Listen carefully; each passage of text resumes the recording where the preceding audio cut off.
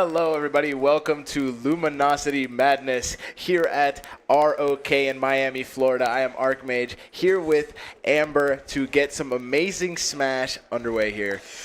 Man. Here we are. I'm so excited.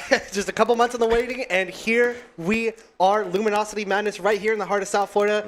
Our first major in a while, actually. Or actually not a while. We did forget about Luminosity Boost Miami, but of course, first one hosted in Rock, I have to say, which is amazing venue, by the way. I'm so happy surprise, for sure. Exactly. I'm so happy that it's hosted down here. We've had so many amazing events here with Luminosity and ROK. We've had both Invitationals and now Luminosity Madness, and it's great to see this collaboration. We love ROK. If you guys are South Florida veterans, you guys understand how important this venue is to us. It is our beacon of hope. Our home away from home. Yep, for sure. And we love it. So I'm excited to be here. So many amazing competitors have shown up to be at this event. We nearly capped it, and I'm super excited to see how this turns out because, man, this is a stacked tournament. Like, this is not your average Rock tournament, not even your average regional here. Dude, oh my God. Void, Sonix, Tweek, ZapDQ, MVD.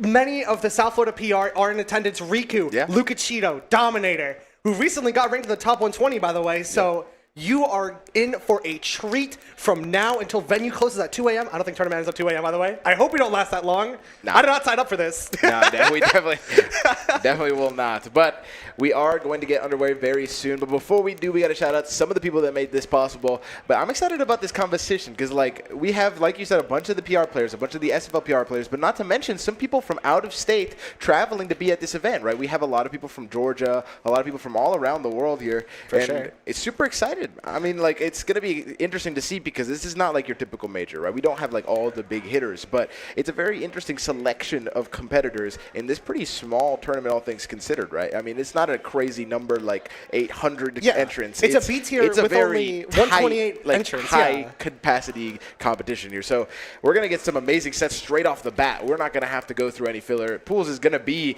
the exciting part of this tournament, and it's just... It's going to be super exciting. It's going to be crazy. There's going to be some really strong players who might not even make it out of pools. Exactly. You're going to see some players who are currently ranked not even, like, get 33rd, which is insane to think about. Yeah. And it's not even, like, saying it's a bad placement or anything. Again, 128 entrants, and it's still a major. Right. That's how stacked this is. That's how stacked it is. It's like a B tier, and this is 128 people. That's how amazing this competition is. And, like, you know, we keep repeating it, but it is insane because even some sleepers who aren't ranked either locally or, like, globally might even just do an amazing job at this tournament. Like, I can think of a handful already that aren't even on, like, any PRs that might just do crazy. Like, Greg, I'm pretty sure isn't ranked in Georgia. I think he has a very solid path to make top 32.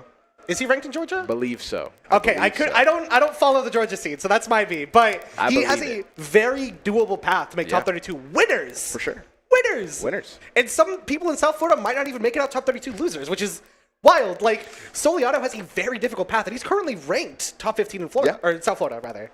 But yeah, no, this is going to be such an interesting tournament, and this is going to be amazing. And I hope Greg gets it because shout out Robin. Yeah, Robin. Let's go, Robin. Damn, we let a content creator get 17th. I'm kidding. Yeah, No, not deserved. He's correct at this game. He's very good. But yeah, I mean, I'm trying to think of who else was in attendance at this tournament. But either way, it's going to be super excited. All the LG boys being here is amazing. Also, some people from out of South Florida, too. We have some people from Tampa, like Veery, Lipton, Zabirian, too. Very talented players. But anyways, let's talk about the people who made this possible. We have a lot of great stuff. But before anything, if you are interested in Smash, make sure to join the Luminosity Smash Discord. It aims to help unite the Smash community globally with matchmaking, event promotion, character-specific channels, and so much more. So make sure to scan the QR code on your screen and join the conversation. So many amazing people in this Discord, so make sure to pull up. All right, and speaking of conversations with Luminosity, do you love Smash? I mean, I would hope so. You're tuned into a major right now. We'll look no further than the Luminosity Smash channel. Of course, featuring all of the wonderful LG players, Leo, Tweek, Maister, Mars, Void, now just getting included there too, and Sonix, of course. And of course, the GOAT podcast with Leo and Maister. Of course, talk about high-level gameplay coming out here, and of just the guys just being guys. You know what I mean? You've seen those interviews? They're hilarious. The shorts, they're amazing. Wonderful editors down there at the Luminosity Smash YouTube. Subscribe today. Yep. It's free. Now to talk about the program that made this possible. Rising Stars is going to be a part of Luminosity Madness. Do you think that you have what it takes to be Luminosity's newest content creator? Now's your chance to show us. Rising Stars is back for 2025 with the Elgato as the presenting sponsor. This is your chance to win a $100,000 contract with Luminosity. Apply now for your chance to be the next Rising Star at luminosity.gg/apply. 100,000, that's a Big whole lot. number, yeah. But of course, this tournament would not be possible without the guys at ROK Esports. Of course, ROK Esports Center and Gaming Lounge is the epicenter of Miami's gaming community. More than just Smash, this is also just FPS. There's also Valorant hosted down here. It's a local hub for pretty much everything esports and PC related. High-end computers, 60 of them.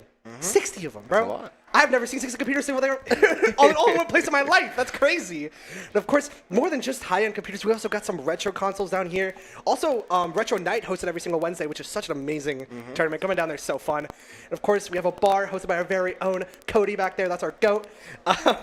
Amazing drinks and snacks. Tabletop games, of course. Gaming of all varieties, honestly. All with a full production down here, dude. This is like major level production for a weekly. It's amazing. $25 to come here all day, every day. All day long, $25, not too bad.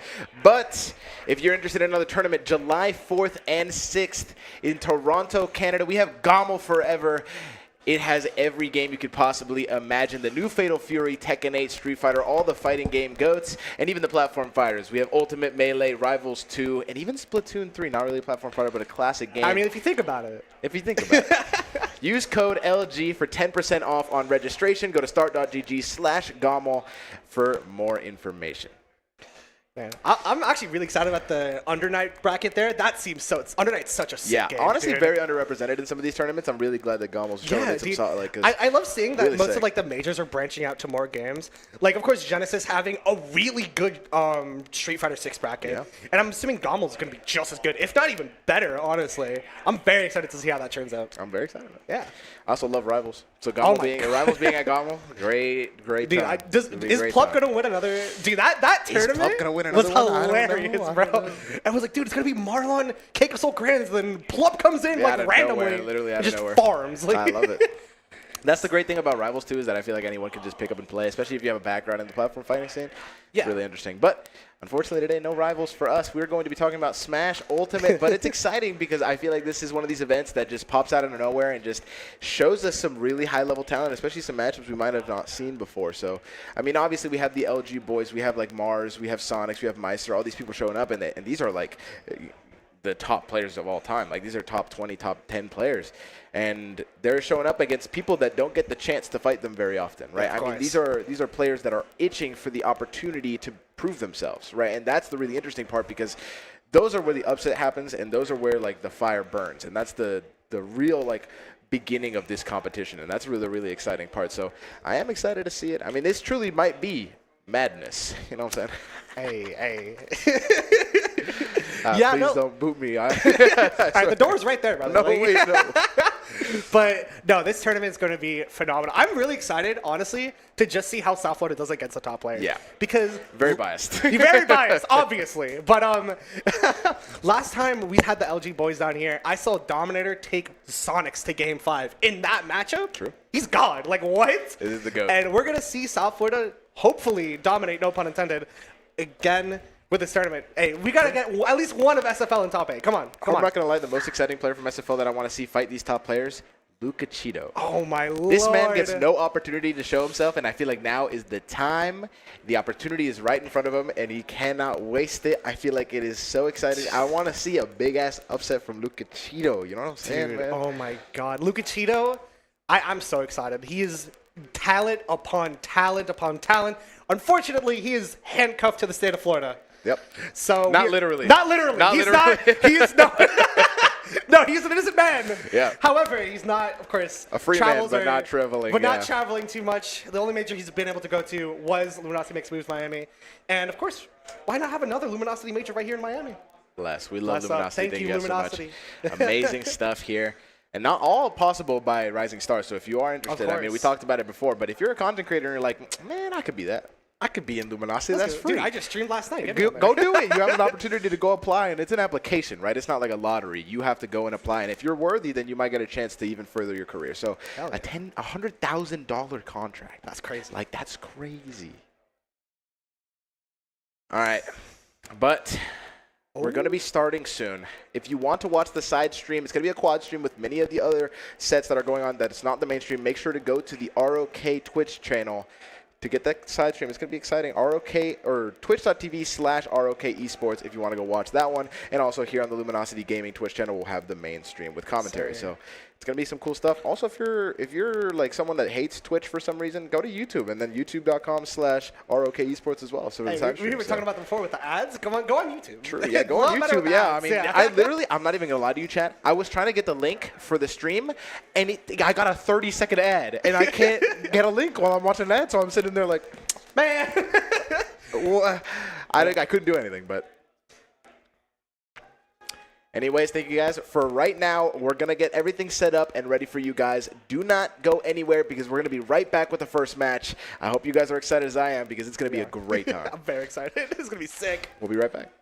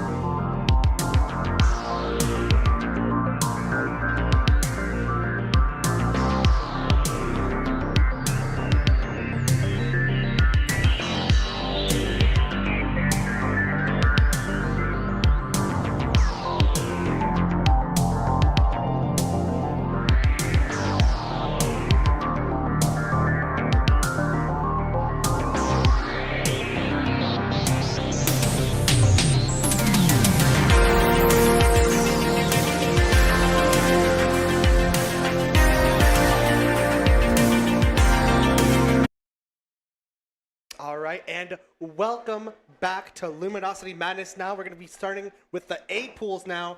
First set of the night. Going to be hyped. All right. Super Manta excited. versus Void. Yep, we just got word that the first set of the night is going to be a Void versus Manta, a Joker player here in SFL. She's fantastic. Don't know if she's gonna win. Nah, she's the world's greatest gamer versus Void. This is gonna be hyped. This is awesome. This is awesome. This is, I mean, if you're an SFL player, this is the funniest thing that could happen on screen. And we're super excited to get it going. Obviously, Void, literally the best gamer in the world. Twice. Still reigning greatest. And obviously, like, one of the best Sheik players in the world right now. Oh, dude, his Sheik is legendary. Like, I don't even know what to say. Revolutionary. For the past decade, been clipping people, dude. Yeah. Like, even in Smash 4, you see the stuff? He, like, literally invented, like, new tech for that character. Just on a win. Manta showing off literally, the tag. Void may not be the greatest Smash player at the moment, but he's absolutely the sickest. True. Like, we can't even lie. That's just facts. And Manta's here, too. Yeah. Sorry, for the South Photo homies at home, this is GOAT versus GOAT right here. Yeah. Absolutely. Of course, Manta All right, we're getting started now. Classic. This is for real. This is winners round 2, but technically the first round of the tournament. But we're super excited to get things going. Manta the Joker versus the Sheik Void, LG's very own. First game on town. Very interesting. I think this is one of Joker's best stages.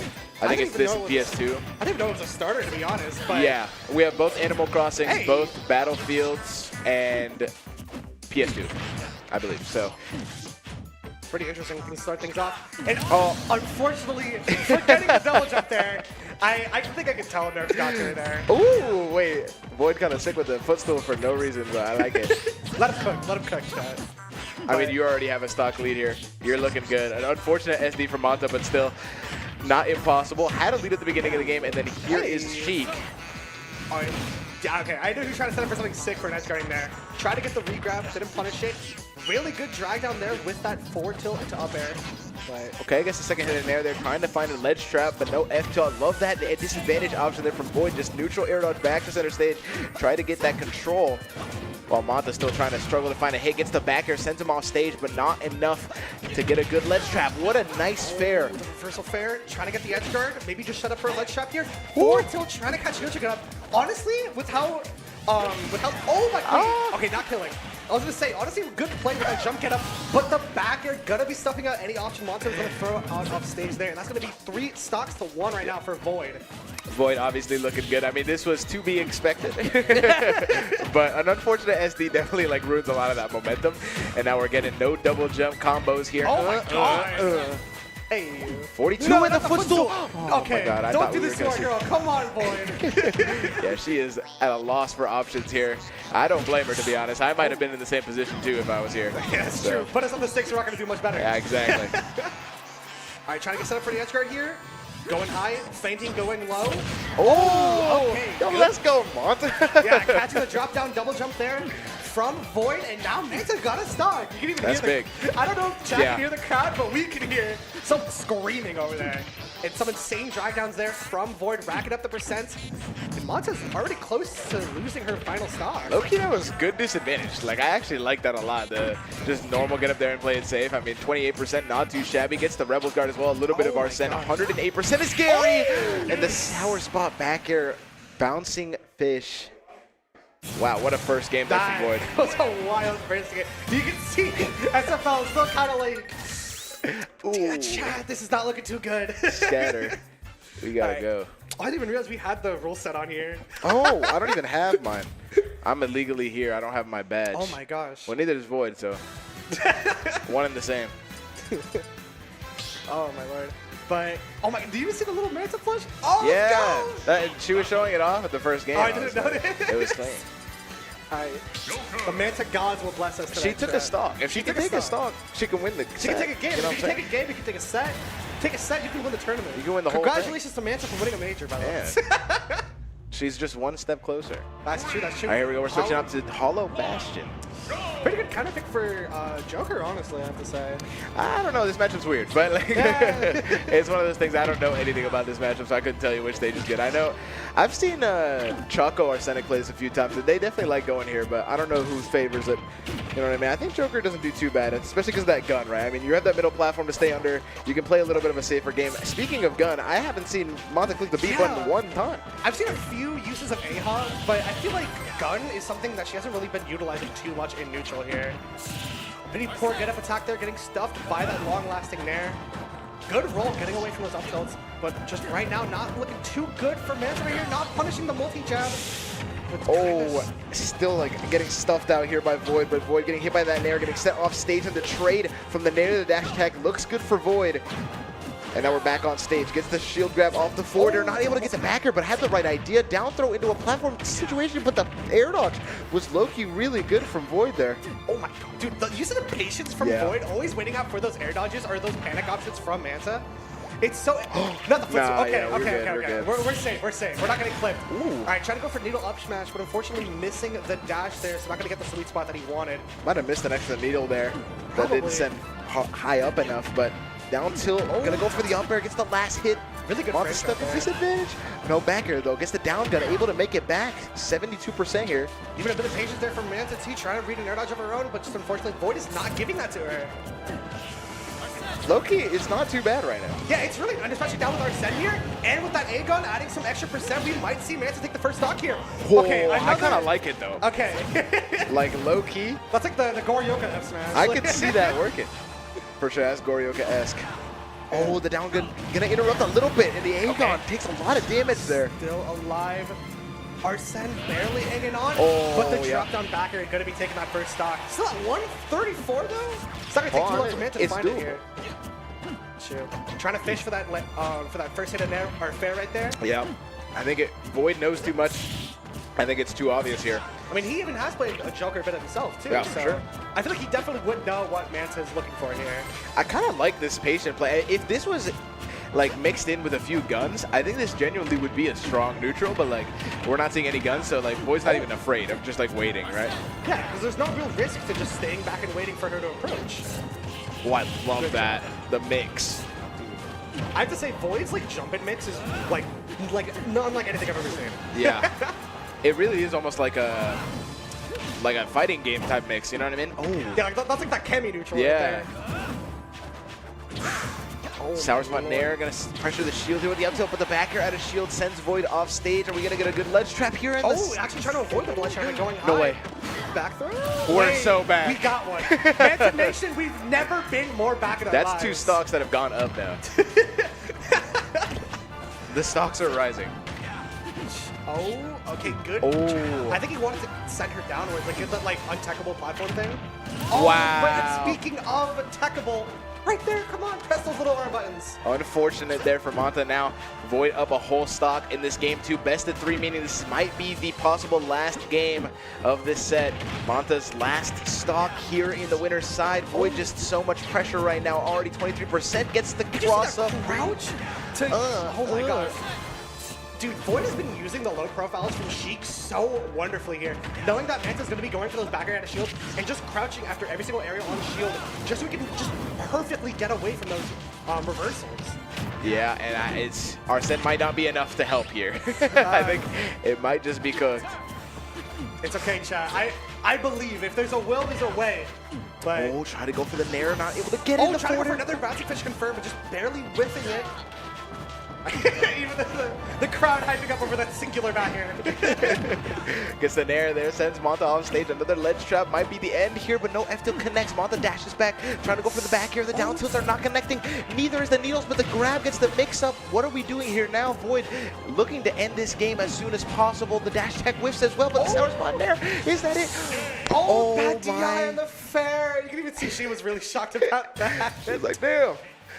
Man, maybe she can kill. Yeah, maybe she can kill. If you DI hard out, maybe she does have kill moves. But a good showing nonetheless. For Two sure, for stocks sure. of Void, that goes up in value. Hey, I've never taken goes stock up. off Void. That's all I'm saying. That's all I'm Have saying. you? I haven't either. Hey, that's great. That's 2 times more than what I've taken. So Exactly. No one, no one other than the Luminosity players have taken a stock off Void like this year. So you know what I mean? All right, Manta, #1 SFL. Number 1. That's all I'm saying. Might be #1 in the world right now, but Mark is a nice joint. Still has a good run to making losers. For but sure. we'll see how that goes. What a great set. Void obviously moving on. Fantastic showing there. I'm so hyped to see how Void does this tournament, dude. Yeah, me too. I mean, I think he even talked about this is his first tournament in just over a year, maybe. So, dude, this is gonna be so hyped. I love Void. That's my dude. I honestly, if it wasn't for Sheik just being a really difficult character, I would play that character just for him, bro. That's fair. Character's so sick. Yeah. He's so sick. I got really excited when Void was playing Joker as well because I really like that creativity. yeah, but his they're Joker's almost in the sick, same. too. It's in the same vein. Yeah, I mean, like, the only difference with, like, Sheik and Joker's, I feel like if Joker had, like, something comparable to Sheik F-Tilt, like, broken-ass character. That feels pretty good. Well, yeah, but I just mean, This like, is not combo. like, a decent, like, grounded, like, launch. Yeah. Ooh, right. We have our very own Joker here in SFL behind. Like actually, It's really we're from one Joker to another. True. Welcome to South Florida, chat. very true. Welcome We to South have Florida. 9 of them. Unfortunate, but this is probably our best solo Joker in South Florida. For sure. He's a solo main. He has a, like, I don't think he's ever played any other character in bracket. Maybe he not. He has one recorded game with a Rob on a Wi-Fi bracket like 5 years ago. At a U-Vape, we did DK Dittos, and I won that game. So I'll hold that against him. One I'll trick hold that pony, that's all against I'm him. saying. Yeah. But no, anyways, yeah, this is former number 5 on the PR, former number 3, I think, at one point as well. He was third in one season, but currently unranked. Yeah, currently unranked. Due to lower Has a attendance. 9-5. Unfortunate. That's true. That's true. Gets the nerf, but Arsenic obviously a part of Cold Front. I'm also part of Cold Front. Shout out Cold Front. Another South Florida classic. Yeah, a classic esports org right there. organization here, helping making things possible. But Bunnington, I'm unfamiliar. I believe is a Rob player. Rob Ridley. which Rob is Ridley. Very. From where? Do you know? He's from here. Oh, from here. He's actually he's a friend of Danny GB. Oh, wait, really? That's a homie of a homie right there. Oh, I didn't even know. I didn't even know. He's a pretty solid player. I've played him a couple times in bracket too. Really interesting style of Ridley, I have to say. Okay. His Okay. Rob is also really funny. He is a brawler Rob. That's all I'm gonna say. That's fair. He sees like, damn, this character has good normals. Time to match. Like, screw those B buttons, bro. I'm just gonna down tilt. Obviously, Arsenic having some really good showings. Recently at Genesis, got a win on Skeleton, top 60 win. Hey, I was there for that. Let's go. Let's go, Arsenic. Performed pretty good in some other tournaments as well. I'm blanking. Got top 8 at Nightlight as well. Hey, also, shout out to Nightlight. Shout out Wonderful Nightlight. Southwest Florida tournament. And some other really good stuff. But Arsenic, obviously, one of those players that really only goes to majors now. Doesn't really attend the locals too much. But still a fantastic player. Does not diminish his skill whatsoever. Absolutely. I have high hope for him, obviously, because I'm his friend, but because I really have seen the improvements he's made, and I really think it could work. So I'm excited to see how he goes into this tournament. Obviously, against Bunnington, it'll be the same. Absolutely a dark horse for this tournament, I have to say. With his bracket path, I could very easily see him I could see it. making like top 16. I want that dub for him. We all do. He's due. He's due. Yeah. Regardless if you know Arsenic personally, or if you're just a Joker fan, or if you just love South Florida, we all wanted Arsenic. And if you don't know Arsenic, take a look, because this Joker is a little saucy. It's a little different. It's a little bit. He chefs it up different. Yeah. I'm not gassing him up because he's my friend. I'm gassing him because he's kind of nice. I mean, he's nice with it. He's nice with it. Let's let him cook. He's also got wins on the tag is pronounced Aegis, but it's not spelled the same way. But it's the Terry from Japan. Yeah, which I think second is best top 100 Terry of the in time, the world, I believe, or one of the top 5. But some nice wins. Fantastic player. Excited to see a Greninja. That is not Rob. That is not Rob or Ridley. What? This is new. I did not know he had a Greninja. No. Maybe this is a Joker kind of thing? Maybe. Because It might just are not be. very good. For... Rob's not too bad, but it's one of those things where it's just like it's kind of even. But Is it like a zombie losing match? Yeah. Already a pretty good lead here from Arsenic, but the F tilt kind of stuffs him out. Gets hit by the water shuriken. I love that F tilt, man. It's such a good move because Joker really like sometimes lacks good ground options. Like you've got down tilt, you got jab, right? But none of them really exudes that kind of pressure. F tilt just kind of solves all your problems because it goes and it's just you can back away. Yeah, like it's pretty safe. It kind of reminds me of like a move like actually speaking of Ridley again, a Ridley F tilt. Yeah. Just like those really good like angleable pokes you have. It's a really solid move. I love that up tilt there from Buddington. Just trying to get that pressure on that platform. Trying to find those. I did not know he had that. That grenade just not bad. It's actually putting in some pretty solid work right here. Haven't seen him got a really clean hit though, but the first hit of fair into up smash with their classic Joker conversion. No tech on that platform is going to do it. And now first stock there for Arsenic. Not able to get the grab off that neutral tech. Gets the reversal here. Buddington now has a ledge trap active, but the downer off ledge sets up some pretty nasty damage.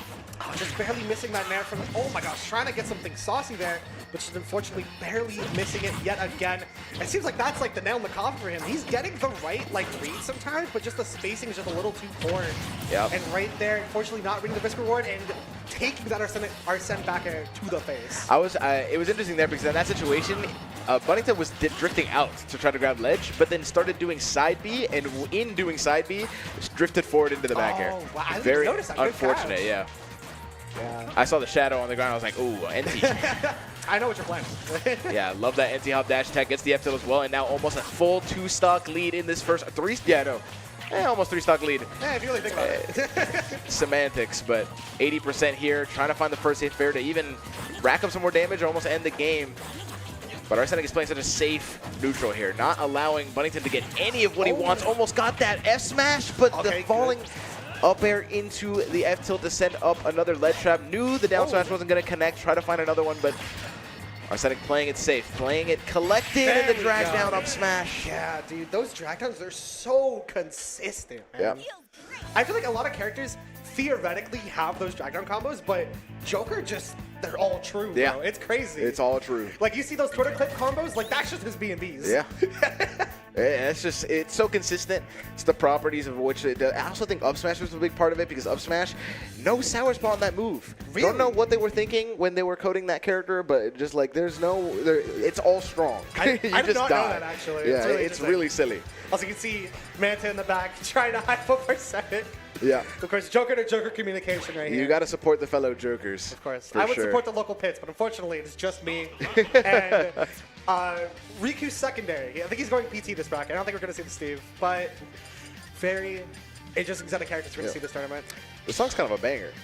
This is a kind of a goated pick, I'm not going to I lie. think this is Castlevania music. Yeah. Speaking of Garu back there. Speaking of Probably the best Castlevania, it's Garu right Karu. now. Let's go, Garu.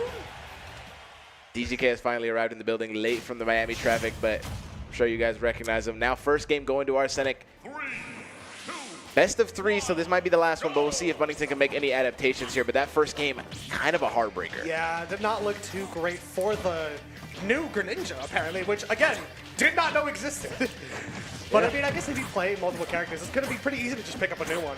Yeah, I mean, it's one of those things, right, where there's certain players who just love just trying out characters. Might be one of those characters of the week type things, but who knows? Not doing too bad, though. Seems to have a little bit of experience, but just when you're fighting someone of Arsenic's caliber, you can't just bring out a new character and expect to win, right? Like, Yeah. You got to put in some more time there. But Trying to play a bit more of a patient neutral with these uncharged water shurikens here. Really interesting. I like it, though. That move is pretty good. It's kind of like a slightly more laggy Falco laser, but F smash. Yeah. It's right to the face. great whiff punish there from Arsenic. Now takes another lead. I don't think Buddington has taken a stock yet. I'm not even going to lie to you. Last game was a 3-stock, so This not is looking too great. not looking too great. Arsenic is currently 4-stock like combo here of like just not losing a stock. 4 stocks in a row and now looking to make it a 5th. Oh, no. Buddington needs to find an opening here, but the back air punishes the F tilt on the shield, and the up smash roll read not able to get it in time, Bro, but still great stuff. I wish you could see the cam, bro. We both jumped watching that up I smash. went back. Oh my god. Caught That the hit both of us. It whipped on Buddington. That hit us.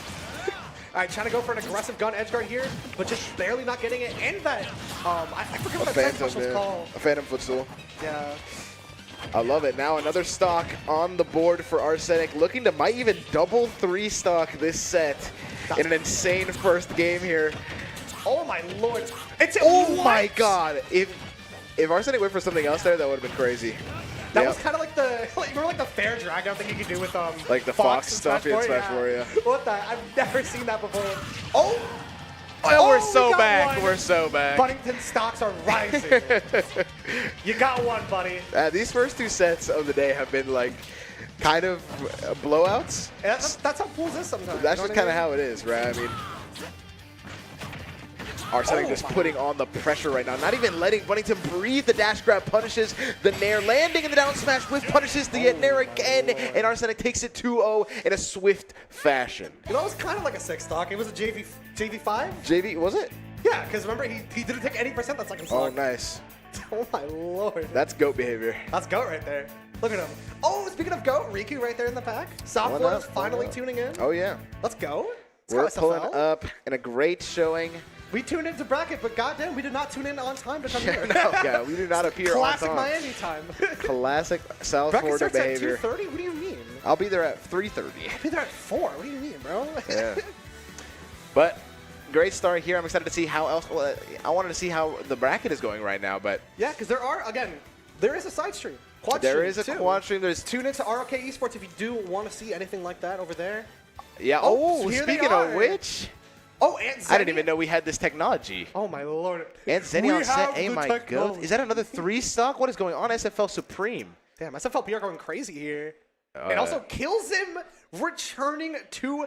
Oh, my God, dude. It's Yeah. been a minute since we've seen him. That has been a minute since we've seen that name. But wow, this is some amazing sets. D taking a 2 over Botan, and now Blue Tao also falling to Doge.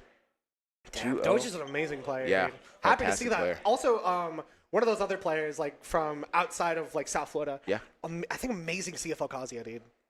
True. Alrighty, but I hope you guys are enjoying this.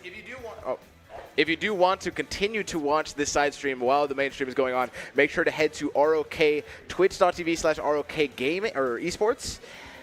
Same thing on YouTube, ROK Esports. If you want to see the streams there, it's going to be multi-streamed, so make sure to go over there. And we are getting a brand new caster, ladies and gentlemen. Welcome DGK to the mic. What's going on, Archmage? I'm so happy to be back, bro. Get that me up, man. Come on, bro. Hey, you already know what's going on, bro. It's How you good to doing? be back. It's good to be back home, and I'm so excited to be here, man. It's a huge event. We finally had a pretty open, large entry bracket. I mean, 130 entrants, give or take, so amazing. I'm Amazing so stuff. excited. I'm excited too. I mean, we saw 2 blowout sets to start the day, fire sets so far. I mean, we saw Void take it over Manta, and then Arsenic move 2-0 with almost a 3-star game 1 and a JV3 in this game too. So we're playing with some fire. Plenty of Joker, though. Yeah. Just saying, man. We see plenty of Joker so far. And True.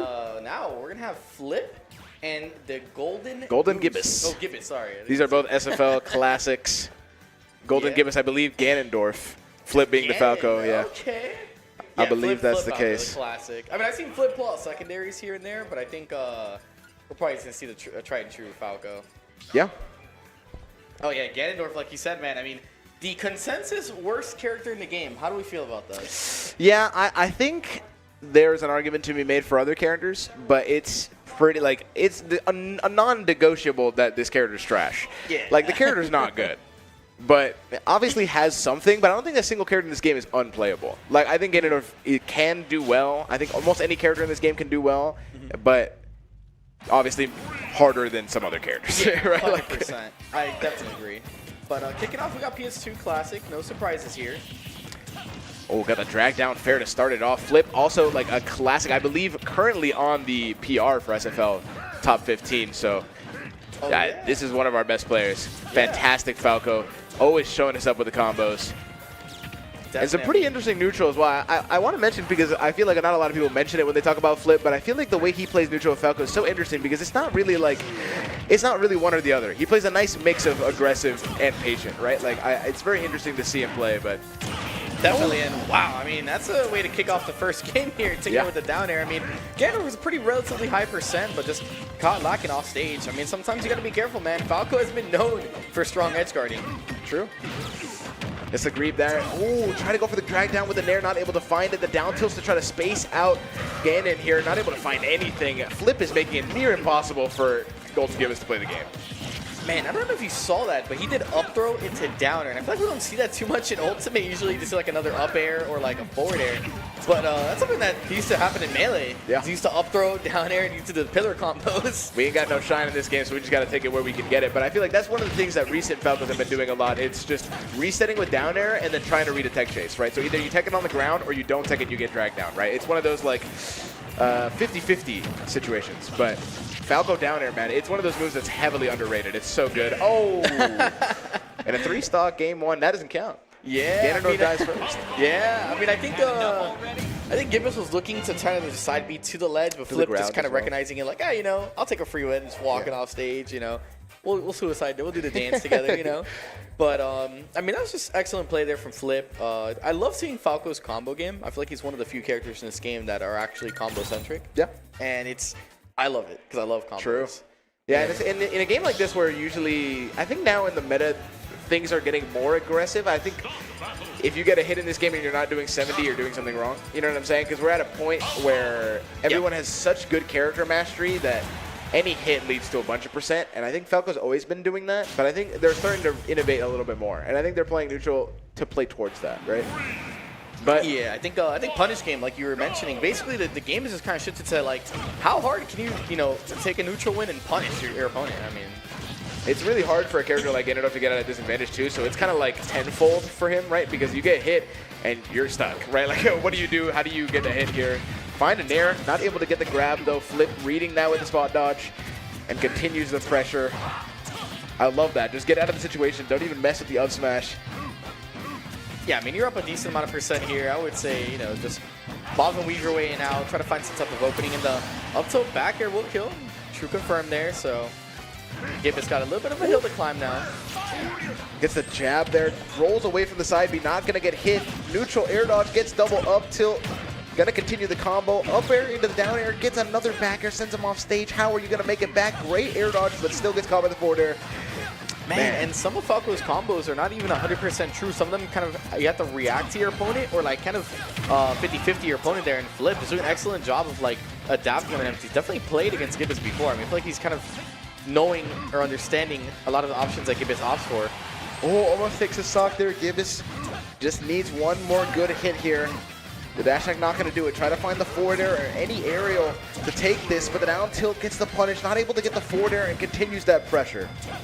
Yeah, like you said, I mean, I think anything at this point just killed the nair. You know, it's definitely going to kill there. Flip getting a little bit of hintsy with the side B. Interesting option there. Gets that pressure. I love that jab after that F tilt as well. Not able to find anything. Just looking for a side B. Goji obviously trying to cheese a little bit of a stock here. You're at 0%. You need a comeback. Yeah, definitely. I mean, you got to look for any opening at this point, and it's, like you said, with Ganondorf, I mean, you just got to look for any opportunity, and that's it. Oh, and the drag down with the forward air. So creative there from Flip. Able to take the stock, and now a pretty decent lead here, but Nair 1 sends Flip into the corner. Able to whiff punish the dash attack with a down air, but man, I love Flip's movement. Like, he used that first hit forward air to spike him off, then he wave bounce to, like, neutral. It's just so crisp, man. Yeah. He's playing so well. Woo. Able to get the jab out of the spot dodge, sends him off stage. Whoa, what are we doing with that F smash? Not able to time the down smash. Back hit to catch the normal get up, and now Golden Gibbous just lost for answers here. Definitely, I mean, he needs to start doing some soul searching, but Flip is at kill %. Any backer here, any option will take it. That's something. Oh, buffer to forward air after that tech. Trying to reversal there and end the game, but not able to get it. Falls flat too. Last stock here for Flip. I mean, if Gibbous can get a few good hits, I don't believe it's impossible. But right now, the combos from Flip are going crazy. Touch the top blast on, but not able to do it. Yeah, also some excellent extensions there from Flip. I mean, it's still definitely doable. It's Ganondorf, one stock left. I mean, I've seen these positions before. Just takes a couple of neutral wins, one hard read. Those up tilts are doing dirty work right now because I think Golden Gibbous is just trying to find a nair, but the side B dash attack gets a little bit of a tech chase on the platform, finds another nair, but he keeps jumping into these. The forward is going to send off Sage. Is that going to do it? Yes, it is. The down air seals the deal, and Flip takes it 2-0. Yeah, Flip taking it 2-0, but a little antsy there at the end. I mean, Gibbous was having a little bit of a comeback going. That was pretty close. That's pretty close. That's the nature of Ganondorf, right? I mean, you could be in a situation where you're losing the whole game, and then you get a nair, and you're like, my turn. We're so back. Still not enough, unfortunately, but Yeah, I feel like Pretty good. sometimes you catch like that roll read. You're holding out smash. You're like, oh, he's gonna roll in this position. Hold that. It don't even matter. They can jump, roll, walk in. There's a lot of options there, but I mean, Flip not falling for any of it, right? We're just standing back. We're getting those whiff punishes. We're just playing the game.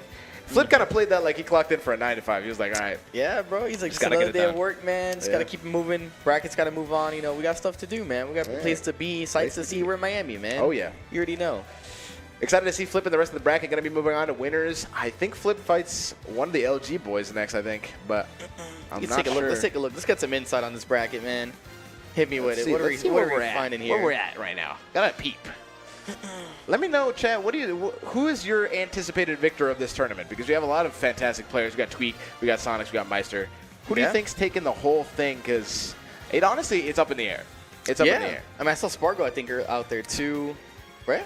No, Spargo is at He's not here today? Clash. Yeah. Oh, He's at never mind. Clash. Someone Yeah, looks like Spargo out there, then never mind. No. Disregard. We got Void, Maister, I did see, Sonix, yeah, I saw Void Tweek, earlier.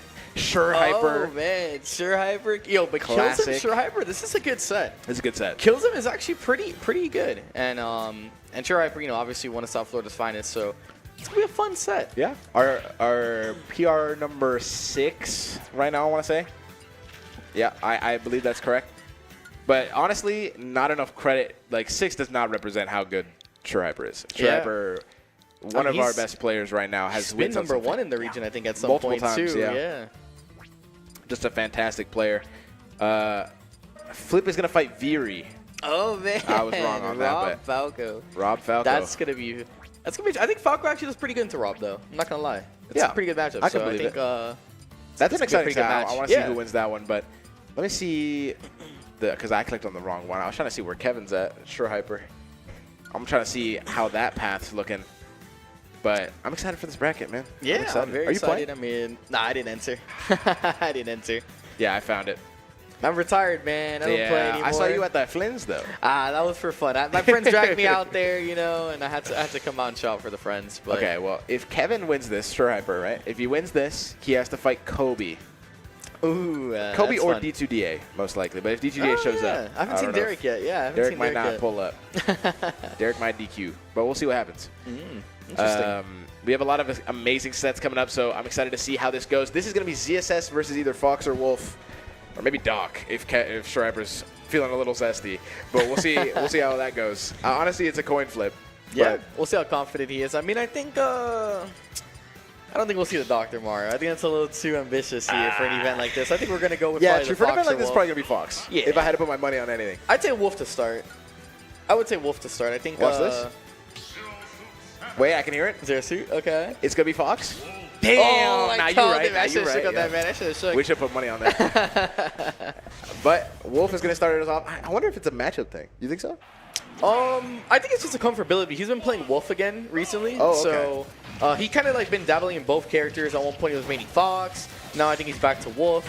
So I think it's like you always start with your comfort pick typically. Yeah. You always pick that character that you're actively playing right now, and then from there you typically make adjustments or adaptations based on how try the to get set the goes. warm-up going. Oh, I love that down smash, but not able to find it. The back air takes an early stop. my Sure gosh. Hyper with an explosive beginning to this game. Yeah, explosive indeed. I mean, I think Wolf may not have been the bad choice at all. Yeah. It's definitely working out so far. This comfort pick looking a lot more than just a comfort pick. Oh yeah. And He all of a looks sudden, locked in right now. Forward air into that up smash. What a smart conversion. Gets that damage and continues that advantage too. This is crazy, crazy showing from Sure Hyper right now. definitely. I think it's going to be an interesting match because both characters have great movement options. Wolf, definitely one of the speedier characters in the air. ZSS has very good burst movement, so it's going to be an interesting little matchup. I love that from Sure Hyper. I don't know if anyone else noticed that, but they were in like a really crazy scramble situation, and they were both kind of like fighting each other like really, really aggressively, and then Sure Hyper decided to just hold back, play it safe, and just kind of recompose himself. Yeah. Obviously, getting hit by that side be unfortunate, but still an 80% lead here is nothing to squabble at. And the up B takes the tech chase and kills him off stage. Yeah, something I've seen, I mean, Sure Hyper has done an excellent job of utilizing up B in those tech chase situations. He has implemented that into his game plan like in the last couple, like year or two, and he's been phenomenal at it. Yeah. And just, you know, showing it off right there. That was great stuff, and now 33% on the last stock here. Killsum needs to do something crazy to make this back, but an air dash attack gets a lot more damage, and try to go for something crazy. The Shinebacker not going to connect. That's it. Oh, no. just a little bit shy. Kevin! Sure Hyper just recognizing the bad position that Killzone was in, going off stage. Ambitious. I mean, we know Sure Hyper, he is not afraid of anything. Oh, no. He is probably the player I know with the least amount of, like, fear in his eyes. He just goes out there and he's like, I'm going to go for it. He's just so confident in those options. I love that. That was so well done there from Sure Hyper. Takes the stock in a stylish fashion and now is up a game in this best of 3. It's so important, especially because we don't really get to see best of 3 sometimes in this region. A lot of times, depending on the bracket, it's all best of 5. You know, especially at these majors too, sometimes it's all best of 5 as well, and it's a different kind of dynamic, or it's a different dynamic entirely because going up a game is so much more important. Oh yeah. Right? It holds a lot more meaning. So sometimes desperation comes out, sometimes clutch factor kicks in way earlier than you would see in other sets, and it's honestly something I miss it. Yeah, I miss it a little bit. If you go up game 1 in a best of 3, you are essentially forcing your opponent to adapt after only one game. Yeah. And if they don't adapt between that game, it's like, congratulations. Even if you would have adapted from the game 3 on, you lost already. It's good. Yeah, it's good. So we'll see. I mean, can Killzone do it, or is it a little bit too short of a time period for Killzone to be able to adapt here? I think Sure Hyper had a crazy game 1, and honestly, it wasn't even anything like too overbearing. I think Killzone was doing a pretty decent job at like keeping up, but it's just some of those advantage options were so good, right? Like really hard to deal with. I mean, right now, I think I like the way Killzone is positioning himself. He's gotten a couple of good grabs in. He's kind of adapting a little bit to Sure Hyper here, so putting Sure Hyper by ledge. We'll see what's the option here. Nope, Sure Hyper just fighting it out with Nair. Try to get the up tilt, but able to shield it. Killzone now has him off stage again. Gets the up smash final hit, though. Unfortunate for Killzone. Wanted to jump around and get a little bit of that mix, but the dash attack sends Kevin back into the corner, and the back air connects. Killzone taking the first stock of this game, and that's huge. Yeah, that was really good. I think Killzone was trying to catch a jump there, but he's recognizing he can input back air 2 times off that jump, so just a good option there to land and cover that Sure Hyper's approach. I like that. Nair in the up tilt catches the kick flip. Is that what it's called? Flip kick? Flip kick? I said it the wrong way. Kick flip, flip kick, whatever. The guy's in for a loop, same man. Same thing. Yeah, I think the biggest thing there was Kevin's position was recognizing like the spacing of where flip kick would land and just covering it there with the up tilt. Yeah, I love that cross up with the falling up air as well. The up B is able to catch Sure Hyper trying to jump around in his space, and the up air or the forward air connects on that tech chase on the platform. That was crazy. Sure Hyper's just playing so good in the dash attack, catches the no tech, and Sure Hyper goes up a stock in a game that Killzone had a lead in. Yeah, I mean, he had a solid lead. He's still definitely in here. Oh no, just barely getting snagged by the up B there. Yeah, gets a little bit of percent there. Sure Hyper looking confident, looking composed, looking like nothing can stop him right now. But we'll see. Killzone might just surprise me here. I think it's too early to tell just yet. Killzone still trying to fight back here. That jab is so quick. Jab 3 has clutch timing. But the damage just continues to rack up. It's just so crazy. This high B connects on the platform tech chase, gets the catch on the flip kick again. But no. Oh, that's going to do it. Wow, good cross up too. Yeah, reversing the up B there. I mean, I was just about to say, I think the name of the game there was just Sure Hyper's coverage up to that point where he's covering every single flip kick, not letting Killzone land for free. And that's the biggest thing. I mean, you cannot let ZSS land for free when she's in disadvantage. I know it's hard to cover every option, but Sure Hyper is just answering on all cylinders right now. Oh, and the back air's not going to connect. Gets the down air, but the Nair comes out. Finally finds that hit, and now Sure Hyper in a position to maybe seal out the set, but the dash attack sets Sure Hyper in the corner. Going with a high up B, not able to get the punish. Kills him, still looking for those hits. And it's looking desperate. The forward are not going to connect. Sure Hyper wins that interaction, and now the up smash puts the pressure on. What are you going to do? Oh man, this is so close right now. I mean, Killzone almost landing the down air, down B, I'm sorry. Yeah, but the flip kick is going to get covered, and Sure Hyper takes it 2-0 and moves on in winners to potentially fight Kobe. Yeah, I think Killzone was just really confident in that down smash there, but unfortunately, Sure Hyper able to shield it and just get away, and Killzone putting himself on ledge. He actually up-beat right after, even though he didn't connect the down smash, just so confident in it. Yeah. Fortunately, that was his downfall. That was the downfall. That was a great set. Sure Hyper really showing up, like playing some good Smash today. I'm excited to see how the rest of that goes, especially against a player like Kobe. Like that's going to be a fire set. Oh yeah, Kobe Sure Hyper is going to be amazing. I'm excited for that. And honestly, it was kind of fun watching Wolf's ZSS because like even though people say like Wolf, Fox, Falcor, the Spaceys, ZSS is basically a space character. Yeah, at that She's point, like right? a bounty Honorary space spacey. bounty For hunter sure. pirate. I mean, From space, been in space before. it's close enough. You know, Close we throw enough. Ridley in there. He gets a pass too. Yeah, and Ridley one of gets those a cool pass. characters too. Like that's the real defining feature of the Spaceys. That those are characters that really have that style and that flair. And I think ZSS is definitely up there. But I think she gets the pass. yeah, she gets 100%. a pass. She gets a pass. But obviously, the real Spacey wins today. And now we have Snorly versus Tweek. I don't believe my eyes. I don't Did believe my Snorly eyes. enter a bracket again? I have not seen in the Big Snorly- 25. I have not seen Snorly enter a bracket in quite a while. I'm excited. If you guys do not know, Snorly is actually one of the persons that help coach Gluttony. Yeah. If you guys don't know this, Snorly, one of the better Wario players in South Florida. Tweek, obviously very familiar with the character, of course. But I'm really excited. I have not seen Big Snorly play in a minute. In a hot minute. I won't lie. Snorly, a fantastic player. Excited to see how this goes. But Tweek is one to be reckoned with, for sure. I feel like if you're watching the stream, you don't know Tweek, what are we doing? But, yeah, I mean, this is going to be a fire set. This is going to be an amazing time. Tweek, obviously a fantastic player. Snorly coming out, showing up. Definitely. Old head player for sure. Yeah. But if you do want to see some more Smash, it may not be this set. You want to go to the side stream. 4 other matches in the pools right now to be played, both on Twitch and on YouTube. That's going to be /ROK Esports if you want to watch on either platform. Currently, Flip vs. Viri is being played on set C there, if you can see. And some amazing sets there. Riku also fighting Magic. Game 3, by the way. That's a hot set. I mean, that would be an amazing upset for Magic. Oh, yeah. So, And Riku playing the pit there. And one other big thing is, like, man, if you got multiple monitors, you got to pull up the side stream, too. Yeah, of course. Like, you got to pull up the quad You gotta stream, watch man. the whole There's so thing. many sets going on right now. Some This great is super stuff. exciting.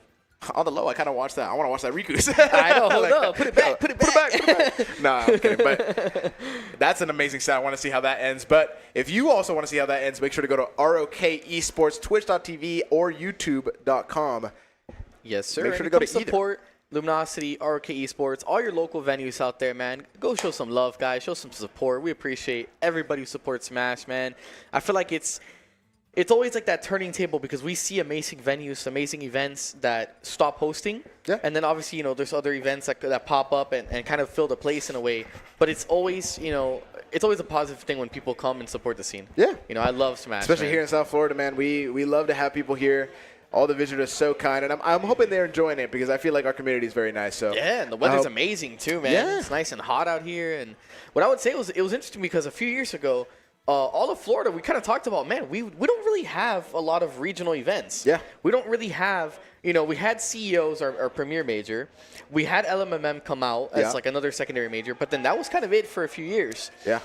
We didn't have any like regionals that brought the Florida scene together, and now we're getting a lot more pop-up regionals, we a got lot more events here. We got and the there. night lights. We got Appreciate the Cirques now becoming majors as well. We got the Luminosity Madness now, as we see it. There's a bunch of NFL stuff as well, but Yeah. like a Gatorland as well. Gatorlands, Yeah, yeah. Gatorland. I mean, there's some amazing TOs, amazing events being played in Florida. And honestly, Florida, like, beacon of Smash right now. And there's so many fantastic players. It's such a big region, too. Yeah. Like, this state is massive, man. And to get from one place to another is a big drive. So these players who come from, like, Tampa, who come from, like, Orlando, they're making sacrifices and commitments to come to this event. That's how important it is to them. That's how big this tournament is. But Tweek also coming a long ways away, all the way from NYC. Oh, yeah. It's Is a making the fair trip drive, down. right, But, yeah. I But- mean, we're still on the East Coast, It's not too True, bad of a yeah. flight, No time couple of zone hours. difference, So. right? Like yeah. You're not going to get, like, no jet lag necessary. jet lag or anything, Yeah. really. But I will say, I'm so happy all the LG boys are here. Shout out to Luminosity for making this event possible because it's always nice to have an event here in our backyard, right? Like, it's a great time. I love it, man. Every time, Alex, all the guys, man, everybody from LG, like, they'll message me, like, hey, we got an event coming on, man. I'm like, I'll 100% be there. We'll be there. We Bar will none. be there. We'll be there quick. 100% every time. So I really appreciate and love all you guys, man. Even Last, getting to see Last again was awesome, man. Shout out to Last. Shout out to Last. I love you guys. Love the guys at ROK too. They make this event so nice. 100%, The production man. quality is never lacking. They're always putting in the work, and you gotta love that. That passion, that commitment. It's bar none. This is a button check, by the way. If you guys couldn't tell, this is not the set. I'm sure some of you guys in chat are like, "What are they doing?" Yeah. They're No, just button checking right they're now, button getting checking. themselves ready, warmed up a little bit. It's like Tweek is playing the weirdest neutral of all time. Nah, they're button checking. They're getting everything ready. But now it is time for the real game one. I do wonder what stage we're going to, because this matchup is very interesting, right? We did see Tweek fight Gluto at the last Invitational. Maybe even sooner, I don't recall. But those sets, I believe, were on PS2.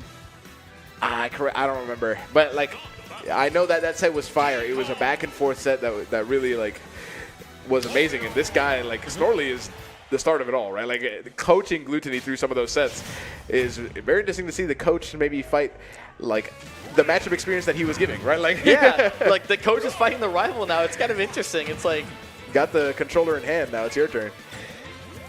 get in there, man. Smash 4 vets out here, so see how this turns out. I'm very interested. I mean, it's one of those things where the coach isn't necessarily better than the player, right? Where, you know, obviously Gluto has higher accolades than Snorley, but like the advice stays the same, right? And the knowledge is still there, so it could come to fruition here. But obviously Tweek knows that, right? Is very aware of a lot of these things and is an incredibly smart player. So definitely won't be easy, but I'm excited to see how it goes. The thing is that you can give a player a title of like coach, player, etc. I give Tweek the title of anything he wants. He can be streamer, the coach, player, philanthropist, philosophy, anything he really wants, honestly, at this point.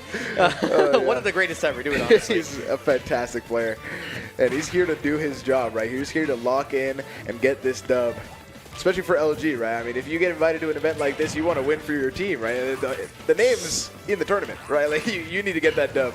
So definitely. I mean, Snorley was trying to get the command grab on the platform there, but just a little bit shy on the positioning, unfortunately. Now he's off stage, and that was just beautifully tossed banana by Tweek. Forced to kind of drift out to not get hit by the banana. Now the monkey flip racks up some more damage. Catches the banana, though. Not too bad. Gets a forward air. Tech chase with a dash attack. Still has a little bit of advantage, but the monkey flip allows Tweek to find another opening here. That's a great pressure right now. Definitely. I mean, right now, Snorley looking for an option. Man, the way Wario runs is just, it's so funny. I was just looking at him run across the screen. I'm like... It is crazy. The background shield not going to be safe enough. Has the banana in hand. Uses the double jump, but Tweek catches the banana. And another monkey flip just allows for a reset. Tweek is just playing so well. Yeah, Tweek is playing phenomenal right now. He's stuffing everything Snorley is trying to do out right now. And using the waft to get back. Unfortunate, because you really want to utilize waft to get yourself back in this game, but you definitely don't want to lose another stock. Wow. The timing on that barrels was insane. And the ledge trapping is so patient. It's just Tweek is on another level, man. It's crazy. Yeah, this is insane, man. Tweek is playing crazy. I mean, he's just showing that there's levels to this. But Snorley finding a sneaky down air there.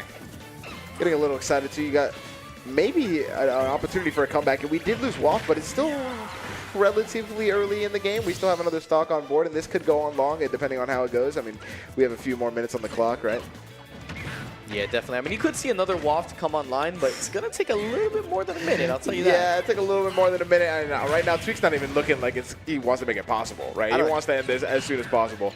And it seems that way is going swimmingly, because right now 78% on Snorley, but a nice conversion there, at least 57 with that dash attack conversion. So he's not doing too bad.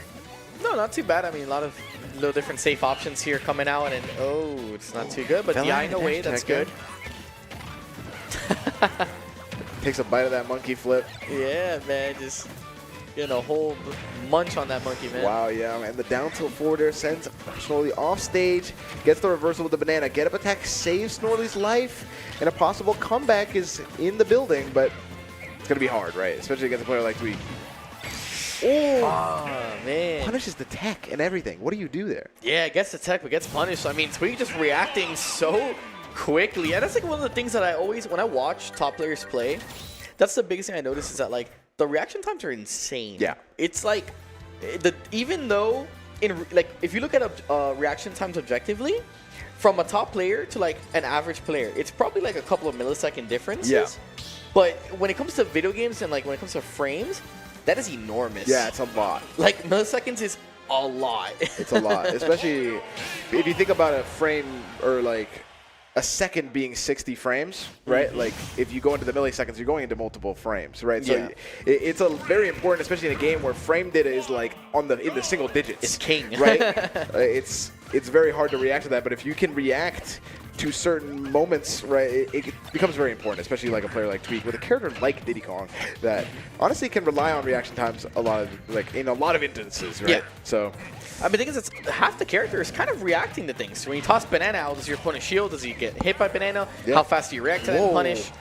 Did you see that nil from Snorley? I don't know if you noticed that. That was kind of crazy. Off the bike too. That was kind of nasty. I think Snorley wanted to jump into a forward air and got jump jab. Oh, wow. Wow. I mean, Tweek 0 to deafing here in game 2. That was huge for Tweek at this point. Yeah, this is insane. Tweek is just like putting on a show. The triple nair into the monkey flip is just insane. But Snorley finally finding a grab there, gets a little bit of percent. But man, what a deficit to start this game off on. Yeah, it feels like we were just giving Tweek anything that he was looking for at this point, but Snorley needs to answer back if he wants to have a chance of taking this to game 3. Wow, and the Z drop again. It's just Tweek has so many tricks up his sleeve. You know what I mean? Like, there's so many different ways he can use banana. It's actually marvelous. Definitely. Oh my gosh, just going out there and covering the bite. That was perfectly timed in position from Tweek. I mean, it just feels like Tweek has played against his character so much. He understands the character so well. I mean, like, knows exactly what Snorley is looking for, exactly what Wario's looking for in the up smash on the shield. Takes the second stock, and Tweek goes up 3-1. This is looking tough. I feel like something that Snorley might need to adapt a little bit is that he's landing very aggressively almost every time. I think mixing up a couple of like empty lands will at least, you know, force Tweek to open up a little bit different options. I feel like Tweek is just kind of shielding every time that Snorley is landing. Maybe using your command grab a few times or just empty landing to apply pressure. Yeah, it doesn't even look like Tweek cares. I'm not going to lie. It just like is insane pressure, insane advantage. It's just so hard to keep up with. But the up tilt might have been a shine of hope here, but Waft Online, I mean, it's not impossible, right? Wario is one of those characters that like out of nowhere you can just get hit and it's Jover. But against Tweek, you know, I keep saying it, but it might be hard. Yeah, it's a tall order. It's a tall ask, but he still has Waft Online. He's in the percent range where up till here it's going to be very scary. Tweek has to be very careful now. Love that grab, though. I mean, that's kind of what you were talking about, right? Where Tweek was kind of just shielding a lot of those options. Now Snorley kind of recognizing that, going for those grabs a little more, but still, like, it's just not enough. Oh, man. It's tripping on the banana again. You have to be careful here. Still alive. Please don't land aggressively again. He does it again. Yeah. He didn't get punched this time, though. Just really wants that center stage and is fighting for it, but these Z drops of the banana, I don't know if it's worth, right? Like, it's just not working out the way you think it is, and down tilt into the back air is going to send off stage. The bike again, try to go for the Z drop down air, not able to get it, but just sets up another ledge drop, and it's Jover. 2-0 for Tweek with the monkey flip. Not bad. Yeah, banana is so oppressive by ledge, man. Like, it's just So like, good. you can Z-drop banana and, like, down air. You can put banana down to cover, like, roll, get-up options. Like, you can literally cover jump by, like, Z-drop, like, jump and Z-dropping it. And, like, it's cover. You can cover everything with banana if you, like, place it properly. It's really crazy. That's why Diddy Kong is S tier. Is banana. You pull it out, the character becomes top 1. That character's amazing. I've always been saying Diddy Kong is probably the most after he received the buffs that he received. Because in the beginning of the game, I would say no, he was not. Yeah, no, his recovery was pretty bad. His recovery was really bad. Yeah. But I think after he received those buffs, I'm like, wait, this character's kind of cracked Yeah, again. you can see it. You can see it. Like, hold on. He's really good. I do think he has weaknesses, and obviously not like one of the best characters in the game. He is really good. I would say Diddy Kong is in the same level to me as like a Joker. I think they both have similar levels of power, but just don't match to like Steve, Sonic, Game & Watch. Apparently Snake's apparently. number 3 now. Snake number 3 now. That's just the hurt influence. I'm not going to lie. That is the hurt influence. The hurt influence is devious. I do agree. Snake is a very, very good character. I've talked about it a lot, like not on a broadcast, but my opinions on it are as follows. I don't think Snake has a single bad A-button move. Like, I think nearly all of them are amazing moves that are really good. Jab is good. Like, all of his smash attacks are good. All of his aerials are good. Yeah. Like, he's got nothing bad. Like, forward air might be his worst move, and it's not even that bad. Like, it's pretty good. Because forward air is a little bit more like matchup dependent. But if there's a character that has recoveries that stall or take a while, it's still a good tool like Fox against It's Fox. also massive. It's yeah, huge. it's very massive. It's a huge It's a area. crazy move. It's like, that's probably his worst move. Like, it's not that good, but like his back air is phenomenal. His up air is phenomenal. Yeah. Both of his nair and his down airs are like some of the most like insane moves He's that got is two like up slept smashes, on. man. Like, he's got 2 up smashes. He's got faster up smash and up The smash. down tilt is so underrated. That move is Yeah, ridiculous. it's really good. It's ridiculous. It is really good. I agree. That move is silly. MVD in the back. I'm talking to you. Oh, Jesse just got here, man. Oh, wow. Good stuff seeing MVD here again, man. I'm so happy A he's lot back of great in town. players are pulling up. I love it. Love to see it. But right now we have Cosmos versus Arsenic. Second time we've seen Arsenic on the stream today, and exciting to see it because this set is about to be flames. Ladies and gentlemen, this might be the most sweat set of the evening. This is for top 32 qualifiers winner side. Man. So winner of this gets automatic top 16, I believe. I am not even I'm already sweaty, man, and it's not the weather yet. I'll It's tell you that. not the It's not temperature, the weather, man. I'm telling you right now, this set is about to be flames. Even Arsenic, man, he's sweating already, man. Look at him. Yeah, bro. And low-key, it is kind of hot in the bay. Both got jackets I mean, this is on. Miami, man. It's you know how Miami, it is, yeah, bro. it's a- It's nice weather. It's got the weather nice going. and toasty out here. But, man, Cosmos Arsenic. What I mean, has Arsenic fought in like an Aegis or in like Japan? There was a really good Aegis that he fought, and he beat at the SMAPA, like the weekly Smash Party or whatever. I don't remember the tag, but he was pretty good. Any other Aegis? I mean, Kodomo, like, you know what I'm saying? Like Akame. Oh yeah, I can't forget about Akame. Akame was a good one. But, I'm trying to man. think, like SFL, we don't really have too many Aegises here, but Yeah, it's really cool seeing Cosmos out here, man. I feel like I don't remember the last time I remember Cosmos come to Florida. Like maybe it was at a CEO, like what 2019, maybe. maybe. I don't remember. I gotta ask him. I don't remember the last time he was in Florida, honestly. It's good to see him. Yeah, 100%. Good to see him. Very welcome here. Definitely. Excited to see it. This set is about to be so, dude, and it's crazy to me that this set's best of 5 or best of 3. You know what I'm saying? Yeah. Like, it's a tragedy. We're still in best of 3 We're too. still in best of Is 3. it until what? Top 16?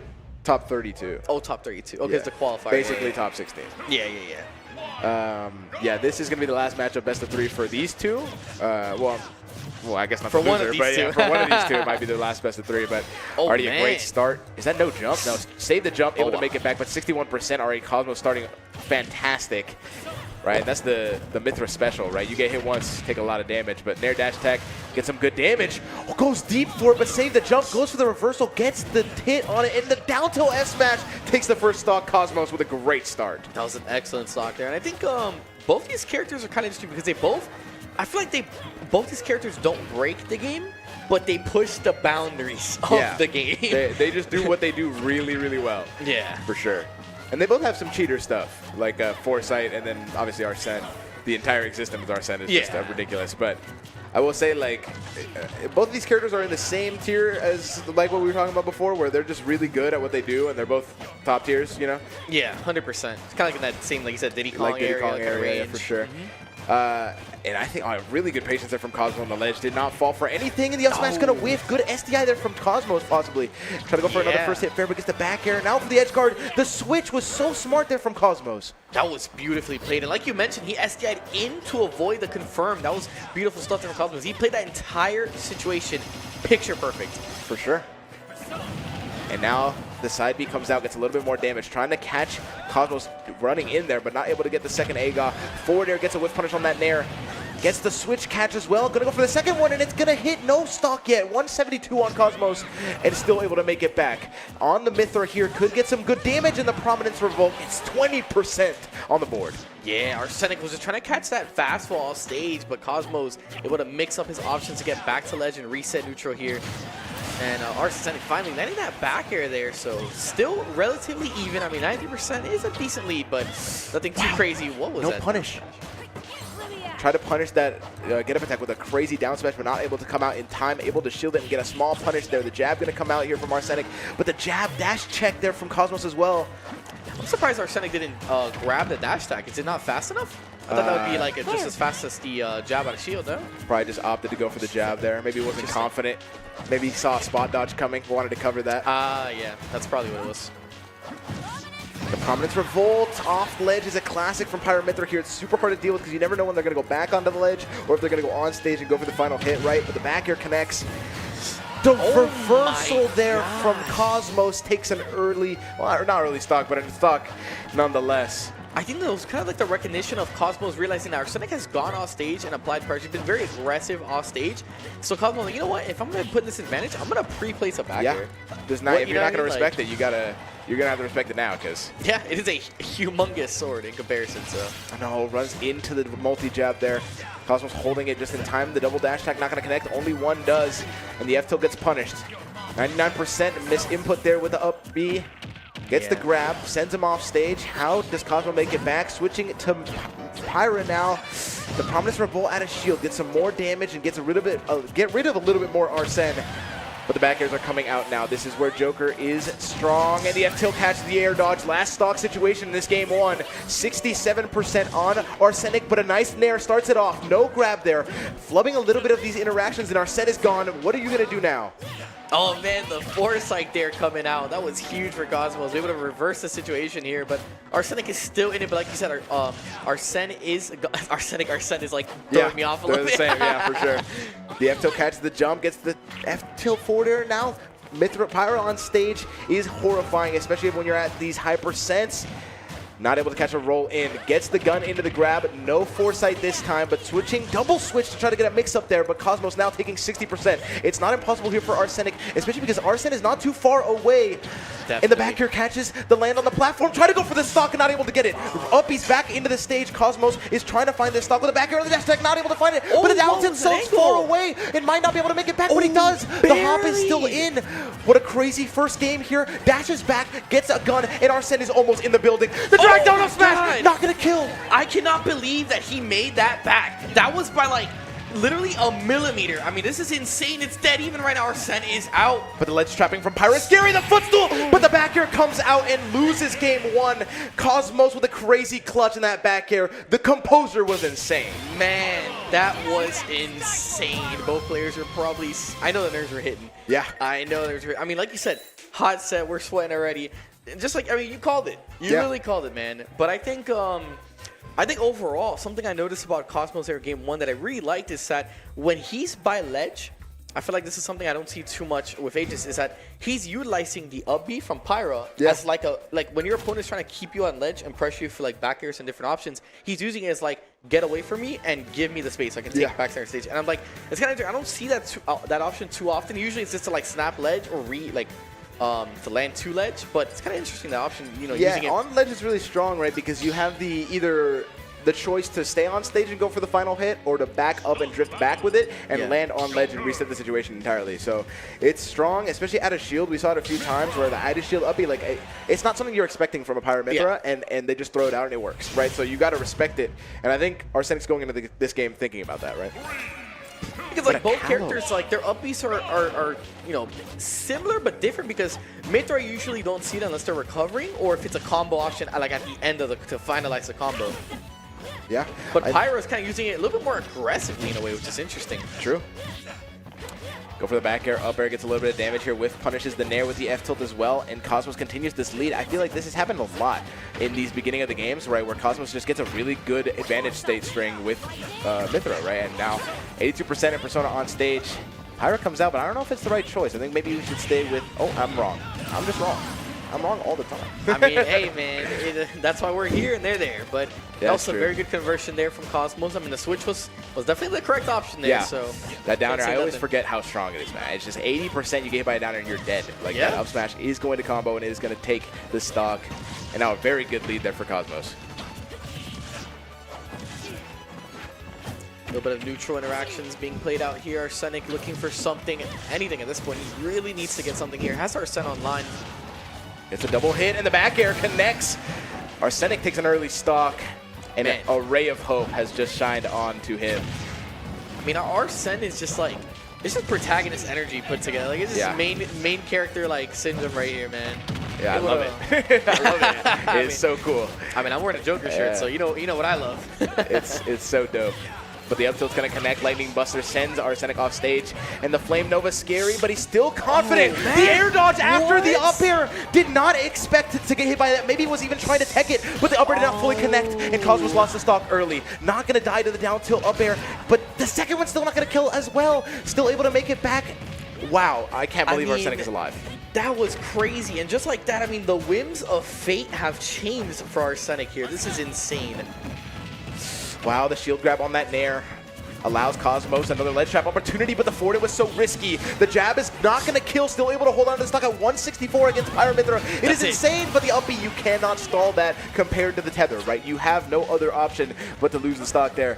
And now, once you burn that jump, like you said, that up B, it's not like one of those options like tether where you can just stall right there by ledge. So Cosmos obviously recognizing that and punishing, but we're down to the last stock here, game 2. oh, we're not still able to get the ray of punishment. That was so good. The down tilt F smash is going to put him in a bad spot. Goes for the downer, not able to get the timing. What a catch on the roll read. No up smash going to kill on Kalos. What a good pick here on the stage. Gets the forward air. This is still so close. Our Playing set a is good still disadvantage. active. It's just Cosmos is so smart in those scramble situations. Just picking the right option nearly every time. I love that choice from Arsenic to get back. Just trying to slowly creep that stage control. Don't try to force it, especially against a player like Cosmos. It's not too bad. But 58%, man, this is going to be tough. 127 already on Arsenic, and a crazy tether cancel. Wow. The whiff punish on that downer. Gets the F tilt as well, trying to find the jump read, but gets the forward air this time. What? Not connected? That's insane. No, man, I can't believe that reached. I mean, that was like, did he extend his hurt box? 'Cause Maybe. He I think he F tilted, right? Yeah. I mean, that was crazy. Like you said, that connected. I can't even believe that. Wow. What a great showing from Cosmos there. A clutch gameplay in both games, I'd even say. Because, I mean, Cosmos wasn't at too much of a risk in that second game, but still, like, was scared of a lot of what Arkazan could do. Like, the 100%. comeback was possible. I mean, that was definitely a set that was the definition of 2-0, but it was close. But it was close. But it was close. Like, that's when you go to TO and you're like, reporting your match, you're like, But it was 2-0, close, but it though. was close. Put that in the notes. That should be worth something. Like, that's like, you get like an extra, like, 0.5 Like a half win, boost yeah, on, like, like the rankings. Like, oh, it was close, you know? It was close. I know, Cosmos, well done. I feel like the Pyro really pulled the weight there. I feel like Mithra obviously still doing her job, right? Being fast, being annoying, getting those combos, racking up that damage. But in those clutch situations, Pyro really, really clutched up with those back airs, those down airs. Like, man, that was tough. I mean, the thing with Mithra is that her goal is to win neutral. Yeah. And either extend the combo and raise percent, or put the opponent off stage, or put them in disadvantage. And then now you switch to Pyro, and you're like, okay, now that you're in disadvantage, anything that I connect, you're dead. Yeah. That's it. So you put your opponent off stage, you put them by ledge. Now you gotta be careful. You switch to Pyro, and you're like, okay, if I get hit by back air, I'm dead. If I get hit by, you know, up smash, I'm dead. Yeah. If I get hit by, etc. For sure. So, but a great showcase from Arsenic. I'm excited to see how that goes in the losers side of the bracket. Hopefully he makes it out top 32. But Cosmos is in top 16 now, or top 32. top 32. Basically guaranteed a really good We're placement. getting ahead of ourselves, man. We're getting excited already, man. Oh, wow. This is another really great set. Top 32 qualifier. Sonix versus Gremlin. Yeah, this is going to be interesting because obviously Sonic is an extremely fast character and a character that can weave in and out, has great movement. But Ness has these, like, distinct movement options that other character, like, it's hard to really describe, and it's like, it's weird because the magnet cancel movements can really kind of mess around with the game plan a little bit. I also think the aerials are underappreciated. I think the disjoints on some of Ness's aerials are really, really good, and they might even stuff out some of Sonic's options. But in my head, though, Sonic's, like, not even just Sonic's, Sonic is probably really good in this matchup because you can kind of just oppress Ness to a point where it's like, can't do much, right? It's such a fast character. Recovery. Yeah, the thing I was about to say. Forward air, it's tough. If you are put off stage as Ness against Sonic, it is not fun, not easy. Not at all. I mean, you can up B early, and then he just spring traps on your head. Yeah. And then you have to really mix up what you do because he can apply. He's way faster, can apply pressure, can forward air you off stage at any position. Like, it's so hard. So hard. You know. I also think I don't know how it works. And I'm curious to see if you know, but if Ness, because you know how if Ness hits something when up being, it's like halves shorter. the distance. Yeah. Does that work with spring? Like if Ness hits a spring on the way up, does it shorten or does he just go through? Because in my head it would shorten. I believe it shortens. That is crazy. If I'm bad. not mistaken. That sucks. if that's the case, I don't know if it's true. I think I've seen it before when like you've seen Sebastian Urtuso play, and I'm like 80% sure it shortens the distance. But I can't remember. Yeah, I mean, we'll see it, maybe. Possibly we'll see the interaction happen. I mean, it's one of those things that is very possible.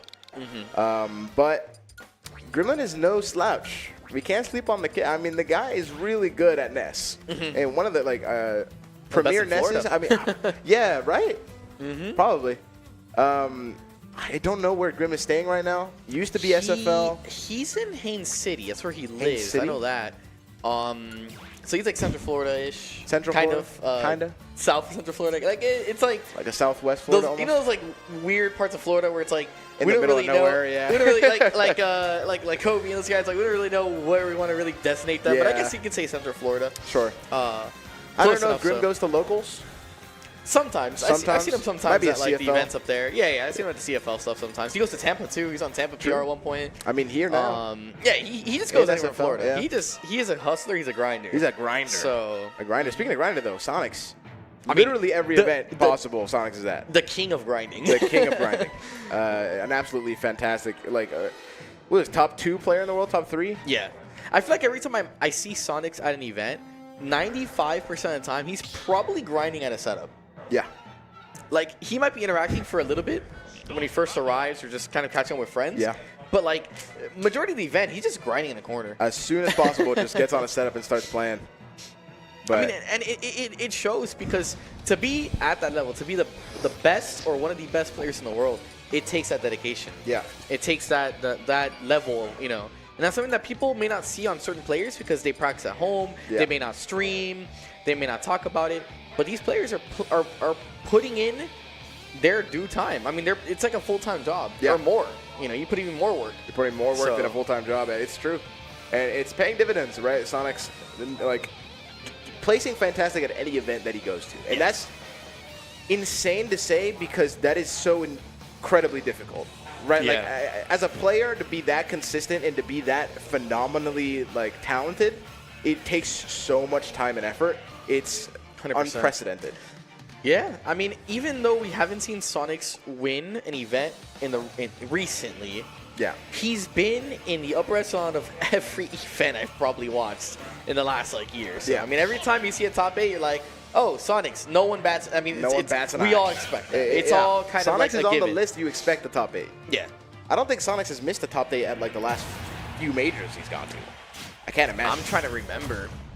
I mean, the That's last event probably was a what, crazy Genesis? stat. That's probably a crazy stat. I'm not gonna lie. But we have It's a game 1 to research set on here. that. Small Battlefield's gonna be the pick. Let's see how Gremlin is able to keep up with a player like Sonix because it's really difficult. Like, I don't know how Nesses approach this matchup. I don't know what Nesses think of this matchup, and I can't imagine it's good. It's not the best, but what I've spoken to like a lot of different Ness players, they don't say it's straight up unplayable, but they say obviously it's not the greatest. But Ness has a couple of good tools that can counteract Sonic in neutral. Yeah. But of course, you know, when you're disadvantaged, it's not fun. It never is. Oh no! No. Did not cancel the PK Thunder, so just fell past the ledge. Yeah. Unfortunate start. He tried to hold left a little early, and he ended up angling the PK Thunder early enough instead of slamming it into the stage first. Unfortunate SD there for Gremlin. Yeah, that is tragic. Especially, you need everything you can get against a player like Sonix, and SD is not one of those things. Yeah, 100%. Playing the safe game right now, but still not able to find too many hits onto Sonix here. And every time Sonix has found a hit, it's been a lot of damage. So, yeah, it's looking rough. Definitely. I mean, right now there's no pressure. Sonix is just kind of feeling comfortable playing his game plan here. You're up at full stock right now. You have absolutely no pressure, unless you just want to keep it moving quickly. If you want to move the bracket down fast, but Yeah, I mean, this is tough because when you're at a deficit like this, especially as a player that is fighting. It does. Oh my Yeah. God, it really does. yeah. That's tragic. Yeah, this matchup is trash. Yeah. I didn't want to say for sure because I haven't seen the matchup in a while, but I'm like pretty sure it does. Yeah. So This is tragic. 45% already with an amazing confirm. I mean, the thing is too, like, if you're a Sonix fan, you're eating up right now because the level of play, regardless of who Sonix is fighting, is always so incredible to see. yeah. Right? Like, the confirms that Sonix goes for, he just moves with such confidence too. It's very interesting to see.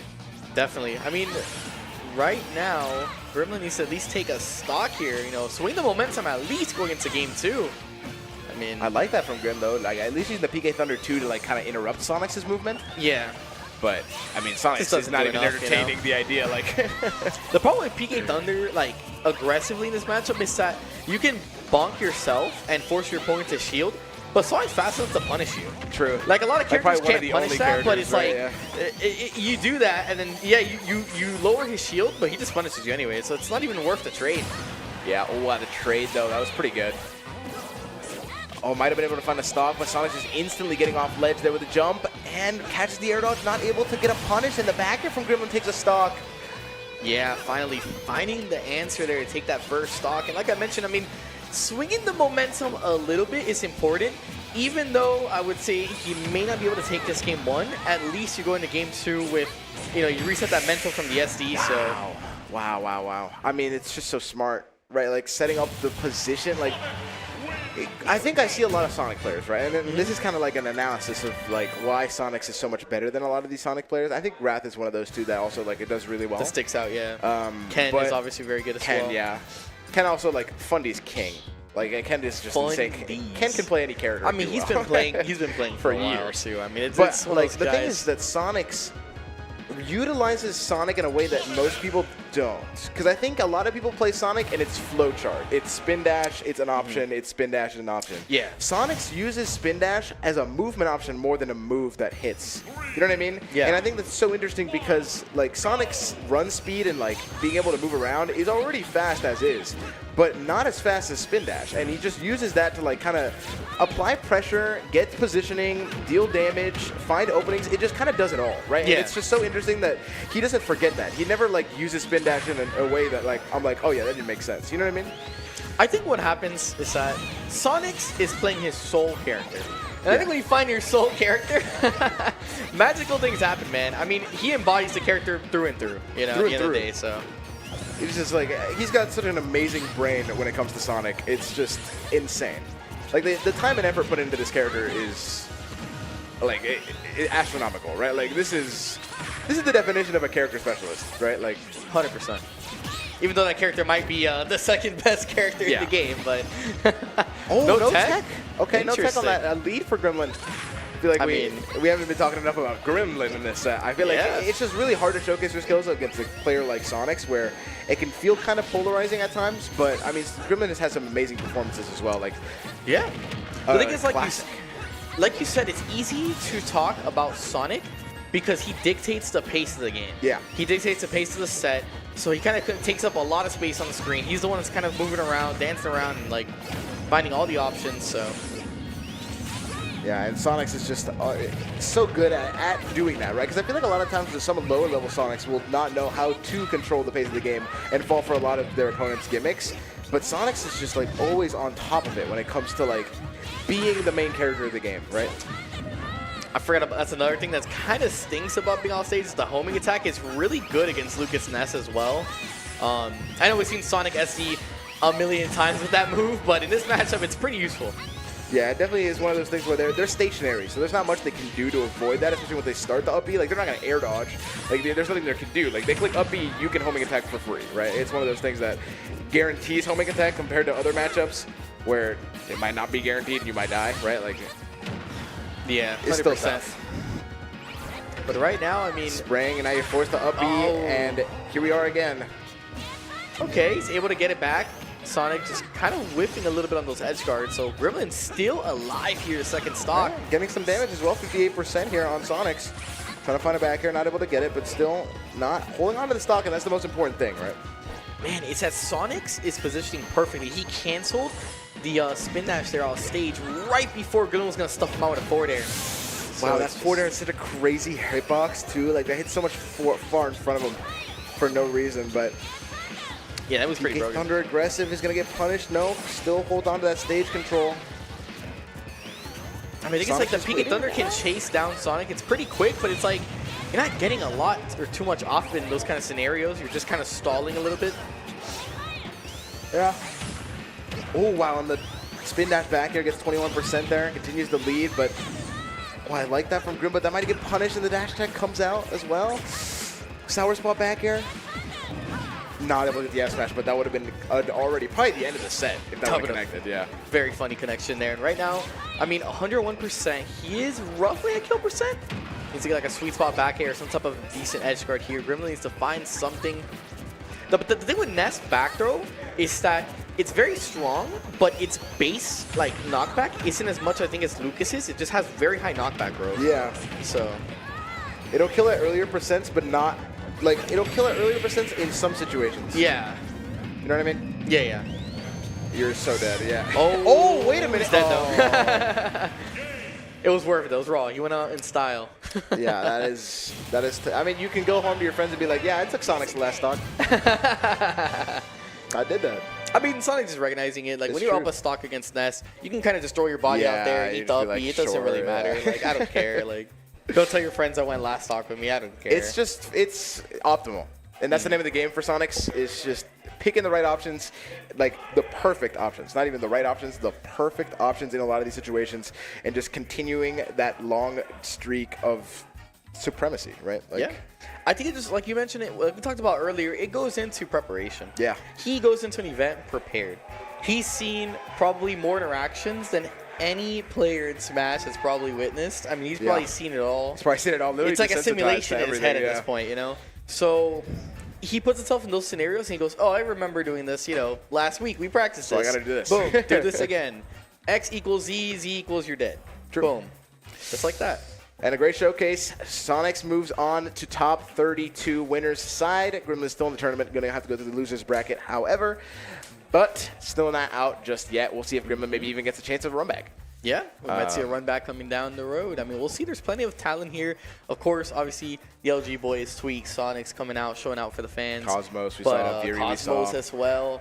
And bunch of other people, too. Void. Void as well. Yeah, I mean, yeah. it's so cool seeing Void here. I'm just going to fanboy for a I love second. it, Like, yeah. it's so cool seeing him. Void's awesome. Void is cool, man. And he chopped off the hair, man. I was Yeah. looking at him like, where'd all the hair go? But, New haircut. We might even. No, Riku versus Riku. Void. Wait, huh? oh, man. Is that true? Is this happening? Wait, this is winner, so that means Riku did beat Magic yeah, in that Riku game beat 3. Magic in the game 3. Okay. Clutch. This is LG Void. Very own, not just LG. Void, not free agent anymore. Yeah, man, we need to see the LG. You gotta see the- There we go, Yes, baby. there we Let's go. go. Shout Shout out out Luminosity, production. man. Let's go, Yep. production. Hold Love it it. down. LG, the ones making it possible. Gotta get the credit where credit's due. All I'm saying, I know that it's a co-op partnership event, but we got an LG ROK rivalry on deck right now. I mean, a little bit of beef. I know Alex and CJ and everybody out there is kind of maybe talking a little bit of smack in the background. You know, Cody and get Cody and that Alex moolah. might be going down on it. Oh, Chase that bag, chase that hey, CJ's got some confidence in Riku right now. This is exciting. I mean, the booth is excited. It's exciting, yeah. I mean, this is one of those things that this is a very winnable matchup for Riku. I think Riku is a phenomenal player, like one of the best. I think it's number 2 in South Florida right now, maybe even it should be in my head. Close to Lucachito and Dom, like they're all same skill level to me, but Yeah, it's like all interchangeable in a way Yeah. at some point. obviously Void, world's greatest gamer of all time. He is the definition of a He's the gamer. GOAT, yeah. And I respect, like, as a fan of many games, Void is like, he's so dope. He's like Wizzy in my eyes So in a way. dope, Like, yeah, yeah. Wizzy's so good at so many different things too, and it's so cool to see. Like, people who are not just like, I don't want to say one tricks at Ultimate, but like good at That's their multiple main game, things. right? Yeah, it's their But, main like, game. But Void being like a master of all almost, where Yeah. he's like really, really good at a lot of different games. Like in Marvel Rivals, I'm pretty sure Void is nasty. yeah. Valorant, I saw Void was think, nasty. I think like he was like a Celestial in Rivals or something. I saw him post about Close. it. I don't know. forgot I what didn't rank see. he was at. But But- the thing is, like, I think there's a lot of players where when you get to the top level of a certain thing, even though you can jump to another game and it's a completely different game, the fundamentals of learning Yeah, is it's the always same. there, yeah. The And I think process, that's why what you Void's need so to good, focus yeah. on, it's all kind of interchangeable. But the Riku Pokemon trainer comes out to play, and I'm excited to see it because the PT has been a long time coming. I love watching this character, especially Riku pilot this character, because you may see it at locals, but you don't get to see it too often at other tournaments, right? Like Yeah. I think Riku likes to give the Dark Pit a lot of attention, not so much the PT. So against Void here, very interesting that Riku decided to go the Squirtle here. I mean, it's working out so far. And I think the thing is that, like, Riku, I know he's mentioned to me that he doesn't really want to play Steve too much anymore. So he's been focusing on, like you said, the Dark Pit. We've seen a resurgence of his Pokemon trainer as well. That was his old main before. Yeah. Or Before Steve, so. before Steve and before Dark Pit as well. Yeah. The PT was always the non-Steve pick, so And it's a very good PT. I mean, I've played against it personally, and I got washed. He's crazy. He's just insane in the back throw, takes his stock, and a lead for Riku already, and only 15% on the Void, on the board for Void. On the board. On the Void. But, yeah, I mean, the Squirtle's putting in work. He hasn't even switched off the character. Oh, finally, yeah. we're seeing a switch, but it's just... Smart disadvantage there from Riku. Doesn't want to like try to mess with the tether there from Ivysaur. Just wants to straight go to Charizard and use that super armor to make it back. Gets the jab though. Void gets that damage. Could see needles here, but Riku playing with that nice positioning. Going super low so the needles won't connect. No down air there. Falling up air, what a crazy mix. Yeah, landing up air there was very interesting. Just trying to catch Void, dropping shield, mixing up the timing. But Riku's playing phenomenally right now. Oh, he overshot the ledge. Wow, and the needles from ledge into the up smash takes the stock. 73%, sticking to the Charizard, now getting the Flame Breath punished. Void gets a little bit of damage here. Nothing too crazy. And the falling up air from ledge, that was so smart. Good coverage there. And again, Riku just playing by the ledge here. Void is not letting Riku get off ledge at all so far. And all of a sudden, he's in the lead. Yeah. I mean, amazing play here from Void already, like, making what was a pretty bad deficit, like, even. And now a lead, right? Like, Void is not phased whatsoever here. Yeah, definitely. I mean, just like that, we're back. He's up a full stock now. What a turn of events. Void, no slouch, man. I think he kind of caught Riku off guard with the, or Riku caught Void off guard with the PT pick. Void is probably expecting or practicing for the Steve, but all of a sudden just adapting so well. It's a back throw though. Now Riku has a chance to find a stock here. Going high with that up B, but still grabbing the ledge there. Void jumps all the way back to center stage and playing it safe. The craziest tomahawk up tilt from a Squirtle I've ever seen in my life. Riku makes it work. No forward air there. Not able to get the edge guard, but the up B does connect and gets a little bit of that damage. Is Riku going to be able to find the stock with Squirtle? Or is Riku going to opt to switch here? The forward throw sends Void off stage again. It's tough. So close. The down tilt. Okay, Squirtle's working out great. I mean, it's crazy to think that Squirtle has taken both stocks. Yeah. In this game one. I mean, how often do we see that? Not very, for sure. I'll tell you that much right now. Playing it safe too now. Void finding an opening against the Squirtle can be a hard character to hit, so every time you hit him, you got to get that damage. And 81% is important here. Gets the double forward air into the dash attack. 47% racked up with that combo. He's insane. Man. And Riku just looking for the option here. It's still relatively even. Void gets an open up. No drag down, unfortunately. Riku's still holding shield. The patience there. Yeah, did not get the range drop. Switching over to Ivysaur. Wants that invincibility. Gets back to ledge safely. Wow, the mix there. Not able to find the up air. Gets the downer. Good landing there from Void. Gets the shield grab on the back here. Now Riku needs to find a way to land, and the Charizard might be the pick. Oh, I can't believe he snapped ledge there. I thought he actually went a little bit too far away from ledge for a second. That was so close. Man, look at the Charizard. Wow, you're insane, Riku. What are we doing here? He does it for the fans. Interrupts the bouncing fish, not able to fall to that just yet. The thing with Charizard is... Yeah, it is. Wow. The down tilt double jump up air. That's the Web JP classic. Oh, yeah. Web JP be fishing for He those, loves man. those. It's a He really loves good those. tool. Very good kill option. And, we're going to run it back. I think he's going to stay PT. He I might don't stay think he's going to PT. play I mean, Steve. he might stay. I think he don't just think- I would stopped be playing surprised. Steve, period. I think he's, like, actually just focused on playing his other characters now. Yeah. So, we'll see. Yeah, Yeah, we're Pokemon going back trainer. PT. Yeah, I running wouldn't have it been back. surprised if it was a dark pit either, but I thought the PT was working. I yeah, think it it's was working. fine. It's working for sure. I think it's one of those things where, like, Void just isn't phased. Void is still playing Void's game, and he's getting that damage, you know what I mean? But Man, you know what I think it is? Like, Void played so much in an era where PT was very strong and very prevalent. yeah. And the thing is, like, Riku playing PT probably doesn't help that. Right, You gotta for play sure. some of the new meta threats, man. Come on, get with the times, Riku. Get with the times. I might still be working out, though. Gets the down smash on the shield. It's a good punish there from Void, but 57% to start off. Great pressure there with the empty hops. I love that. F tilt into the grab. Gives Riku that stage control that he needed.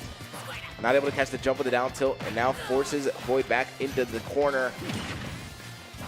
I don't know what Riku could be doing here to like get that explosiveness that he needs, right? Definitely. Oh, man! The switch was perfectly that was timed. a great switch. I mean, both players are playing that very well. Riku perfectly timing the switch. Wow, and Void is all over this guy right now. I'm not going to lie. What? Okay, I mean, well, it'd be like that. not that one, right? Yeah, great reversal there from Riku, but I feel like Void's mix is just insane, right? Like, he's got some of the best mix I've ever seen. He'll do like jab 1-2 into immediate F tilt. Like, he doesn't care. Yeah, Riku's been utilizing the switches a lot here. I think he's just trying to like play it safe, avoid any kill options or any combo starters into kill options here. Falling upper, I like it. Just good shield pressure there, but the nair into the bouncing fish takes the stock and evens it up. Squirtle comes back. Let's see if the Squirtle can do it one more time. I feel like the Squirtle's been putting in the work. Yeah, Squirtle has been, like you said, putting in the work, and I mean, people do say Squirtle is the best of the three. That's what most people have been like agreed upon, but you know, obviously each Pokemon has its niche usage. Yeah, for sure. I think back in the day it used to be that Ivysaur. Yeah. And now I think people have started to figure it out. Some people are saying Charizard now, too. Yeah. Arguments are made. But I think it's one of these things where all three of them are just good, right? Yeah. Like, PT is not a character if you are not using all three. Yeah. So, gets the forwarder into the up air, gets good percent. Back air to put him back into the air. Great. Okay, like the insane. I mean, What is insane? the needle play, it was so perfect. The timing, like, it's like weaving and finding those little picture, like, perfect openings is crazy. Yeah, I mean, so impressive. Void is just so creative, too, when it comes to these confirms. Like, it just works out in his favor every time. Definitely. But right now, I mean, Riku's looking for an option. The back air will take it. I mean, I think what Charizard is that the strongest thing about Charizard is that tail. Yeah. That thing is insane. The back air, tilts, the the back F-tilt, air, yeah. yeah. It's crazy. A lot of great options to choose from, but the dash attack gives Squirtle a little bit more of that percent. Now you have to be scared 80%. You could die to anything crazy here, especially a confirm. Looking for that F tilt, the down tilt comes out, try to catch the landing on the platform, but not able to get it. The Ivysaur comes out here now. I love Void utilizing crouch. We're recognizing that if he does get hit with like a dash attack, he's going to be able to crouch cancel that. And also remaining crouch, he could just avoid any aerials that Riku's throwing out there, just like he kind of did a little bit earlier there. Yeah. So it's one of those things you don't see too much in this game. That was crazy. Not able to get the up smash on that neutral tech, and now Riku just kind of utilizing that Ivysaur neutral, but the range drop not going to combo. Still able to grab ledge with the nair, covers the get up in the bouncing fish, seals the deal. Void clutches the set 2-0 with a great showing. Yeah, excellent showing there for Void. I mean, he's got himself warmed up, I think, and you know, there's been a lot of people talking about, you know, the Void comeback, I mean, hey, it's kind of seemed like it so far. That was for top 32 winners side. All the LG boys are making it through right now. The champions of the bracket are not to be stopped. They are in there right now. I can't even lie, man. LG's putting in work. I know Alex is cheesing out there in the back of the venue, man. My man is smiling, bro. Having a good time. He's having a time of his life watching all this. But that, I think, will do it for this part of pools. We're going to be moving on to the next one. Just kidding, I lie. But we're going to talk a little bit about the ads and the things that make this event possible. Starting off with the official Luminosity Smash Discord. Make sure to join it, because if you want to unite the Smash community globally with matchmaking, event promotion, character-specific channels, and so much more, make sure to scan the QR code on the bottom left of the screen to join up now.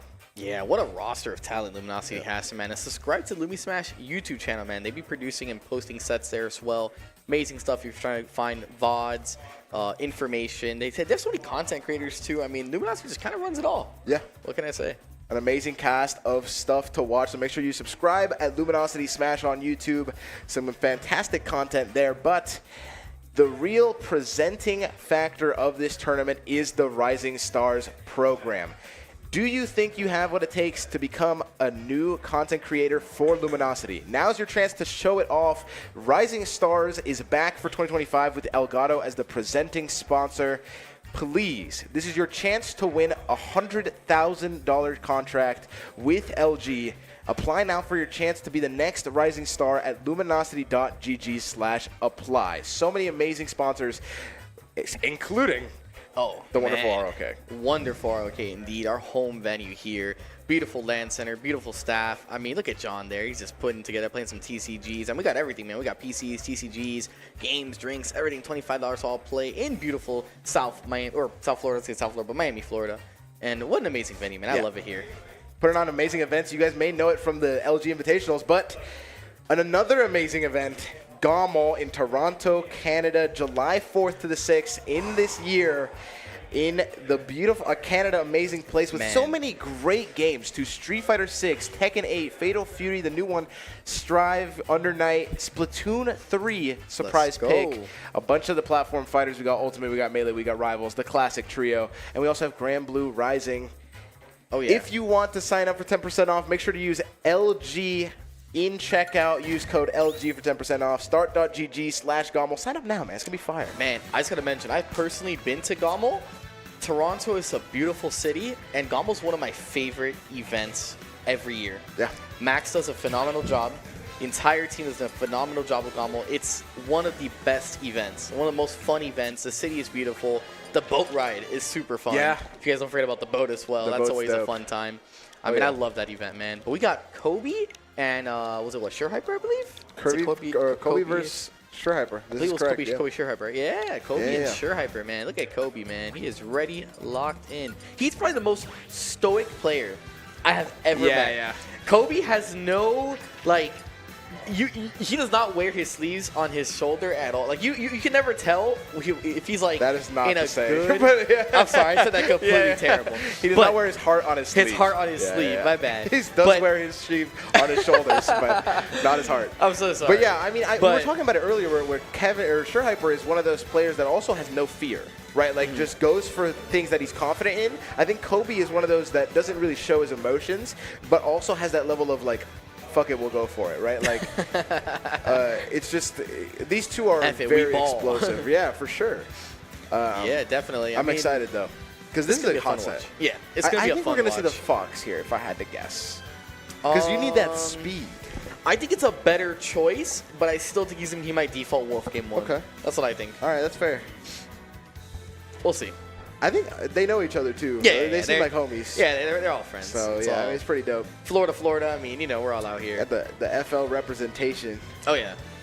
Gotta love it here. These are two of Florida's best players. Some phenomenal stuff. We saw SureHyper, like, put on a show against that ZSS earlier in kills Pools. him.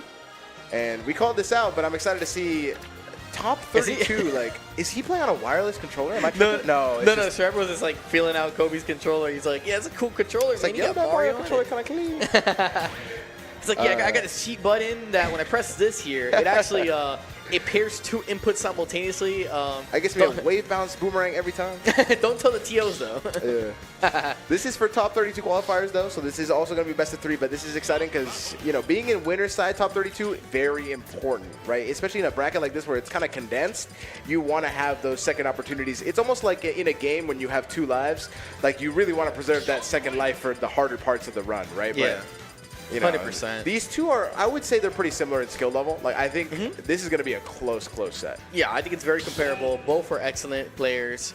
Some of the best in their craft. I mean, Kobe's been in the game for a while now. SureHyper, of course, been in the game for a while, since, like, what, just post-COVID, right? I think I want to say around that time. So, both players have played for quite a while here in Florida. We got PS2 Wolf. You're right. I'm always wrong. But, like, I love the Fox. That's why I mentioned it. It's just, like, the Fox is so sick. But you're just excited for it, man. But I love the Wolf, too.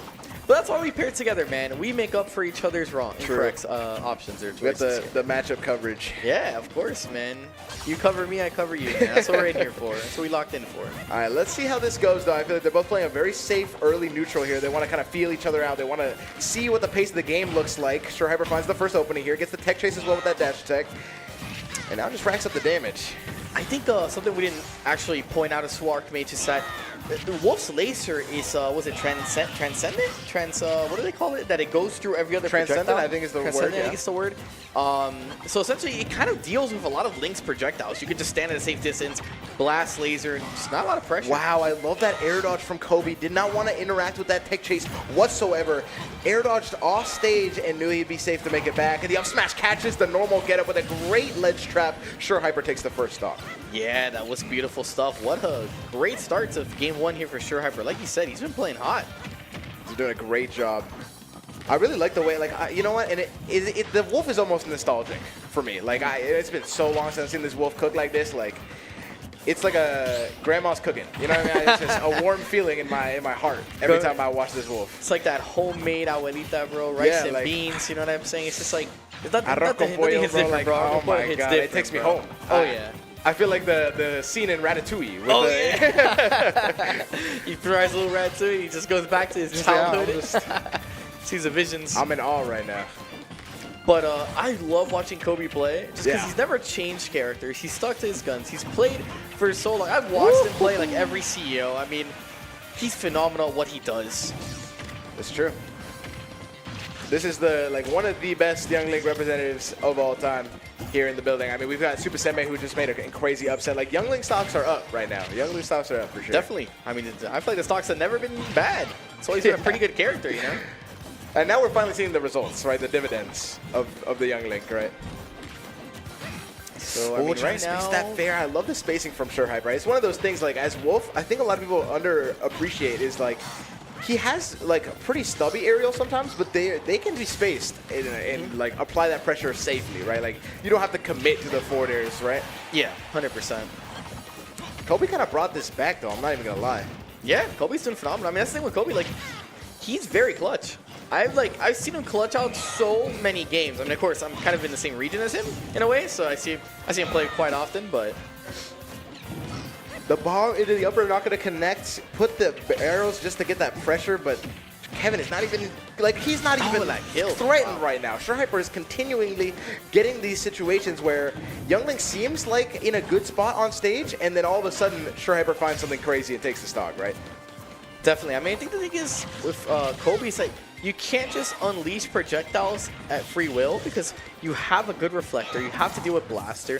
Wolf has very good aerial speed. He can jump around and punish you depending on where you're throwing out your projectiles. So he has to be very careful where he's positioning his projectiles here. Yeah, I mean, I feel like the tomahawks here have been putting in work as well. Like, SureHyper's using those tomahawks super well, but the arrow into the upper finds the kill confirm.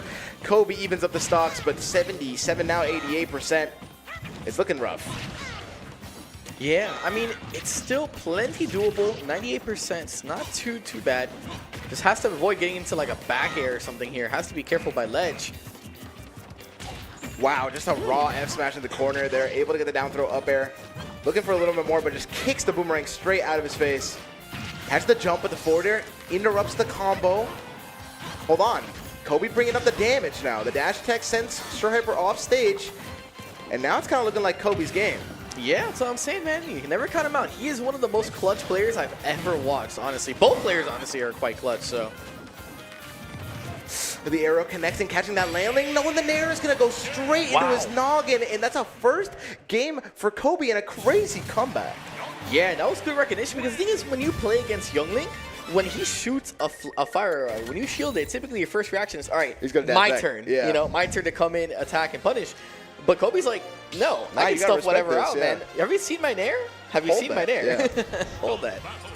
Say, I like your nair. I'm going to do it too, man. Yeah, man. Right in the face. Takes the stock. It's got great kill power, too. I don't know if Wolf Nair would have killed in that same situation. You know what I'm saying? That's true. I mean, it's the kill power is a little bit underrated. I didn't think I was going to kill either, honestly. I was like, wait, that killed? I was like, what? I love those setups. I think a lot of Links do that, and like, I know that both Toon Link and Young Link do that, where they have bombs, and they'll place one on a platform with like a Z-drop or something, and then pull out another one. Yeah. I'm not sure exactly why. I mean, we saw it in that instance because Kobe wanted to juggle both, but I think it's interesting. I don't know. Well, the thing is that bomb takes up a zone or space. Yeah, it's almost like grenade. It's like grenades. So when you put it on a platform, you're telling your opponent, no, you can't land here. This is a no interact zone. This is my area. So now you're forcing your opponent to approach from a more linear space. So you can react to more options. It just limits their options, essentially. That's great for Young Link, too, because of that arrow, right? Oh, yeah. That's the name of the game with Young Link. It's limiting opponents' options by throwing boomerang to cover jump. You put bomb down on a platform. You shoot out your flame arrow to cover like a lateral approach. So you kind of have to weave those like small openings that he gives you. Wow, and the back air into the up smash. Didn't fully combo, but still was able to catch the air dodge. And now SureHyper in a rough spot. Gets the back air, gets the Zair, and Kobe just continues with the pressure. The catches nair. the. That was crazy. That was risky, but crazy at the same time. Back air connects, not gonna take the stock. That's The bomb? Wow. Still able to make it back too. I didn't even see the bomb in hand at first. I was like, that's, and then I saw the bomb, like, never mind. Wow, yeah, I mean, Kobe is just playing this so much differently than we saw in the game one, right? Like, SureHyper can't even move right now. Yeah, right now, I mean, this is not looking too great for SureHyper so far. Ooh, gets hit with the bomb, gets off stage. Finally gets back to ledge, resets a little bit here. That's it. Wow. Charged the arrow just a little bit to stall for the timing and still was able to get the confirm. Kobe is just so smart. Definitely. Good DI on that, only getting connected in the first hit back here, but finally SureHyper on the board here in game 2. Finds the up tilt, gets the trade. It's worth for sure. Can SureHyper make this comeback? I mean, we saw some really good advantage moments from SureHyper, so maybe can pull something out, but it's going to be hard, especially against a character like Young Link, where I feel like with the lead, Young Link is so oppressive. Yeah, 100%. But against like you just kind of have to play at his pace right now, and Kobe doesn't need to force anything. Like, the thing is that Young Link creates his own openings with those projectiles, so True. he doesn't have to like go in and box. He can just wait for like one projectile to connect, and there's his opening. I do find it interesting that of all the moves, I haven't seen SureHyper really think about Shine. Because I feel like it's one of those things where the projectiles are so important, maybe even like if you see a charged arrow, maybe a Shine wouldn't be so bad. But Yeah, I don't know. I think so. That might be one of those things that it might not be that good in the matchup, and I'm just like over-theorizing it, but... No, I think it's good in the matchup. It's probably just, you know, it doesn't leave a huge impact. It might just, you know, you feel like the arrow, you're putting shields and, you know, back to square one again. I would say at least throwing it out just so that Kobe has to think about it. Yeah. You know, like the mental stack thing. 'Cause I feel 100%. like Kobe's not even worried about a reflector right now, and Wolf has one, so it's crazy. Yeah, that's kind of what I'm seeing as well, is that he's letting it rip, and that's it. That's going to do it. Kobe takes it 2-0 in a great game 2, seals the deal, and moves on to top 32 winner's side. Everything Yeah. going as the seed predicts. Yeah, man, the seating is on point. What can I say? Narnia What else cooked. he did? Narnia did cook. Shout out Also, to Narnia. happy birthday, Narnia. This is Shout out, birthday it's today? his birthday today. I didn't know that. Happy birthday, Narnia. Happy Yeah, birthday, everybody in Narnia. chat say happy birthday, Narnia. Everyone say Come on, that's man. the wonderful TO making this event possible. Shout out to Narnia. Man, Amazing TO here in South Florida. But we are going to our first loser set of the evening. I'm excited for this one because I don't know what it is, but it's those are the most like sweaty, right? Like these are the most intense Yeah, it's ones. just like, I cannot lose here. Oh, and it's my boy Magic Arsenic and one more Arsenic. time. Oh, yeah. And I think They we're played going to at see a CEO. lot. No, wait. Did they? Yeah, they played for sure. They played at CEO, and Arsenic took that one. Magic playing a Min-Min as well. Min-Min, yeah, I remember. Yeah, that was Now, main stage. I think in the losers bracket, what we're going to see is a lot of Florida v. Florida. A lot of Florida v. Florida. I feel like LG kind of kicked out the Florida boys, so now we're all in losers now. So, you know, we're going to see a 100%. lot of just Florida v. Florida matchups, like here, Arsenic versus Magic. So, We're definitely going to get a lot of team kills for sure. But it's still good because, I mean, it may be Florida v. Florida, but these are two different regions of Florida, right? Like, Yeah. there is still a little rivalry in between the Florida matchups, so. definitely. So, yeah, Magic, Lucina Min-Min player here, stepping up to bat.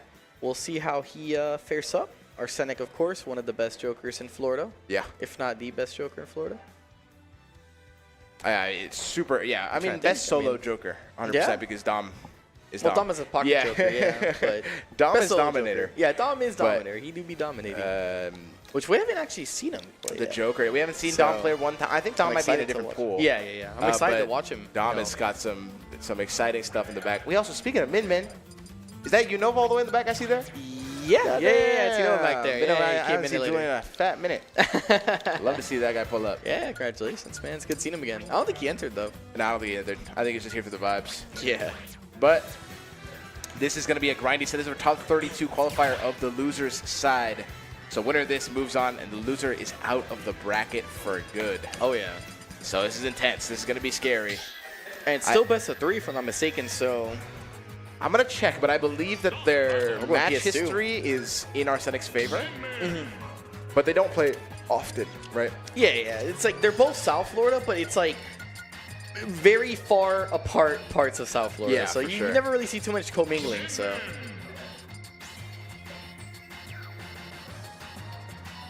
And we're just kind of loading up here on deck. Yeah, so we're loading let's up. a We're little getting bit ready. And we're going to go to game 1. I'm pretty sure I heard PS2. Yep. Yeah, Magic here we go. just start out with the PS2, Min-Min. Start with the Min-Min, yeah. I think at this point, they've played so many times that Magic just knows that against someone like Arsenic and against maybe even just Joker, Magic is more comfortable with the Min-Min. It's so weird because I don't think Min-Min like counters Joker that hard, in my opinion. That's fair. But, you know, at the same time, if you feel more comfortable in this type of matchup versus the Lucina, then, hey, more power to you. Yeah, 100%. I think And so more far than it's anything, working. Min-Min has just this, right? Like the Arsene 2-frame factor of Yeah. like, you got to respect it and it's hard for you to come back on stage and there's not much you can do. It's not fun. Still able to make it back though. 110% on Arsenic. And Arsene on deck, we've seen what Arsenic can do when Arsene is online, right? I mean, it's in one the of those name. things like, yeah, it's in the name. Very comfortable with making these comebacks. Not even afraid of being at a deficit.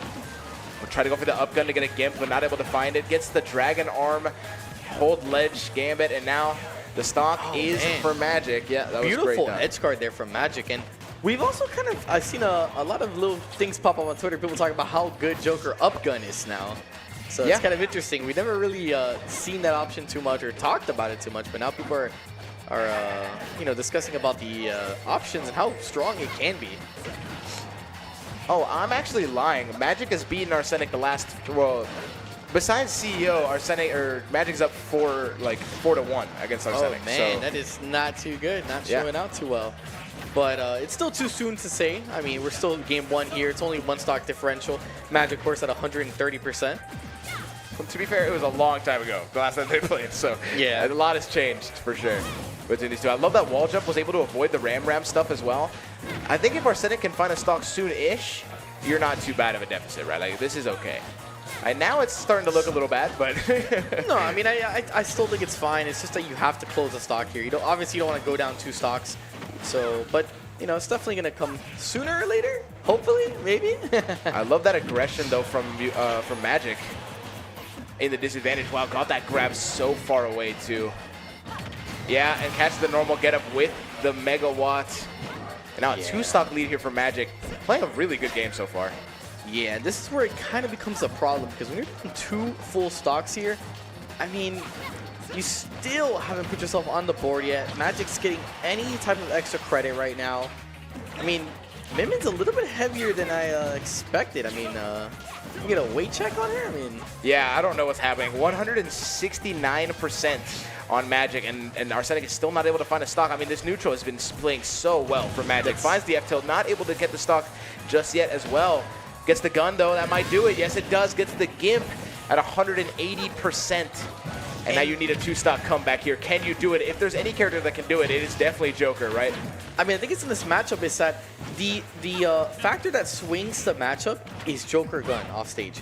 You can easily pick off and kill Min-Min off stage with Joker's pistols, and it's something that like you have to be careful. Magic has to avoid himself off stage. He's done an excellent job so far, but has to make sure he's continuing to play poised and confident. True. And now we are seeing a little bit of a tough time here for Arsenic, right? I mean, continues to get caught by these ledge options. An amazing ledge trapping here from Magic. He's not able to get the ram, but still holding him in that corner with those long arm moves. I mean, the Megawatt's going to send him flying, and now the ram. Not enough. Oh, man, Not just close enough. Barely shorting there. Unable to grab ledge, unfortunately. So no magnet hands today, game 1. And Magic taking it with a 2-stock lead. Yeah, this is best of 3, right? So that first win is so important, right? Yeah. It's so huge. And now we're seeing a situation where Arsenic is put on the back foot, and against a character like Min-Min can be really, really frustrating. So the name of the game here is composure. You need to make sure you're not getting frustrated. You need to be walking. You need to be shielding, and you need to let Min-Min do whatever Min-Min wants to do, and just find your openings when you can get them, right? I mean, that's just the name of the game against Min-Min, right? Like, mental is the most important thing when fighting this character. Oh, yeah. That's why I can't fight her. I get tilted. Yeah. I get tilted there like a minute. After a minute, I'm like, I'm good, man. You got it, bro. You got it, yeah. I'm good, man. But, yeah, I mean, we got an interesting song choice. We're probably switching to a town and city stage, or one of Yeah, these, like, Town, Smashville.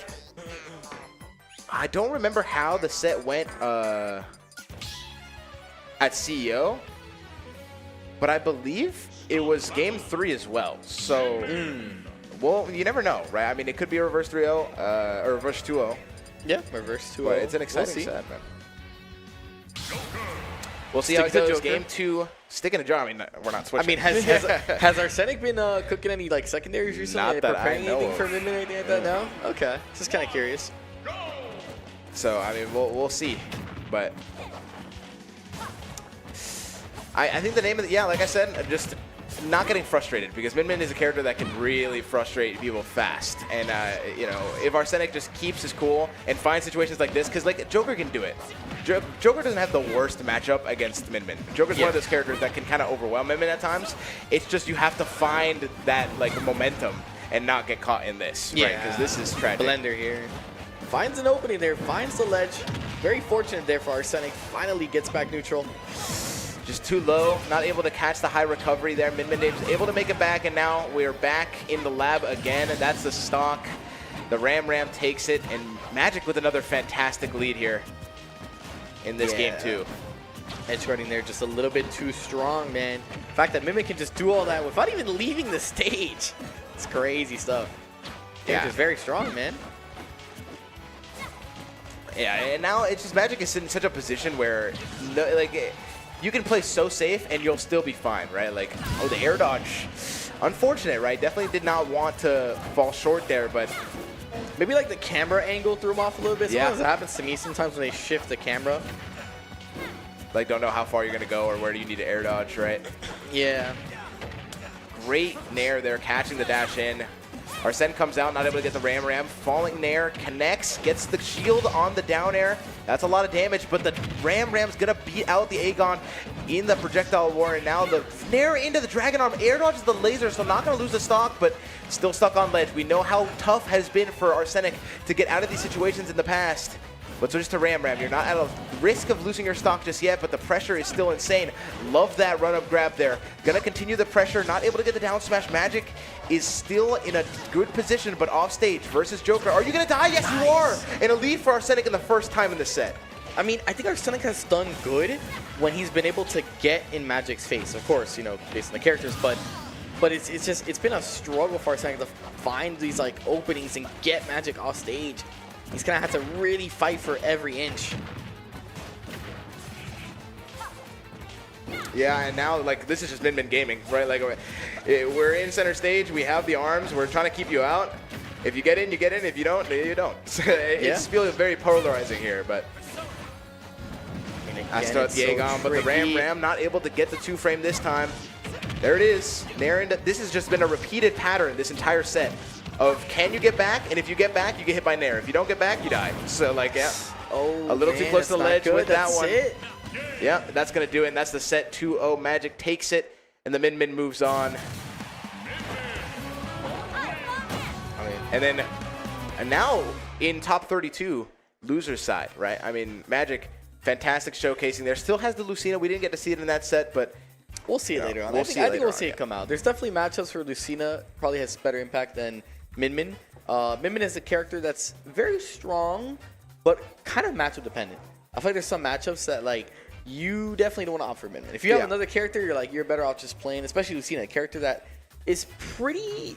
I wouldn't say Lucina has like crazy strong like winning or losing matchups. You know what I mean? So yeah, like very in the middle. Very in the middle for sure. I agree. And it's just like it's all up to fundies at that point, like whether or not you can actually beat your opponent and whether or not you know those matchups. Because while they may not be terrible matchups, you still have to learn the matchups, right? Like, of course, very important. But it's into the quad stream a little bit here. See what's kind of like ironing out. So we got Derek actually pulled up. Let's go. Yeah, Derek's fighting D2D in the top right, fighting Kill Sim. Amnesty Sure Hyper. That's a classic South Florida matchup there. And then we got Scruffy and Ez Phantom. Scruffy's been is she playing King K. Rool now? Yeah, I was seeing a little bit of the K. Rool. I saw it coming out early. I was so confused. Scruffy used to play Duck Hunt. Now I guess working on the K. Rool. So still sticking to the gimmicky lower tier characters. You know, true to form. Just playing the characters that she likes. You know, whether or not it works out does not matter. Just as long as you're having fun. Nah, I respect it. I will say, like, Riku Doge Oh, yeah. Doge taking game 1 there with this Kazuya suicide. Yeah, I mean, Doge is very, very good player. Super He's from talented, Central Florida, very strong player, and someone's kind of emerged recently in Florida as one of our finest in the state. Oh, And, a disconnect of the controllers in set B. Oh, no. Don't know how that's going to work out. Oh, man, that's But- unfortunate. I think that was on Killsim's end, no? Or Yeah, I didn't even get believe to see. so. I was like tuning out for a second. I think both of them disconnected, but it might have been an adapter thing. Who knows? Fortunate. Yeah, either way, you probably just reset. I think Derek is kind of a homie. I don't really think he cares. He's not going to be like, I'm going to take the stock, actually. It's a hometown match. We You don't could do if that you around want here. to, but I don't think Derek's going to do I it. doubt I don't it. think he cares. He's just going to reset. And It's a pro controller, so definitely it was Killzone. yeah. What I want to know is, how do we pronounce Riku's tag? Is it Leon Stroll? It's from Metaphor Refantasio. Oh, Stroll. Yeah, Leon Stroll. Okay. I played the demo, but I haven't played the full game. But I'm like trying to remember, and I forgot about the last part of like the. It's like the whole. Apparently, Riku tried to put the whole speech because it's like a monologue. You know what I'm talking about? Yeah. I only heard of the context. I've never actually seen the original. Yeah, but But yeah, I mean, we still got the D2DA versus Kills of Gigo on the top right. Amnesty, Sure Hyper. Amnesty taking up the stock, evening out the stock counts to 2 here apiece. yeah. Now, I mean, I love watching this, right? And if you're interested in where did this quad stream come from? I didn't even know there was a quad stream. Well, make sure to go to twitch.tv/ROK Esports if you want to watch that. Or if you also are just like, man, I don't like Twitch. I want to go watch this on YouTube. It's on YouTube too, so you got no excuse, right? YouTube.com/ROK Esports. So make sure to tune that in.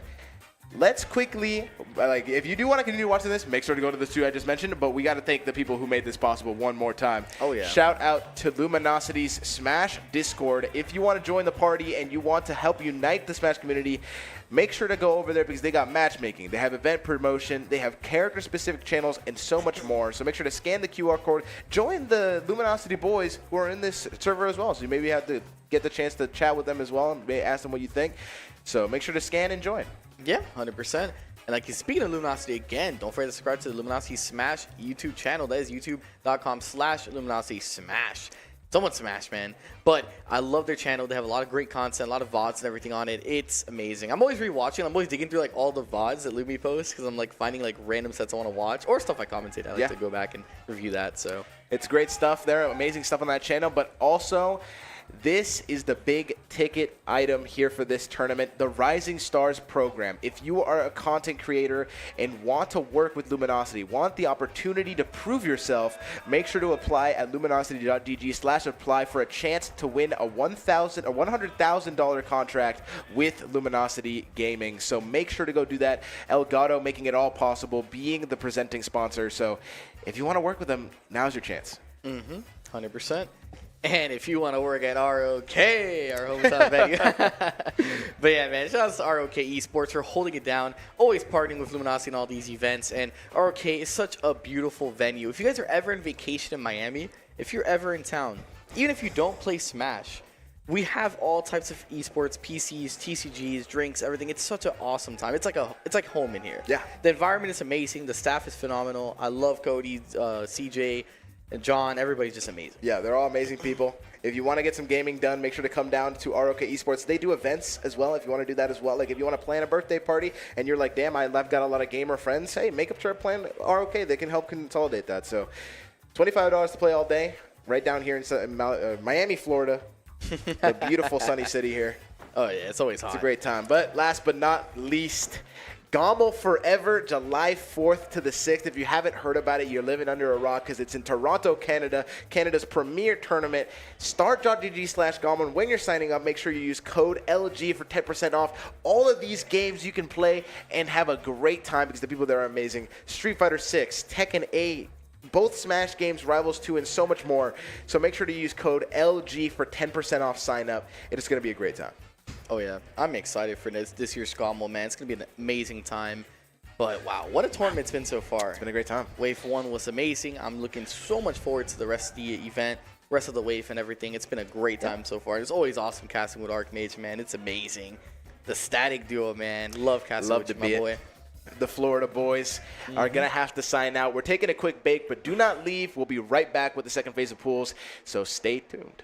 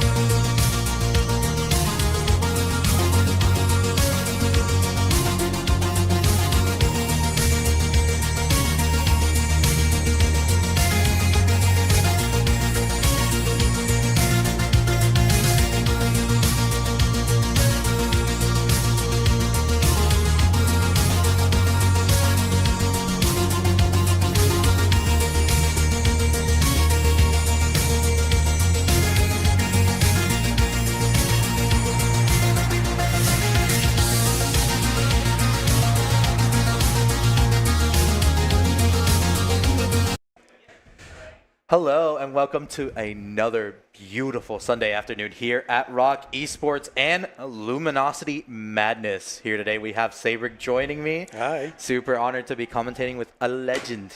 Likewise, man. Yes, sir. Thank you. You've been helping with the scene for years here. Oh yeah, well, most definitely. But now we do have a pretty. I don't know if this is the same Wario I'm thinking of, like balls from like up north more so. But we do have a very familiar name here, a household name in fact with Luminosity, Mars, the ZSS extraordinaire. Yeah, no, really excited to see what we have a whole stacked round 1 and round 2 especially in this bracket is crazy. So really excited to get to see all these amazing matches that we're going to see in just a second. Yeah. And while we're also just waiting for these matches. While we're also waiting for these matches to start, just remember, show some love to your local scene, Rock Esports as well.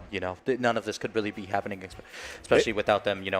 So much heavy lifting in terms of production, event organization, actually running the events themselves. Really spotless. If you are in the Miami area or even in the general South Florida Central area, make a plan to come down to a Friday local that they have here. It is well worth it. This is the place to be, especially with so many talents on the come up as well. We have Dominator MVD visiting very momentarily.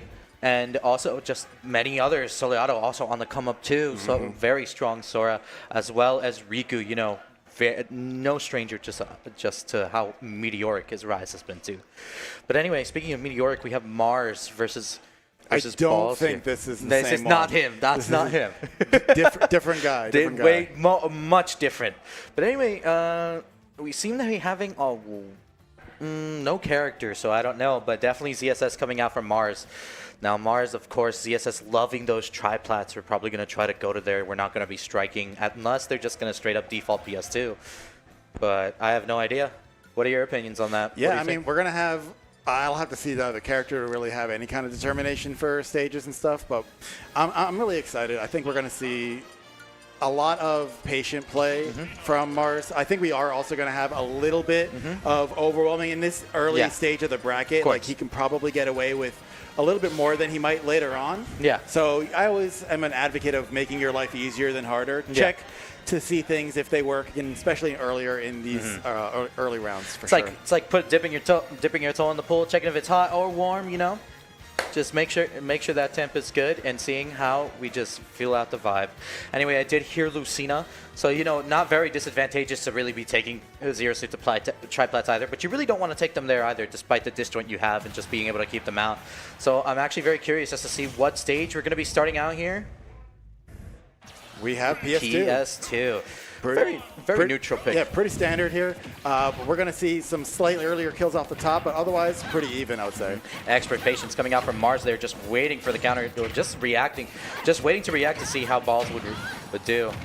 Yeah, we see a lot of attacking out of the corner, but Mars is going to be able to pick up these extra hits, 84% unanswered currently. Right, a nice dancing blade coming out from balls there actually to land. But let's see, so far these counters have been very predictable, and not a single air dodge given either. And see, even right there, still not really air dodging much, opting to do a counter there. No air dodges in play means Mars can go all the way with those up air he can just go all the way in, no consequence whatsoever. No real need. Another counter trying to stop him. Yeah, this is what I mean. I think he's picked up on kind of the defensive habits that we're seeing out of balls, and is simply going to press the forward key until these stocks disappear. He's just going to keep holding forward, because why not? Maybe show off a little bit, and that's going to be an unfortunate stock. Lost by balls. Mars just showing off a little bit of tech here. Yeah, no need to approach for Mars. He's sitting comfortably at 29%. It's nice to see, though. We have balls in the player cam just kind of hanging out, enjoying the game a little bit, not feeling too much pressure Having here. a good time regardless of the situation anyway, because, we're here. We're having a good time. We're surrounded by top players, top talent, in fact. So, there's no way you can't have a good time here at Rock Esports Center. Oh, and that's a footstool taking the first stock. Wow, Mars just laughing it off. We're having a grand old time. Not taking it just yet. Let's see how Balls comes back. For sure. A little bit heavy-handed on this counter. Is going to eat another 30%, maybe even a kill. Going to be getting back on with that side B. But that up smash is going to be enough to take game 1. Now, of course, an excess on counters and dancing blades, just in general here. The B button. Yeah, the B Yeah. button, you know. It's Not typically your mashing button, but Yeah. we're seeing a little bit of that not come your out. typical mashing button, that big green button. I'm trying to see him hit those a lot more. Trying to see a little bit more patience coming out from balls, especially when you can just space out Zero Suit entirely as Lucina with that huge disjoint of a sword she has, and also great reach. You know, a lot of work on positioning is what I'm trying to see from balls here. Just trying to punish those flip kicks. Yeah, I was about to say kick flip. Okay, we got We're a seeing chic the change. chic instead. Okay. No more counters. Gonna No. see some bouncing fishes. Let's see what we got Maybe here. we see the up B actually. Oh, never mind. No, you called it right there. I mean, no. All seriousness, that is a much better option than Oh disadvantage. yeah, then just then So I'm not even gonna knock it. all right. See here. Starting on a more aggressive approach than before, but that's going to be taking it. Mars beautifully placing a nair there to convert into a flip kick. Oh, you're the greatest. Thank you so much, CJ. I love you. Got those rock waters on deck. Oh, hell yeah. All right, let's see here though. Another edge guard attempt. What are we gonna see? Oh, gets a parry. What a parry. No up B punish. Gets sent off stage himself. Do we get another lucky situation coming out from balls here, or is for what it seems like is Mars just going to keep running away with this? Ooh, the platform gonna save the day here, but that up B, no platform's gonna save you from that. No last zone either, with how light Sheik is, especially. A lot of these conversions coming out to 80, 90% is very dangerous for balls here. Okay, we see a little bit of pressure here from Balls, but not really gonna get too much. Actually getting comboed out of the corner. Are we getting footstool comboed and clipped? Not today. Gonna get away to see But shooting another the day. trigger a little bit too soon, a little bit too trigger happy for Mars here. And that, no, not sitting out just yet. Beautiful up B coming out from Balls here, but I'm trying to see a little bit more of those good decision making coming out later. Ooh. Mars All right. trying to end it. Disengaging entirely. There we go, Giving and Mars then an all up the B. room he needs. Oh, and Mars okay. trying to play a little bit with his food. Another one? Do we see another jab? Another No? one? Thinks it's a Smash 4 or something, man. Like, just untakeable footstools, man. He's just extending the content clip. Yeah. Oh, there we go. That's a game And 2 for yep, Mars. Mars especially happy with what he showed off there. Okay, a little bit of a Ooh, I'm wondering how Gremlin D2DA actually went. one-sided, steamroll. A little bit of a steamroll, set you know? one here. But you know, as Sabrick also mentioned before, it is a very stacked round one we have. We have, like, just in general in these pools, especially with the pools before that as well. You know, Sonix, Void, Yeah. like MVD, like there's so many amazing have- talented players here. In this pool, characters like Dominator, Polonian, who they're about to play soon. Now, Polonian is a name I feel like I haven't heard of in a very while, long time. right? Yeah, Yeah. right. Wow. Seems like everybody and their uncle just came to this little event we have here today. We got Soliato and Sisilix coming soon. We have Tremendo Dude Sisilix. gonna take his stab at Mars next. Oh yeah, you know, Tremendo Dude, a very household name when it comes to VSFL here, a very old household name.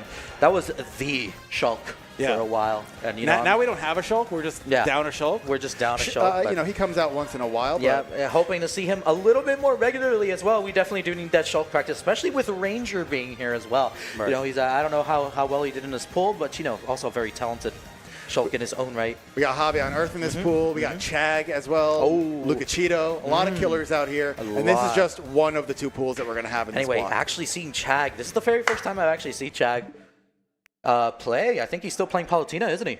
Yeah, I think he might also have a Min in the pocket. All But right. we're going to see what we have here. I don't know if we're going to see the Min round 1. But not a bad pocket to have, and especially with how versed Chag is in general, just as a player. The win should be quite decent. So Ant is going to have to be ready for what comes his way right now. And surprisingly, of course, we don't know the character Ant usually has, you know, seems to be a little bit new here to the scene, or just in general. Or from out of region. Yeah, from out of region. So hopefully we get to see a little bit more competition here compared to like the last set. Oh, yeah. Let's get some madness underway. Hopefully, yeah, some Luminosity madness. Anyway, probably gonna start to the default on PS2. You know, that is the new Smashville. So, bring it back. I love Smashville so much. Bring it back. You know, this wouldn't happen if Hazards were on. It I wouldn't be the know, first I stage know, picked every right? time. Oh man, you know, hopefully if they ever do, if they do make another game, you know, hopefully they change a lot of the fixes for some, because I really want FOD back, man. Like you should be able to go in the stage select randomizer and Just on toggle each individual one as Hazards on or off. Yeah, that'll be amazing. Yeah, or just have a little switch. Yeah. Like, don't predetermine it in the rules. Just have it in the just stage like select. Omega. Yeah, Exactly. Just have it on the stage Yeah, select. right, Like, absolutely. it'll make your life so much easier, and rule sets so much more fun. Especially, like, you know, I just miss a lot of the combos that depended on the platforms just moving in general. It was just stellar, you know? That's definitely the stuff I do miss in Smash 4. Definitely an improvement in this game, though. Yeah, it's like more fair or whatever. Yeah.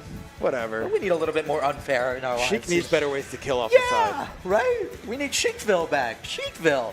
We need to give people a reason to fear that character yet again. And I think you know, Void's still All right, putting the fear into these people. But for real, if Smashville had a moving platform and Steve got a jab on it, he just carries you without moving. he's just pressing that big old A button that Into we all down love. smash. Yeah.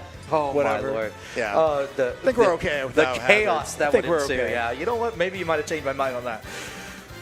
Anyway, starting in a little bit, we have Joker versus. I'm assuming Chak did not pick Joker, but we'll see right now. Yeah. Palutena. Here we go. Joker versus Palutena. No, not too bad for Joker. Obviously, there are some equalizers that he can definitely depend on as well. I think this is definitely anyone's game in terms of character pool. Yeah. So, not going to see probably too much of a hard stomp here. Yeah. I'm seeing some pretty good patience from both players as we get dash attacks. But even greater patience coming out from Chag, spacing out those fares and getting that quick 69 already on board, catching the landing as well. Wow, Arsene. We have 82 and ledge pressure. Let's see. We're not going to be able to collect anything off of that, but gets back to center stage. Right. No foul. And you know, as I was going to try to mention before, actually, Chag, especially Palutena, very good at just playing that mid-range game, just poking, very whiff and punish heavy. So he's definitely going to be able to expertly just get rid of Arsene anytime. Beautifully placed. That was actually a explosion, little too. bit risky there because Joker was in a position to punish but didn't collect, going for any back airs or anything. What patience coming out from Chag, but Ant able to luckily get back onto the stage. Another flame here. Not going to see a edge pressure. Oh, what a nice teleport cancel there coming out from Chag, trying to mix it up, but Ant coming back. Back throw is going to take. Okay, yeah, checking again. Let's see what we get here. Nope. He's going to be able to get out of the corner with that dash attack. What a nice up air actually there from Ant. Let's see. What this really means for me is Ant is doing a great job of playing out of the corner, not immediately rushing out. So Right. anytime he does eventually come out, you know, Chag hasn't really been ready just yet. Oh yeah, I completely agree. Ant completely in the understanding to play for the percent and not to stop. Don't rush it. You got a whole 7 minutes on the clock. Use them. Especially when you're trying to get your footing back, especially versus a player like Chag as well. What an amazing gun! Oh, wow. Ant actually putting up quite a fight trying to get the ledge jump, but Chag not allowing that. Oh, that was beautiful. We're not going to have an up air off that. Back air, going to be able to get him down. Oh man, but yeah, Ant trying to find a single opening here so he can probably get a conversion or maybe just that up smash. Beautiful trade there in his favor. Still healthy amount of Arsene here. Let's see how he uses it to be able to equalize this. But Chag beautifully positioning himself just around the danger zones too. All right, back to center stage yet again. Going right back off. Chag needs to be able to end this stock pretty quickly if he wants to be able to run away with this lead. Just the tomahawks and the empty hops and footsies coming out from Chag too. So intimidating for Ant as well on that ledge. But Ant has been doing a very good job of just escaping that, not engaging, just going to center stage and keeping it. Yeah, much more competitive match. Yeah, I'll yeah, say. very, very, very much so. See, no, gonna get that. Reaching, kind of double reaching there when one missed. Gonna get that back air and another edge guard attempt right here. But anyway, with how Chag has been able to just rolling into that, that's so bad. But with how Chag has been able to just dictate the neutral and the pace of the match, with how he's been overextending, how can you really blame him? Ant hasn't been really given much options to really just try to punish these overextensions. Yeah, we are starting to see Snowball in full effect. Not gonna get that down air, but these hits are stacking up and they keep going in Chag's favor. Yeah, Especially if you take this stock early enough and you have a healthy amount of Arsene afterwards, then it's definitely going to be an equalizer and a half. But this hill is getting harder and harder to climb. Yeah, the thing that I'm seeing most, as all of you probably are right now, is this teleport, cancel, and movement has been pristine from Chag's side. Yeah, beautiful positioning, most importantly, and that F tilt. Wow, beautiful patience from Chag too. Ooh, and he called out the jump too, but mistiming just a little bit.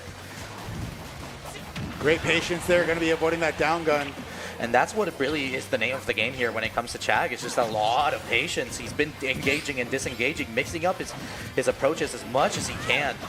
You know what? You can't really blame him, especially versus a character like Joker when one instant you're winning, the next Arsene comes out and you might die. Yeah, I'm scared because Ant has gone a while without getting a hit. I fear he's going to reach his hand into that cookie jar a little bit too much at the moment. And you know what? What a beautifully made B reverse gun there to avoid whatever auto reticle had stored. There's the opportunity. What are we going to see off of it? Oh, expecting for him to get that platform cancel, but Chag just mixing it up and just going straight down like a rock. You get into those percents, and that down air will start to kill. Oh yeah, for sure.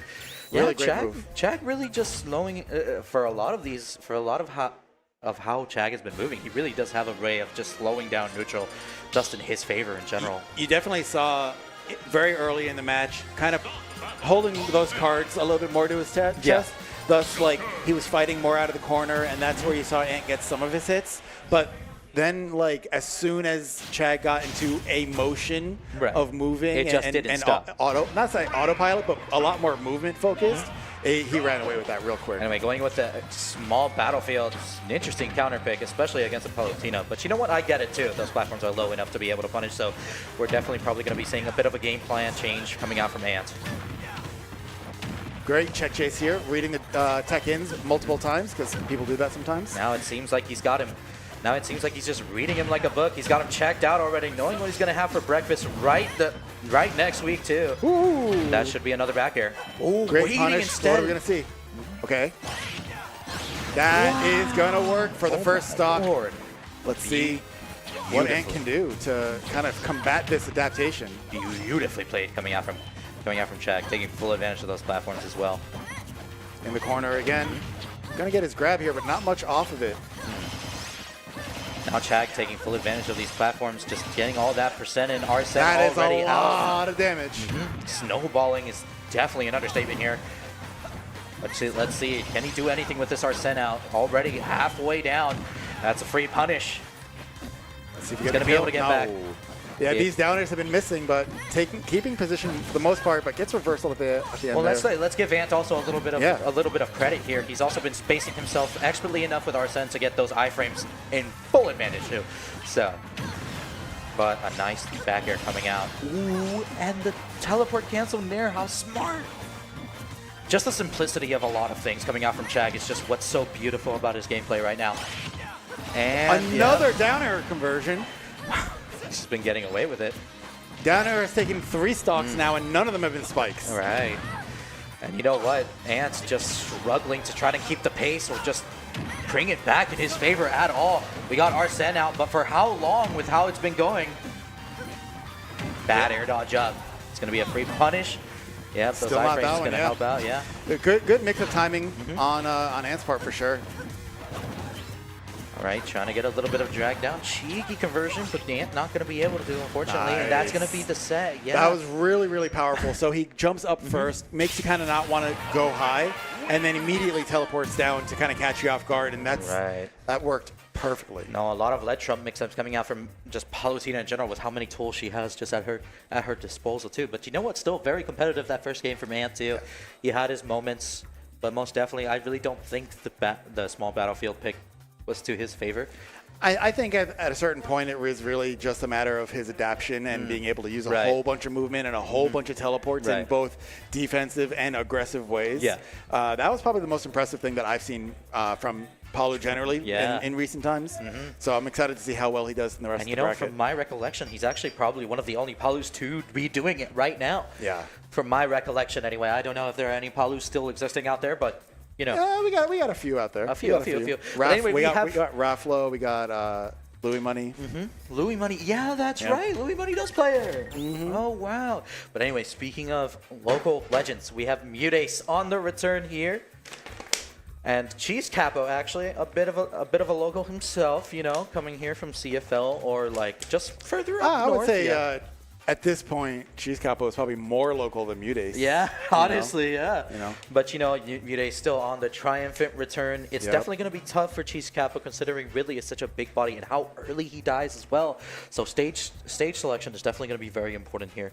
Yeah, and damage is going to mean a lot. So all those big conversions that Mutace's Peach can get so quickly, you know, that's going to mean a lot to someone as big-bodied and light as Ridley. No, of course. And, you know, now we're going to have to talk about just the size of the stage as well, because the longer the stage, the more Peach has to gain off of just comboing you in general, more room to run around, especially pull turnips. Now, are we going to be seeing maybe just the size change in stage here? Maybe just try to go battlefield or small battlefields, get a little survivability, a bit of a smaller stage. Bantown. Yeah, most definitely. Right? That's definitely the first ban. Because like the biggest thing is like even if you don't get killed from the combos, just being in a position where after the combo you're going to be in the corner and you're going to be at 80-90% against Fair, against Peach. The Fair alone can probably kill Ridley around 90 or 100, especially near the danger zone that is those 15 to 30 seconds of just FD in general. You give FD to Peach and it's going to be a bad time. Not leaving many stages left for Ridley. No, it's a bad stage pool. It's a bad stage pool. So maybe we see something come out of Capo that's not Ridley, or we see him tough it out. You know, it's definitely possible. I don't know how good Cheese Capo is, but, you know, don't want to count him out just yet. Also, we know not to, you know, put any bad mojo out there, but Mutace is very much a, not mood-based player, but day-to-day really changes, like, his cap, I would say, because of how he's feeling generally. Yeah. Very real. No, yeah, so we'll see how we're going to, what Mutace we're going to get today. Yeah, we'll see. Maybe it might be a bit of an even game, but, you know, maybe Mutace is locked in today. And for Cheese Capo's sake, hopefully Mutace is feeling a little off today. You know, we don't want to actually wish that upon Mutace. But, you know, Cheese Capo's going to need everything he's got in his arsenal. So if the universe wills it, we'll see. We never know. Never know. Cheese Capo's amazing journey of top player takedowns could start today. It could start today, yeah. You know, love that positivity. Love that positivity. But in our downtime, remember to just tweet out the stream. You know, it doesn't take too much. Just tweet out the stream. Let everybody know. Just come on over. Let one or two buddies know. Yeah. Come on, join, and have a good time. Show the stream some love. Huh?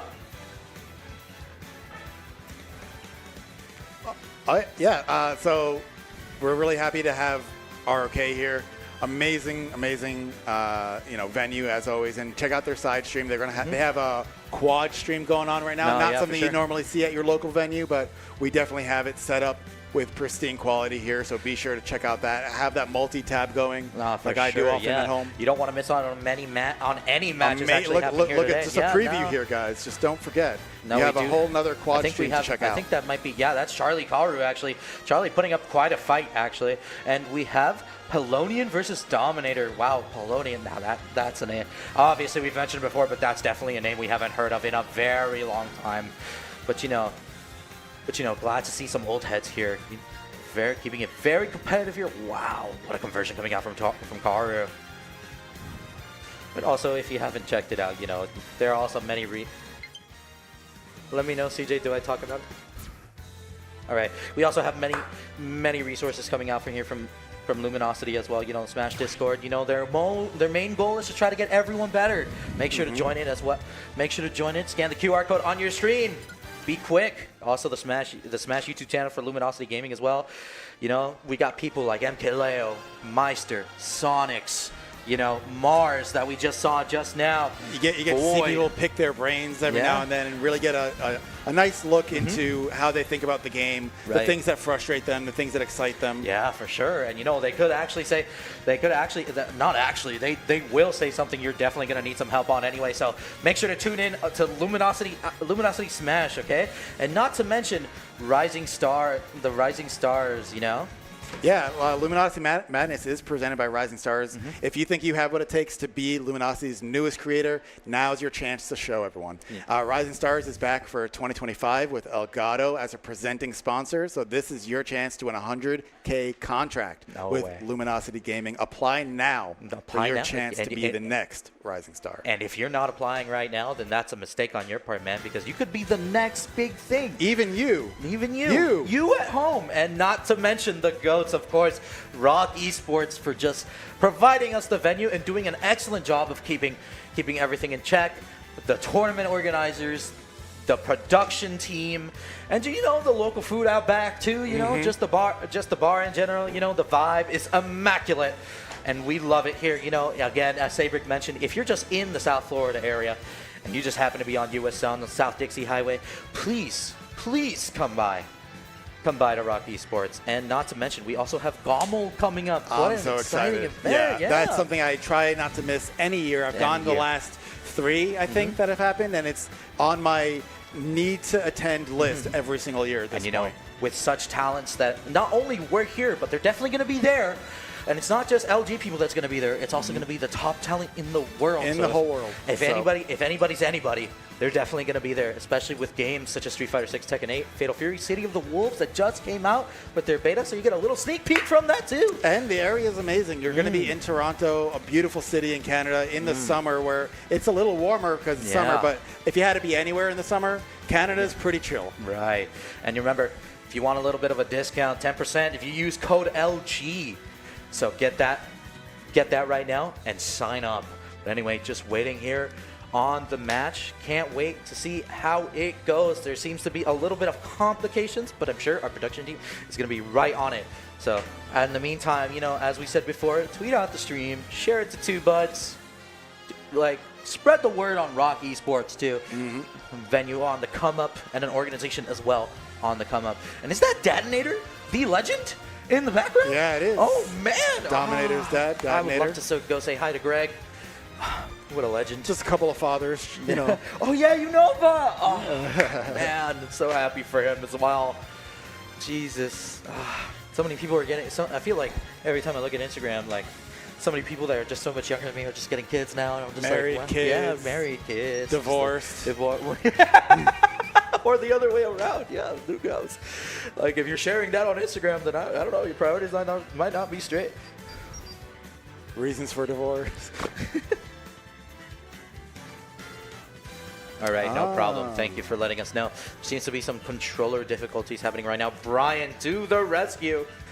We'll be seeing what happens. Actually, Cheese Capo having a little bit of a hard time. Let's see what's going on right now. And we already saw actually earlier Kyle's D2DA versus Killzim. Like it happened early in the set, and then they let it rock. But then it happened on the very last stock of their set. Right. And Killzim just said, forget it, yeah, you win. got it. Like, I will never touch a Pro Controller over this. Never. Never. Additional button be damned. I will tape an additional button I will tape an additional button onto my controller before I use a Pro Controller. I'll hot glue it on there. Yeah, just press it every It'll now be and there again. in spirit. It'll be there in spirit. It'll be my fidget spinner mid-match. Yeah, your little toy. Yeah. But yeah, get your controller all the way. But you know, if you don't know, ladies and gentlemen, if you are in the South Florida area and you happen to be at Rock Esports as well, we have our controller modder, Nostalgia Den, aka Brian. He's been there for the LG people too, just fixing up controllers. That's actually whenever who they just came walk up by. right there. Yeah, that's actually who just hooking came it up. up So, live. you know, just like hit him up. Nostalgia. This venue's got everything. Yeah, it's pretty much got everything, man. But it's got a great vibe, great people, great bar, great drinks. You know, and a controller modder right there at beck and call. On deck. Yeah. Yeah, just right there. And we got Brian trying to fix it up right here. When you got the laptop out. That's it. That's like the DeBuzz vibes. Yeah, Just right. got the laptop. But using it to like calibrate your controller before every match. It's crazy. This Smash Brothers business is serious. It's serious out here. But anyway, super excited to see if this controller issue has been fixed. Now feeling it out. It's gonna be like NASCAR. You know, between matches, so the pit guys come out. The pit crew. That's the Brian. pit, exactly. That's Brian. He's coming in.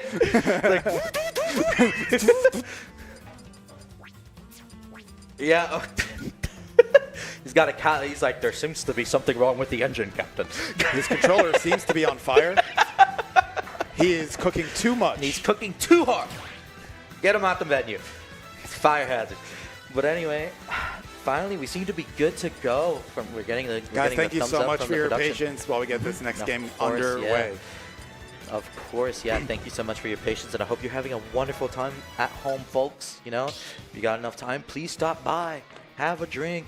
We all welcome you here at South Florida Rock Esports.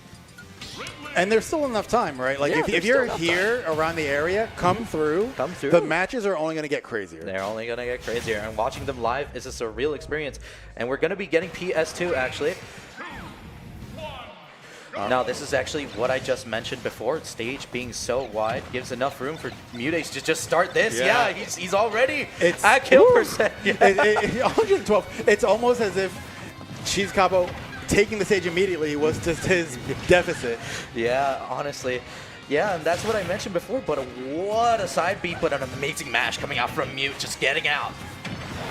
Oh, we got the good Mute today. No, yeah, we have the good Mute today. He's got that Mario Party mash. He's well-versed. Okay, waiting for that landing. Not going to get it, but going to continue to pressure this platform. But that one hit from up air, just getting that conversion onto the nair. Do we see a back air? No, great patience coming out Both from players, Mutates. both Yeah. players, both. That was really good play on both sides. Anyway, survivability on. Oh, and that's going to be it. Yeah. That should be it, unless he's got enough drip. No. But anyway, what I want to mention here before is that the patience coming out from Mutates just in general with these floats in and out. Wow. 51, no turn up. No turn up. Big body hurts. Oh, Up till what up air, an up gonna tilt. take the stock, 51% only. And we seem to have Not that crazy. Not that crazy, especially for a Ridley as well. Play your cards right, especially just facing in general. We see another up tilt or more up tilts. But the reversal coming out from Mutates, it's going to be a drag down. Oh. A bit of a mess up on that side B. I'm sure he wanted to wait a little bit longer, but you know, nerves get to you, especially when you're in such a bad situation like this. Really good play there from Cheese Capo, getting away from the ledge. Has the turnip still in hand, That was- continuing his pressure. And that was big damage too. Mutates isn't careful. One F smash or just anything from Ridley could kill him. Another up tilt up air could Nah, do yeah. it. Oh, no. Yeah, bit of a miss input. Might be some unfamiliarity from that controller, and that's going to be a very bread and butter conversion coming out from Mutates, sealing out the stock. Love that from Cheese Capo, getting up there and up tilting, but this another 52%. Choosing to just stop the train there, get a turn up, setting up for the ledge. Yeah. Not a wise move to be chasing Mutates up there. Next turn up is going to potentially lead to forward air. Yeah. Here he sets up. Yep. Just hanging out that ledge there. Not much he can really do. This looks That's going to be a rough. regrab as well. No, actually enough time to be able to get back. This is like watching Game & Watch's Yeah. a B, but like a lot more effort. Anyway, the float, he still has his jump. Not going to be interrupted, that umbrella, not good enough spacing. Do we see the stock sealed out for Cheese Capo? Going all the way for the reach, but loses position over it. Mutate's not going to give up this stage for free. What patience coming out from Cheese Capo, might I mention, but the patience just wavering a little bit too much, going to lead into that fair, saying run it back to PS2. Now, I really don't know what he would be able to ban. Definitely the first ban would have been Town and City, just as we mentioned before. Town and City definitely would have been the first ban. Definitely don't want to take him to Hollow Bastion either, because I mean, it's hard to say there was any stage involvement here, right? Like, I feel like just much of what we saw here was long. just pure yeah. advantage coming out from Mutates. Yeah. Just that Raw chokehold he damage. has on neutral, especially one hit, it's just gonna seal the stock. But anyway, we get finally a bit of a lead coming out from Cheese Capo. Oh, and that's already 55% on the board, halfway to death. And Dot Eyes, dangerous game we're playing here. Staring into your soul. Mm-hmm. Okay, gonna and recatch it too. Oh, and Cheese Capo's gonna have it. What does he do with it? Just toss it. That's the difference, right? Like, just toss it. Bye. But you know, remember, ladies and gentlemen, the golden rule here is that if you don't know what to do with an item, toss it up or toss it down, just like that. Down to forward, not gonna be enough, surprisingly. But next one sure as hell will. All right, that up B saving him, especially that nair. And what spacing. Again, be reversing those fire breaths. Not really sure what's going on there. Might be the unfamiliarity on that controller. You're going for a Just trying to sneaky poke up him. air. Yeah, a little bit of a cheeky up air. Again, back to the same situation we had that last game. What does he do? Oh, no. Stock 1 going to Mute Ace. 100% on the board. What a good tomahawk. Oh boy, oh boy. Oh, and he wanted that. So much patient play from both players. Yeah, like, I know. Not blatantly attacking his shield, not acting immediately out of Mute Ace's shield. Kind of and- looking at each other as if it was still neutral, which No, it yeah, was. and honestly, the spacing coming out from Chief Capital and some of these interactions are just expertly made, just Yeah. like that up tilt. Oh, those dangerous plasma breaths there. Do we see an up tilt? No, up tilt, not going to go for the anti-air. It's really important to not miss your techs in this. Oh, yeah. Like, especially being such a large body, you're getting hit from Not multiple. only a large body, but just as light Yeah, as some of yeah. the lightest characters in the game, too. That could be death. Yep. You got another dot eye here? No, just the ones with the eyes closed. That's going to be a sticky situation to be in. Great patience coming out from Beautiful. Cheese Kappa. Yeah, beautiful grab there. A lot of pressure on for Cheese Kappa right now. This stock really has run away. No, yeah, definitely. What Talk was about- once a tight one-hit difference is now lapping him. All right, but Murex has been able to catch these jumps pretty much every time. Do we see an equalize or just a stock taken, in fact? And that's going to be it. There we go. Speak it, and it shall happen. He's got to do a lot more speaking if he's going to want to make this comeback Honestly, happen. yeah. It's just going to have to go Curse of Roth. Oh, boy. But anyway, already 63% on the board for Mutace, and not much else for Cheese Capo. All this extra credit. Just how much do you need? You're already passing the class. Yeah, going for more ledge trapping situations over and over. Not wanting to give Capo a place to land. Not only Keeping just- him in this corner, so as long as he's wrong, he's still in the corner. Just so advantageous and so impressive with how Mutace has been able to just mix up these float timings as well. That did take the stock. Wow. That looked like maybe the jump killed him. Like he It jumped might too have, soon. yeah. Probably would have been better for him to just cancel in. the cancel the knockback with probably just a forward air. Just try to get out of that as soon as possible. Jumping probably not doing him any favors. What a set! Wow. Yeah. Showing off why Peach versus Ridley is just, woo, my lord. People gotta. I mean, I'm all for low tier pride, Of course. and I'm not ever gonna say quit Of course. those characters. No. But you need answers. You need You need for stuff something like in the that, back burner. You Something need- something cooking on the side stove. But anyway, watching the quad stream here, we got Iskandar versus Phil. Now, local legend. You want to talk about local legend? We got Iskandar here. Smash 4 Falcon. Old blood, new blood. No, yeah, of course. And, Phil, very talented Sonic in his own right. Having wins on Amnesty, I'm pretty sure that, I also like this Soliato and Sislex. yeah. Izunia as well, also formerly known as Zippy or Zurak, on the come up as well. A lot of returning faces, super excited to see as well. But we got Mars versus Javi on Earth. Super excited to see this. Now it's going to be a battle of concepts. The ever so patient Javi on Earth versus the ever so aggressive and, clip farming Mars. And this is a top 32 qualifier for As the well. winner side, so Right. big stakes here on this game. Big stakes. I think Mars is going to take it, but I think Javi's definitely going to put up a good fight. Well, definitely it's going to just come down to how good Mars is just at positioning, just bob and weaving just his way. A lot of the mid-range game as well, for whenever he does get in, how much is he going to profit off it? You get me? Yeah, for sure. Every time. Because Javi on Earth is an expert at just keeping you out and just slowing For those that down. don't know, Villager player. Javi on Earth, they are an expert at just keeping you out Yeah. and slowing down neutral to a snail space. Hi, Javi! Hello! But anyway, as I mentioned, slowing down neutral just a snail's pace, so it's going to be up to Mars to be able to keep up or just But, take you know, it if back. anyone can do that and manipulate kind of the pacing you're trying to set, I think ZSS can definitely. And not only ZSS, but the ZSS, Mars. So we'll see how it's going to go.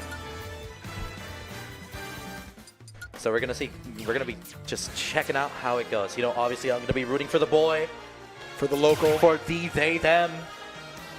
Javi on Earth, of course. Where is he? Where? On Earth. They are on Earth. Yeah, Yeah, they are on Earth. They do go by they, them. They share the planet we walk. We walk, yes.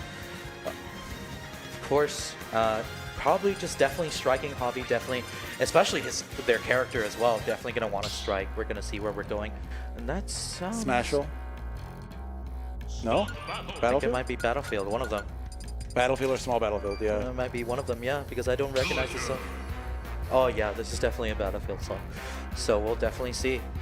Good song choice. Yeah, good song choice, great song choice. Oh my god. Mars, of course, a man of great taste, and of course We should start picking every song, yeah. and then for game 1 you have to strike songs. Oh, It would take a strong while. counter picking. Oh, we talked about that one time. That was great.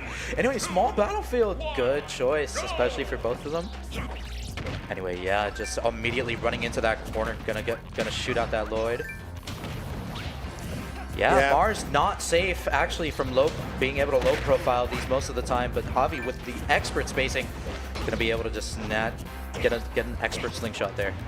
Really, really good defense so far from Javi. Taking a little bit of damage here where he can. And you know, it's definitely going to be a grind for Mars, especially because with however openings that Mars needs, like I mentioned, he's definitely going to have to profit a ton, especially with how Javi is able to just build this wall they've been building so far. Yeah, I think this is going to be one of those very lead-dependent games in terms of how we're going to see the neutral played out. Right. And you know, actually, Javi, no slouch either to having to aggress as well. You know, their tree combos just in general. And also, there we go. Speak of the devil. Not able to use the tree too much, especially if he gets that log of wood. Great runaway here from Javi, continuing this pressure from afar.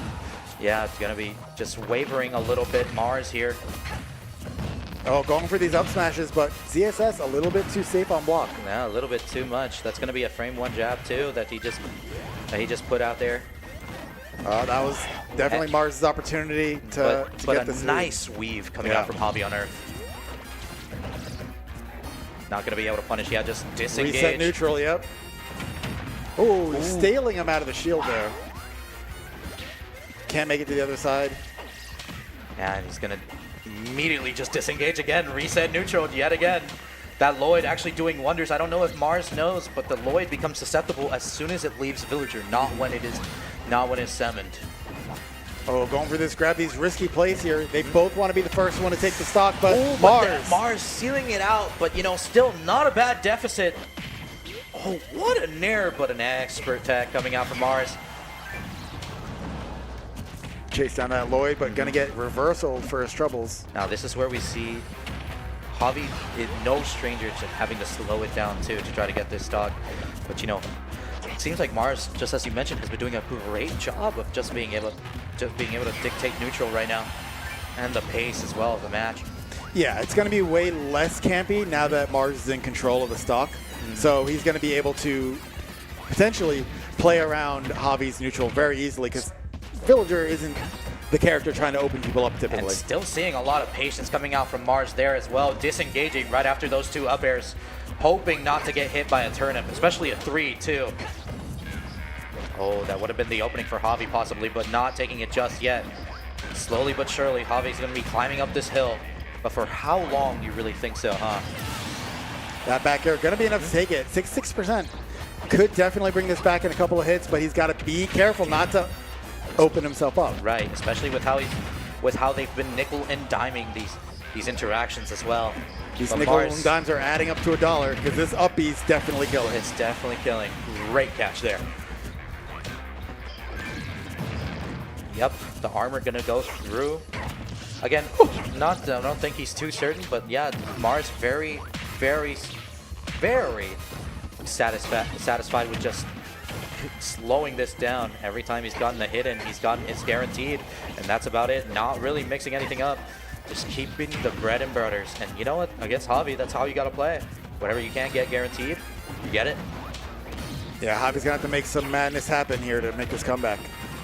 Now we're probably just gonna have to see a change of tempo here coming out from Javi as well. Yeah, trying to go for an aggressive grab. Mars is hunting for this kill at the moment. yeah. You saw the emptiness of his pressure. He's looking for something to kill. No, for sure. Just keeping that space in Ooh, general. see? Oh, that positioning.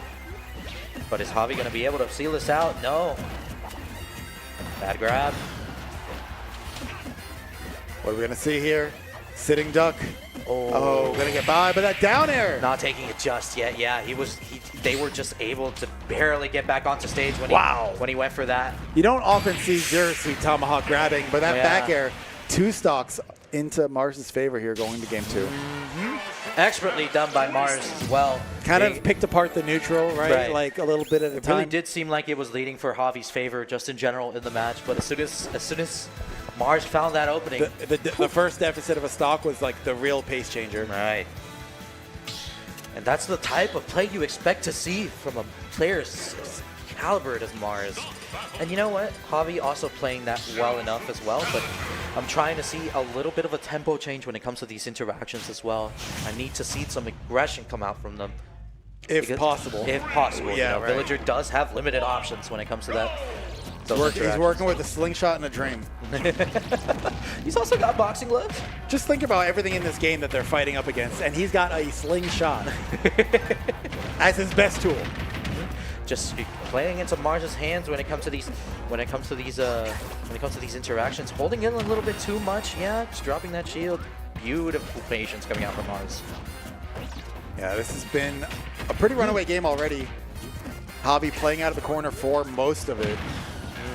Running it back to also to small battlefield. No strikes. Guess this stage is very advantageous for these characters, depending on who you ask, I guess.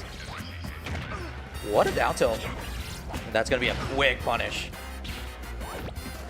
Again, slowly but surely, Javi, I'm sure, very content with just with just chipping away at this armor Mars has put up. Unfortunately, chips aren't going to get the job done. No, yeah. If you want to take some stocks before You need a lose real yours, big opening yeah. to get a crack, you know. Great Oh, weight there. but ZSS moment. Oh, and that. Oh, Mars mashing a little bit too much there. He's going to hit it. Giving him the ability to charge it too, making it just enough for the kill. Mars collecting that stock, so it's back to even. Back to even, but this is exactly what Javi might have needed. Reset just in general of the situation. Just going to throw him away. No need to try to combo, just get your percent whatever you can, but that might actually be the dividends that he could be paying right now. Yeah, what are we going to see? A lot more aggression here, but ultimately Javi going to make it back. Really, just a small percent here, make the difference. Probably would have been better to just go for a nair, get him out of there, get out my face. This is Javi's chance. He does not want to fall back into no lead zone. They most definitely. Oh, and just these juggles going on strong, coming out from Mars. Oh boy. Oh, clever pressure coming out from Javi there. Just using the slingshot to their advantage as well as that gyro going in. All right, snare out of shield. Just a bit of a slow game here. Bit of a. Oh, people seem to be popping went off for in the another forward background. smash attempt there. Oh, axe from ledge. He's going for Another Hail Mary, yeah. Hoping Mars would just start pressing buttons, an aggressive option, but Mars expertly using that side beat to its fullest advantage. And we're getting another tree out. No block of wood, so no advantage from that. Yeah, Javi's got to do a quick mental reset. Not look for these forward smashes quite so much. No edge guard here. Ooh, that axe. I was expecting the axe to come out a little bit earlier, but you know what? Good catch. Tilt. Taking the stock, 6% deficit. This is the most doable position he's had all game. Not just a up tilt, the longest up tilt in the game. Oh. Okay, gets down. Not going to be able to get as much damage because that was only a one turnip. Luck not in Javi's favor here. That's Not still gonna big kill, yeah. percent. Also wrong side of the stage for it to matter. Walks out of the corner. Okay. Yeah. Javi's going to have to make something happen and soon if they're going to do anything about this deficit. Mars going to look for another big hit here. Wants to end it all. Wants to move on to top 32. Can we talk about the positioning and the patience coming out from Mars there at the ledge as well? Oh, but the float there just mixing it up. Good grab. That's really awesome of a tool to have against that gyro. Especially considering they timed it so well to just be able to go through with those iframes. Another tree. Axe Big is wall. on deck. This rage could prove fatal. Are we Now, going to the see longer another you- Hail Mary forward smash? Now, the longer you do take to get rid of Javi, the more he has at their disposal, just too. If they get another tree out and this rage comes out. Could have pummeled him. Might have been the difference. Was trying to catch bad DI. What a Lloyd, but not going to What a low profile. What a 3 turnip. Yeah, he's looking for it, but that And that's not gonna Oh, take it wow. just yet. Wow. Slowly but surely, What do we see? maybe Hobby climbing this hill. What an interrupt! We take those trades. Oh my goodness! The patience from Hobby, and even in such a high. Oh my! And that's They're that's up taking there. it. Wow.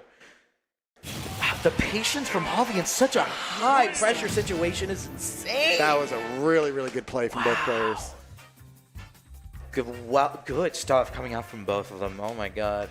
Really, Definitely really at sick the edge stuff. of my seat from that one. And we're going to have matches like that for Pretty much the foreseeable of the day. future. Yeah. Only scaling up in hype and, Right. and you know, prizes and everything We that's going might on. even see some upsets too. Who knows? And that's what I'm trying to see here too. That's what I'm trying to see. But that's not going to be the upset this time. But now Hobby having to climb out of that probably more than likely stacked losers. And we have Stars versus Meister. What a set. Wow. This is going to be intense. I think Meister's got some Cloud experience. I think like don't his think friend just plays some. I Cloud think he's or got something. plenty. Some dude, some player. I think his name is Spargo or something like that. I Yeah, don't know. we got a Game & Watch down here. Yeah. One. We miss you, Q. Cute. Q, we miss you. Just some updates. We know Mars beat Hobby. We got Chag over Lucachito winner's side. Wow. How Check- low's the score? Yeah. Oh, wait. I'm a liar. I'm looking at projected. Oh, My bad, guys. my lord. You scared me. Hold on. Oh, right. We have Storm versus Izunia. Izunia seems to be losing that. Seems to be out. and we too have the Shulk main Ranger actually with a lead versus Mutates. Wow. And we have Dames DC versus Daniel, the local snake. It looks like we might have Dominator and Soleado. No. Dominator and Soleado might be coming on maybe Wow. after this one, or might be on the deck for the multi-stream. A bit of a team kill, huh? Yeah. I don't know if they can hear us outside. Hi, Steven. I don't think they can. Aw. But yeah. Aw.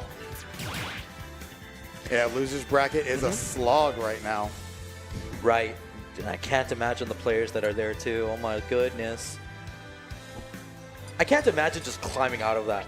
Can you Oh, imagine? Soleado beat Sisilix. Oh, he did? Nice. Good. Wow. Good for Soleado. Yeah, man. Wow. What an upset. Oh. Oh, really? Oh, you mean that was that? That was that. That's why I saw this barricade just go towards the window. Anyway, we have an amazing selection of music here, and it's going to be either small battlefield or battlefield here. Going small battlefield, and we got some Karma Tekken music on. Anyway, of course, against Meister, it's going to be very dangerous already. stay in this advantage state. Yeah, Sorry. just take a disadvantage.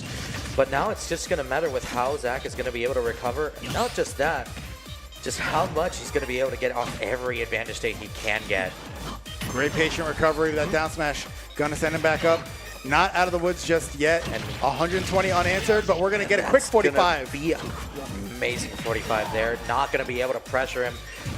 Gonna have to space a little bit more. Yeah, Yeah, can't be attacking I need to in. see some spacing coming out from Sars. Gonna have to earn your hits. That forward tilt sending Cloud to his doom for that back air. Yeah. Okay, we're back at 69%. We got a combo once again, though. Didn't maintain a position strong enough. Back into up air land. All right. Yeah. Stars trying to take this back from the jaws of the feet. A nice bait coming out. And Oh, Stars we got- another amazing cross slash as well. Let's see. We're gonna have we're gonna have a limit on deck right here, But he might have to use it without. Yeah. and punished for it too. No jump as That's well. it. That's it. A Wow. quick second stock here. Meister going up 3-1. And you know what?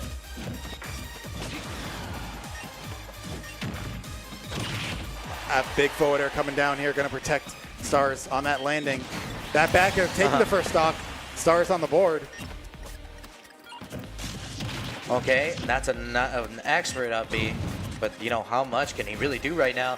Maister completely satisfied with just taking this slow, getting his percent whenever he can, and whenever he does get his percent, it's massive. Already at 77 unanswered. 92. We got Bacon coming out. Yeah, trying to read an aggressive option, but Stars coming out of it. But yeah, able to get back to center stage, right back to disadvantage. Gotta not rush. Every time he gets put in disadvantage and gets down, he rushes in the next situation. Right. Needs to take things a little bit more slowly if he's going to want to take more stocks out of Maister's game. Yeah, Stars not going to be able to really do anything out of this. So just yeah, Maister a little practiced. Just practiced a in that. practice versus Cloud. You know, just a little bit. You know, I don't know. He's got some decent practice. Okay practice, just okay.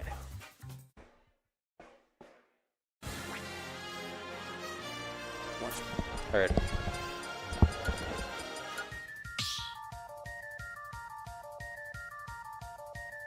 Stop battle.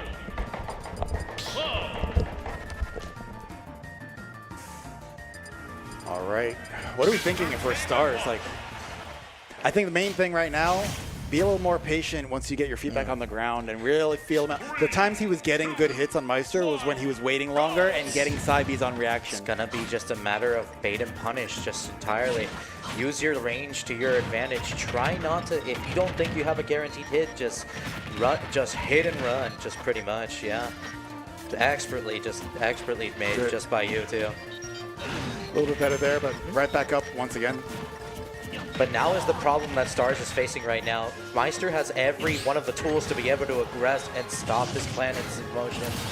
Yep, Beautiful jump read on that back air. Gonna get up a stock pretty cleanly here. Right, and we got tons of percent already. A Cloud off stage, not using that jump. Good air dodge coming out from Stars. But that jab is gonna be putting him back in a very bad situation again. Game Watch jab is like easily top 5, top 3 jabs in the game. It's gotta be top 3. Yeah. Nice tech coming out. I would have from held Stars. down. I don't know. You go down, kill Game Watch. Nah. Just kidding, guys. All right. What do we see? It's gonna have to expend this limit, or it's all gonna be for naught. Yeah, just gonna hopefully get some damage, but right now opting to use it for movement. Going for that fair, yeah. But it's rough out here. Game & Watch just able to just keep him out as much as he can. Yeah, Zach. Stars definitely feeling it, yeah. Yeah, not looking too good in the camera there. He's gonna have to do something to bounce back heavy. Just able to bomb twice, come back to ledge, no problem. Oh, but those fairs. Do we see another one? No, going for the down air instead. Yeah, Stars not spacing that well enough. Star's whole bracket path is determined by how well he's able to hold this ledge right now.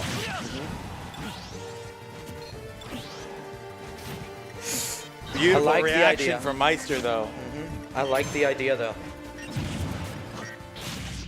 Gonna get that first stock Right, on the finally board. getting that first stock on the board. We are on the board, ladies and gentlemen. It's not over for Stars just yet. Let me not commentators curse him. Let me not gas him up too much. The charge in front of Shield. Honestly? Why not, man? Honestly? He's just going to stand there and wait for you to do something in up B anyway. This is a lot more patient play here. Let's keep this advantage going. No, this is the play I wanted to see. Oh, no. Oh, yeah. That's spacing. Wow. Rough. He had enough time to be able to just inch his way back as a forward smash. Wow. Expertly Quick done. 2-0 from Maister there. Quick 2-0 from Maister. I think going to be advancing now into the top 32 winners Right. side from that. Hold on, let me go talk to CJ real quick.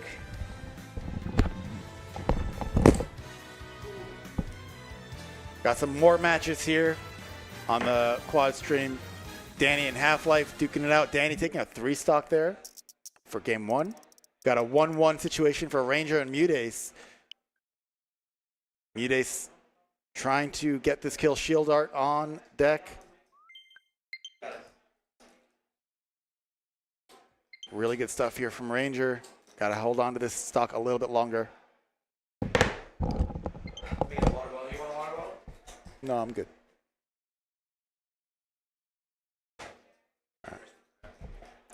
Alrighty. Oh, we're gonna have Chag and Lucachito. What do we think this how the set might go? Well, you know, we have actually not. We actually don't. You know, I don't think we have a lot of familiarity when it comes to Palutena in this region in general. So, honestly, it's going to be a bit of a check probably for Lucachito, all things considered. It's going to be a bit of a matchup check for Mr. Lucachito here. But we'll see, you know, Lucachito able to take names in his own right, so we'll see. We'll definitely see. How are you doing, ladies and gentlemen? I hope you're enjoying the event so far or just enjoying our casting. Our casting so far, you know, we do nothing but try to provide the best in the biz. You know, I am JoJo at JoeStar147 and, you know, Sabrick at Sabrick, you know. Give us a follow. You like what you hear? Give us a follow. Please. We love you. And that beautiful man Archmage in the background. Can't wait.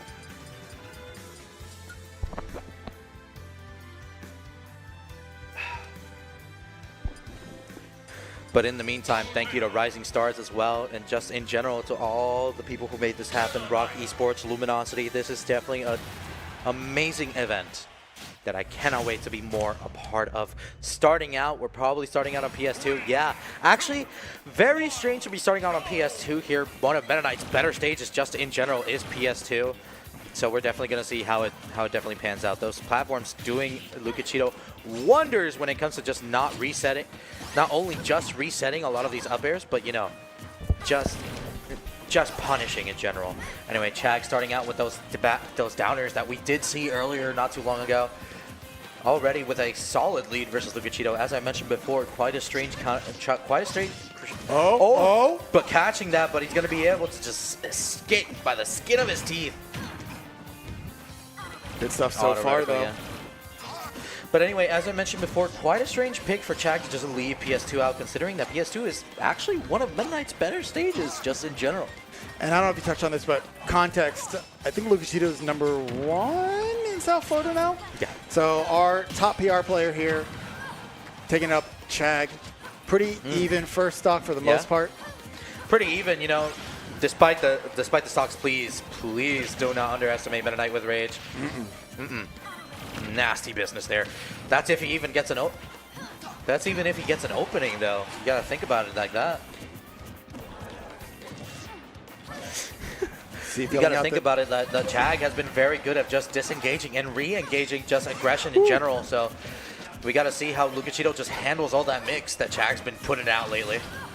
Good pressure here from Lucachito. Let's see if we're going to have this edge guard. Not going to get that nair on the reappearance, but... What nice timing coming out from Lucachito. Not going to take it just yet. Great DI there.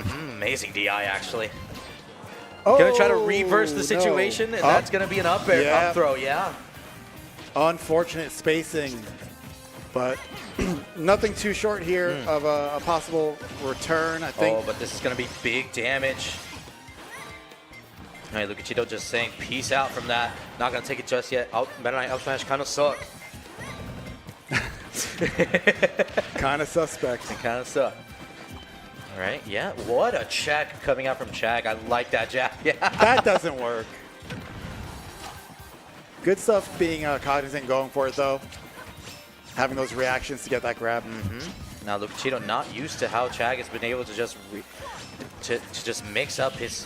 Just mix up just in general the process of just aggressing.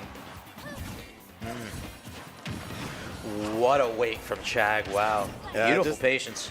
This is kind of the trend that we see here against most of the top players. That first stock pretty competitive, but then 100% snowball from that point. But anyway, we do have exactly what Lucachito might want, actually. Rage Meta Knight versus a Palu. And, you know, Palu just at that perfect weight, and those platforms are at that perfect height to just start get those hits. You got to get those hits. You got to get that opening, though.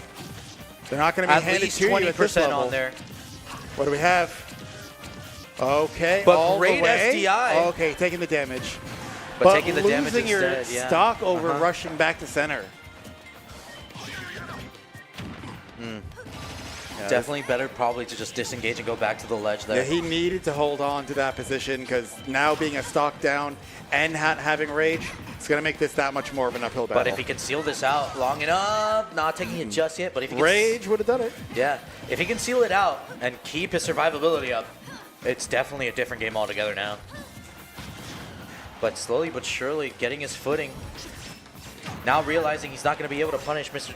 Chag here coming back to stage with those nairs, so he's choosing to keep stage control instead. Great! Wow. Still Just not not killing. enough. Reaching again. Reaching again. Lucacheeto's got to calm down. Gonna get back to center stage. Reaching again for another kill. And right into that flame. Good catch here from Chag. Of Knowing course. that Lucacheeto really wants to just get back and get a kill quickly. And we're back on that same situation we were before. Meta Knight with Rage. Lucacheeto only needs pretty much a 20%. He just needs 20%. Let's see what we're gonna have. He's trying to read him rushing in with these flames. One flame should do it at this point. All right. Back air, what are we gonna have? Oh, that would have been a nice F smash to lead into whatever Lucacheeto has planned. Just camping that ledge there, not really much he could do. Gonna get by, okay. Not gonna make much of it though. That back air super dangerous, especially with how he's been able to just space these out. Wow, close situations, not gonna be able to get the up air.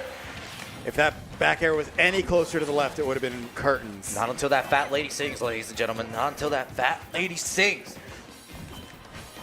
What a check. I like these little jab checks. Oh man, that could have been something right there. Lucacheeto a little bit too scared. This Could have done patience from something. Lucacheeto is remarkable. Good Yeah. stuff from Chag as well, but really trying to wait out where his one opening might be because he may only get one more chance. Just bobbing and weaving past these kill options. A sneeze from Palutena is going to be able to get him out. Ooh, not just yet, but how many more of those mistakes do we spare? Not taking it just yet as Wow. well. Wow, PS2, big stage. And great DI, Yeah. but no DI in the world and no stage in the world is going to Once he had about an inch of stage at the end, he felt a little bit more pressure to be in the air, and Chag was ready. I just feel like if he was ready to pull that trigger on those earlier interactions, Yeah. that dash attack definitely could have made the difference and sealed him the game. 30%, that's going to be a whole string into That's a potential bridge kill. right there. Right. That's a bridge. It's a bridge, it's a ladder, it's a whole dam. Nothing. It's, yeah, it's the table, the house even. But anyway, let's see if we get a little bit more of that aggressive decision making coming into this second game. Which I'm hoping to see a little bit more because as remarkable as the patience was, it seemed like We he had a was- couple of cracks, right? Yeah. It seems like he might have just been waiting a little bit too long. All right, game two, running it back to PS2. Can't sit there just watching paint dry. Eventually you're gonna have to do something. Oh, what a... The thing I just can't get over Chag's gameplay. Oh, wow. You were saying? You were Oh, saying? and that's the bridge. That's the aggressive option I was hoping for.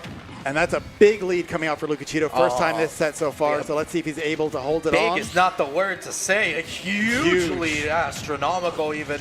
Just getting your basic bread and butter there, punishing the landing as well. Also going to be a whole different game. Yeah, The cat and mouse roles have reversed. that most definitely. And now, completely satisfied. Oh, getting the trip, not reacting to it on time, not going to be able to really aggress. But Chag, no stranger to a lot of these situations, most definitely. Just thinking about how he's going to bring this back. Good patience here, Lucacheeto. Really amazing play of hot and cold, Yeah. where he looks like he's about to go in and aggress, but he waits to see if you panic attack out. Just as you mentioned, it seems like a lot of the roles were reversed here.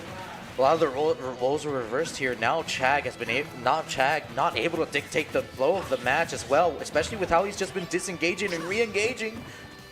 And Chag now is going to have to be very wary with how he recovers, especially with how Lucacheeto has been expertly positioning himself to be able to hit those down airs. This is it. Oh, I should have said something. Yeah. He probably needed to fast fall there a little bit more, but good STI coming out from probably Chag as well. Were we going to see a 3-stock? I'll stop talking. You're going to curse it. There you we go. go. Look at that. On the board. Lucacheeto, take that deep breath. Think about life. Oh, and Riku screaming at the top of his lungs. We love to see it. This is SFL, baby. Not taking enough, it but the just next yet. one might be it. The next one is definitely it. If Chag isn't careful, one up tilt, one up B out of shield. Oh. Pixels. Yeah. Literally. Dimensional cape. Yeah, dimensional cape. Just back to stage. And the Not next taking up it, smash just- can also do it. Pretty much any vertical strike will end this game. Just one aggressive read coming out from Lucachito as well. Not to mention, yeah, the Nair. That was a down B, land on platform with like no lag for some reason. It's a Nair? I think he might have traded with something on the way down. No, I don't think so. Not at least. Can we get a replay? Can we get actually? a replay on that? Yeah, can Is we get a that- is that replay on tool that we last have? moment? I don't know if we can. I didn't see any That would have been attacks. great. Yeah, I don't know. He might have traded with I something. think he just had that little lag from down B. It might have been possible that Palutena might have pushed him when she was landing. Oh, like off the plat? Yeah. I thought it was a center plat situation. But yeah, because I saw no animation coming out from that Nair, so the only thing that could do that was probably a ledge cancel. And, you know, I don't know. I really don't know. Either that or something traded. Yeah. God knows what, but something did. Either way, we are back going to game PS2. 3. Lucachito taking a big game 2 after that really tight Now, game can we 1. see this momentum keep onto Lucachito's side, or is Chad going to be able to shift it back? So much of this game is determined on this first stock. Let's see what happens. Ooh, but Chag able to aggress himself. I like that. I really like good. that. Oh, but Chag being able to just get out those limited options. Oh, getting the trip. Okay. As long as Lucachito should be content with just getting the percent. Ooh, mashing a little bit No, too no, hard. he tried to nair again. Oh, That's what I'm okay. saying. I think it's just a thing he goes for. But we'll see. Oh, okay. You know, that sound of the back air, I thought he got him with that F smash. Woo! Hard reads not going to help out today. You're reading the wrong book. A slight lead for Chag here. Very beautiful back air as well. Slowly A stacking. re-grab, rare misstep, but not going to go punished as well. Oh, what a cancel. Okay, that is not enough. 143, not where you want Meta Knight to be. Oh, you My needed that to kill lord, Chag. yes. Chag needed that. Good patience. Good patience and an aggressive nair as well. Beautifully placed. It's a little too late on these nairs. He needs to make sure that it's already existing before Palutena reappears. Oh my god. The patience coming out from Lucachito. Oh, Down tilt, dash forward, wait for what you do. Didn't work out, but I'd love to see it. it's again amazing patience, but Chag looking in the face at the jaws of defeat, not scared whatsoever. But that up smash is going to take an even game. You can only imagine what's going through both these players' minds. It's definitely just a mix of cat do and we mouse have? this entire time. Is this going to be the bridge he needs? It It's taking is! it. Lucachito with an astronomical lead. My lord, an expertly positioned bridge. Rage, no rage, it doesn't matter It when doesn't he's matter. attacking you in the blast zone. No air dodge coming out from Chag, which is what Lucachito wanted. Good on Chag. Nice patience. Oh my lord. I was like, not a down air. That down air? Yeah. Oh god, if he had just been a little higher, that might have been Chag's stock. This is Meta Knight champ. It's a little gnarly. Oh my lord. Good Oh, patience. Oh, and he caught something. Okay. Just gonna get the percent.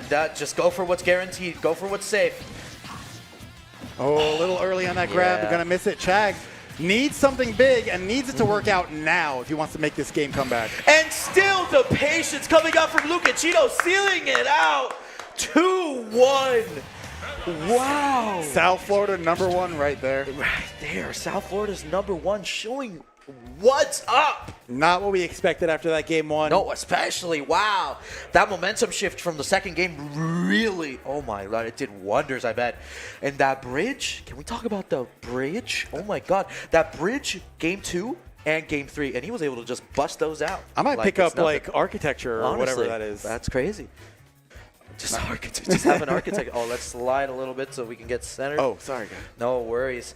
But anyway, wow. And that's the sort of talent you'll be witnessing here at Luminosity Madness. Tune in. Tune in. You know?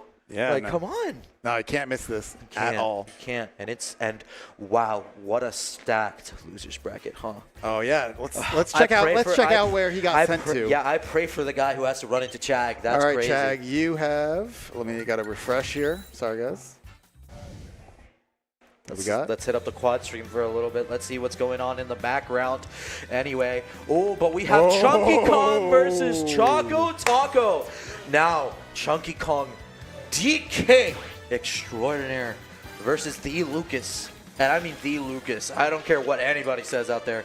This man is carrying Lucas on his back. And I'm most definitely going to be cheering for Choco Taco here. I'm pretty impartial. I'm very close with Choco, so like I do want him to win, but I love Chunky too. So I'm honestly going to just be excited for sure. to see some amazing Smash Brothers right now. We're here. We are Chunky Kong fans here. Now, not just Lucas. We also have the Sheik. I'm actually very, very curious as to see what we got here. But anyway, we got Izunia versus Danny, the local Peach Izunia here. keep climbing. And Dames TC versus Iku Miku. And Javi on Earth versus Sisalix. Sisalix, yeah. Crazy games going on right now, guys. Definitely make sure you have both tabs open. Don't want to be missing a second of this action. And Soleado just recently ended the run 2-1 against Dominator. But he's still got losers and plenty of chances in this. Yeah, the in this Izunia bracket. and Danny is a qualifier for top 32 losers. What So a match. good luck what to a them. match. Yeah, well, good luck to them, cheering for both. But actually, as I mentioned before, Choco does have the Sheik, and the Sheik is very versed. Oh, just like controlling you until you die. Yeah. I was playing it last night. He's amazing. Yeah. I think neither player is going to get stomped here. No, yeah. I think this is going to be It's going to be a slobber knocker. Yeah, It's going to be a absolutely. slobber. Leads will not exist. Like, timeouts, not possible. Yeah. They're both all going to die sub 90. Yeah, most definitely, especially with how consistent just in general Chunky Kong is. We see Chunky Kong just posting all those clips, all that tech in general. Like, it's insane. He recently discovered a tech. Something worth mentioning, though, that I actually just realized. Rope Snake on shield, very, very little counterplay, generally. I learned you can't footstool it. Wow, because really? he's like in his animation and things that are special and not ending on landing. Like aerials end on landing.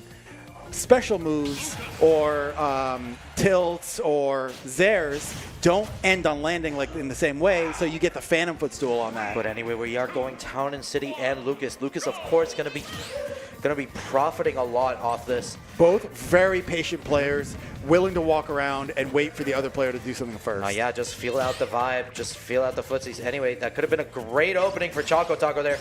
And this big stage, this very long stage just in general, is going to be helping it out with a lot of these rope snake conversions. Oh, but that's the opening that Chunky Kong could have gotten. Gets a grab of his own. Chunky Kong's looking to get something started here. And if there's anyone if there's anyone who's been more of a wanter for anything, it's Choco. And you can definitely tell from the way he plays. A nice PK Thunder 1 coming out, but what do we see coming out from Chunky? No, nothing coming out. Oh, man, no shield left. Yeah, Gonna get out of that corner. Yeah, that's plus on shield, so he's going to just have to take that. He's okay. Jump still. No. Reversing it, No. not being able to make it back, 58. unfortunately. Shake it off. And that was such a lead to take away. And now Chunky, all with the momentum already, 57 lap. Not enough. Taking it just yet. Well, what do we got? Fat boy. There we go. A nice F tilt to the That's face. the thing. Choco and Lucas, both of them, are amazing at edge guarding. Amazing edge guarders. So it doesn't matter what percent you're at as Donkey Kong. Being a heavyweight, you're going to be getting edge guarded and directed to the blast zone ASAP. But anyway, slowly but surely, taking back this percent. Oh, that's not the position you want to be in. Just dodging the grab there. Again, just that floaty nature of Lucas. Gonna be Under taking the that. stage completely. Not giving him the option is there. Gonna have those recoveries on deck though. Yeah, No we problem. have a nice angle and also a grab interrupting that. That's up gonna be B. enough. And that's gonna be enough. Chunky gonna have to take that. All of a sudden, Choco finally getting the lead. Aerial up B super quick. Gonna break that combo. Right, just another PK freeze, just kind of just spacing him out here. Yeah, we have Chunky desperately looking for these down B confirms. Yeah, we're getting another grab. Trying to catch the landing. Prevent the landing. He Yeah. forces him to go high with that. And here we're gonna have But another edge what guard. an F tilt. He's gonna have to go high. Great Wow. recovery. From on stage? Yeah, that's crazy that From he dragged, on stage? He really dragged him from on stage to off stage. Donkey Kong. It just shows you the weaknesses Donkey Kong has in this matchup just in general. has With no how ups. big he is. and no ups. Yeah, with how big he is, he's just able to drag him with that downer, just tiptoeing on his grave. Most other characters going to recover and at least deal with an edge guard. Yeah. Donkey Kong did not get that opportunity. Oh yeah, so now we're gonna see what do we see a counter? Do we see a counter pick? Not really. I guess not really. You know, because a lot of the stocks weren't really decided off the side. So No, it was very edge guard spike yeah, heavy, I would say. Yeah. So we're gonna see. Really good play from Choco. Really proud of his play. Okay, pristine. we're probably seeing small battlefield or Both of battlefield these players, by the way, are upper echelon, top Yes, echelon yes. of their character. Most definitely. Like you mentioned, Choco, no one wants it more. Chunky Kong definitely wants it for his own reasons with Donkey Kong. For sure. Just to prove a point, going the green skin here, going the Donkey Kong. What do we see here? Theme of Solid Snake. Great choice of music. But anyway, do we see the solid lead that Choco did build up? And maybe we don't see an SD here. That's big damage. Oh, going for another grab, but not getting punished for it. Up air contending with that down air. Scary stuff to deal with, but going to take the damage and go back to neutral. But seeming a little bit more even, not going in the momentum, not going in either or momentum. Oh, what a roll. Wow, misstep from Choco. But Choco taking the lead here. Keeping control of the stage, I think, very important to know. Landing with that down air, not really a lot he can do. And that's going to be the stock. Wow, Chunky Kong cleaning it up here. Yeah, those down Bs were missing last game, and I think that could have been a big difference maker. So now a huge stock lead comes out for Chunky Kong. He's going to have to recover very disadvantageously, yeah. Not going to reach. Rare misstep. Big Oh, and this is combo. a dangerous situation. How do we catch the landing? We don't. Kong Punch is online right now, too. This is kill percent. Just as I mentioned, the patience from Chunky Kong, too. I saw a block come out, but he popped the block instead of holding. Oh, man. Completely, the momentum has shifted and changed, especially just bobbing and weaving the way Chunky Kong has, just walking around, seeing what kind of openings he gets. But every time he gets an opening, man, is it one hell of an opening. Yeah, I think last game was a great example of the things that Lucas can do on DK off stage. Here we're seeing the raw big hits happen mid-stage and Donkey Kong running away with it. Now this is by no means the end of it. Yeah, that should be the stock. And one quick edge guard could equalize this, but is it gonna?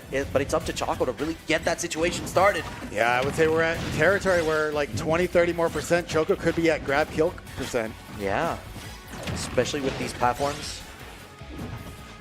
Oh man, you can just only stay silent. See how tense the air is right now. This is a big advantage state. Choco needs to make something big happen. He needs to, and soon, quite soon. Wow, what music! So fitting. Okay, Nair dash attack. Gonna send him What off do we stage. see? Do we see another giant punch? The wall is so The intimidating. patience, wow! Just him having it charged up He is hasn't so pressed the threatening. button in like 8 seconds. Right. Just him being there is so threatening because there's armor on that giant punch too. So it's definitely going to be a gamble and a half. Let's see how Chunky Kong uses his chips. This is so scary from Chunky. It's so scary. Still giant punch on lock. Not wanting to overextend. Slowly but surely, Choco Taco trying to get this lead back. Oh, but only an F smash. And now that they've just been playing this game of bait and switch, it's going to be... Yeah, that back air is going to take it, but now that was a mentioning. As I was mentioning before, well, that bait and switch there they were playing right there. I wonder how many just openings he had to just charge up Giant Punch again and just use it to his advantage like that. Like, it's insane. Yeah. Just the amount of pressure a character can have just by standing there with their just kill. You better full hop out of here. Yeah, honestly. And then play the game from there in Yeah. Chunky's advantage. But anyway, Choco having a little bit of a recollection here before just starting back, probably onto Town and City, where he won at. It seems that maybe Chunky Kong might be a little bit more comfortable now that momentum has shifted into his favor right now. So we'll see where we go. It either might be Smashville too, so I might get mixed up here. Another color change here from Chunky. It is Smashville. I don't know. Green was working for you. Green was working, but hey, pink's my favorite color. We love pink. Right, trying to get a grab, trying to get something started, just feeling each other out here. Okay, yep. All right, and that might be the opening he needs, actually. What are we going to see? Oh, and the noggin! Oh, getting interrupted there. Almost didn't have a jump in a bad situation, but back to the ground. And that Snake doing wonders of just keeping Chunky Kong at a distance as well. And he's also aggressing. Wow. All right, and that's a bad grab to take, but he's too light. Yeah, too high percent. But went for it anyway, went for the hope and the dream. Gonna mash out. What a mash. Wow. Another mash? No, not gonna be take enough, it. though. Not gonna be enough, though. Okay. Okay, what do we see? Okay. Oh. Rare misstep from Choco Taco there. Trying to get that conversion into a grab, probably. That's not going to take it just yet. Choco with amazing DI. Holding on for his life with this next hit. And these back airs, what threatening. What do we have? Just keeping the stage control instead, but just going in and grabbing. Reminding us that Donkey Kong can just go in. Ooh, a lot of misinputs here. Choco's got to clean it up. What a parry. Do we see the edge guard here? Okay. One more. Not going to Yes. be needed. That down smash going to seal the deal. Let's go, Choco. And you can tell Choco definitely wants it too. Oh, he's looking for an opening. He's just sharking there. Yeah, he wants any of these multi-hits to get a hit and see Just what he can collect. Anything. any sort of opening, and he's going to try to seal out that stock. But Chunky Kong thinking the exact same, very, very satisfied with just slowing things down. It is crazy how well they're weaving in and around each other's hitboxes. Nothing really lining up until now. Ooh, trying to interrupt that nair from below, probably with an up air, going for it all. Okay, gets that grab. Doesn't let him get back to center. Another edge guard attempt. No down air this time. Yeah, trying to drag him like he did that other stock. There grab. Upbeat for That's your big troubles. damage though. Oh, but this is off stage. What a mash! Oh my goodness. That's not enough. Gonna get the tech and survive to live to fight another day. Off stage.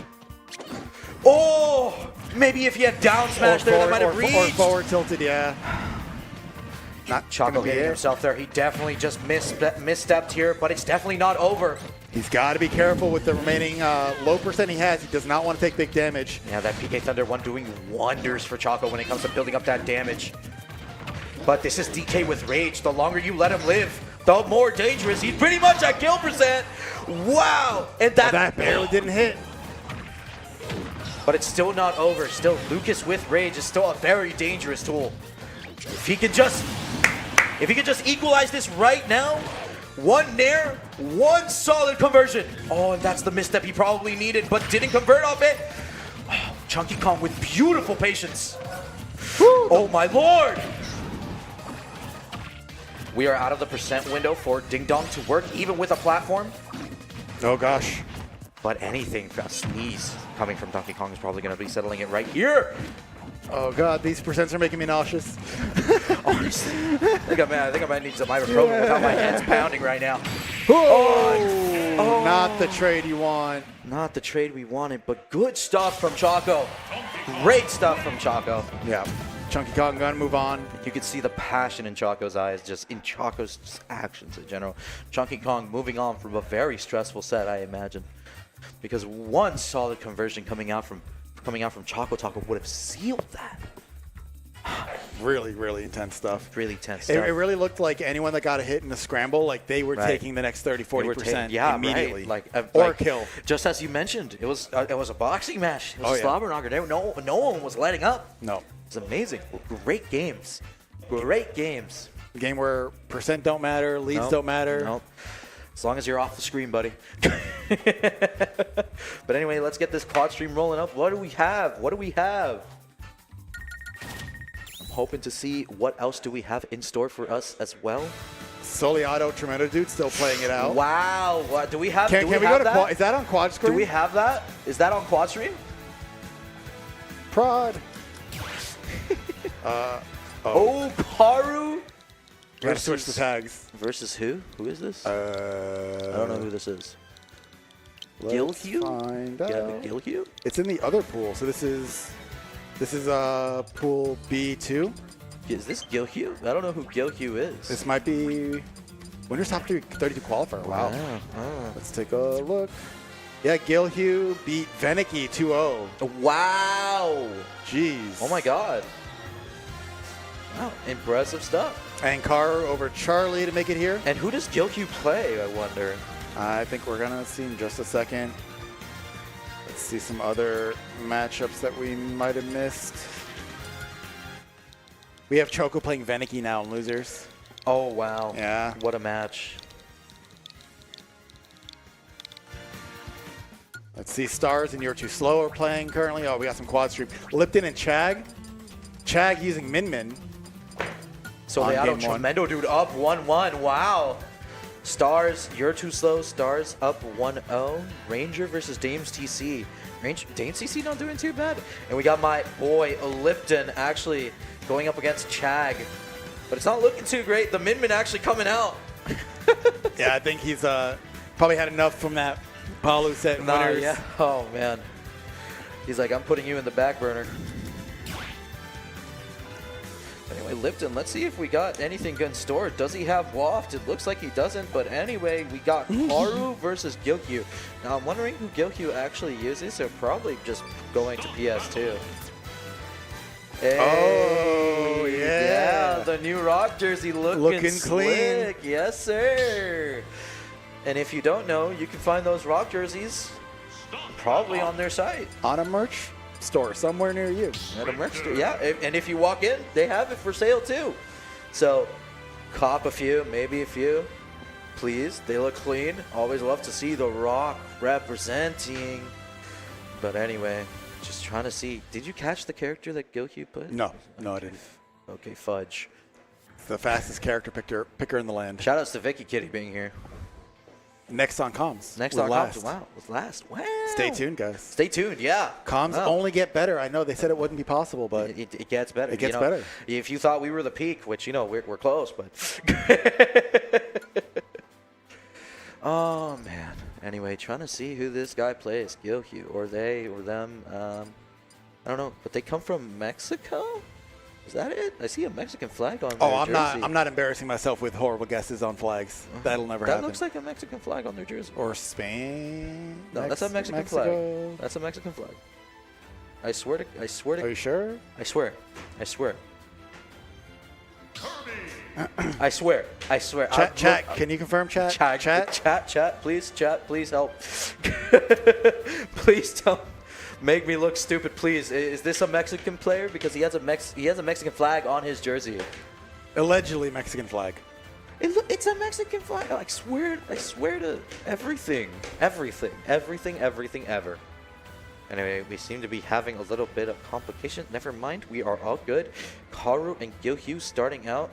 Now, let me know, what does that look like? Does that look like a Mexican flag to you? I heard Kirby. On him? CJ, give me a thumbs up if you think so. Yeah, it does. So, you know, I'm not wrong. But Kirby, wow. Now, this is actually, it could prove difficult actually for Karu here. This is our winners match. I just want to clarify. Belmont versus Kirby. Winner side. Madness indeed. Versus Veniki as well. Amazing. All right, yeah, solid percent already. But now, I was mentioning how this could be... He beat Veniki with Kirby. Yeah. That's just processing for me right now. With Kirby. Don't let your dreams be dreams, but this up air, not going to be enough. Not going to take it just yet. That stage actually saving Mr. Gyokyu here, but no stage is going to save you here. But, yeah, that's a little crazy. Huh.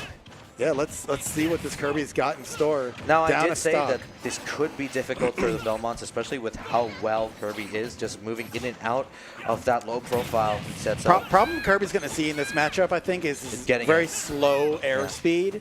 So dealing with these projectiles is going to be kind of a slow walk, draw, block. Yeah. It's He doesn't definitely have gonna any quick tools to burst. It's going to definitely be a battle of wits when it comes to this. How much is Gyokyu just going to be able to just put up with it, and how often is he going to be able to get in as well? There, What a another back stock air. down. Yeah, completely dominant come from Karu here, actually. Karu's really aiming to be like top Belmont in the ever. world. Like, does not want to have a second person near He just him. wants to be the Belmont ever. Like, Yes. We're going to see here just why he might be in contention for that. Just beautiful. Just a lot of this engage and disengage coming out from Karu. What a bait on the spot dodge there. And I love the ability to just fair and close off a landing spot Yeah. and then up air for reacting to him actually trying to avoid that. Really great awareness here from Karu. Not going to let even a stock down if he can help it. And that's, And that's gonna be it, yeah. Not much we can really say about that whole thing, really. Dude, I have such a bad history fighting Karu's Belmont. Like, he's the only player in South Florida that I am 100-0 against. Not actual numbers, but like percentage. percentage-wise, And yeah. it is just, I don't get how to get back on stage against this character. It's hard. It's difficult. I have a flip jump to get over things, Yeah. and it's not helpful. Yeah, just an So axis what do you waiting do for without up there. that? All you can do is pray. How did Japan think that he's like bottom 3 or 2 or 1? A lot of Belmont's weaknesses, just in general, if you're not off stage in neutral, is just a lot of pattern recognition because there's only so many tools it can really put out. So as soon as you recognize that pattern from the Belmont in general, but that's then when you you're don't get to going play the in. game when he gets his hits. No, yeah, but that's why you gotta wait. That's why. Yeah, you gotta wait. That's why I mentioned Gilkyu definitely is just gonna have to just start recognizing these patterns and what he can go in on. So hopefully this first game is pretty much a download game, and we see a little bit more coming out from Gilkyu here, a little bit more awareness. There we go. Not that cross not coming in time, and that could be a jump. No, the jump not still there. But solid percent from Gilkyu and a solid lead overall. Gonna be getting that grab. No, Good up B 30. instead. Yeah, good 30% right there for Karu. Right into the fire. Back to setting up his wall. And now this looks kind of not great as a setup for walling out Kirby if he gets a good lead. And it's just as I mentioned. Again, it's a lot about pattern recognition. Gilkyu Great now recovery. Gilkyu with the lead, perfectly content with just sitting there and taking all these projectiles. Sure. Yeah. Just to get that opening. Yeah. And let's not mention he still has yet to use that low profile to the fullest extent too. So if maybe now he can. Now that he has the now that he defensive has advantage. this lead, yeah. Using those iframes on the grab. Ooh. Dash turn up tilt was beautiful to extend this combo. Oh, That's cool. Beautiful holy water coming out from Karu, just trying to get Gilkyu to disengage from that ledge. Karu with the rare aggressive option here, not much he could really do. Yeah, just kind of floating away from all those axes. Whoa, that was close. Yeah. But wanting to use those hits of Nair to probably contest with the axe instead. Yeah, just disengaging the hitbox. And gets a fire of his own. Let's see what he can't do too much with it. A beautifully timed get-up attack, getting Karu back on that advantageous stake he needs so bad. But another beautiful recovery from Gilkyu. It's like threading 3 needles at the same time. Honestly. All right, yeah, just as we were mentioning, a lot of pattern recognition coming out from Gilkyu here. Completely content with just slowing things down. That should be the stock. Yep, throw him away like some trash. Oh, but not connecting that, unfortunately. Oh, might have gone the wrong hitbox there coming out from Fair. More up Bs, just taking whatever damage he's able to collect out of shield. Now this is the moment where you need to slowly start slowing things a little bit down more. How does that work? Honestly.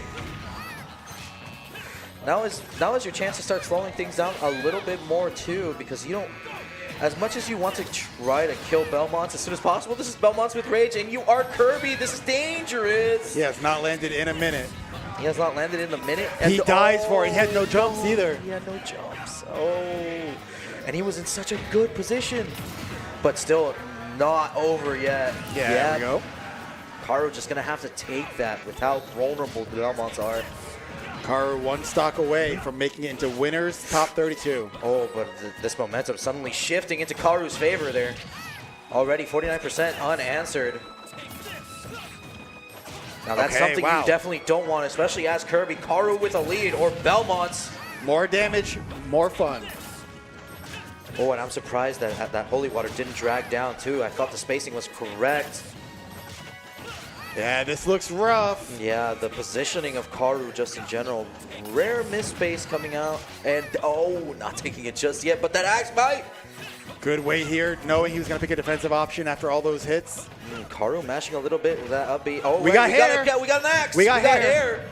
We're not balding. His prime isn't over. Oh, into axe? Oh, my. Oh, do we see an axe? No. Just getting it for the style. Now, this is a very dangerous situation for both these players. Suddenly, roles have been reversed. Oh my god, no, no Amphet jump, no just jump, got no that jump. down air. That's And it. yeah, Karu's just going to have to let that go. He was just kind of floating into Kirby's loving nubs right there. It all went so wrong so quick after having an 80-100% lead. Right, and he brought it back too. Just the talent that Karu just has in store for us here at Luminosity Madness.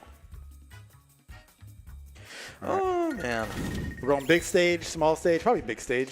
probably big stage. Town. Kirby's he's definitely gonna Town, wanna, Kalos, FD would be I like don't the think, bands. yeah, we're definitely not going Town. Kalos is always a ban.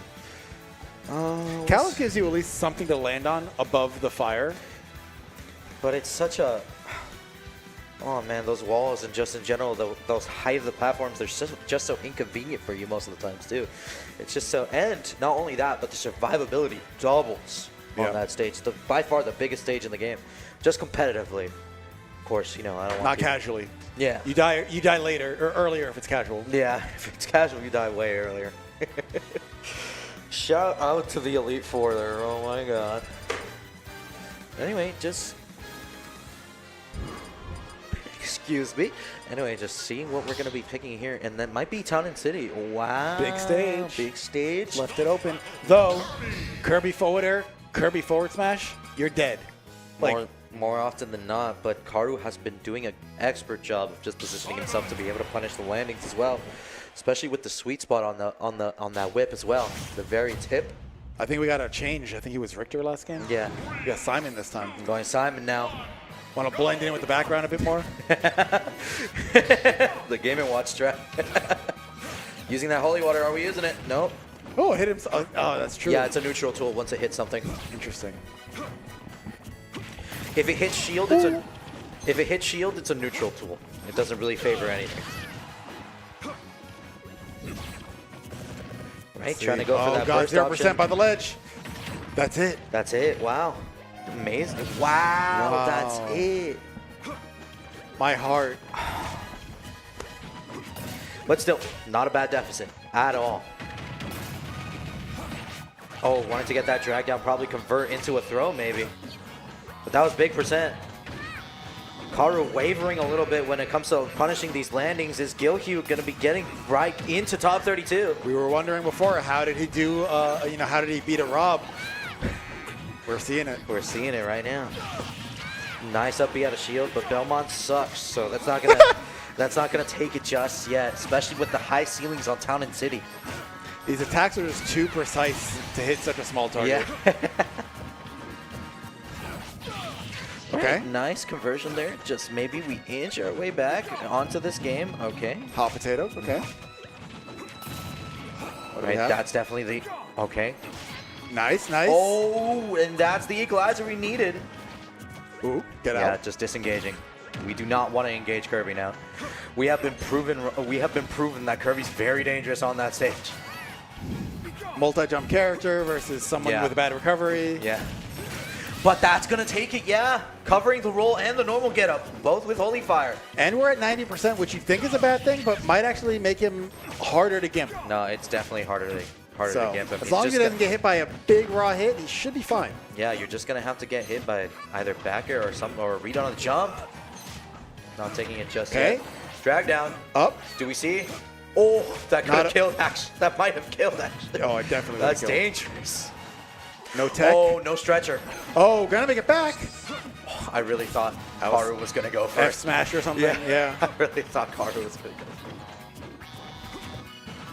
Oh, bad spot. Oh, what SDI coming out and a Oh, beautiful air gosh. dodge as well. It's going to be punishing that up B, and we're all of a sudden back to equal stocks. Nice. Chasing the landing there. Pressuring with up air, but not committing to it. Back to the bubble again. More axes coming your way. Back here. Yeah, and that's sealing it out. Karu Beautiful. popping off, deserved to as well. What a close game. South Gilhue Florida. showing off. South Florida taking some games. Taking some games, Taking taking some some games, sets. taking some names, man. Like, it's crazy. It's crazy out here, man. It's crazy out here. Oh, And he's this is the kind of talent we're dealing with on a weekly basis. on a guys. weekly basis. Come guys. through. On a weekly basis. Can you imagine? We enjoy this region so much, guys. We love this region. Come on. Come to our local where you get to fight a Belmont. A Meta Knight, a Meta Knight, a Lucas, a Lucas, a Meme Brawler. sometimes. Sometimes. That's only if I don't go O2. Hey, Lux going in. Yeah, Lux here. All right. Guys. But remember, ladies and gentlemen, on our downtime, you know, thanks to Luminosity just in general for this anyway, but join the Luminosity Discord there on the QR code. You know, their first and foremost goal is to make the community stronger Yep. and better. And with that sort of access, how can you say no? I'm part of How it can you too, say and, no? and it's been a really good time. You Yeah. know, there's a lot of good conversation going on. A lot Good of people good conversation. having kind of view watch parties of different Yeah. events going on in there too. Of course, and you know, not to mention the Smash YouTube channel as well, where you get like little bits and pieces and information coming out from the top players themselves: Void, MKLeo, Maister, Sonix, Tweek, and Mars. Both, all of them, giants in their own right, especially when it comes to media and stuff like that. So, and you know, just handing off to you. Definitely give a shout out here to Rising Stars. Luminati Madness is presented by Rising Stars. If you think you have what it takes to be in Luminosity's newest creator, now's your chance to show us. Rising Stars is back for 2025 with Elgato as the presenting sponsor. This is your chance to win a 100K contract with Luminosity Gaming, so apply now for your chance to be You're the next missing Rising out Star. if you're not applying. Try your best. You could be the next big thing. But anyway, speaking about big things, of course, the venue we all know and love, Rock Esports. We got a beautiful, handsome man, John, right there, right at the center. But you know, we also have a talented staff here of not only commentators, but also production. Production's pristine. Yeah, production and players too under their wing as well. Riku, Rock Esports Riku as well, you know, and Sure Hyper probably back on the come up, probably joining the Rock Esports team too, probably. Who knows what the future holds for them? Could be you. Could be you too if you just start showing up. And you know, remember Gommel, Can't the wait. event to look out for, featuring. You know, I already mentioned some of them, but Rivals 2 and Grand Blue Fantasy versus Rising and Smash Brothers Melee and Ultimate. Every Super corner important. you look at while you're there, There's a always fighting something game. a fighting game, a finals, Yeah. a stream match, A something money to check match, out. some thug finals, you get me? Yeah. A little bit of trash talk here and there, but we love it in the FGC here. Make sure you use code LG for 10% off your registration if, for whatever reason, you have not registered yet. All right, and you're missing out if you're not going and using that code. But anyway, I've been JoJo at JoeStar147. And I've been Sabrick, so please give us a follow. Hope you've enjoyed the commentary. And, yeah, enjoy the rest of this amazing event we have in store And for have you. a great night, and we love you.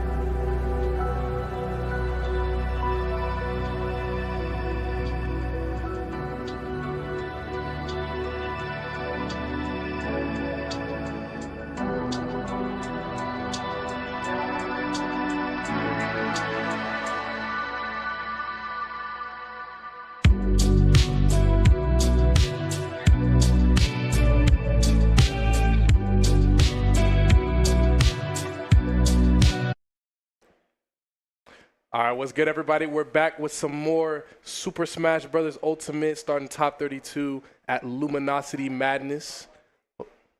Yeah, man, I'm super excited, man. It's DGK. I'm out here with iGreg. We're going to be kicking off top 32. We got so many hot sets coming up.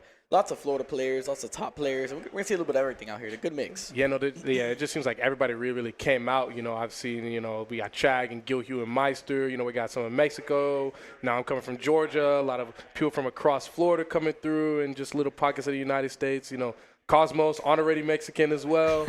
Yeah, it's just like worldwide travelers here this weekend at Luminosity Madness. So I'm very excited. I've been exhilarated and enthralled in all the sets going on today, and I'm excited to cast, top 32, see what we have in store.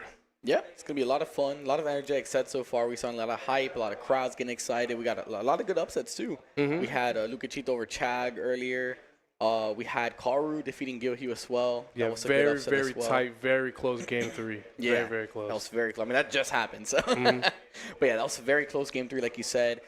Super competitive. I think, unfortunately for Gilhue, man, a little bit of a tough draw. Richter Kirby's a pretty tough matchup for Kirby. Yeah, not a great matchup. And I also think one thing that I think kind of worked against him was his Smashville pick, because I know he chose Smashville as like a counter for any one on it. But it was still really close. I just feel like zoners on Smashville are so good. And speaking of zoners, or you could call it one, looks like we've got Sonix versus Void. Yeah, Sonix Void, I mean, 2 of the best in the business, veterans of the game. I mean, just students and masters of the game, I'd say. Like I said, it would be Sonic versus Sheik.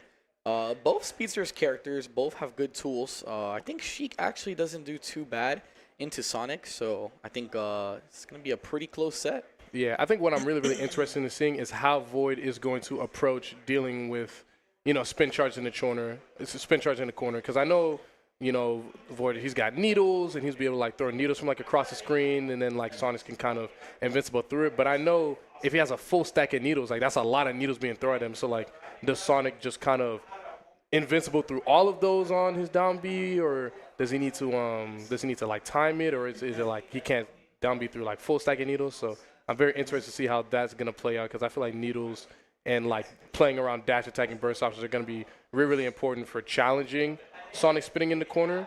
And I feel like if he can like get a really good read on that and kind of like be fearless at that mid range, then he can see great success in this matchup.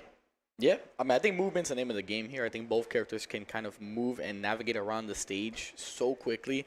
So it's kind of going to be a game of like, where am I positioning myself, and what space am I taking up? Where am I throwing out my hitboxes, and like what positions am I expecting my opponent to occupy?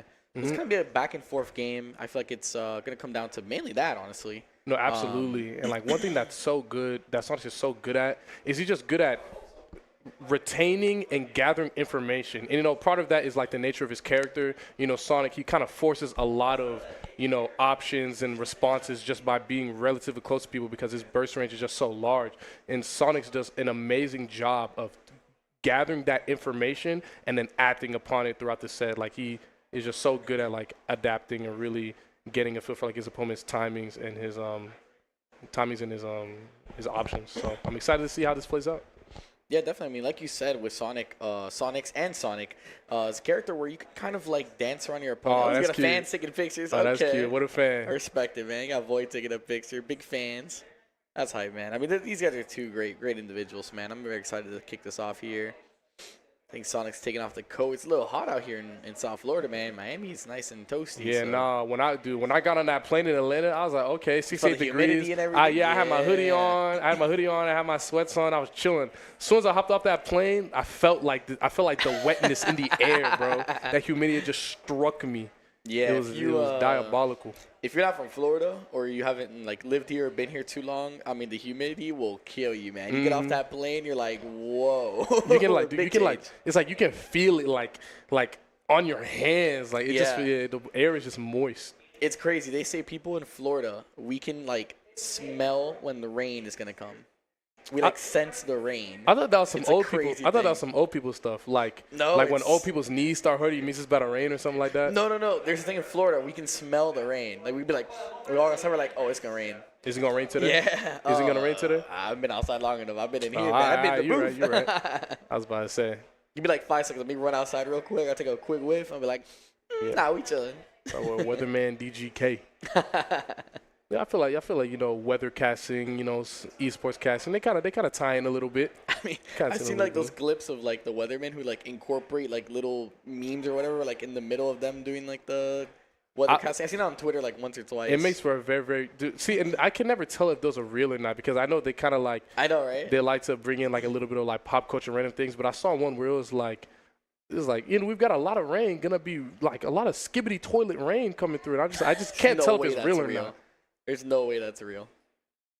But speaking of skibbity toilet, are these dudes gonna play or not? I mean, this is getting ready. They're getting set up. I mean, they're taking their sweet time. I mean, we're stalling a little bit. Just trying to ice each other out, I guess. Yeah, no, for sure. I wonder. I think Void's like, trying to ice him out. Void is for sure going to play Sheik, right? There's no other character that he might go against us, right? No, yeah, he'll definitely probably play Sheik at least game 1. He's not playing no Pichu, that's for sure. I mean, no. I think it'll be a Sheik throughout the full set. I don't expect a switch unless things just go very far south. And Sonix, of course, you know, he embodies the character. He's not switching off. And there's no reason to. I mean, there's really no matchup in this game that Sonic is forced to switch off, in my opinion. I think every matchup is winnable, and I think he's a character that just does great against the cast. No, absolutely. I think Sonix has got some like hard evens, you know, or like maybe like some slight losses. Like I think Fox does really good into Sonic. I think Roy does really good into Sonic. I mean, we're about to find I out would say if she good, does. but not really good. It's really hard to tell somebody that a character does really good in the Sonic. True, it's always true, like true.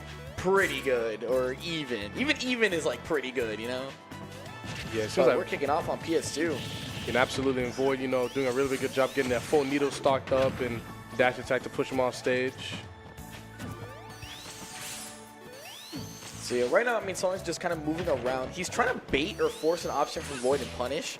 Void just playing a little bit diligently here, but Sonic's finally finding that opening and again extending these edge guards. Got to be careful. It looks like he's really opening up the game right here. Just doing an excellent job of catching Void, like lagging in his moves, like right in front of him, and just reacting and responding very quickly with a spin dash, you know, to get a little bit of damage, but not overextending and overcommitting. Really only taking very well-educated risk with these spin dashes, and the percent is definitely stacking up right now. But looking like Void's getting a bit of a scramble. Definitely. I mean, this kind of situations you want is those scramble situations if you're Void right now. I mean, the character has such fast options. You can definitely outbox, out-frame data Sonic here. And just looking for anything. The needles there, canceling the spin dash. That was beautiful from Void. Ooh, Just the a little bouncer bit shy of fish the is bouncer. barely missing. Okay, and an excellent drag down up smash gonna give Void an early lead. Definitely cannot let up on the gas right here because we all know how quickly Sonix can close out stocks. You know, with a spin dash fair. Definitely, and Sonic answering right back with an aggressive landing back air. I mean, Void just getting mixed up on that timing, holding shield there, but dropping it last second. Falling up air? That's an interesting There's a lot. mix. There's a lot going on right here. I mean, I feel like I don't see it too often off stage like that. That was an interesting option there from Sonix. Yeah, and this is best of 5 now, right? Yeah, best of this is 5. top 32. Should be best of 5. I'm not Yeah, I hope we mistaken. get to see a nice nail-biting game 5 today. Love watching them, hate playing them. That's for sure. Yeah, and I feel like a lot of this game is going to be decided between like these corner pressure scenarios right there, like whether Void is gonna pick correctly with like his dash attacks and his needles, especially when like Sonic's like spin dashes through him and then he jumps and then spin dashes down. You know, that right there is like a very susceptible position to getting punished right now. And Void just doing a really good job of pushing him off stage, and an excellent wall jump bouncing fish gonna bring him back into a Void played that humble- perfectly. He hit the second hit of up tilt into the bouncing fish, forcing Sonix off stage, grabbing the ledge again, and just repeating the bouncing fish there. And Sonix eating it all up. I don't think he was ready for that. And I'm loving his patience off stage. He's just not rushing his recoveries because he knows how prominent and how prevalent like Sonix can be off stage. With his edge guarding, he's just doing such a great job of making it back onto stage. Fortunately, that Nair gonna get stuffed out by that back air, bringing us to 1 stock apiece in this game 1. Yeah, it feels like every time Void gets a lead or some type of advantage, Sonic just answers right back. I mean, he's just so quick to keep the game even, and all of a sudden, I mean, now he's back in advantage state here. The stuffing out with Nairs, I mean, I like what I'm seeing from Void, using his backer, using his Nair, just kind of stuffing out Sonic's approaches. And Luckily, But Sheik has pretty good recovery too, so it's kind of hard to edge guard her.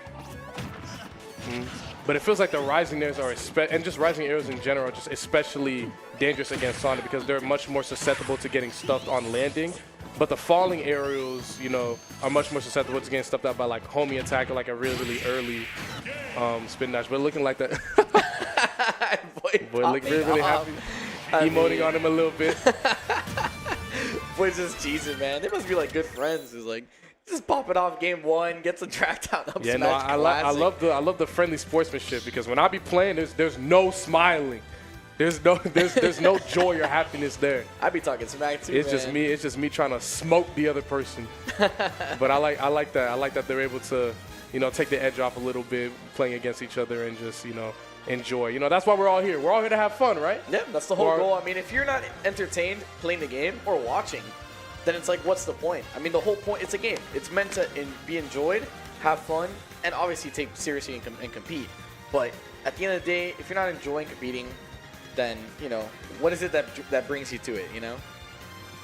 I hope Void enjoys competing against Sonic. I hope he does. I mean, I'll admit, I don't think a lot of people enjoy competing against Sonic, but Sonix is quite the homie. No, Sonix is so raw, dude. I was low-key such a... I was never a fan of, like, the Sonix hater narrative of, like, he's, like, such a camper and da-da-da-da. He really does not be camping like that. He be scrapping constantly. Like, his games do not go on for that long. And he's just so raw. Like, I like watching him play. He's got a very, very explosive advantage state, and he takes his combos and his advantage state way further than, like, any other Sonic player in the world does. I just think it's so interesting watching his routes. Yeah. I think also this matchup, like Sheik Sonic, it's kind of one of the few matchups where she can kind of force Sonic to approach. So it's kind of a good thing that works in Void's favor is that you're kind of throwing up Sonix's game plan a little bit. Typically, Sonix enjoys watching his opponent approach him, but here it's kind of been forcing the aggressor. An explosive star looking to take his stock immediately off of that interaction right there. But Void gonna be fighting his way out of the corner, gonna dash forward and make it back in and see what he can make off of this. Man, I mean, that aggressive back air, like Void, just no fear. He's going up there. He's just going up there, going off stage. This man has no fear right now. He has no sweat off his brow. That man's putting in the work. Yeah, and I think one of the most interesting like dynamics of this matchup is that one of Sheik's greatest weaknesses is that she's very, very susceptible to, you know, taking trades and getting traded with. And that's when Sheik is losing because her damage output isn't, you know, the greatest. So every time she trades, she's losing. But because Sonix is like spending so much time off stage and like the interactions are very, very much decided and there's not a lot of close-up scrambles like against like if it was he was playing like Roy or something like that, then he's not seeing as many trades. Like he's either winning the interaction and he's losing the interaction. And I feel like that streamlined flow of events makes it a lot easier to stay in control of the pace. Definitely. And like a huge thing that like is unfortunate for Sonix this matchup is that like typically Sonix loves closing out stocks with forward air. That's his aggressive offstage option, but against Sheik it's just not possible. It's very hard to edge guard Sheik. She has way too many options off stage. Exactly, especially if she can get like a high vanish into the ledge, make her two-frame invulnerable as well if you've got a ledge from above it. So just makes it increasingly more difficult. It looks like Sonic's, you know, with a lead. I'm sure he intends to keep it, but that air dodge is gonna cost him. Void drifting in, catching it with that up air. Yeah, up air lingering just a little bit too long there. Bring it to almost an even game. It's basically even. Let's call it even. Yeah, supposedly. Yeah, he lets, you know. he lets 50%, 60%. You know, I mean, It's what's like the difference? One interaction win for Sonix gets, or for Void gets him there, basically. Yeah, 1 or 2 or 3 or 4. You know. All Yeah, of a it's sudden, looking maybe it's not so looking even like more anymore, than though. yeah, it's looking like more than one right now. See, that's another thing about you. You gotta be so careful when trying to like two-frame her or edge guard her. It is almost impossible to two-frame this character, especially if she's recovering from above the ledge. Oh yeah. Again, the second hit of up tilt, it's been so good for Void by this ledge here. I love that option there. Absolutely, and if the bouncer fish doesn't land, then he gets a pretty decent frame trap to push him off to the ledge still.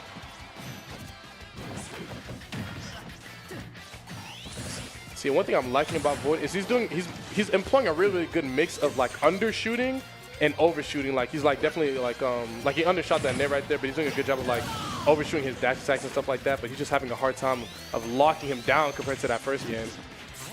Yeah, and Sonix there, beautiful catch there with the spin dash into Nair, beautiful catch, and taking that second stock all of a sudden has a decent sized lead here. Void, what's the answer? Put back in disadvantage here.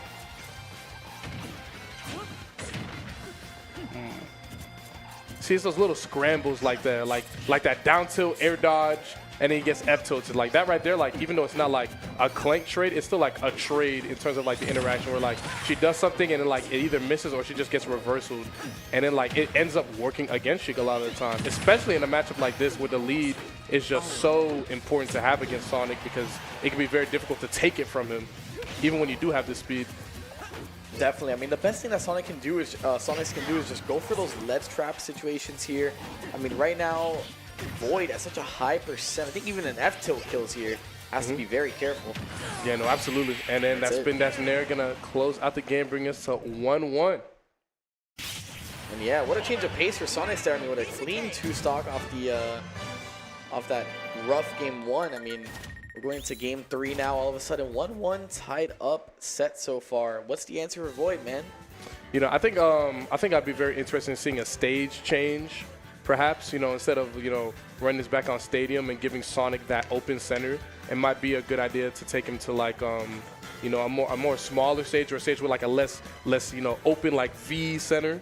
You know, something like maybe like Battlefield might be able to help him lock him down a little bit better. I'm assuming he's banning Smash with Hollow Bastion. Most likely, yeah. I'm trying to think like. Let me look at these. Let me look at the stages. I got it on my neck. And I'm thinking, what's the stage list? It's a classic stage list. I think the. Yeah, because you definitely don't want to go Town or Kalos against this character. And I feel like having a large stage is like really, really good for Sheik too because she can leverage her speed a lot more easily.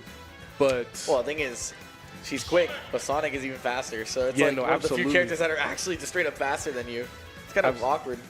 Yeah, it just feels like a lot of times it's like a contest of like durability, like who can survive the longest and who can win as many interactions without dying, which I feel like is just the game in general. But okay, Hollow Bastion. Okay, so he didn't ban Hollow Bastion. So I'm very interested to see how this is gonna play out. You know, this stage is very, very center dependent. You know, you want to be underneath that platform and like, staying like right out from underneath that platform to kind of like keep your opponent in from center stage. So I'm interested to see how, Sonic is going to like fight for center stage like when he doesn't have it. I know he has it right now, but I'm interested to see if he'll force his way in. It's always hard because, like, for Void as Sheik, typically you're used to your character getting a couple of hits in and you automatically take center stage. But Sonic is so quick, so snappy, you could just navigate around just as fast and take control of center stage or reset neutral at least. But man, Void putting on a bit of a clinic here with these combos here by Ledge. He's done an excellent job just keeping Sonic off stage. Overstaying a little bit on that edge guard, but hopefully it doesn't cost him his entire stock. That up smash not connecting quite yet, and neither was that Nair, but he's looking for it. See, he just has to take so many more steps to get to like a more stable center position. Like you see how he had to like do that spin dash, and then he had to land on the platform, and then being on the platform is not a great spot, so then he has to like drop through it. It's just a lot more steps to take center from disadvantage, and cause him to like pick some new things, and mix it up a little bit. Whereas before he might just have to like spin dash through. Yeah, not as easy. He's not going to give it to him just as easy like you mentioned. And right now, still dead even. That jab's not going to kill just yet. Sonic trying to go off stage, but it's just you can't really edge guard Sheik in this matchup. It's so hard. Ooh, I'm not sure about that high recovery and that up throw. Going to take it. Yeah, you cannot do that against Sonic, man. You will get punished 10 can't out of do 10 that. times.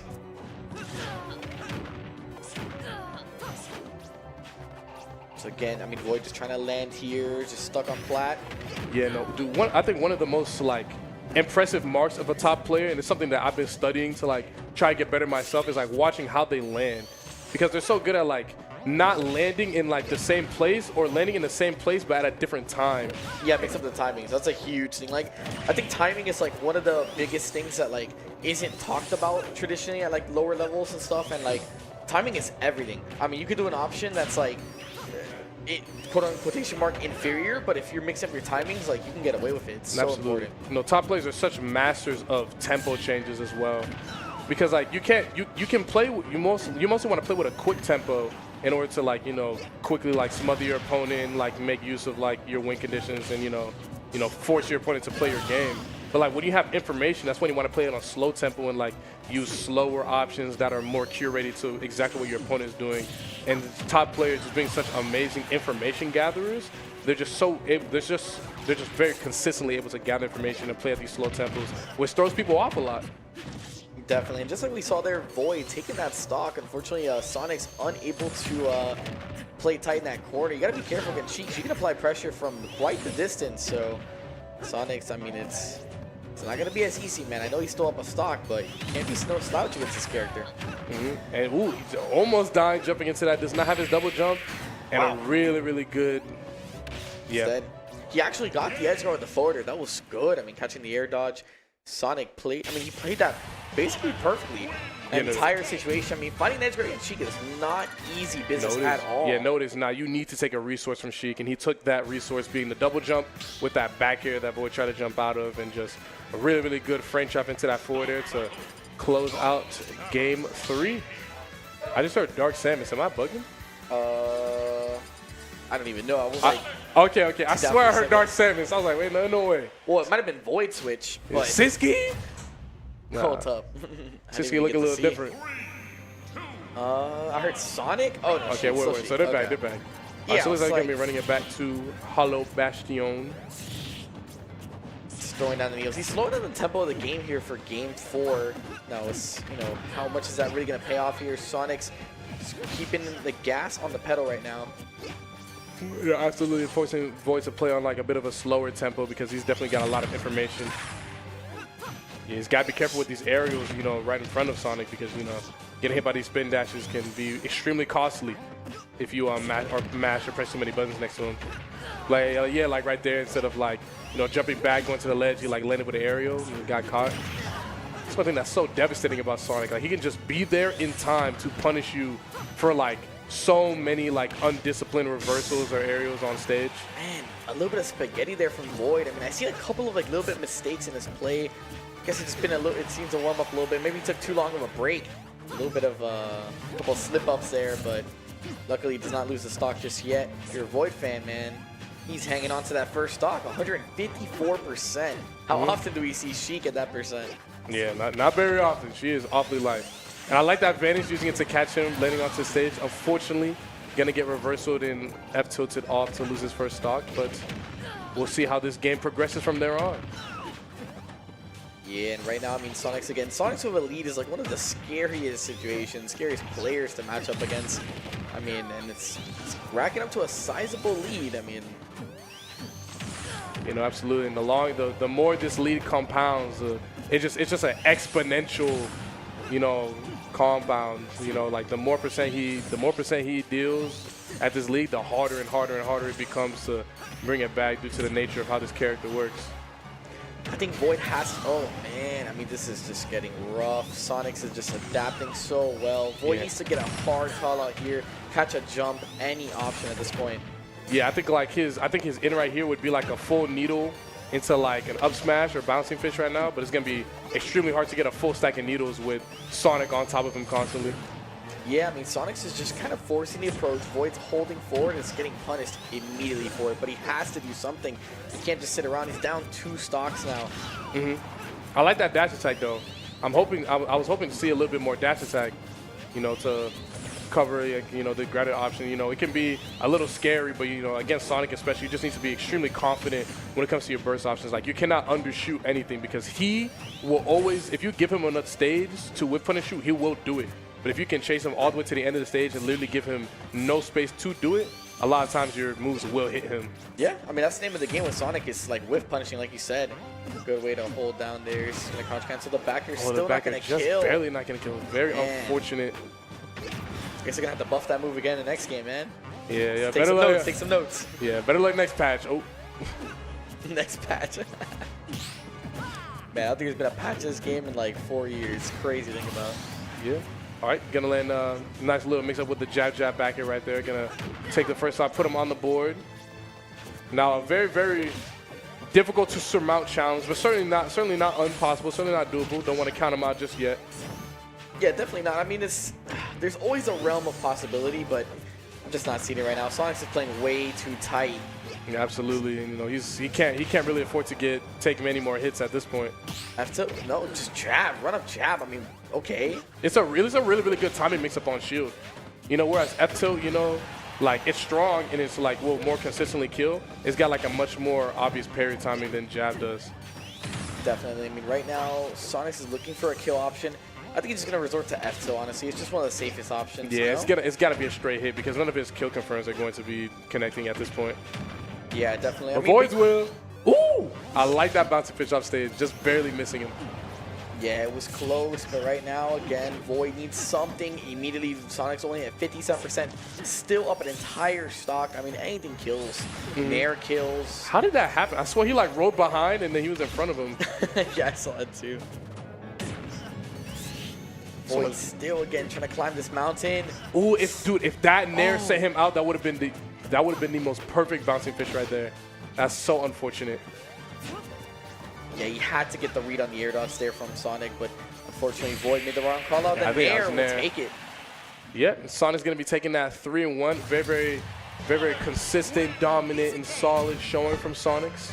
Excited to see more from this weekend. Void going to be dropping the losers bracket. Excited to see more from him. I'm not sure who he's going to play. Or, Oh, yeah, let me pull a bracket. Oh, yeah. But, I mean, that was some great play there from Sonix, of course. I mean, it's a tough battle to climb when you're fighting a Sonix, man. He is one of the best to ever do it, honestly. One of the best players in this game right now. Absolutely. And it just felt like, especially like as the game was going on, just more and more of Void's like options and disadvantages just started getting called out a lot more. It just felt like he was kind of gathering this information and retaining it and then using it more and more as he gathered more of like Void's options and his habits and stuff like that. Like we saw that really good frame trap after taking his double jump in game 3 to close it out, and then he got a really good edge guard there where he was just down there and he fast forward. He was just waiting for Void, and Void didn't pick an option. He just got back aired.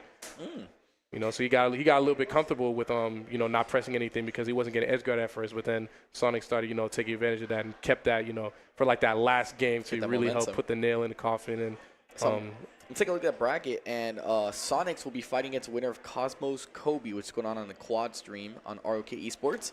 I'll be next excited on to stream see is that. going to be, I believe, Tweek versus J Mafia. Tweek, J Mafia. So Tweek, one of the best players, of course, NA, best players to ever do it. J Mafia, one of Florida's finest, one of South Florida's best as well. local legend. Yeah, essentially. So if you guys are familiar with J Mafia, he talks a lot of talk on Twitter, but he's one of the few players that backs it up as well. You know, he's a talker for sure. He loves to get all his thoughts out. We'll say that. We'll say that for sure. I believe he plays Meat Brawler, if I'm correct, Yeah, he right? plays Meat Brawler and Yoshi. So he plays Meat Brawler, Yoshi, and a little bit of Rob, depending on the matchup. I think I was talking to him earlier, and he mentioned that he might go Rob for this matchup. Again, we have yet to see. I don't know if he'll pull it out game 1, but he did talk to me about potentially playing Rob for this, so we'll see how that goes. Obviously, Tweek, very familiar with the matchup. Plays absolutely. Plays Zomba all the time. All the time, so... I feel like Meat Brawler. I feel like that'd be a very interesting because Meat Brawler is like kind of similar to like Fox. He's like a diet Fox. You know, he's got some like really good like safe aerials. Like his tilts aren't like as safe on shield as like Fox's might be, but I think that would be the best choice out of his characters for sure. I feel like Meat Brawler, Diddy Kong would be a pretty good, solid choice more than Rob because I feel like just Rob is just. He's just too big, man. You know, Rob just can't do it in this meta, man. He's just too big. I don't believe that at all. In this meta, he's just too big. Rob just can't do it. He's an excellent character, man. He's just too big. Nah, that's not enough to pull him down the meta. I mean, I think we're gonna see what he's gonna kick off with. He might kick off Meat Brawler just because that's a comfort pick. That's probably the character he plays the most right now.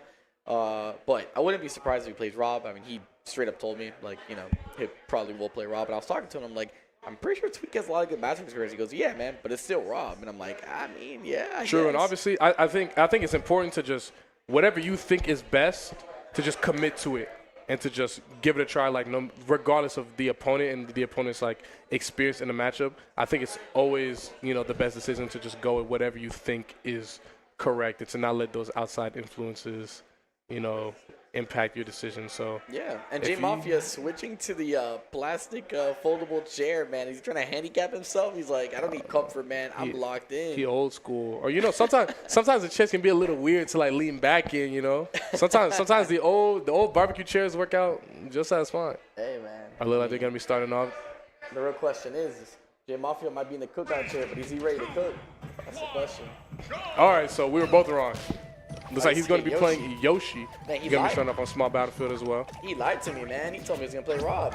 It was captain. All right, so this one very easily. This one easily. No, definitely not easy matchup. But this one definitely a lot more different because Yoshi has like a very strong like on shield presence. Like he's really good at like he's got a lot of very safe aerials that if you're not prepared, to punish it can be very hard. Diddy Kong having bananas outside his shield, will make it a little bit easier. But he's also got Egle, which is really good for stopping, shield heavy players. So Tweek is definitely gonna need to stay extremely mobile, to not be susceptible to Egle and taking a bunch of damage. Definitely. I mean, the thing is here is also Yoshi cannot be shield poked. So a lot of good options from Diddy do come from like shield poking your opponent, which is not going to be happening this set. But I mean, hey, Tweek's still getting it done. I mean, I don't think this matchup is bad for either character at all. So No, absolutely. And I feel like one thing about Yoshi that he definitely has over Diddy in this match is sometimes Diddy can kind of struggle to kill, and Yoshi, through the nature of like his double jump armor, you need a very strong, consistent, and solid kill confirm. Like there cannot be a hole in it if you want to, kill Yoshi when he's if you haven't exhausted his double jump. And then not to mention his like very heavy weight. Like he's just an extremely durable character. So, if Tweek isn't careful about, any of these stocks, preemptively and early when he has his kill confirms or, getting a really strong call out to kill him, like, that percent can rack up and, Yoshi with Rage is nothing to stop at. oh yeah, 100%. I mean, Yoshi Rage is scary. He's a heavy character too as well. That was a freaky upbeat. That was a freaky one. I like that though. I've been seeing that a lot from Tweek. Like so far, I was commentating some of his earlier sets, and like some of the upbeats he's been throwing out were like, that was crazy. But it's like I kind of respect it at the same time. No, I Would love have Diddy gone for Kong. it? Maybe not, but that's why he's up there. I love Diddy Kong. He's so fire, bro. Up smash out of shield will take the first stock here. J Mafia finally get himself on the board. Still down a full stock, but Yoshi's one of the characters that, like I said, very heavy. So Oh, Tweek very quickly taking that banana back from him. Said, "Give me back my bread." man, Tweek just putting him in the corner, locking him in this corner right now. It's just so hard to get out of that corner. It's Yoshi.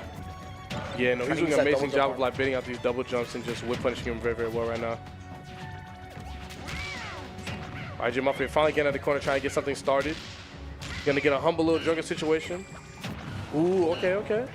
That was a good call out by J Mafia. Gets the double up air, calls out the monkey flip there. Beautiful stuff. No, absolutely. I wasn't sure about that double jump at first, but he got the whip punishment in there. But Tweek still in the driver's seat, has banana in hand as well, tosses it down, forces J Mafia to commit to double jump here. No, absolutely. Him respecting it though, seeing what the option was. I think he was looking for a roll there. Clanking between us smash and up tilt. Dude, I think one thing that's so interesting and like difficult to deal with Diddy Kong is like when he has banana, he needs to be extremely careful about landing, like which direction you land on his shield, because his back shield toss is faster than his forward one. So if you land on a shield with an aerial on the front, like more often than not, it'll be more safe than it will be if you do it from behind because it's faster. It's really kooky and really strange. Wow. I mean, the banana toss up, just catching J Mafia lacking, tripping him up, and Tweek killing with an up air of all things. Crazy to think about. Yeah, Let's see that very, move, looking like a very comfortable showing from Tweek in that game one. Yeah, I mean, we don't see up air kill too often unless it's like off throws or like higher up. But just killing, right off by ledge is kind of crazy. Absolutely. But Very brazen, double jump up air right there. But I like the confidence. I'm interested to see if we're going to see a character swap here. I mean, I'm still waiting on the Rob. He told me he was going to play Rob, and I listened. I believed him. I had faith, and I'm curious.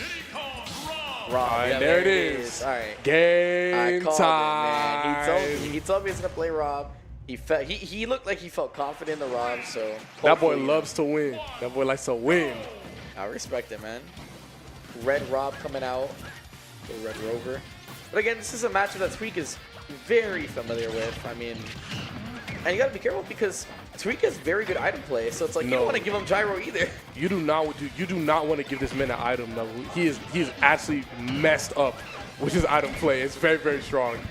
100%. I mean, that's the scary part. When you play a character like Rob against item specialist players, it's like it could be a double-edged sword at some point. So So. absolutely, like he's just so good with getting these strings. You know, he doesn't have too much dip on his chip. He's not doing anything too crazy. Just taking very, very consistent, 70, 80% combo routes and just consistently killing off of them. Yeah, I think Tweek has done more work with gyro than J Mafia so far, but that was a good place back air. How Surprised did that laser laser didn't connect. miss? What? I couldn't believe that either. I thought he hit him. Holy scam! That was like a millimeter away. Yeah, And Tweek, I mean, running away like a bandit out of there game 1. I mean, game 2. absolutely. But J Mafia answering back with a beautiful Zombair, a student of the zombology. Zombology. Definitely very familiar with the Zomba studies. Okay, where I was liking that frame trap right there. Unfortunately, Tweek making it back onto stage, cutting that advantage stage short. Dude, and Rob, he just takes so much damage, man. He's just so big. And the thing is that, like, J Mafia hasn't even had a chance to snag his own gyro and utilize it. Tweek is just grabbing it as soon as J Mafia is tossing it out. He's not letting him get any items in hand, not giving him any chance of finding some opening here. And one thing I That think match is was crazy. yeah, one thing I think is interesting is Tweek is playing this matchup like a lot closer up than like you would think a lot of other people play. I feel like a lot of players, they struggle to get in against Rob and they spend a lot of the game just across the screen from him. But Tweek has just been on top of J Mafia this entire game and just taking really, really good scrambles and getting a lot of these extensions off gyro. Definitely. I mean, right now, again, Tweek still in the driver's seat. We might see the Meat Brawler potentially come out. You go through all three of them. But I think the Rob is not doing too bad. I mean, Tweek's already basically at kill percent. Just have to find some. Whoa, that's probably not what he was looking for. Yeah. Unless he's trying to call out like a roll. I think the biggest issue that I'm watching him have right now is these offensive reversals that he's doing. After he takes like a hit and he's like sent off stage or sent far away, he's like playing a bit more discipline, but it's off of like the close scrambles where he's just trying to like get back to on stage and fight his way back on where Tweek is just punishing him. Oh my gosh. I mean, everything. Shutting down every single recovery option. Putting J Mafia in such a back heel position there. What a beautiful ending and play there from Tweek. I mean, what can I say? He's just putting on a clinic right now. Yeah, no, absolutely. I think J Mafia needs to just kind of like step off the gas a little bit, kind of give Tweek a little bit more space, because like there was some instances where he was like getting hit by a combo and like the combo would be over and he would like mash in there and he hit him with a very, very strong, very, very intelligent like banana peel to kind of like whip punish him and he got even more damage off of that. So if he just, plays a little bit more discipline in his disadvantage and like takes a bit more time to get back onto center stage, I think he'll have a much easier time, getting out of this aggression. Definitely. I mean, right now, but so far, J Mafia putting all the chips on the gas right now, man. Just pressing forward here in game 3. Tweek getting the opening finally. Monkey grab. Oh my gosh. Shout out Angel Cortez, man. Shout out Angel Cortez. That's the problem when Tweek has been ended by ledge is that as Rob, you can't just willingly throw out that upper to try to get him off the ledge. You will get punished. That banana Z drop is deadly. And right there, Tweek just showing off why he's one of the best. Tweek looking very strong today. Tweek looking powerful today. I mean, he's looking like the tournament winner here, man. He's looking very strong. Very excited to see. I'll be excited to see that. I mean, I'm excited to see what any finals comes out to be. It's a lot of good players here in the venue, so. Absolutely a great showing put on at LG Madness this weekend. Oh man, that was a good little escape there. J Mafia trying to reset neutral. Hovering with the gas. Whoa. SDIing out of the up air. That was good by Tweek. I really liked him like waiting and taking his time though. He's gonna be getting killed. Tweek with the most glorious match of all time. Yeah, Tweek match is crazy, man. He is. It's just another one of those things on the list that separates him from a lot of other players. Yeah, very, very Yeah, I think another thing about Tweek that is just like I've noticed like when I like watch his VODs is he's probably like the best player in the world at utilizing platforms. Like his movement around platforms is so slick. It feels extremely difficult. Like when you lock Tweek down and like put him in disadvantage state, like if he has a platform to land off of or play around, it's just so difficult to like punish him and just get him off that platform and, you know, utilize it against him because his movement around him is just so good. He's very, very comfortable on them. 100%. I mean, J Mafia looking for some type of combo route there, but Tweek wanted none of that funny business, man. Ooh, and is that he's not gonna make it? Yeah. Very, very clutch down there. Not getting the sweet spot, but sending him far enough to end that stock right there. I mean, if you're gonna bring yourself back into this game, that's one way to start. Let me tell you. That's the way to do it. Yeah, and all he needs is that gyro, and well, he needs it back. Hey man, it all starts with a gyro and a dream, and right now Rob is gyro and a Z-drop nair. Got a banana in hand, just doing nothing with the banana. So okay, hold on. He got something cooking right now. I love Rob. Yeah, I mean, that's a lot of percent there. Using the banana to force the trip on platform there. Yeah, Tweek had no option there. Oh, a little antsy there. Ooh, I like the idea for the side B. I think it was just like a little, just if it was just sound like if it was just a little bit faster, if it was there a little bit sooner. I think it's interesting because Rob has an amazing forward air, and it's one of those tools I usually use for stuffing on options. But Diddy Kong forward air is also insane. Yeah, like such a good stuff out. Rob's forward air is so good because a lot of the time like people can't really punish it, but because like when Diddy Kong is holding shooting a banana, he can punish Rob fair from like any direction, and he can get a very, very potent reversal and potent combo off of there, just a kill. I think he meant to do a Z-drop down there right there, and he missed it. It's very unfortunate. Whoa. I like that. He's I like trying to that. get him off the yo, holy tech badge. Oh, got the tech. That's huge. Gets the grab. Whoa. I'm not sure he's trying to catch a monkey flip. B. I guess he's trying to catch an immediate monkey flip. That should be it. A bit of an unsafe nair there. Gonna catch that, and Tweek going to be taking that 3-0. Yeah, I mean, just a good showcasing there from Tweek, but J Mafia fighting back at the end of the game 3. That was very close. I mean, he was going for these hard callouts. Tweek, obviously did not give it to him, but I kind of respect it because there's a couple of different option choices from Tweek there, and that could have been J Mafia's game. Honestly, that was very close. Yeah, no, absolutely, and I think what really caught him right there was like just those really close scrambles off shield. You know, I feel like he was like, when he got close, he was pressing something instead of like getting close and then like backing off a little bit. You know, a little bit like those little timing mix-ups can do a world of good when you're playing against Diddy Kong, you know, because like if you're just swinging at him, he's like, okay, I'm just going to hit you with this banana. You're going to take a billion %. Of course. I feel like sometimes a lot of players may not realize that like just you putting your body there is a form of pressure. You don't even have to do an option or move. Like you existing is pressure in a way. So like the way you position yourself, the way you empty land, it's all a form of pressure. No, absolutely. Yeah, aggression is not selectively like pressing buttons. Like a lot of people, when they think of aggression, they think of like, you know, spamming moves and stuff like that. But aggression is very much, you know, poised through, you know, control stick movement. But looking at the quad stream here, we got a couple potential upsets. We got Choco Taco playing Void right now, up 2-0. That's huge to see. We got Ranger up on Viri. Not anymore. Oh, yeah. Viri evening it out. I mean, yeah, Viri Ranger's a good set. I mean, it's a bit of a tough matchup for Rob, but both players are excellent players. And it looks like Kobe just took game 1 against Stars as well. Yeah, Stars going down a game here. And then on the bottom left, we have Karu versus Amnesty. That's South Florida Classic. Amnesty looking pretty decent here in the third game, but Karu is up 2-0. Yeah, absolutely. Having a really good showing. And then over here on the mainstream list, we got Mars and Luca Chito, I believe. Yeah, Luca Chito, man. I'm so happy I got to commentate. I'll try to be as unbiased as possible. Luca Chito is my boy. That is my boy. So he's one of the best man-night players in South Florida. One of the best. Oh, he's cheesy. He's taking a picture. He's a big fan, man. He's a kid's super sweet, man. He's a homie, and I have a lot of respect for him. He seems like a nice guy.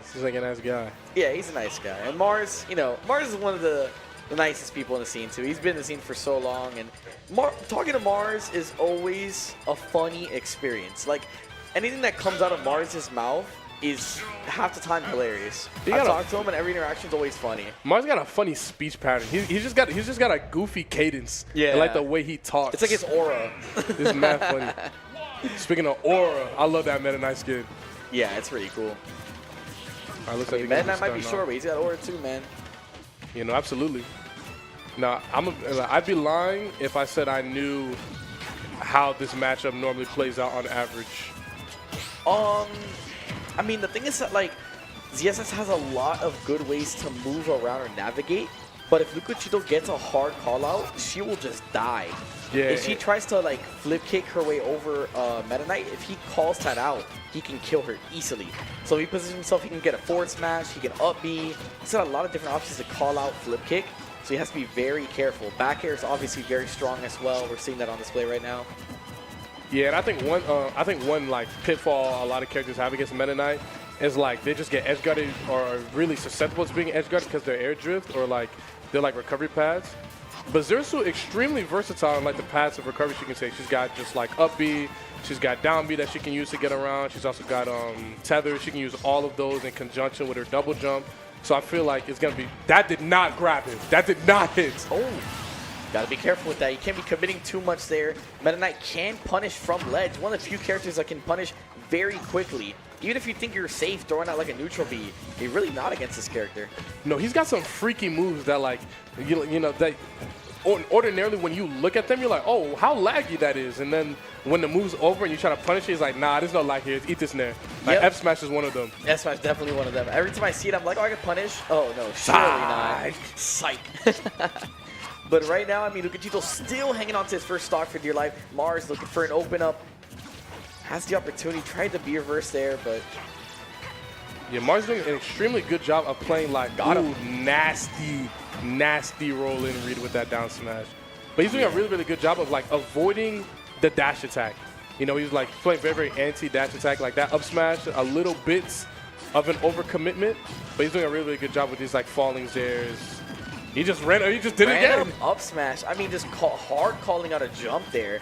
Sometimes you just have that download on a player after like a short time playing. That That was download. just a soul read, honestly. Sometimes he had that recklessness. He's got that fire. Oh man, I mean, like, Mars has just been trying to call out all these options.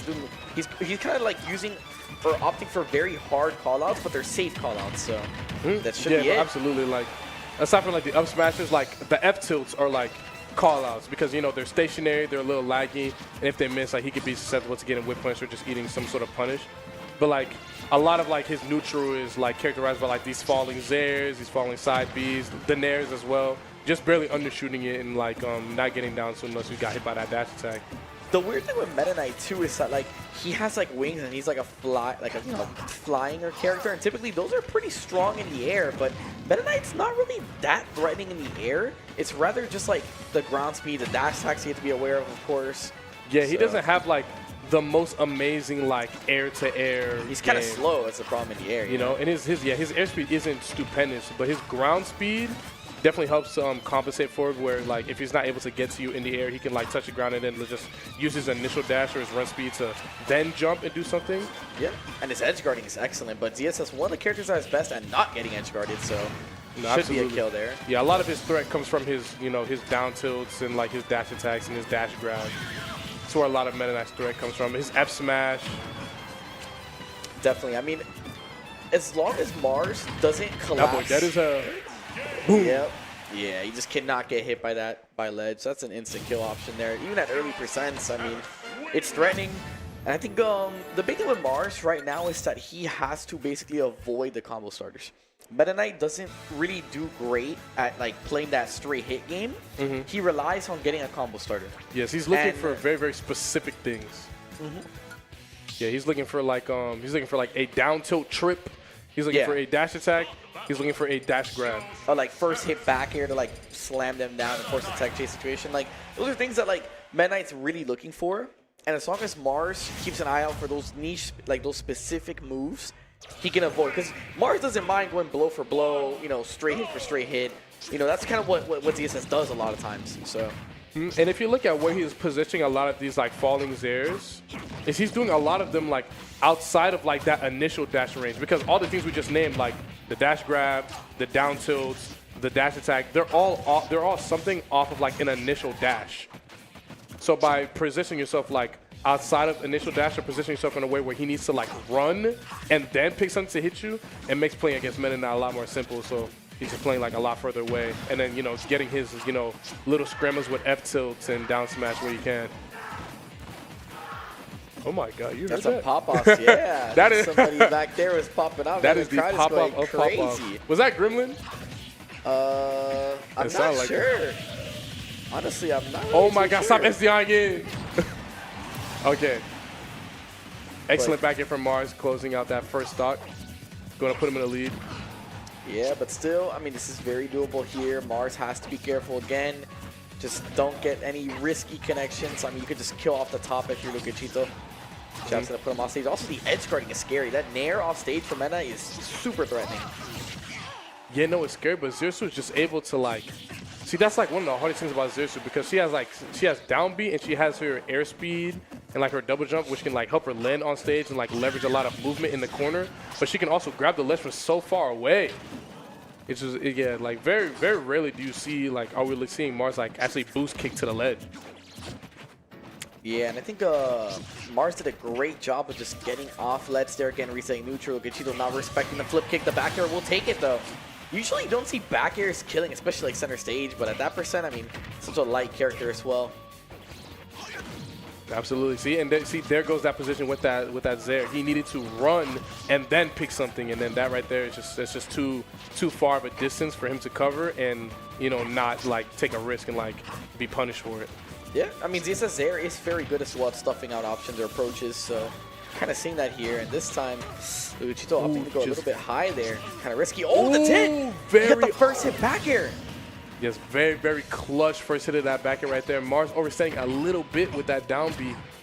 Yeah, that was huge for Luchito. Air dodging out. That's going to be a big combo starter. Potentially, no. Oh, there we go. There's that dash attack he's been looking for.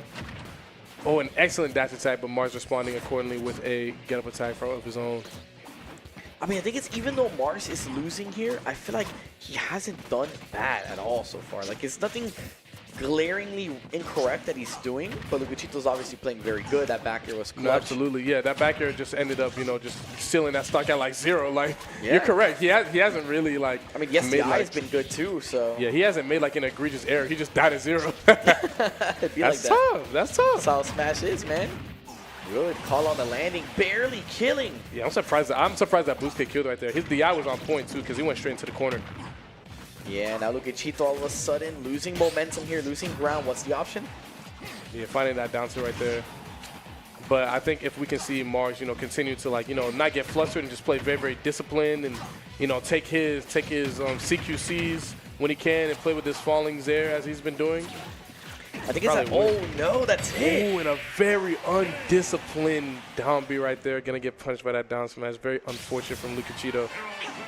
Definitely, man. You just can't be letting those rip on or trying to, you know, let those rip by ledge there. I mean, Mars or ZSS was one of the characters that can definitely punish and kill you, especially near ledge. One thing I noticed too is that Luchito was feeling way too comfortable landing with Nair, and Mars was punishing every time with up B, every single time. So like, you have to either mix up your timing. Sometimes maybe empty land grab, you know, empty land shield, and you know, bait out the up B. So you have to make some type of adaptation there because Mars is basically just punishing every time you land with Nair. You need to land with Nair. That's like a fundamental thing with Meta Knight. So, especially like he's a flowy character, but he's trying to drop with that Nair in the way like a Fox would, you know, Yeah. and like it's just a completely different like physics, and that's like it just doesn't coalesce as well with Meta Knight's like physics and his movement stats as it would with like Joker or like Fox would. But that's where like the double jump comes in. Like instead of like just landing with like a falling Nair like he just did just now, like jumping towards him and then jumping again and then landing with the fast fall like falling Nair. yeah, mix up the timing. Like you said, this goes back to timing like you always talked about. No, Timing absolutely. is huge. Really good spot dash right there, just avoiding that down smash. Yeah, that was so close. Look at Tito hanging on.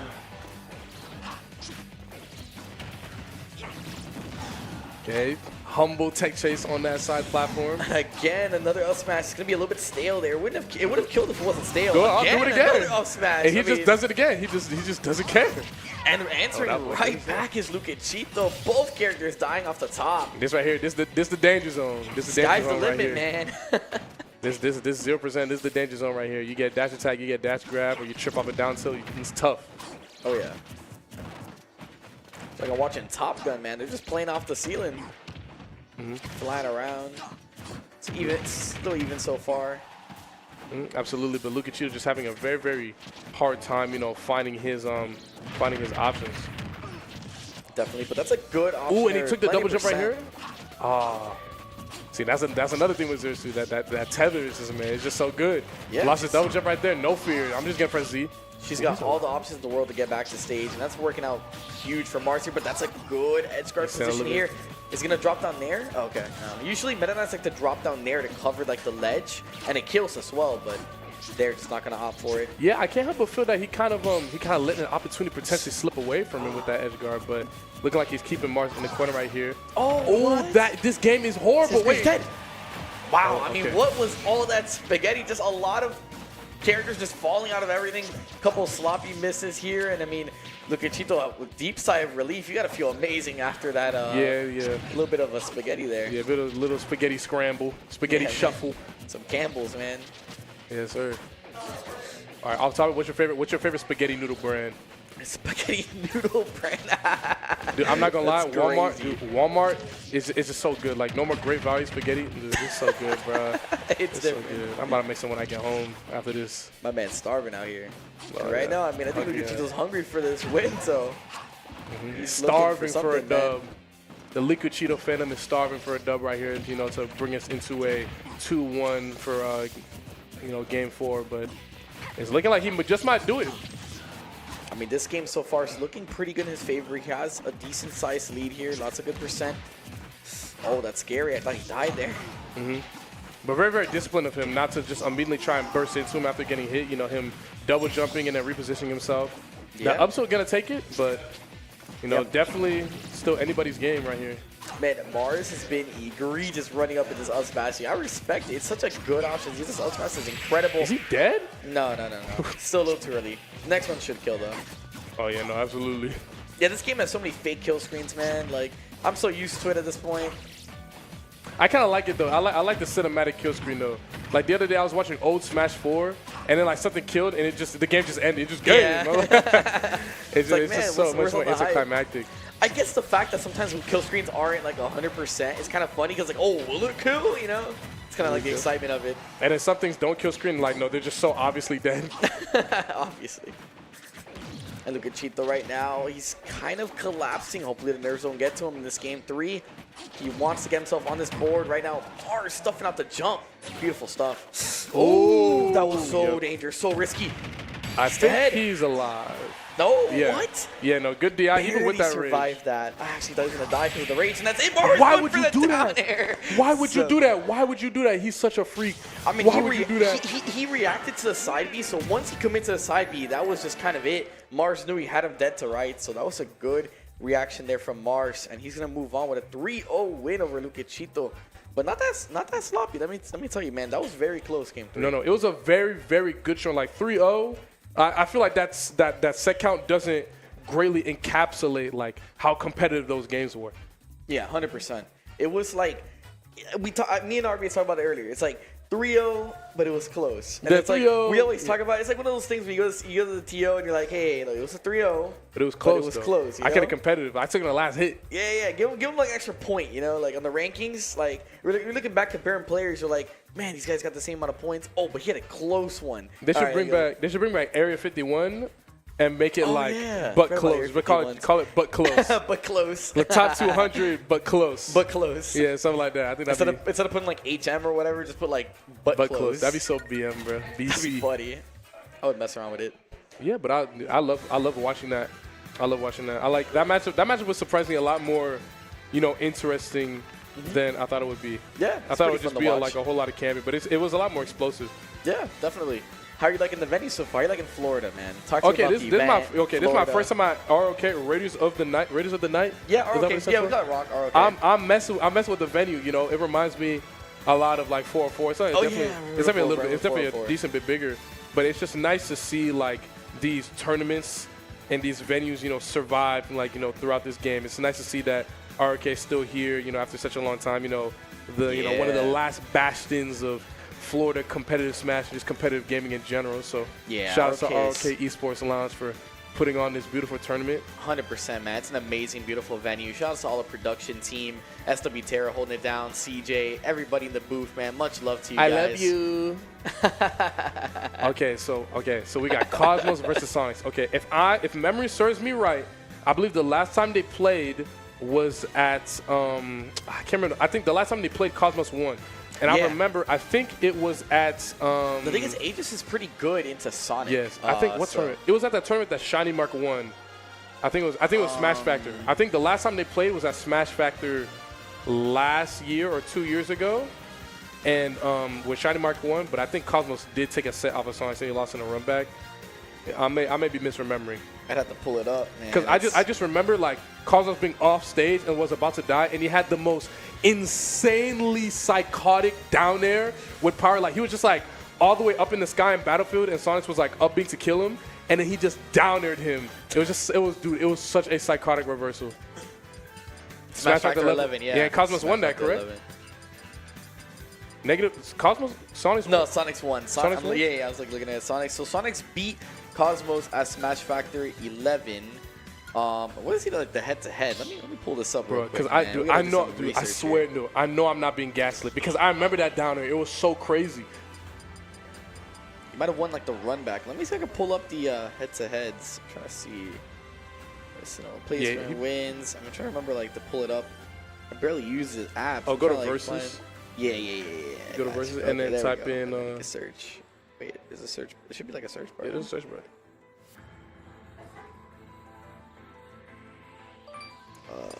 I don't even. I think click that search bar right there. Oh, okay. Oh no, that's Sonic still. Oh yeah, there you go, Cosmos. But it's gonna pull up. Oh, it's actually 3-0 in Sonic's favor. Am I tripping? Disregard. It was close, so it was Game 5 in Smash Factor 11 last time they played. Wait, so okay, I'm bugging. So Cosmos did do that down, he just didn't win the set. You probably took the Game 5 and you're like popping off too early. Okay, yeah, I'm actually schizophrenic. How did dude? What is wrong with me? I could have sworn he won that at Smash Factor. But this is a top 8 qualifier right now going on between Cosmos and Sonix. I mean, this is going to be a competitive set. We saw Game 5, like you said, on Smash Factor 11. I'm excited to see what's going to happen here. I mean, there's infinite possibility. Sonix is probably the favorite to win, but Cosmos has been playing phenomenally this weekend so far. And I think Aegis is a pretty good matchup for against Sonic too. So Okay, not too bad. I love this song, bro. Yeah, it's very I good. love Fire Emblem. Which one's your favorite though? We gonna talk about that later. Because if I start yapping about Fire Emblem, I'm not even gonna look at the They keep screen. yapping about it, man. We'll Okay. save that for later.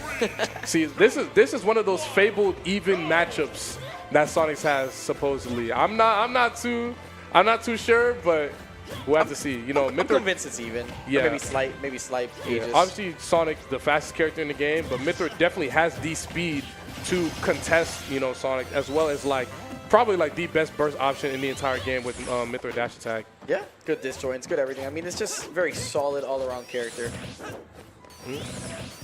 Wonder if Cosmos has been taking some notes from like Spargo and a couple of other players that played Aegis for a while. Oh yeah, Spargo does go Aegis against Sonic when they do play. Yeah. And again, just a little bit of a slower start. We're just kind of filling each other out, getting a couple stray hits in. Yeah, no, the information gathering with these two characters is extremely important.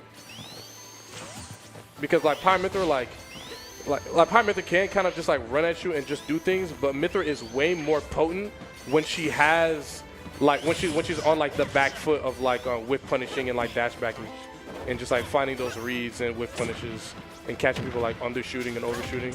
She's way better in those situations than she is at just running at people like Roy is. And Sonic is honestly the same way. Yeah, definitely. I mean, right now, again, Sonix has a small lead. Not too huge just yet, but he is keeping Cosmos off stage, trying to get an edge guard here. W recovery. I love that switch. I know he's going to make it back from this one. Yeah, he'll be fine. Oh, gets a smack in a little bit of... Wow, I mean, that was just a lot of interactions happening, just like...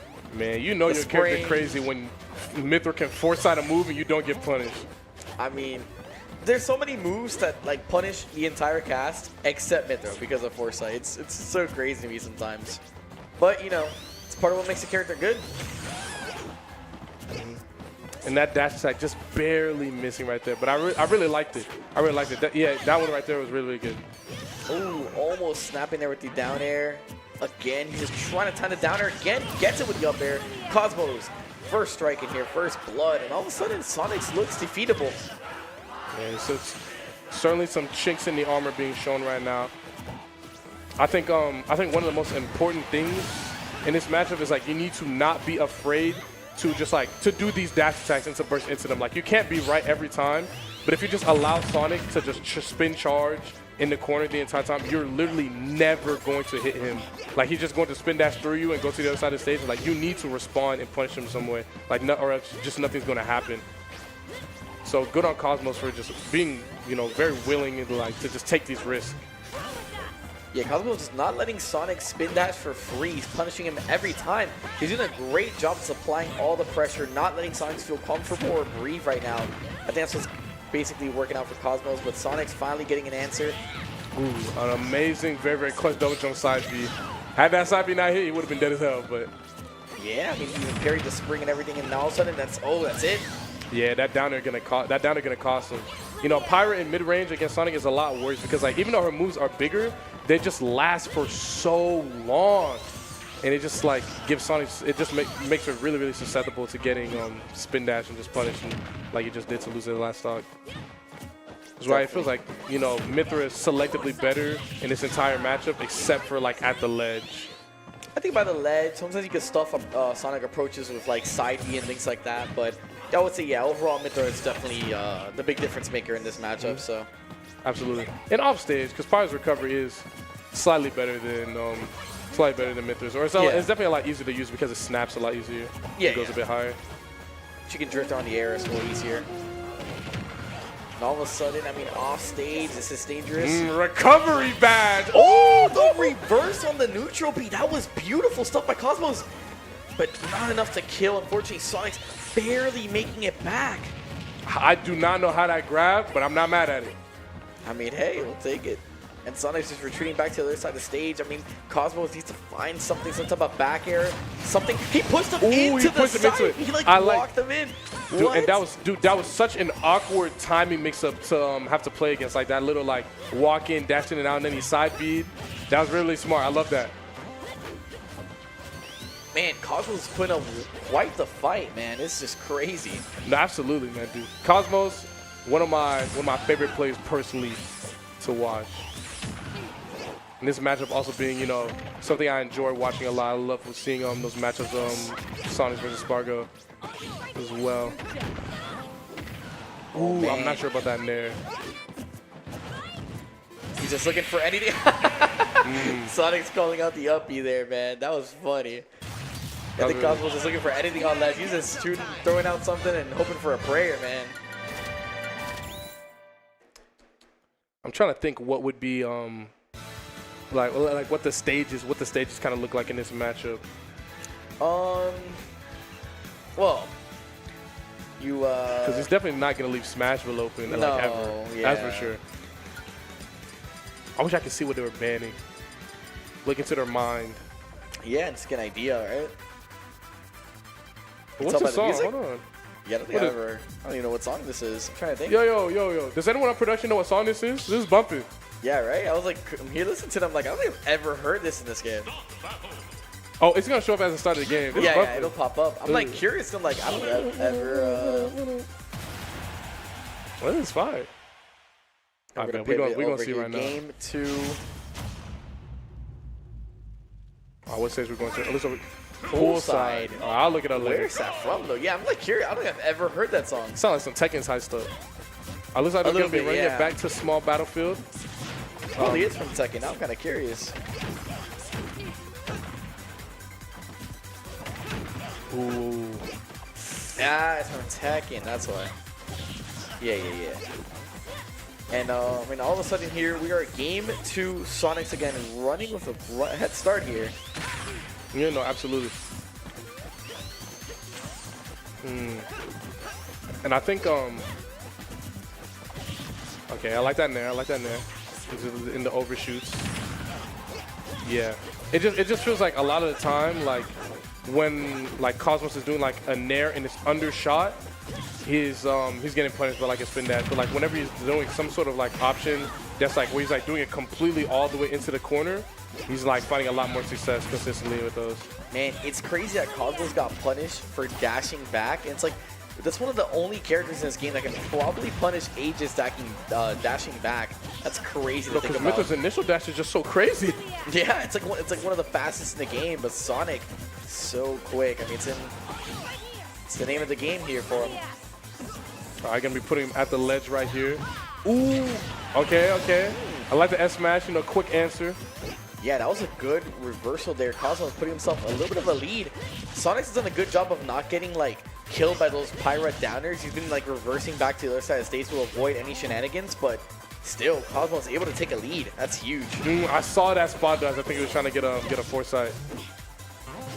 For a downer? Dude, and one thing that I think like Cosmos is doing like such a great job of, and like that like a lot of Aegis players struggle with, is like the recovery, because he's literally never side being, because it's gotten to the point in like the development of the meta where everybody just has their thing that they do when Mythra side Bs that just kills her at 0, right? Yeah. So by just refusing to give a side B, he's finding much more creative ways of like getting back onto the stage and just like stopping himself from getting edge guarded as easily. Like we saw like what, one side B in game 1, I think, and he died for it.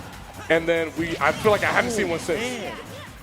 Cosmos going deep, killing with that up air.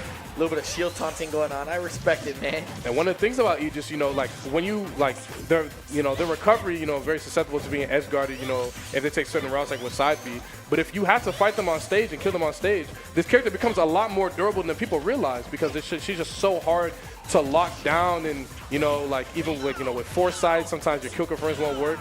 And she just does a really, really good job of just snowballing the game and running away with things. Just trying to down her, go back to the ledge, taking that Cosmos stock here. And all of a sudden, I mean, it looks a little bit more normal, but 77%, I mean, and counting, so. Cosmos, I mean, he's going to look for a way to close it out. Yeah. Of course, he's going to stick to the mid throw for now. We'll probably see the Pyro switch if he gets back to the advanced state, but. Yeah, it's like when he gets like that ledge up, I think we'll probably see a power switch, like right here. I lied. No, not yet. Yeah. Just sticking to the gun so far. Gets a dash stack, puts him back on stage. There's the mid throw. I'm sorry, the Pyro. Yeah, and he switched back though. Ooh. Oh no, double jump. Yeah, he's forced to side B there. No. Yeah, there it is. Everybody has their thing. Yeah. He didn't have jump either, so yeah, that's going to cost him. That's huge for Sonix. And all of a sudden, this looks very doable. Change of pace. I mean, Sonic is never out of it. Oh, he has no double jump. Okay. He was able to make it back on the stage, didn't get reversed too hard. Patented Cosmos dash attack.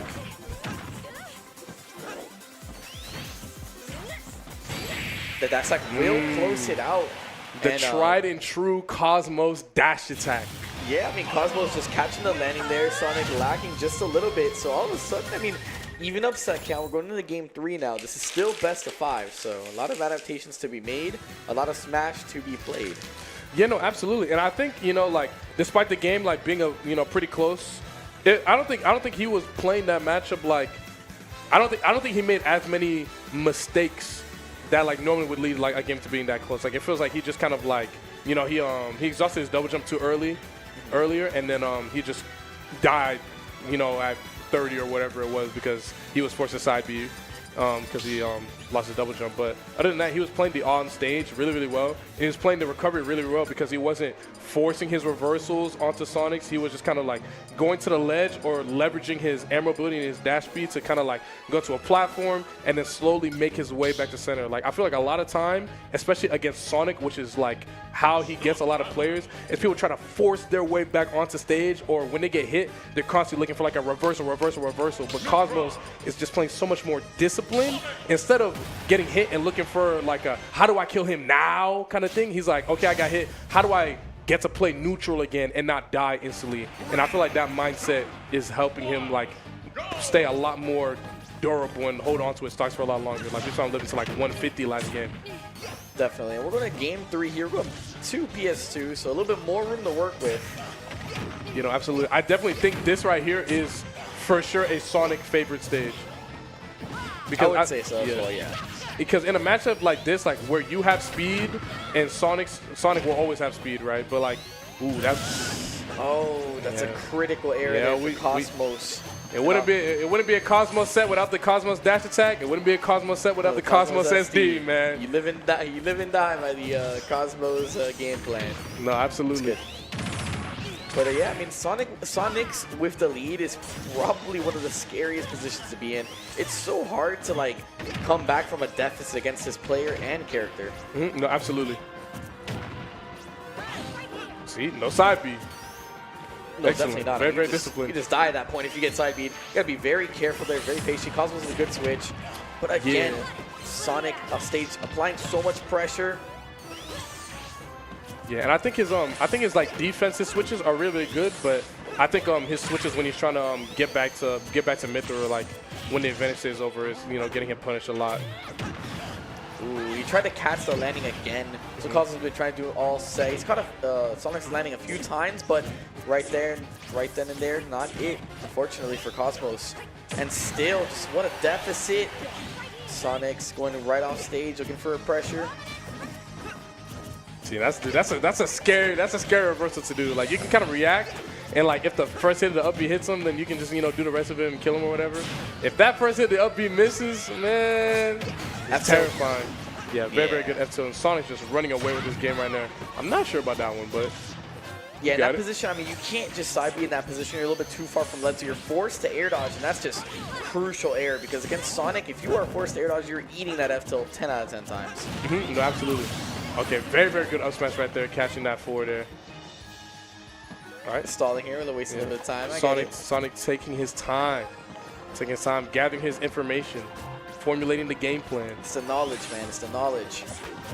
And right now, I mean, Sonic's still in control of the game, dictating the pace as well. Man, okay, I mean, he stalled there with the homing attack. That was beautiful stuff from Sonic. He wasn't lying when he said he was done with homing attack after that one LMBM set. He's using it very sparingly, and that's what makes it so potent. Like he's used it 3 times, I think, and 2 out of 3 times they've hit. Yeah, I mean, that's the thing. Like when you have a niche tool like that, it's not about not using it completely. It's about how you mix it up, and that's the biggest thing. Bro, can we talk about that S-Smash? That French chop was actually so diabolical to tie up this game right there. Very clutch. I mean, that was a crucial thing here. And the foresight not helping, though. Still put off stage. This is dangerous. Oh, he makes it back onto stage right there. Gonna eat a spring back here, though. Yeah, the last hit, the Nair, unfortunately, is not going to do well for Cosmos. And again, the F-Tilt will take it. Sonix goes up 2-1. Yeah, I feel like Cosmos is really doing well on, like, the explosiveness and, like, hitting, like, this really, like, Fire Nation type options, to like close out these stocks, like with that F smash and with that up smash from earlier. So he's definitely got like the explosiveness down. He's just got to really tighten up his disadvantage and like getting better like off hit and like getting that's really all I can think of right now. Just like if he can really if he get can more really off hit, punish game essentially. If he can like get more off of his hits and not get punished for as many reversals and not get hit for his switches. That's what it seems to like. That's what it seems to be. His pitfall right now. That's where he seems to be taking a lot of hits. I think a factor is also cleaning up like a little bit of the offstage play. He was doing good at not getting edge guarded, but by leds the play was a little bit sloppy. Yeah, a lot of aggressive drop down ledge pairs. I think there's a little bit of like the RPS that he might be losing, but that's just kind of the nature of the RPS. You kind of just have to make a call out or react to your opponent if possible. But it's hard to react to Sonic, man. It's such a snappy, quick character. Okay, I like this return to small battlefield. Yeah, definitely. When you're playing 2 fast characters, you want to give Sonic less space, I feel. Man, and 2 interesting options to start off. Sonic tried to run up and grab, and then he just tried to run up and dash tag. 2 things I don't see that often just to kick off the boot here. They're just on a different level with the information that they've got gathered right now. Okay, I like that. That's crazy that you can foresight that, and you still can't punish it because he's so fast. I think if he had just like choosing like a different option, like maybe? Yeah, like a dash attack, it would have, because I think that is like low-key future matchup technology right there. Like that is actually really really good. That's really, really good. I like that. That's extremely innovative. Like, he can get something crazy with that. Discovering the technology live here, folks. F smash was a good option. He just did a really good job of like waiting and just mistimed it a little bit. Oh man, that turnaround jab, beautiful stuff from Sonix again with a patience, waiting for the grounded recovery option and just punishing with the spin dash. You know, Sonic tech chases are just so messed up, man. Like having to deal with spin dash, like you roll in, you hit by spin dash, you stay on the ledge, or you stay in place, so you get up and get hit by spin dash. You know, and that point in the corner, like if you roll out, you're definitely getting hit by spin dash. It can just be so difficult to play off of those tech chasing situations. It's just such a skewed risk reward. It's like you take all the risk and he gets all the reward. All of it, yeah, all of it, no matter what. Foresight, okay. How did that charge not kill? That's actually devastating. I mean, it's not too strong, you know, and still he was below like I think sub 100% there, so I wouldn't expect that. But the up tilt will clean it out. Yeah, really like that up tilt right there, catching that jump in. Yeah, I like Cosmo's choice of music. I think he's been the one that's been opting for these song choices, man. I mess with it. No, these been bumping. I like that. I like that combo route. Unfortunately, up B missing, but fortunately not getting reversal or punish for it right there. Maybe like a dash up jab. Nope. Not even gonna try to contest. Just gonna eat that spin dash and no tech either. No tech on the spring. Very unfortunate. Oh, man. Got a much more difficult mountain to surmount at this point. But yeah, he was at a similar deficit last game. We saw him bring it back, so I wouldn't count out Cosmos just yet. Yeah, but that momentum swing of like making an error like that, it's gonna be a huge blow to his mental right now. He's off stage, no double jump right now. Okay, yeah, very, very good high recovery right there to you know, defend his stock. Definitely, and right now, again, looking for some type of option here. Cosmos is on his back foot. Sonix putting the accelerator here, not giving up a single inch. Yeah, I was about to say, he needs this switch right now. I think he's dead. Oh, man. Oh, he's alive? Yeah, good DI there. Surprised he lived that 2 at 100 and something %. And they're so strong. Yeah, that's gonna push him off stage, you know. All right, he's there in time to get the ledge trap right there. Again, just not able to get any of these pyro downers, unfortunately, for Cosmos. It's risky business. Ooh, I like that. I like that recovery path. He might die. Oh, man. He's dead. Okay. Those That like was 3 parries into a smash. Beautiful stuff from Sonix. Yeah, that was really good. I thought he was actually going to go back onto the ledge, but he opted to, you know, try him a little bit by landing on stage. Very, very unfortunate, you know, guess right there. But still a very, very strong and impressive showing from Cosmos right there. Would love to see, you know, a potential run back this tournament for sure. But that was exhilarating. That was a great set. Yeah, I love watching that matchup. I like watching two fast characters fly at each other. Yeah, it's just go at it, go to town. Very stimulating. Yeah, so, I mean, matchup was pretty fun to watch. I think there's a couple things that Cosmos can water for you there, work on it a little bit to improve. I think coming up now, we're going to have Mutace and Maister. Yeah, producer man just told me Mutace versus Maister. Do we, you mind pulling up the record for that? You can pull it up. Because I know, dude, that was like a certain older Peach player's, you know, bane for a minute. Game & Watch. Oh, yeah. Yeah, Game & Watch Peach. That matchup. 100%. Not one that I would want to play on a Sunday afternoon. That is for sure. Definitely not.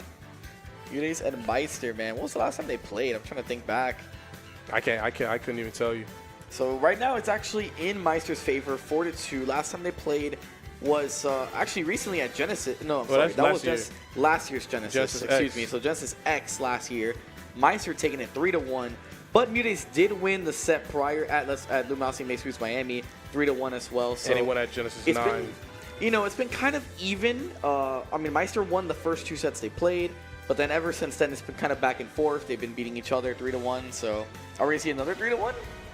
I don't know. Question. I don't know. See, like one of the things about Peach that like I think is like such an amazing X factor for her is like even though she has matchups that are just like not great, like certain zoners like Duck Hunt and Game & Watch, she still has such great mobility and aerials that she can leverage over her opponent that can just help her just like force her way in and like force good scenarios, and like her damage output is just so good that like even in those bad matchups, like when you give Peach the down tilt, like when you give Peach the falling there, if you give Peach the like the falling backer, like she can take it and she can get so much consistent, strong damage off of that, and she just has some of the best positioning tools in the game 100%. that can help her just maneuver around these characters that even like Game Watch that like kind of smother her and can do a really, really good job of disrupting her game plan. I think the thing with Game & Watch is that it's kind of hard to find that open up as Peach,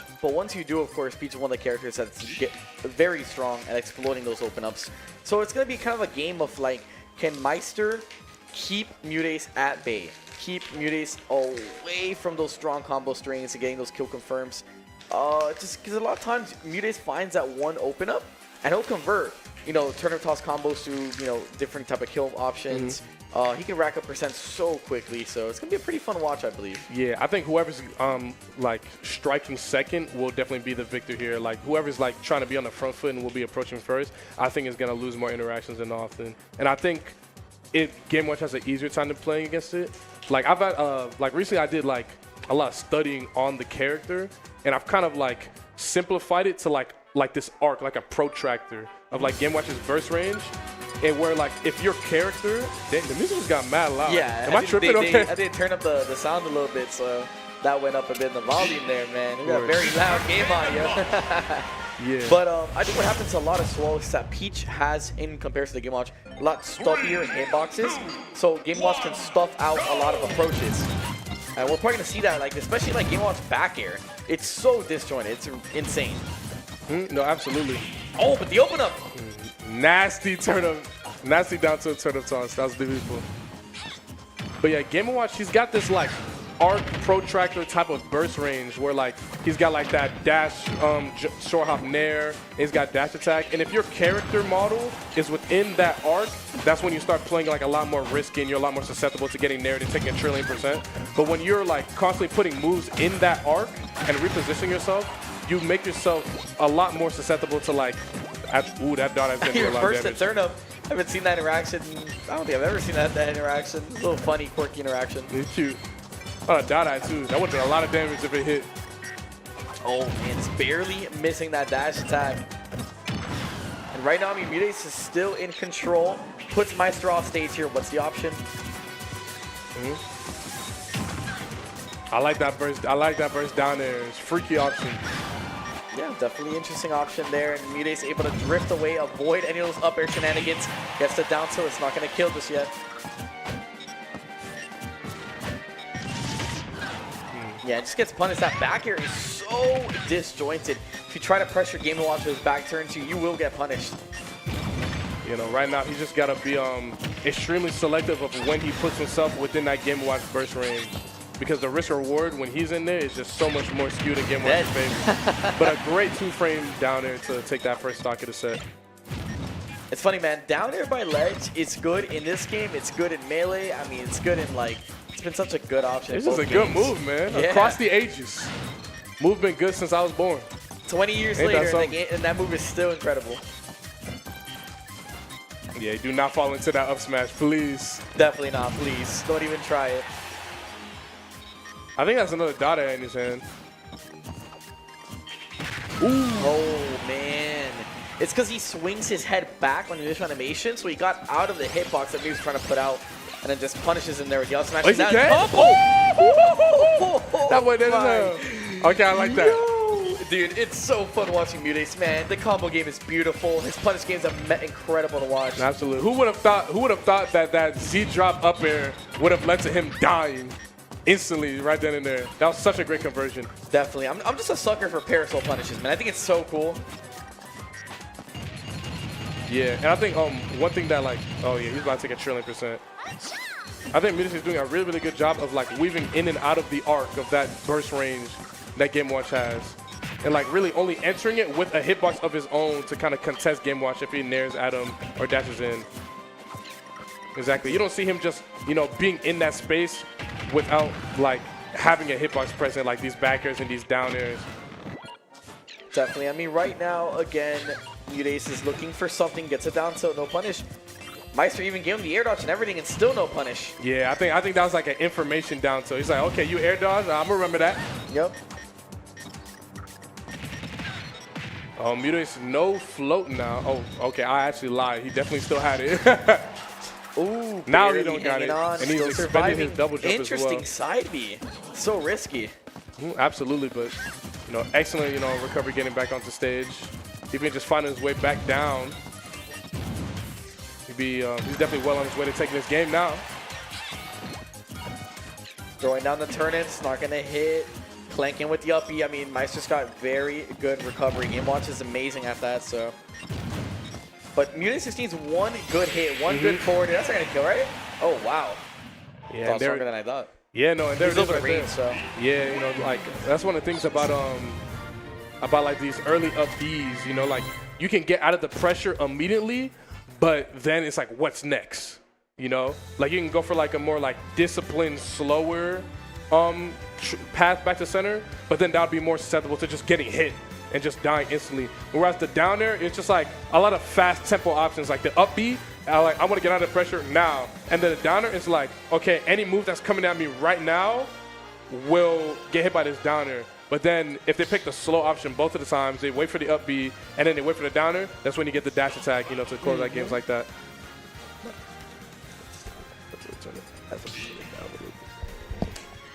So we're just trying to get game audio lowered a little bit, man. It is so loud. We're just like talking about it right now. But we're going to go into game 2. We're going to see what the stage option is. Oof. Oh, yeah, that sounds way better, man. Oh, whew. Now, where we're at for Thank you, game 2? production. Battlefield? Okay, I think this is an excellent choice for Maister. This stage is amazing for Game & Watch. Oh, 100%.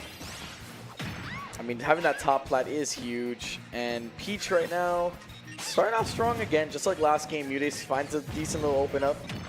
Exactly. Like, it's hard for Peach to find her way in, but she has all the tools if you're creative enough to figure it out. And the movement, too. I mean, the float cancels, the float movements. It's a good way that you can, like, drift in, apply pressure, and drift on the forward smash. I have never seen that hit the ledge right there. I'm glad I saw that. I will be ready. I'll be ready. I'll be ready, Mutates. I've seen it before, but just recognizing that Maister was holding onto the ledge for a little bit too long and scooping and killing there, that's a beautiful recognition from Yeah, Mutates. catching his times right there. Mutates just really running away with this game right now. Just a very, very dominant showing.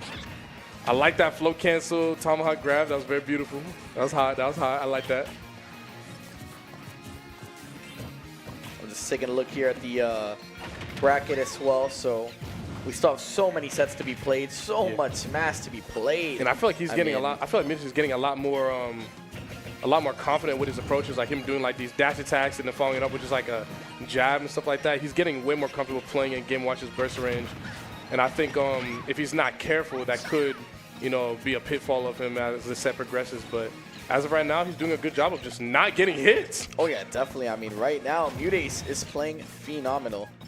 Cannot lie. I mean, he's still on his three stocks to 2. I mean, this is huge. Maister just needs some type of kill here, whether it be like a down tilt, F tilt. Yeah, but I Mutates don't is see just too much of that yet. Mutates just using his Mutates right there is just he's just a master of using his movements and using his control stick to just protect himself. And like using his buttons, not to like lead with them and to just use them to like hit the opponent, but using them to protect his movement. And I think that's why we see him, go for these long stretches of like 30 seconds where he just does not get hits. Yeah, and I mean, Maister finally gets the kill there, but still, Mutates has a sizable lead, up a full stock here. Maister racking up a little bit of damage though. Gets the jab on the shield, not gonna poke. Good angling of the shield there from Mutates, avoiding getting shield poke. That's a huge deal. I think someone's double jump just got expended. And I think it was Mutates'. I saw the little ring, so it's going to be a little difficult for him to find this landing right here. And he's dead, Oh, man. Just like that. Have a seat. We are down to last stock here. Game 2. Maister evening this out all of a sudden. Looking very doable. And absolutely. One down throw. Yeah, he's looking for it. Humble down throw on these platforms. He's going to get a lot of extensions with it. Forward air, will that take it? Yes, it it's will. going to take it. Game Watch lighted there. Very, very, very, very good ledge trap right there. I like the little, mix up with like the float cancel and then just going in for the short hop fair right there to catch the jump read. That was very, very good. Yeah, all of a sudden, I mean, Mutace has a 2-0 lead right now. Maister kind of on the back foot. He has to dig deep and lock in now. And I think based on the records past sets, they've always ended 3-1 basically. Yeah, so are we making bets that Maister takes this one? Well, you know, I've never been a betting man. You know, I've never been a betting. You think take those odds, man? Someone gives you 2-1. You taking those odds? Yeah, I do love gambling. Don't gamble at home, kids, please. Do not gamble. It's not worth it, guys. Instead, invest your money. But it is entertaining. Invest your money and invest your time in a beautiful game like Do Smash. stock market, which is legal gambling. Oh, and there goes 40%. Maister all of a sudden, I mean, coming out the gate a little bit stronger than previous games, but oh man, just talking about those conversions. Hey man, that behind is dangerous. Indubitably. The movement, See, man. You know, I like the repositioning. He's like, oh, I'm lucky way too close to him, and I don't have a move out. Let me roll away. Let me dash away. Let me float away. Or let me, you know, float away and then use an air to protect myself since I'm in this space. I think it's that Mutace is like bait and punishing everything. He's playing just outside Meister's threat range, and Meister just can't get in. I think Meister has to like overshoot a little bit more if he wants to win. Feels like he's just kind of like falling short on a lot of hitboxes. And just dodging that recovery, or dodging that edge guard attempt. Like, so is that a stitch in his hands? Game time! Oh man, that's a lot of. Oh, he didn't get the recatch? 50% already though. Oh yeah, Meister should be thanking his lucky stars he didn't get that recatch because he was about to take 1,000,000,000%. Yeah, W that grab. so much percent there.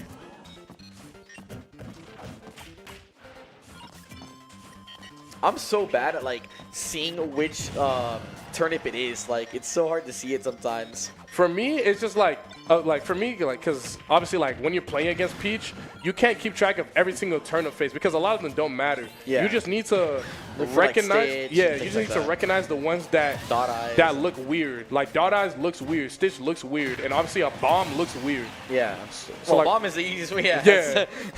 Mr. Saturn looks weird. So like a lot of the important things, they look different enough that you can tell like almost immediately. Yeah, that's true. And Mutate's still up a full stock. Meister down to his potential last stock here in winner's side. Can Mutate's close this out? Yeah, Meister's just having a really, really hard time, you know, finding these nairs, you know, like Mutate's just playing really, really well in and out of his burst range, and then like just getting out of the corner extremely consistently and just keeping him in the corner for a very, very long time. See, like right there, that roll catching him. And still, Mutate's is looking for something. Back air? No? Okay. I like that. I like that little shield trapper jump with the down smash. That was very, very smart. Yeah, that sounds very good. Unfortunately, he did not get the bury. The bury would have instantly killed, of Oh course. no, but indubitably. Yeah, Mid is just looking like he's really running away with this game right now. You know, Game Watch approaching that percent where his durability is starting to wear off a little bit, even with up B. Yeah, and just that back throw just gonna be, you know, tack on even more percent. Man, it's like she just pulls these turnips out, and she runs through so many. It's like, think about all the like wasted opportunity costs of all this like turnips, man. Like, I'm saying, which bro. one Think you of the could've children. Think of the crops. The crops that are being wasted right now. But right now, I mean, Mutate's wasting no time with that back air to close it out 3-0. Meister, unfortunately, will be sent to the loser's side just outside of top 8, but I'm sure we'll see a little bit more of Yeah, Meister. yeah, We might very, see him very, yeah, also pop absolutely. up in top 8, but now A very dominant short for Dominator Mid. Speaking up of to domination, we got Dominator, South Florida Mario legend oh yeah, coming onto the stage. hometown hero right now on deck, and he's gonna be going up against Mars, one of the Mars? finest, man. Have they played? I don't think they've ever played. It's gonna be hot regardless. If they have, I would be very surprised. I mean, I know Mars has come to Florida before, but I don't think they've played. At least I don't remember a Dominator Mars set in my head. And I've seen a lot of Dominator, so. All right, Dominator Mars, Mario Zero Suit Samus. You know, some good Christian Yeah, base game matchup. You know, no DLC, no Sonic, none of that foolishness. No Some funny business. Fundamentals here on Good, display. humble, fundamental matchup. No cheese. That's cap. And I disagree with that too, but yeah, this is the first time they've ever actually played, so we have no history to go off of here. You know, again, like you said, Dominator, hometown hero, one of Florida's best. Recently winning, man, what was that seed tier event? Was it the Cirque Monthly, I believe? I forgot the name of the event itself. Trying to go back so I can pull it up real quick. It was the Boardwalk Monthly, the first one. He actually took it over Beast Mode Paul, beating number 30 in the world. That was a huge upset win. It was a C-tier event as well, so that was huge for Dominator. His first win of an event that size. But Mars, I mean, he's been what, top 3 in the world before? No, he's been in these Something positions. like that. He's been in the game for too long.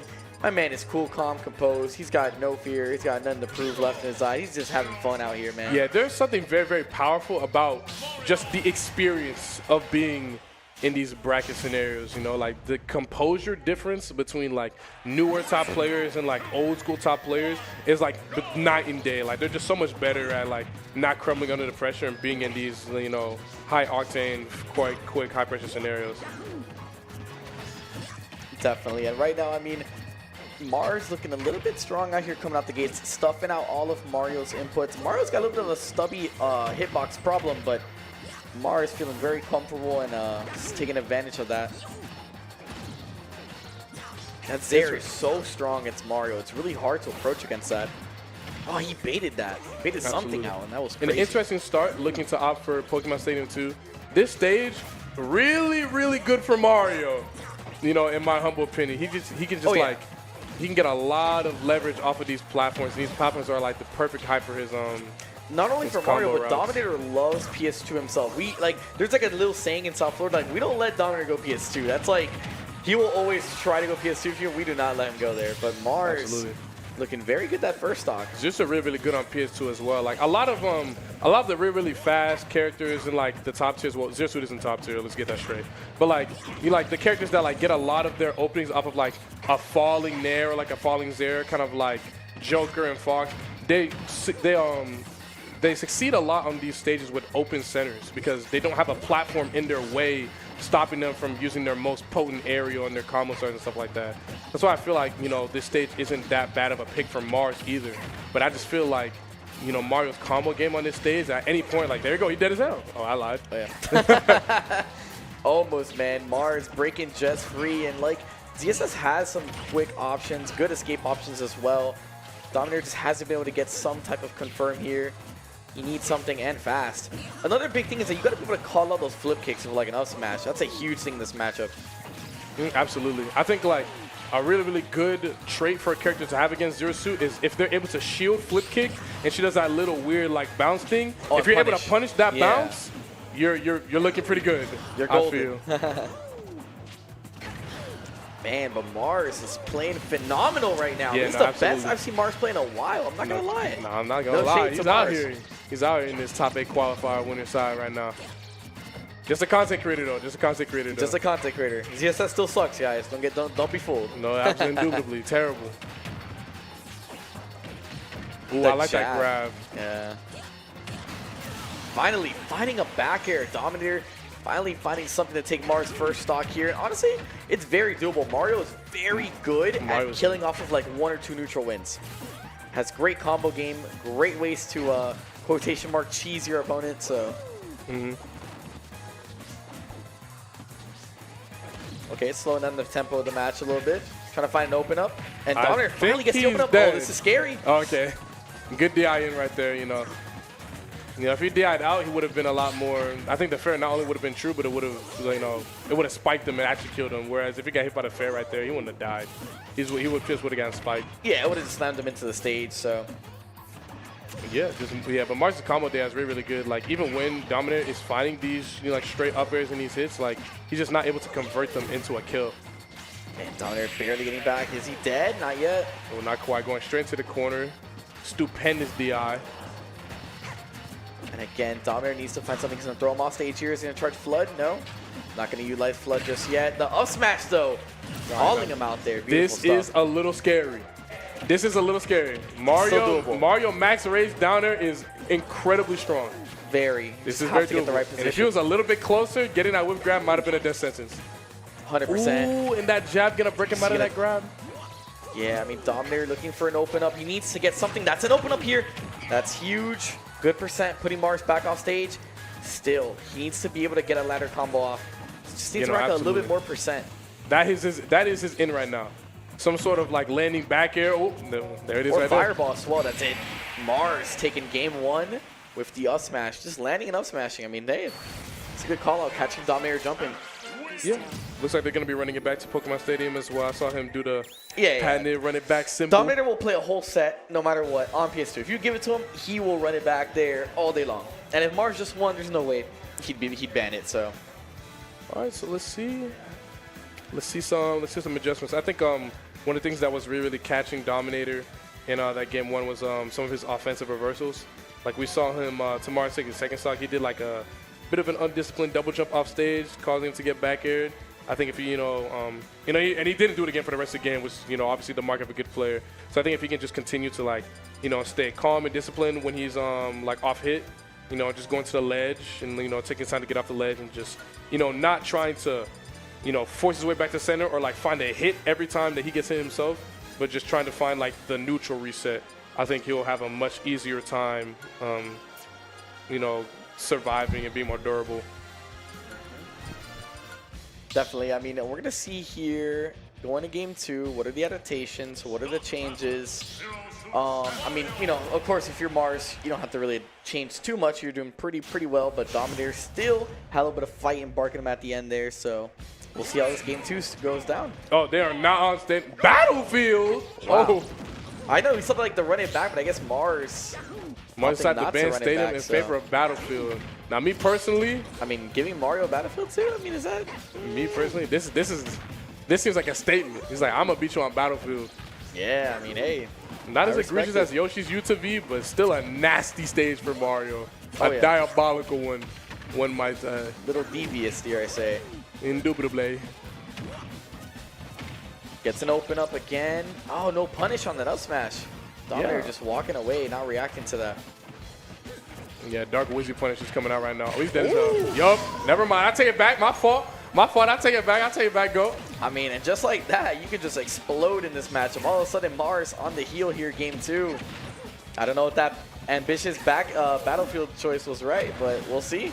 Still too soon to tell. Mars doing an excellent job keeping Dominator off stage.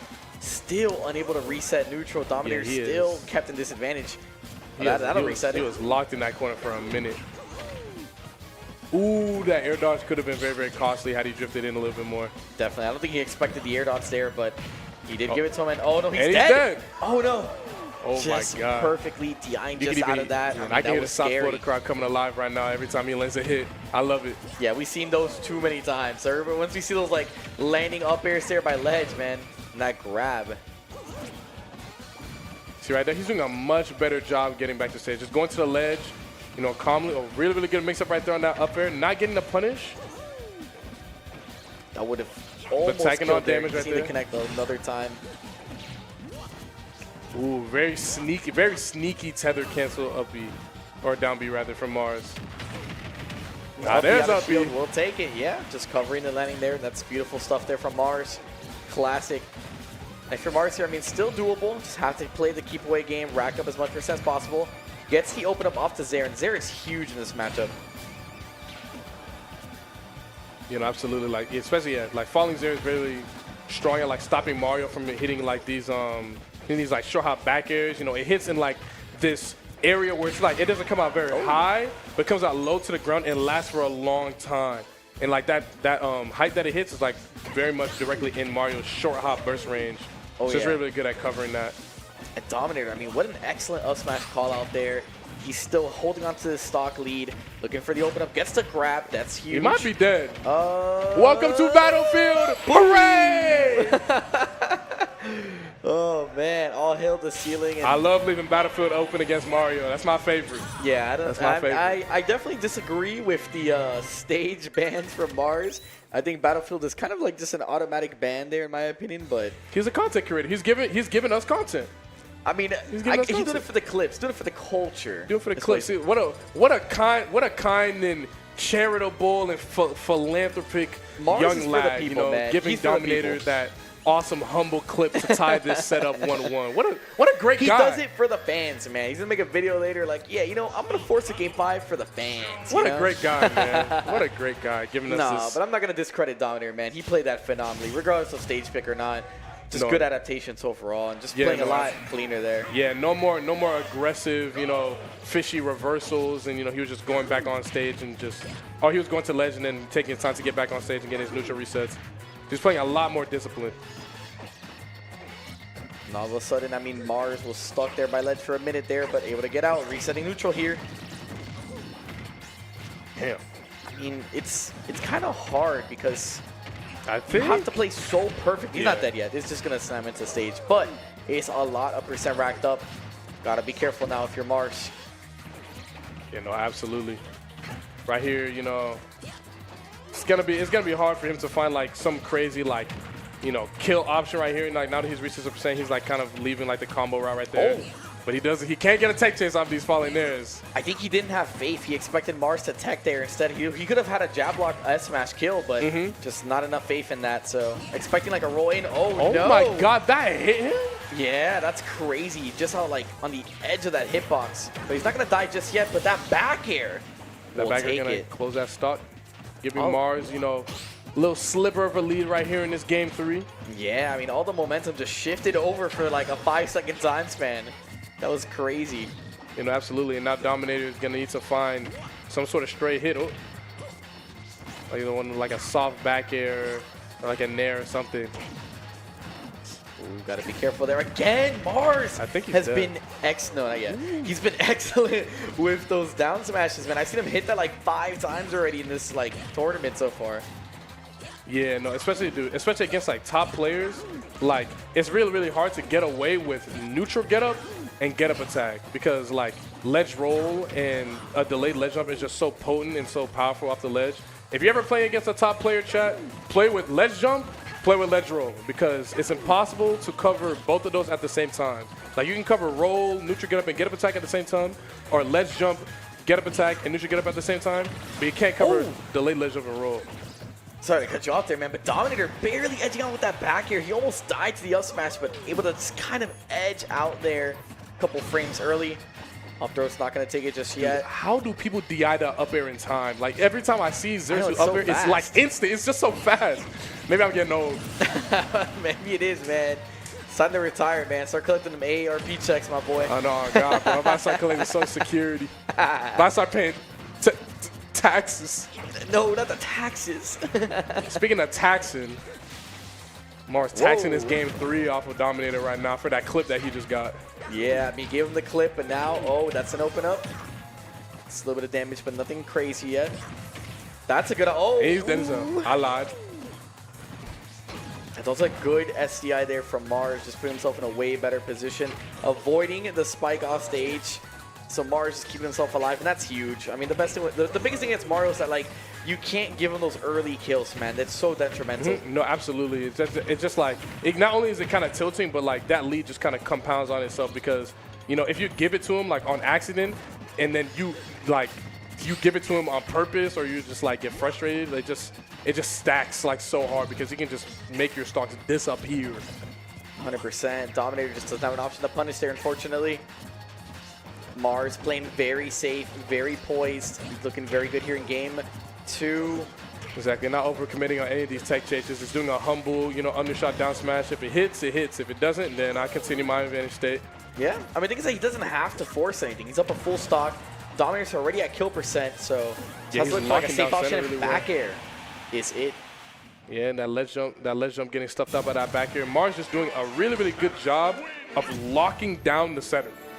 Yeah. Like against Mario, like when you give him center, he has the world is his oyster on stadium because he just has 100%. so many combo routes to either platform. We can just kill you, and then sometimes like even off of like a rising back here, he can low-key just carry you across to the ledge and then like forward or spike you. Like he doesn't even need a ladder. But when you can lock down that center stage and keep him like underneath like the platform or keep him at the ledge, it just makes it so much easier to fight him, and like your lead can snowball a lot more because he doesn't have a crazy recovery, so he gets more susceptible to edge guards, and he doesn't have a crazy option to pick at the ledge. He has to play every ledge trap situation with the options the game gives him. Whereas Zerasu, she's got an amazing recovery, she's got flip kick, she's got tether cancel flip kick. There's so much mix that she has with her play and disadvantage that Mario This doesn't or have. oyster, basically. It doesn't even feel like disadvantage if you're ZSS. You know what I'm But I saying? think another big thing is that, like you said, where he's holding center stage, but he's basically, the ledge trapping has been enormous for Mars. Dominator has struggled to get off ledge here in that game 3, and that's been kind of extremely detrimental. It's been costing Dominator a lot, and we're going to see how he can adapt here for game 4. We're going back to PS2. You know, absolutely. He's definitely got to mix up his timings on the ledge, you know, if he's going to want to, you know, play the game. Yeah, I think Mars actually banned Battlefield this time, I'm hoping. Yeah, That's I what I'm hope so. expecting. I would hope so. You know, Cole will be doing that too, taking Mario to Battlefield. We be telling him, we like, you bugging. Get up attack. Not going to get punished for that. Good little bit of percent here, nothing too crazy. Now again, you're pressed on the ledge. CSS is so good at keeping you away from that center There you stage. go. Really good patience waiting there, you know, instead of, you know, hitting that neutral get-up timing that he's been hitting a lot of the time. He's just, you know, waiting, and that delayed ledge jump. That was really good. Now he's got center stage back. Now he can play the game again. The world's your oyster now, Dom. I lied. Oh, reverse up. He's not going to kill just yet, but does do a lot of percent. Puts the opponent off stage. Be Well, him careful. holding down, Almost. potentially catch him trying to reversal him there. Ooh, W freight trap. Really, really good freight trap right there with that side B into the fair. Yeah, that love was that. beautiful, like you said. I mean, Mars just closing out all the options, trying to close the curtains on Dominator's winner's run.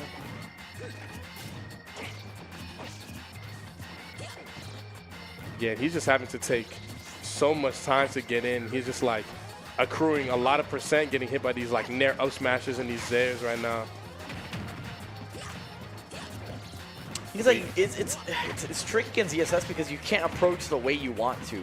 You're forced to play around ZSS options, and it's like, you can take stage by using Flood. You can use Fireball to try to like force a shield or apply pressure, but she's just so good at locking down direct approaches. Like, you can't just dash at her. No, you cannot dash. You cannot dash and short hop at this character.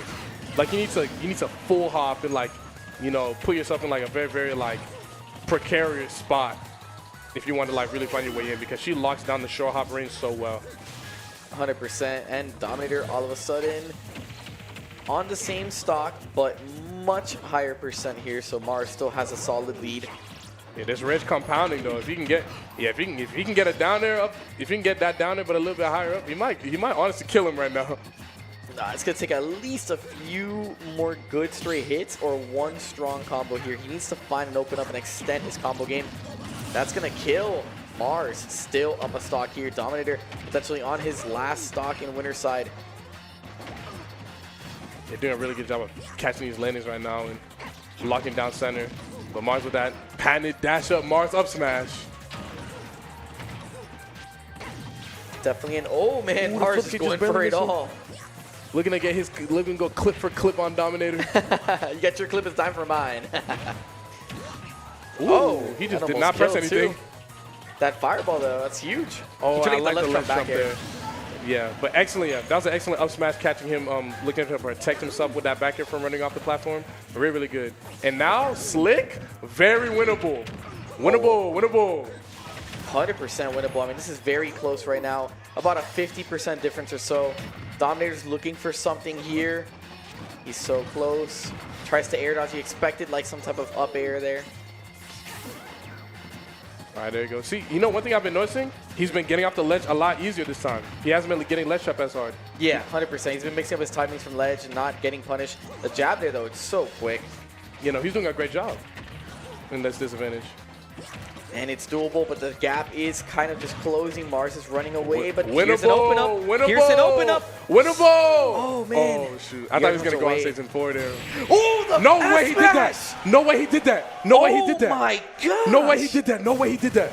Oh, man. So he jumped to kind of bait him into neutral getting up, and then he empty landed, turned around for like a split second, and then just S-smashed him. Dominator So, like, that was just a S-smash. timing mix-up there. That was crazy. So Dominator does do like a good amount of like S-smashes by ledge because it kills very early, obviously. But the way he mixed up the timing there was immaculate. No, he angled That it was- up and everything. He got the strong version, too. Hey, I didn't know you had those, my boy. Sheesh. You got that, bro. You got Hey, that, hey, bro. hey, you got that big dog? And it looks like they'll be All running it right. back to stadium as well. Yeah, we got a lot of chants here. A lot of the crowd going for Yeah, Dominator. SFL crowd coming alive in this Game 5. This is what I like to see. A nail biter. A nail biter for me to watch. Yes, indubitably. That's what I love, man. I love when the crowd gets hyped. That's what I love when Georgia be playing Florida, man. It gets so hyped, bro. It gets all of so Georgia, lit. All of Florida, like, I really mess with the Georgia scene, man. I appreciate all of you guys coming out, man. It's Yeah, always so fun, like, at the CEOs and everybody's coming out. You know, absolutely.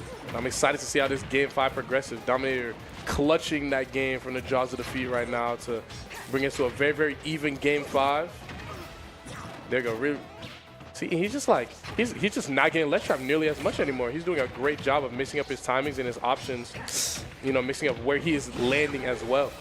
You know, like Mars before was able to just place something at at the same timing, and Dominator would end up in that spot, but he's just doing such a better job of being more dynamic on like what parts of the stage he's magnetized to, which is causing him to be just way more durable and live for longer on these stocks. Oh, yeah, 100%. And right now, I mean, this is dead even. Both ways, a spot dodge perfectly Ooh, I thought he timed. was going to up smash him. I guess Right not. now, he's looking for the back air. Kills. He gets the sweet spot on the back air. Beautiful start there. If you're Dominator, that's what you want to see. And if you're Mars, definitely not the start you want to see. Oh, Game time. Oh, okay. no. Not yet. I mean, he's got a little bit of percent here. He's going to look for some type of open up. Mars just needs to get one straight hit, whether it be an up smash, a back air. Oh, man. That's a lot of percent. Oh, yeah, that's a lot of damage. It's getting a little scary now. Yeah, that's the thing, man. Mario can just rack up percent so quick. Is that going to kill? Yes, it will. Absolutely. Really, really great dash back here right there. Clutch that stock. He gets that free charge of Flood just coming off the Angel Plat, so. You know, Mars got to be careful. Mars seems to be, like, you know, running in and dashing in and bursting in a lot more to him now. You know, a lot less of this, you know, playing back with fade backs there. Ooh, yo, that was perfect. Yeah. Dominator almost died there. Got to be very careful, man. Can't But be Mars just... catching that reverse with that side B. Tech change! Oh, man, those are so scary, but he rolls out. Good call from Dom. He had an opportunity to punish, but no punish there. Just He is holding. scared.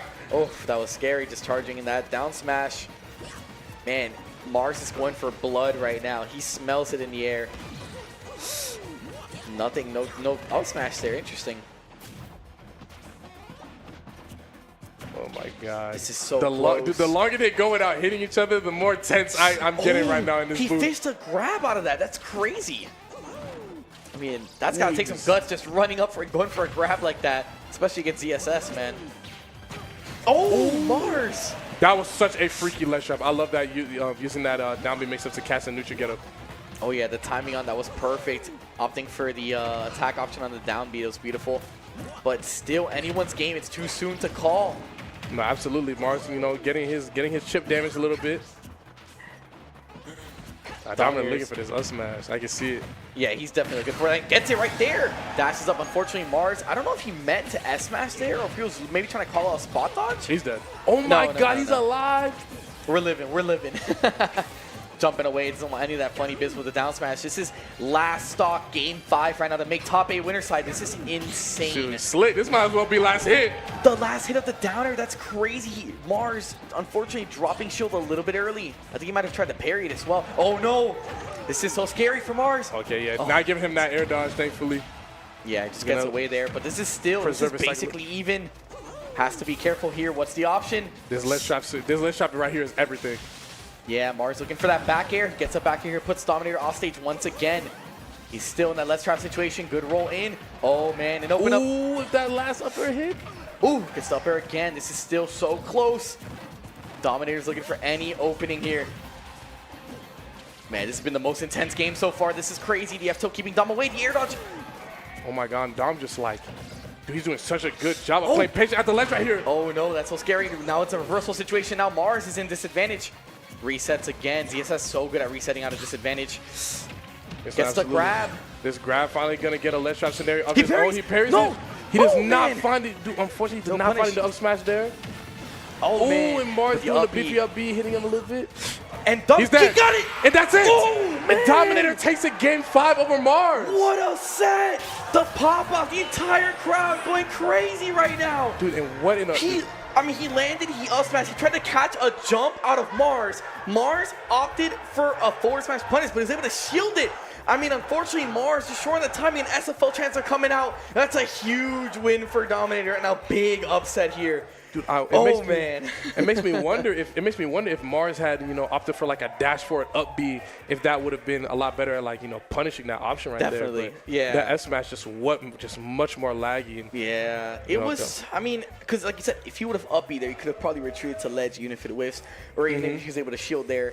I mean, it's just interesting to think about. It's like just an unfortunate scramble to be in. I mean, he used S-Smash twice that game. And, usually you don't see too much S-Smash usage. But both cases, he was, like, basically punished each time, unfortunately. And that's just unfortunate for Mars, man. But it was, what a showing for both players. I mean, absolutely. I'm, like, shaking in my chair, man. I'm like, that was a tense game 5. That's what it's all about. Set. Dominator clutching that ticket to winner's side top 8. I didn't quite catch that. I'm getting some words from the production, man. I think you said Kobe. Ah, okay. What do you say? Kobe is next?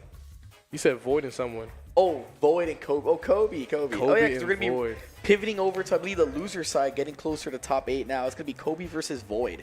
Okay. Winner that plays MVD. Interesting. Oh, all right, so it looks like MVD is no longer here, but MVD did have to DQ from the tournament. He had a bit of a situation going on, so hoping everything is going good with Jesse, man. That's my homie, man. I'm glad. I'm good with MVD. Yeah. I hope everything's good. Such to see him DQ, but I'm glad he was here to beat me. I'm glad he was. He came just for that specifically. Yeah, He's like, I'll take out Greg. Get him out of the bracket, I'm man. so happy he was here to beat me and put me in losers bracket. What a awesome philanthropic guy, man. He's just doing it for my character development. So shout out to MVD, man. My GOAT. Thanks, man. But all of a sudden, we got Kobe versus Void now. I mean, Kobe, one of Florida's finest. He's, I would say, honorary or quotational mark, CFL, Central Florida. Void, one of the best players in the world. One of the best gamers in the world, period. Indubitably. The best gamer. The gamer of all time. Gamer of the year. All right, so I think we're going to be interesting. Is he going to go? See, now, Kobe does have a Lucina as well. I know he's definitely known for his he's going Young Link. He's going Young Link. But I wonder if he would. I don't know how chic Young Link is, so I wonder if he would actually give Lucina a try. Not game 1 at least. I definitely don't expect him to do that game 1. But we'll see here. Yeah, it sounds like Young Link's gonna be coming online for this game 1. So yeah, winner of this will essentially get a path to top 8 since the MVD DQ. Unfortunate. Yep. And shout then out to I believe one of the most generous Smash players of all time, man. What a guy. On top 8 path. But on the last side of the loser side of bracket, we're gonna have Karu going off against Mars. So I wonder if that's gonna be on stream or if we're gonna be playing that off stream. I'm kind of curious about that, or it might be on the side stream from ROK. We'll see about that, but. Sounds like a very, very interesting matchup. Belmont Zero Suit. It'll be interesting to see how it'll be interesting to see the battle of, whether or not like Mars can kind of like lock him down and push him into the corner, or whether or not Karu can keep him away. But before we get to that, let's not get ahead of ourselves. We've got Chic Yunlink. 2 characters with some. Oh, this is a button check. I was about to say. Chic and Yunlink, 2 characters with both very, very strong and oppressive, like, grounded options and just close CQC options as well. Yunlink down tilt and Yunlink, like, short hop back are really, really strong as well. So I'm excited to see how, these 2 characters will work. Chic tending to be play pretty far back, stacking needles up before going in, but still having, like, a lot of explosive potential. Yunlink being a little bit similar. Oh, this is just game 1? I thought it was a button. Oh, I guess they just started off the button check, probably. Respect. Yeah, I think they were just like button checking and they just started off instead of having like actually resetting the game. Nah, guy like we'll me, take it, man. guy like me gonna camp. Guy like me, you gonna give me 20 seconds. I'm trying to camp you. You camp sure. now? No, for sure. I don't think a matchup between both these characters will end up in time. I mean, Sheik is a very aggressive character, and true, it's hard to time out Sheik. She's too fast. Yep. That's the thing, like, you have good projectile game, you have ways to keep her away, but, like, she's so zippy. She can find her way in so easily, and, like, her buttons are oppressive, so. No, absolutely. I think, but, like, despite, like, her buttons being oppressive, like, Yunlink has like the defensive options to contest with them, funnily enough. You know? So, you know, the age-old Smash Ultimate joke, you know, these zoners got hands. Oh, yeah. These zoners got hands, man. Let's put some boxing gloves on, man. We in there. Ding, ding, ding. You hear the bell? Yeah, no, I was saying, bro. Round 1. But Void, 142%, man. Sheik has been living a while, man. Void's been doing a great job of keeping himself alive. The past couple sets I've been commentating for Void, so. Yeah, Young Link sometimes can kind of struggle to kill a little bit. If he doesn't get one of his, like, kill confirms at, like, 80, 70%, like, it can be, like, a little bit difficult for him to confirm a kill, you know, aside from, like, a fire arrow, you know, or something. Like, now Void's a person in that area where, like, a lot of his, you know, like a fourth was going to do it. That percent, definitely. But, yeah, I mean, the thing is, like, Young Link relies on, like, landing something first to get that kill, whether it be, like, a fire arrow, boomerang, etc. He doesn't really kill off of, like, a straight hit, and his forward air is so slow, so it's not, like, great for that. Maybe up air. Yeah, upper can kill, down air as well, depending on situation. Man, ain't nobody trying to be right above Young Link. Let's be for real. Yeah, no, definitely not. No, well, Nair can also kill as well. That's probably one of the better tools, but, you know, you still got to get them to that percent anyway, so. True. Bomb placement there, keeping Void away from platform, making him take some punishment there for getting on platform, so. Well, now up tilt, okay, maybe he's got a little bit more kill threat than I thought, because that up tilt killing kind of shocked me a little bit. I'm gonna keep it a stack. Yeah, definitely, but oh, it's the grab here, and all of a sudden, I mean, Kobe able to kind of reverse the situation here, so. Yeah, this really easy to rack up percent. Yeah, he's just tacking on a lot of percent right now. Man, it's like watching Void and Mars playing, and like, it's like, man, just seeing the old guard back in town, you know? It's like. Yeah, no, exactly. It's like Grandpa came to visit old dad. But Kobe closing out with the up smash there, catching Void's air dodge in. And, what a statement change there. Just adaptations from Kobe throughout game 1. Going down a little bit early, but just completely reversing and looking so dominant. Yeah, no, absolutely. Yeah, very, very strong and confident showing right there. I think one thing that Kobe definitely got away with, he definitely was not getting locked down in the corner. It felt like he spent a lot of time either, like, you know, at center stage or, like, underneath the platform, and he just, like, was not feeling a lot of, you know, extensive pressure from Void. So I think, you know, like this next game, Void's going to be looking to, like, really, you know, press his advantage a little bit more and just kind of smother Kobe in the corner and get more off of his ledge traps and, you know, get more off hit and his like. All right. So we just got also updated word that Karu Mars are going to be playing on the ROK Esports side stream. So if you guys want to watch the last 2 sets of before top 8, make sure you pull them up on both streams, man, between ROK Esports and Luminosity stream. For my dual monitor so. Fans right there. I mean, he's got to split. He just split the tab, you know, put 2 tabs open, you know. You could do that. I don't, yo. Yeah, man. I don't know. Ever since I got 2 monitors, I stopped being innovative, you know. Oh, man, you got the 2 monitors and you build different now, huh? You move different. No, I'm saying, bro. Dudes get 2 monitors, they forget about split screen. Oh, does he have his jump? It's like those people when they get AirPods, bro, they put them in, it's like, nah, I move different now. No, I'm saying, bro. No more wired headphones. I can, man. Can't remember the last time I used wired headphones. Well, I'm using a wired headphone right now, but that's different. as we're using them right now. But regardless, we're going to have game 2 here. Kobe up a game here against Void. We're going to Town and City. And so far, it's pretty even. Yeah, see, I'm liking that, like that run up and like dash grab, you know? Like she doesn't get like an insane amount off of like a grab. Like she gets like a 2-piece combo like positioning, but like just not giving Young Link this space. Definitely. I mean, the big thing is like even if the grab, even if you only really get the percent, you still take up the space. Like you said, you get stage control, and that's still a huge deal. I think one thing that's interesting, like watching like Void play this matchup, is like a lot of people take the Young Link matchup a lot slower. Like they try to like slowly inch their way in and like bait one of his like, you know, really fast like close quarter combat options like Nair or something like that. Yeah. And then, you know, they swing and they take the percent. But Void is just spending a lot of time in Young Link's burst range. Like even when he does have boomerang and bomb pulled, he's just spending a lot of time like on top of him, and The thing is that Sheik is the character that can do that. You know what I mean? It's like one of the few characters that can approach quickly, can play, you know, immediately in the threat range and close that gap. I think that FL's gonna do it though. That's gonna kill Kobe taking the first stock here. Because I think Mars is trying to, I mean, I'm sorry, Void. Still thinking about Mars last time, man. That was crazy. But Void is trying to speed up the pace and the tempo of the match. Kobe trying to slow it down a little bit, set up his bombs, set up his like zones, and then force Void to make bad approaches. Okay. Jab one, no, nothing else though. It's that first hit back air into the up. That was a nasty air dodge read. That was a filthy one. Up smash, not gonna kill. Void just being patient, holding shield.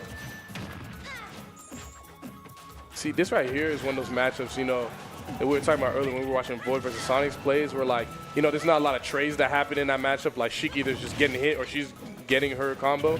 Like in this matchup, there's a lot more, you know, spaghetti. There's a lot more spaghetti happening. CQC. I mean, it's just the nature of CQC. You know, both characters have good boxing options. I mean, it's crazy because like people think of Youngling as like a zoner projectile character, but dude, he can box, man. No, he's he can get in the ring, bro. He hears the bell. He is a zoner boxer hybrid, for sure. Yeah, and just like by having such, you know, great CQC options, he's able to like force these trades, which he like right there, like, you know, even if like he's off stage right now, like that damage that they both accrued is 1,000,000,000% more in his favor than it is for Void, because Sheik's damage output is so low. Luckily, Void getting a kill right there with that up smash, but it can be very, very difficult, you know, to surmount a deficit like this when you're taking trades. You know, she can't really afford to get hit too many times. And there it is right there, those bombs, you know, Void unfortunately get up attacking into those bombs and getting comboed into that forward air. Kobe bringing it up 2-0. Very, very strong, confident, and dominant showing from the CFL legend. Yeah, I mean, Kobe is strong up here 2-0. I mean, I think this is also considered an upset. I believe Void is seeded higher. I'm not 100% sure. I can check that real quick. I'm just going off vibes, you know. Let's go to check real quick. So Kobe was seeded 9th. And then Void, I want to say Void is probably seeded for top 8, but let me see here. Or they might be seated exactly around the same. So Void, Void is seated 17th. So, actually, not an upset apparently, so not an upset. Post a real upset. Yeah, looks like they're going to be running it back to town here. I wonder what the thought process is, you know, for Void, like bringing Youngling to town here, because I feel like on this transformation right here, like Youngling is still pretty strong, and then maybe on like the flat, it's a lot easier to like jump in on him and use Sheik's air mobility and her really high full hop. Wow. I mean, the capitalization and the punishment there. Kobe trying to air dodge Void, capitalizing, and Kobe just answering right back. Yeah, answering right back with that down tilt up air. Yep. Yeah, very, very tight game. 2 stocks apiece. Oh my gosh. I like the combo food there, that back air. And I was wondering how he was going to extend it. I was like, oh, is he only going to be able to get a back air or maybe like an up air right here? I like him doing that single hit back air to mix him up to get that up air, that up B. Yeah, it's crazy because Youngling has good combo game, man. I still think he's the best Link, honestly. No, I'm tired of this foolishness. People talking about Toon Link better than Youngling. That is cap. I still, I disagree with that. I still think Youngling is the best Link. Youngling is nasty. 100%. I used to think Link was the best one, but after watching more Youngling in this game, I'm like, yeah, that was a little bit of a bad take, but I'll accept it. Yeah, I think original Link is the one I like watching the most, but yeah, Youngling's still exhilarating as well. He got the first hit of the back air, and then he used the up smash, and Void actually wasn't a true confirm. Void actually air dodged into it, unfortunately, but answering again. Yeah, but back Kobe immediately. Yeah. I think Kobe was mashing back air right there out of that to just kind of like get out of that hit stun, and then you know, Void answering with a kill option of his own. And that's right there. Very, very even game. They're going absolutely very much back and forth. Yeah, this has been like even though it says 2-0, it's very, very even. Like they've been going blow for blow, trade for trade. It's never been like, oh, you know, this person's 100% winning this game. No, it's just been blow for blow. It's hard to tell. And I feel like a lot of these sets have been like that today. It's just, Oh my gosh. It's so hard to get a read on like what is about to happen next. Like these plays are just so dynamic and explosive today. Kobe snagged the bouncing fish with the up B. That was such a funny catch. And gets the back air again, tries to get the up smash confirmed, but Void doesn't give it to him this time. And the downers, raw straight landing downer, Void running right into that. A little bit of smile. Every now and then you just gotta give him a YOLO downer. I mean, hey, I respect it because it's gonna cancel before you land anyway, so you don't end up in that landing lag from like the down air itself. So it's not a bad option. I mean, it puts you, it's an active threat. It helps you get down to the bottom of the stage. It's very, let's say, lower risk. It's kind of like Game Watch downer. Except like when Game Watch lands, like he's got like a decent amount of lag. But like if he lands on your shield, like it's very, very punchable. He just kind of bounces around. Yeah, he just bounces around. I've had a problem with that. I have a problem with that. I'm not a fan of him bouncing around on my shield like that. Tell me how you feel about that. Tell me some type of way. I'm saying, bro. And then when he lands, he's like, nair. It's like, all right, you got it, bro. My fault. My fault, OG, bro. But Kobe, man. And I believe that was that losers top 8 qualifier right there. Well, technically because of the MVD DQ. It was, yeah. So Kobe will be moving on to top 8 through loser side, of course, and then unfortunately Void ending at 13th. So, but still good showing for Void, outplacing a seed by 1. So Kobe's is gonna move on. MVD gets the DQ, and I think Mars Karu is still going on. That's the last set before top 8. Yeah, going on the ROK esports stream. Yeah.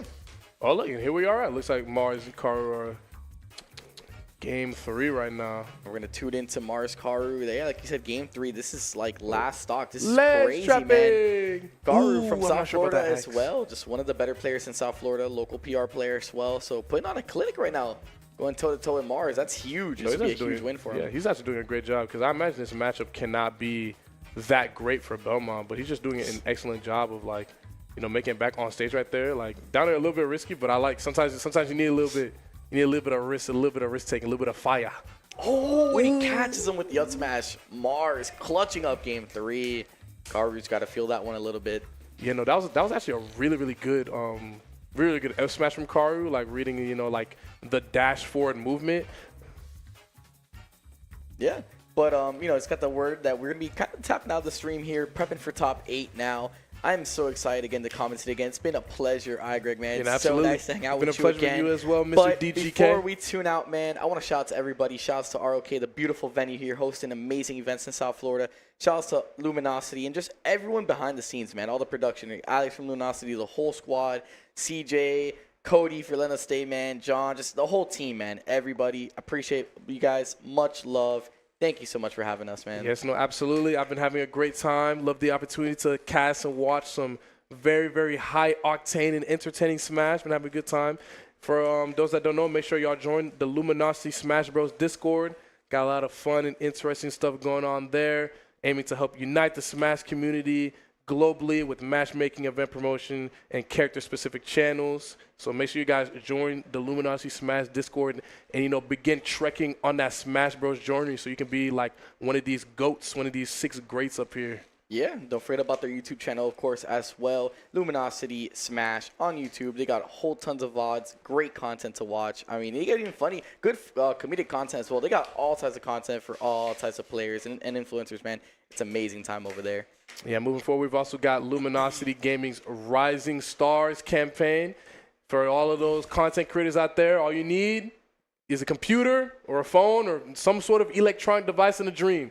They're looking to find the next creator to join, potentially with a $100,000 contract with AG. That's a blessing. That's 6 figures, man. That's a blessing. Hey, that's a blessing. That's something you tell your mom about. That's change of life money right there, man. No, absolutely.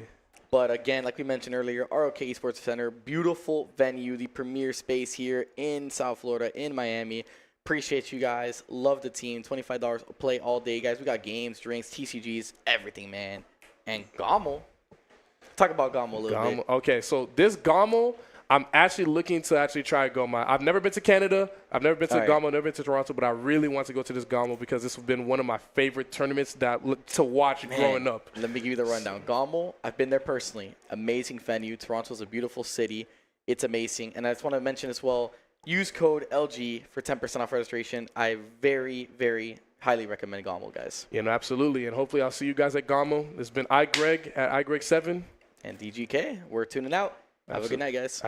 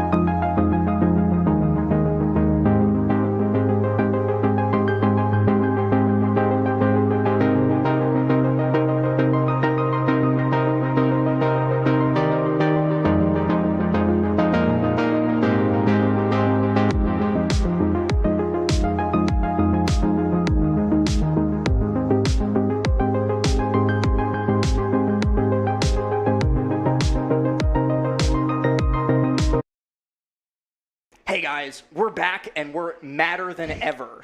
I'm Angry Last, and this is Angry Vicky Kitty, and we're going to very angrily bring you the top 8 here at Luminosity Madness. I don't think that's the kind of madness that they meant. I think they mean going insane, and you know what? I guess that follows to the tune because I'm pretty going insane. Like looking at the top 8 that we have here on our hands, it's been fun. the qualifiers to get here, which you can see on your screen right now. We do see a lot of Shattuck. What? Huh? You're right. Hey, what? That's not quite what happened, but I can tell you what happened thanks to the handy-dandy bracket that I have in front of me. We've gotten to our top 8, which consists of, in the winner's side, Sonix, Tweek, Dominator, the local hero, and Mutace, the former local hero, doesn't quite live here anymore. And then on the loser's side, we do have the stylings of Mars, Maister, Cosmos, and Kobe, who's another Florida legend repping. And they had to fight through some pretty stiff competition to get there, you know. We did have another major tournament going on at the same time that did just wrap up. Congratulations to Syrup, by the way, for winning Cav Clash 6. And now that all the focus is on here, we can crown another winner coming up pretty soon. Florida really showing out, though, for this event. It usually is what happens when we get to bring out so much amazing international talent to fare up against our local heroes. And you know what? Yes, true. Mutace does not live here anymore. It hasn't for quite some time, but will always be South Florida in our hearts. Texas, or not Texas. I was like, come on, really? In Texas now. He was from the 305. But we have no Florida reps on the screen in front of us right now. Instead, it's going to be Luminosity's Maister and not Luminosity's Cosmos, even though he is staying at the Luminosity Airbnb this weekend. You know, you saw that picture of him on Void's Twitter or on Mars's Twitter earlier. And here we go. Here's the real bracket that we were talking about a little bit earlier. MVD did unfortunately have to DQ, so Tweek got a free trip into the winter semifinals. And then elsewhere, everybody else had to battle quite difficultly to get to this point. And like we just said, we're going to be kicking it off with Maister versus Cosmos. Then we'll take a look at Mars versus Kobe. And then we'll go up to the winner's side. But this first set that we've got ahead of us is a little bit of a doozy because on paper, you would think, you know, Maister usually struggles with sorties, especially his fellow Mexican sorties, MK Leo and Spargo. Cosmos just recently moved to Mexico. Did he really? Yeah, he did. I actually did not know that. He's been living in Mexico for like the last 4 or 5 months. Stop it. What? I'm completely that serious. makes all the sense in the world, but you also have to consider the amount of practice that you get being able to move out to that region. But not only that, the practice that Maister always gets. Yeah. I was going to say, like, maybe the buff of moving to Mexico can boost Cosmos' record against Maister, because Maister does have the set head-to-head, right, yeah. 6-3 over Cosmos, but could always shift. And from that start, it didn't look the best. Cosmos finally did manage to get feet on the ground, and now it's looking slightly better, even though Maister gets caught by a side B. All right, but a little high recovery on the side B there, too, just so that way he won't be forced on the ledge as well. Nice grab now coming in from Maister. And to see what he could do. Nice little Deep stall there, stage. too. Huge, actually. Gets the tech off to the side of the ledge here, and this is where you find yourself so susceptible to getting hit once you're off stage here as Aegis. Yeah, it's very, very difficult to make it back, especially against the edge guarding prowess that Maister has. You know, he was memeing on Twitter about not actually knowing how to ledge trap or play out of shield. I saw that and I was like, okay. The out of shield one was insane. Like, okay, I can't Game believe that some people thought he was serious about that, but the one thing that he usually doesn't have trouble with is, well, getting down tilt up aired. That's pretty easy to do. I do it all the time. Especially with your Cosmos here, going to be able to convert that into a stock, evening out this game just as quickly here, only taking 20% of extra credit. Slowing down the match tier 2, trying to force it to play at his own pace, which is also very important. A lot of players, you know, having to kind of tell themselves that to hold back.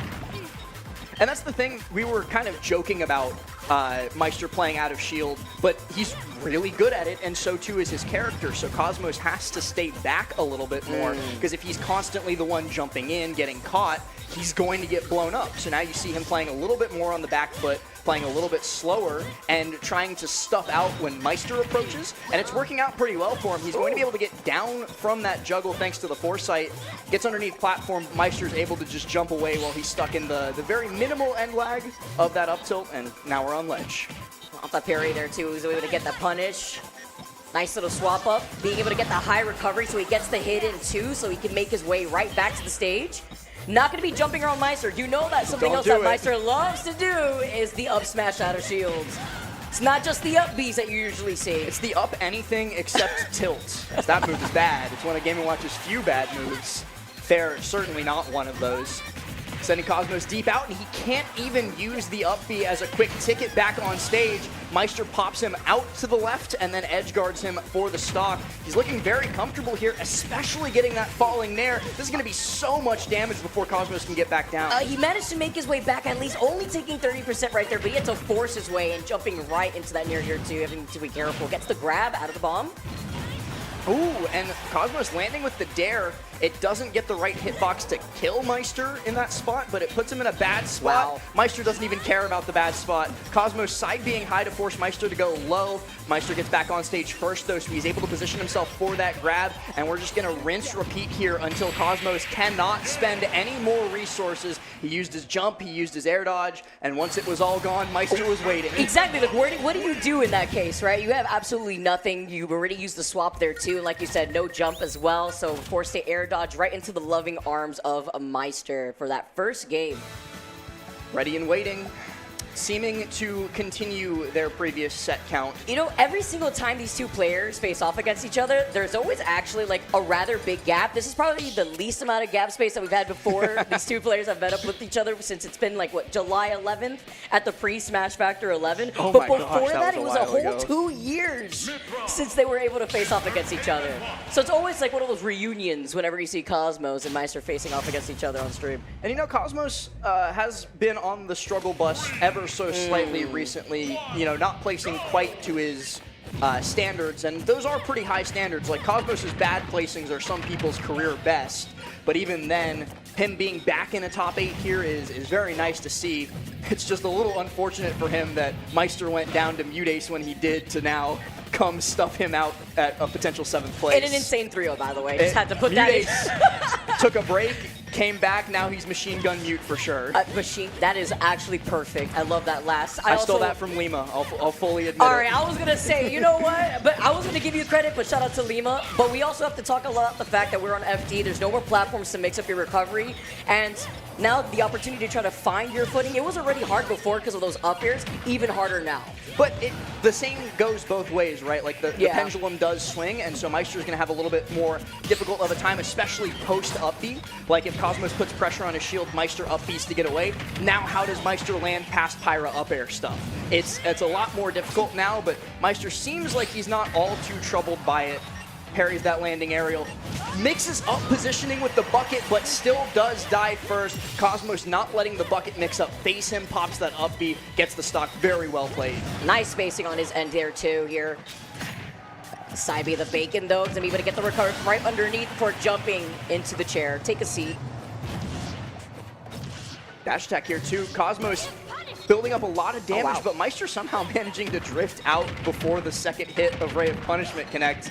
And now it's Game & Watch time, Vicky. We're going to spend a little bit of time up in the air. And he landed on top of him still too into another up B. The rinse and repeat. We do know that Maister is clean. Oh, a nice little wait again, stall. This is what Cosmos was doing towards the middle of game number 1, just staying back, waiting for Maister to be the one to get aggressive. But guess what? Game & Watch doesn't have to risk himself to be aggressive. He can. What? He stared at it and still committed, though. It's like hypnosis. Everybody knows that when Game & Watch is charging up Smash, you don't challenge it, and yet we see it every single time. And not only just that, the second craziest part is the way that he's trying to force his own pacing by drifting back, dashing back, waiting for an opportunity. You know what he wants. You know that he wants you to jump in his face. Now, granted, that was, I think, like the actual maximum possible distance for up smash to connect. Cosmos was so far above him, and it still hit. So I think Cosmos might have thought that he spaced it right, Popped that nair, still died. Parry on the down air. Maister in great spot to take this game, especially now that Cosmos is just throwing aerials onto a shield and getting shield grabbed. It's not looking good. Forcing out these shields with these fares, manages to try to come back for it. Now he's so scared, trying to drift back. Maister gets above and in front of him and then just punishes the whiffed up smash with a dash in down tilt. Sends that, even if he didn't die there, that angle is terrible for Aegis. She was not making it back from that. Maister goes up to set point, 1 away. And when I got to talk to Cosmos at Genesis, I was like, you gotta bring out the Corrin. I told you last, I've been waiting Corrin for it. does beat Game & Watch. But listen, he was like, you know, he has no faith. He was like, I'm straight up just gonna go back to Inkling. I'm like, okay, well, don't fool me like that, because we both know that's not gonna happen. Everybody knows that he's not going to play Inkling first and foremost. I was like, why are you lying to me? Just actually telling falsehoods. But I honestly commend the fact that he's still sticking with the Aegis no matter what the results have been saying. Listen, I remember when this character first came out and Cosmos was like, yeah, I'm a solo Mithra main, man. I'm not using Pyra. So at least he's made some progress on that front. Proud of him. All right, going on to the next game here too. A good start from Cosmos, but that's all going to evaporate in the face of 3 nairs. Maister takes the lead away. 48% just from that. 3 nairs. It was 3 nairs and a down throw. Don't forget the down throw. No, you're right. And here comes another one. It's these up airs, has that middle platform to keep on putting on the pressure. Almost stared at that up smash just a little bit, but was close enough to, that way the nair was able to clip that. Oh, okay. I thought he was going to die for that. He's truly staring at the face of danger. You know, sometimes you just have to look death in his pale eyes, make sure he's the one who blinks first, and this time Maister did blink, and this time Cosmos did not land on the up smash. I was worried right after succeeding once he was going to get cocky and die for it again. I mean, that's what he was trying to do before, right? He was trying to get the cross up, but trying to space himself out where it wouldn't have hit him, and he still would have been able to hit the last hit of Nair there. At least, Chad, somebody said Cosmos wants to get hit by up smash the way that he's playing. Ooh, great F smash there to catch Maister drifting away from ledge. And Cosmos, what are you doing? Where are we going? He just fast fell dare off stage. Brother, what? Hold on. Right now, though, even though it's 2 stocks apiece, he is feeling himself with a little bit of that momentum, 79%. At least Nice it dash wasn't back. an up smash. He's gravitating towards it, though. Let's not jinx it. The event horizon of this black hole is dense. Maister landing on stage with this Nair, going to convert it into a whole lot of damage. And, you know, something that I usually do give Maister a lot of credit for is not running in and getting up bead, is instead his defensive play. He's usually a lot more willing to play on the back foot. I think because he's got the 2-0 lead right now, he's getting a little bit over aggressive, throwing out a little bit too many up smashes. And Cosmos is punishing him for it, but he's got to do it 3 more times. What about the game plan the whole time, though? The conditioning opportunity right there. Nice get-up attack so that way he wouldn't get hit. He lost 2 games on purpose. No, conditioning him to be like, all right, you know what? It landed on these up smashes. This is what you actually think. Now I'm going to try to space around it. Trying to give him way too much credit. Ooh, really good spot dodge from Maister, reading the dash grab from Cosmos. Gets away from it, puts on a little bit more damage, and this game is still far from over, especially with this edge guard here. I don't think Cosmos makes it back to this stage unless Maister whiffs both back airs. Wow. All right, freebie. Get another one. Oh, he tried it. These landing aerials, Cosmos still not having the best time dealing with them, but much better than game 1 and 2. Ooh, Maister gets what? The drag down Nair, and he goes in front of him instead of behind. That hitbox is You're actually super dead, crazy. by the way. That is unfortunate. All right. This is the bread and butter. I mean, one grab, and not this grab, but one of Maister's grabs, and suddenly Cosmos is at 40% and an edge guard. He cannot get comfortable until the screen says game, because look at this. Nair ladder all the way up to the sky, 40%, you're in the corner. Getting Gotta the find a way lovely down. 40. The 40 is always being able to get. There we go. Game & Watch also being light. It's going to be able to secure that game. Now we have it 2-1 for Cosmos. He's on the board, and I think he can go into this game number 4, despite it being Maister's counter pick, with a whole lot more confidence. he played that game a lot differently than he did in game number 1 and 2. He was willing to like let Maister whiff first instead of being like, oh, I'm Aegis, I gotta swing first because I got fast hitboxes, and that worked out. Although that double back air missing was a little crazy over to that right side of the stage there. Cosmos may have gotten a little blessing. By a pixel. Well, we take those. Keep going. Maister taking a second to compose himself, I think. Cosmos just listening to his favorite voice line in the game. Mithra. Mithra! Can't solo Mithra, man. Sorry. I like the still can't dedication. believe he tried that. How long did he do that for? This you know was what? Maybe months. I was gonna say It was maybe I don't definitely want, months. Are you serious? It was like multiple, like, I think it was still like Wi-Fi at the time. But he definitely entered and did decently well in like pretty big Wi-Fi tournaments with solo Mithra. Everybody was like, just kill people with Pyra, man. And he was like, no. No, just Mithra. I respect She's the dedication. fast. All right. Struggling on trying to get down. Here come the up airs. He's, by the way, almost like 85% off of up airs. I mean, we're used to it at this Yeah. point, right? Like, if we weren't used to it with Maister, we definitely got used to it with Mio once he popped onto the scene. Like, Game & Watch just be doing that. Good dash attack from Maister. Doesn't get him out of the corner, though. Cosmos putting on a whole bunch of damage, and he realizes that every time Maister tries to drift high above ledge with a hitbox, he can just F-smash that. Mithra F-smash, deceptively disjointed. Very good at punishing stuff like that. Not as good at not getting nared. Now making that swap up here before going right back over to the Mithra. Nice dash back, waiting out on the up smash, knowing it was going to come. Chasing off stage. One Mithra hitbox, or sorry, one Pyra hitbox will certainly be the stock at this percent for Game & Watch, but Cosmos has got to get it, and it not coast to coast. We landed those really consistently here, too. Yeah, nice. Cosmos just going to keep dash back, throw out a hitbox, dash back, throw out a hitbox, because anytime Maister gets aggressive, well, except for that time, he at least has a decent chance of beating it out and gets ledge. That was actually great, hitting him away, too, so the bacon wouldn't clip him first. Should be a stock here, yeah, absolutely.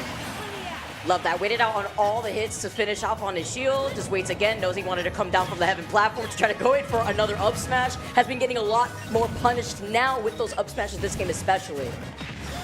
Up he had a shield, though. The bread and butter never fails. It's filling and delicious.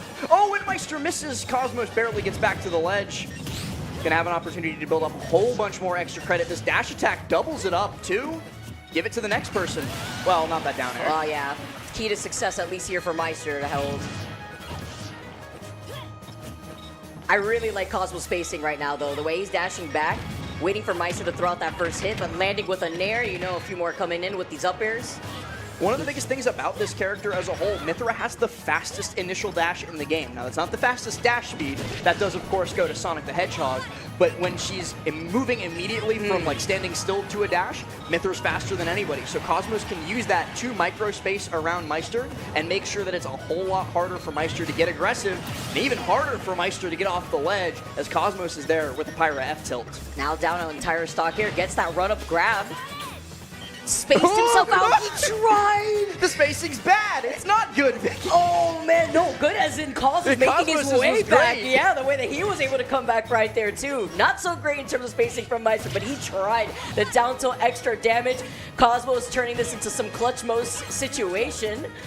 I think we know which one came to the tournament today. This is not Chokemos, as he is inches away from getting us to game number 5 when it was looking pretty lost in game 1 and 2. Nice. He drifted back right behind Cosmos, so he could not catch his landing with the forward smash. Take a seat once again. He does know how to ledge trap. Jab 1. I see what Cosmos is trying to set up, but the Foresight does not get him through the jabs. Foresight again, he tries for a dash grab. No! No shot! That just happened, and all that Cosmos can do is smirk, put his head in his hands. Maister. How is no one reacting? Are you kidding me? Look at him laugh. That's all you can do at that point. Was that our fault? Did That we might have do been. that? That Did we do that? tied at 0. Production confirming that that was in fact our fault. Great job to Maister. Gonna be moving on Cosmos eliminated at 7th place in one of the most unfortunate ways possible. He really got down through to 9.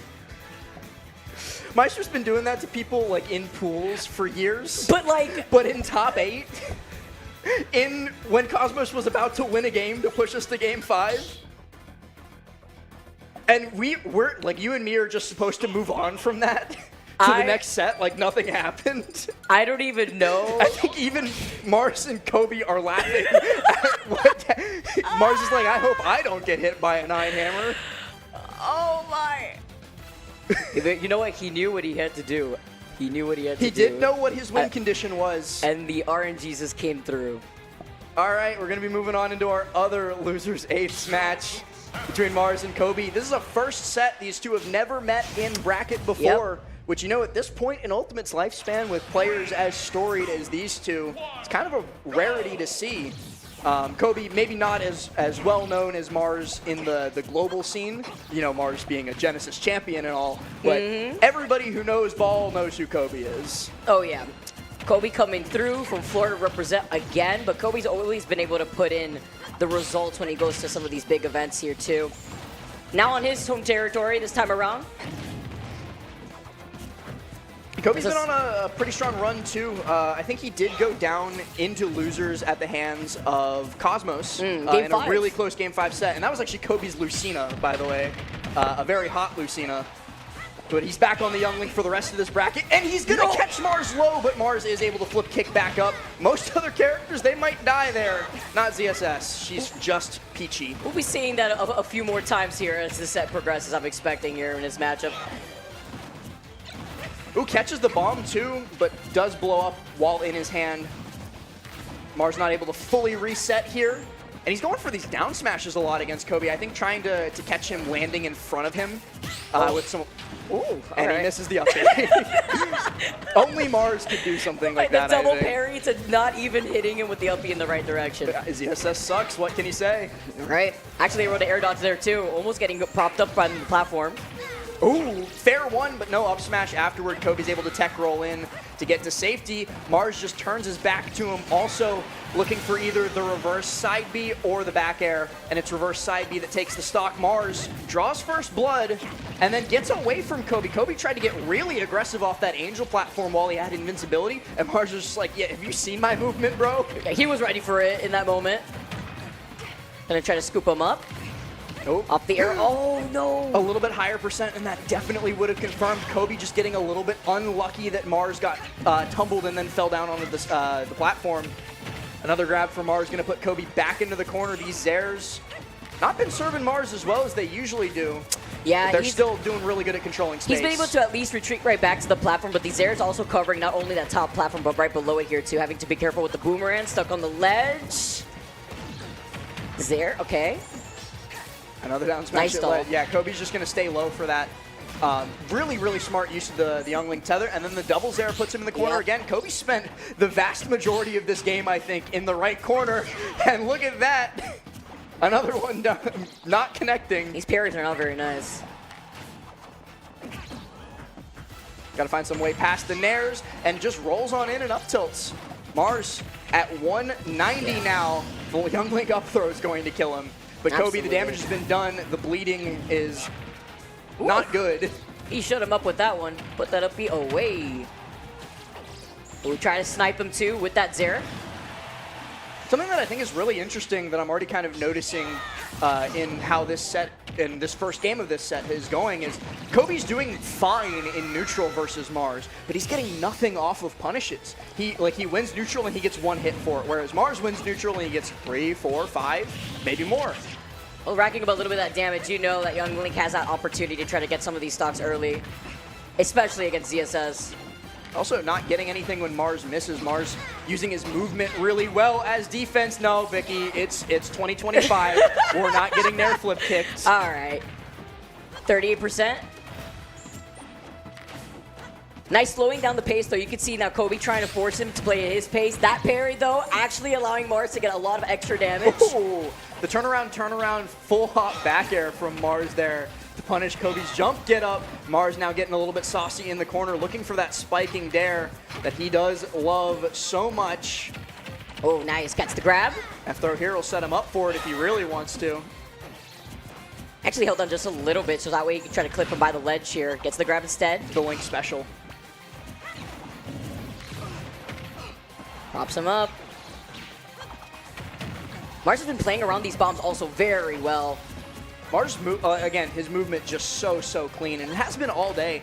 Been really impressed to see that set versus Dominator came down to a game of inches for good reason, and this one's going to be donezo after the berry on the flip kick. Mars comfortably two-stalking Kobe in game number 1. You know, going back to what you were saying, although being able to get these like raw hits in general, hasn't been able to get a really strong punish is really what it was. Even on Mars's whiffs too, Mars is like always in motion, and so when he whiffs, he's already out of the danger zone right afterwards. So Kobe's doing a good job defending. He's not getting hit by a lot of the Mars stuff, but then he can't hit Mars back when Mars comes in and whiffs in his face, which is kind of a fundamental part of winning in Smash Bros. Is killing your opponent when they whiff in your face.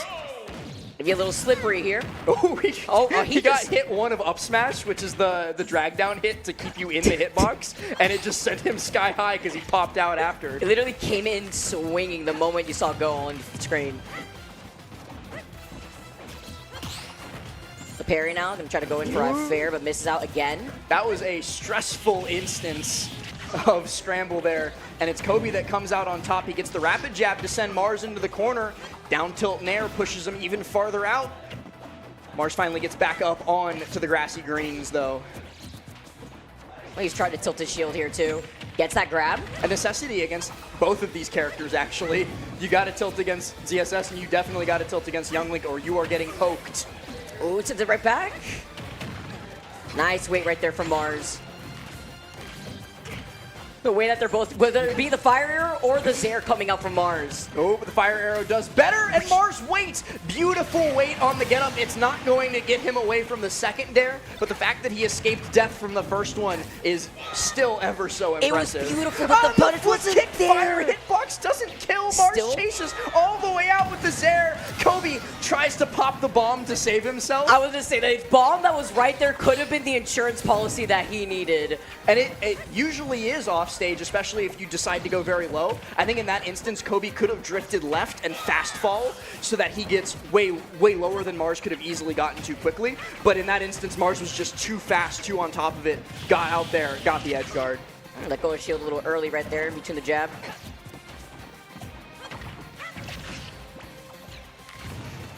Oh, still nice. From the bomb into the fire arrow too, just to catch his landing. Kobe committing a lot harder to projectile use in this game, more than just the fire arrow. He's using the boomerang and the bomb a lot more freely, and I think that shift is helping him pretty heavily, but might not help him get down from this juggle. I like how he's not overextending though. He's not overextending on purpose, knowing to back away, trying to catch him so that way he could reset all over again. Yeah, something that Mars is one of the best in the world at doing is making you scared when he's juggling you. You don't know when he's going to reset or when he's going to push it, and so sometimes, well, you might just die here, but one of the scariest things is... Oh my god, he did the thing that I talked about a second ago! Let's go, Kobe! That's the best feeling, that's the best feeling. He went low, used the bomb, and it still didn't help him. But what I was talking about is Mars is very, very good at mixing between pushing further or fast falling and landing back on the ground to catch you air dodging through his combos. And so because you don't know which one he's going to go for, air dodging through a combo that might not be true otherwise is such a huge risk because then he's just there anyway. All the time in the roll to just react, yeah. That was nice here now. Kobe down to just one last stock. The way he's trying to angle his forward tilt here too. The up air is not going to be enough. Grabs the bomb, sends it down to Kobe. Gets caught though with the fair. The way that Mars was trying to dance around everything hurled in his direction.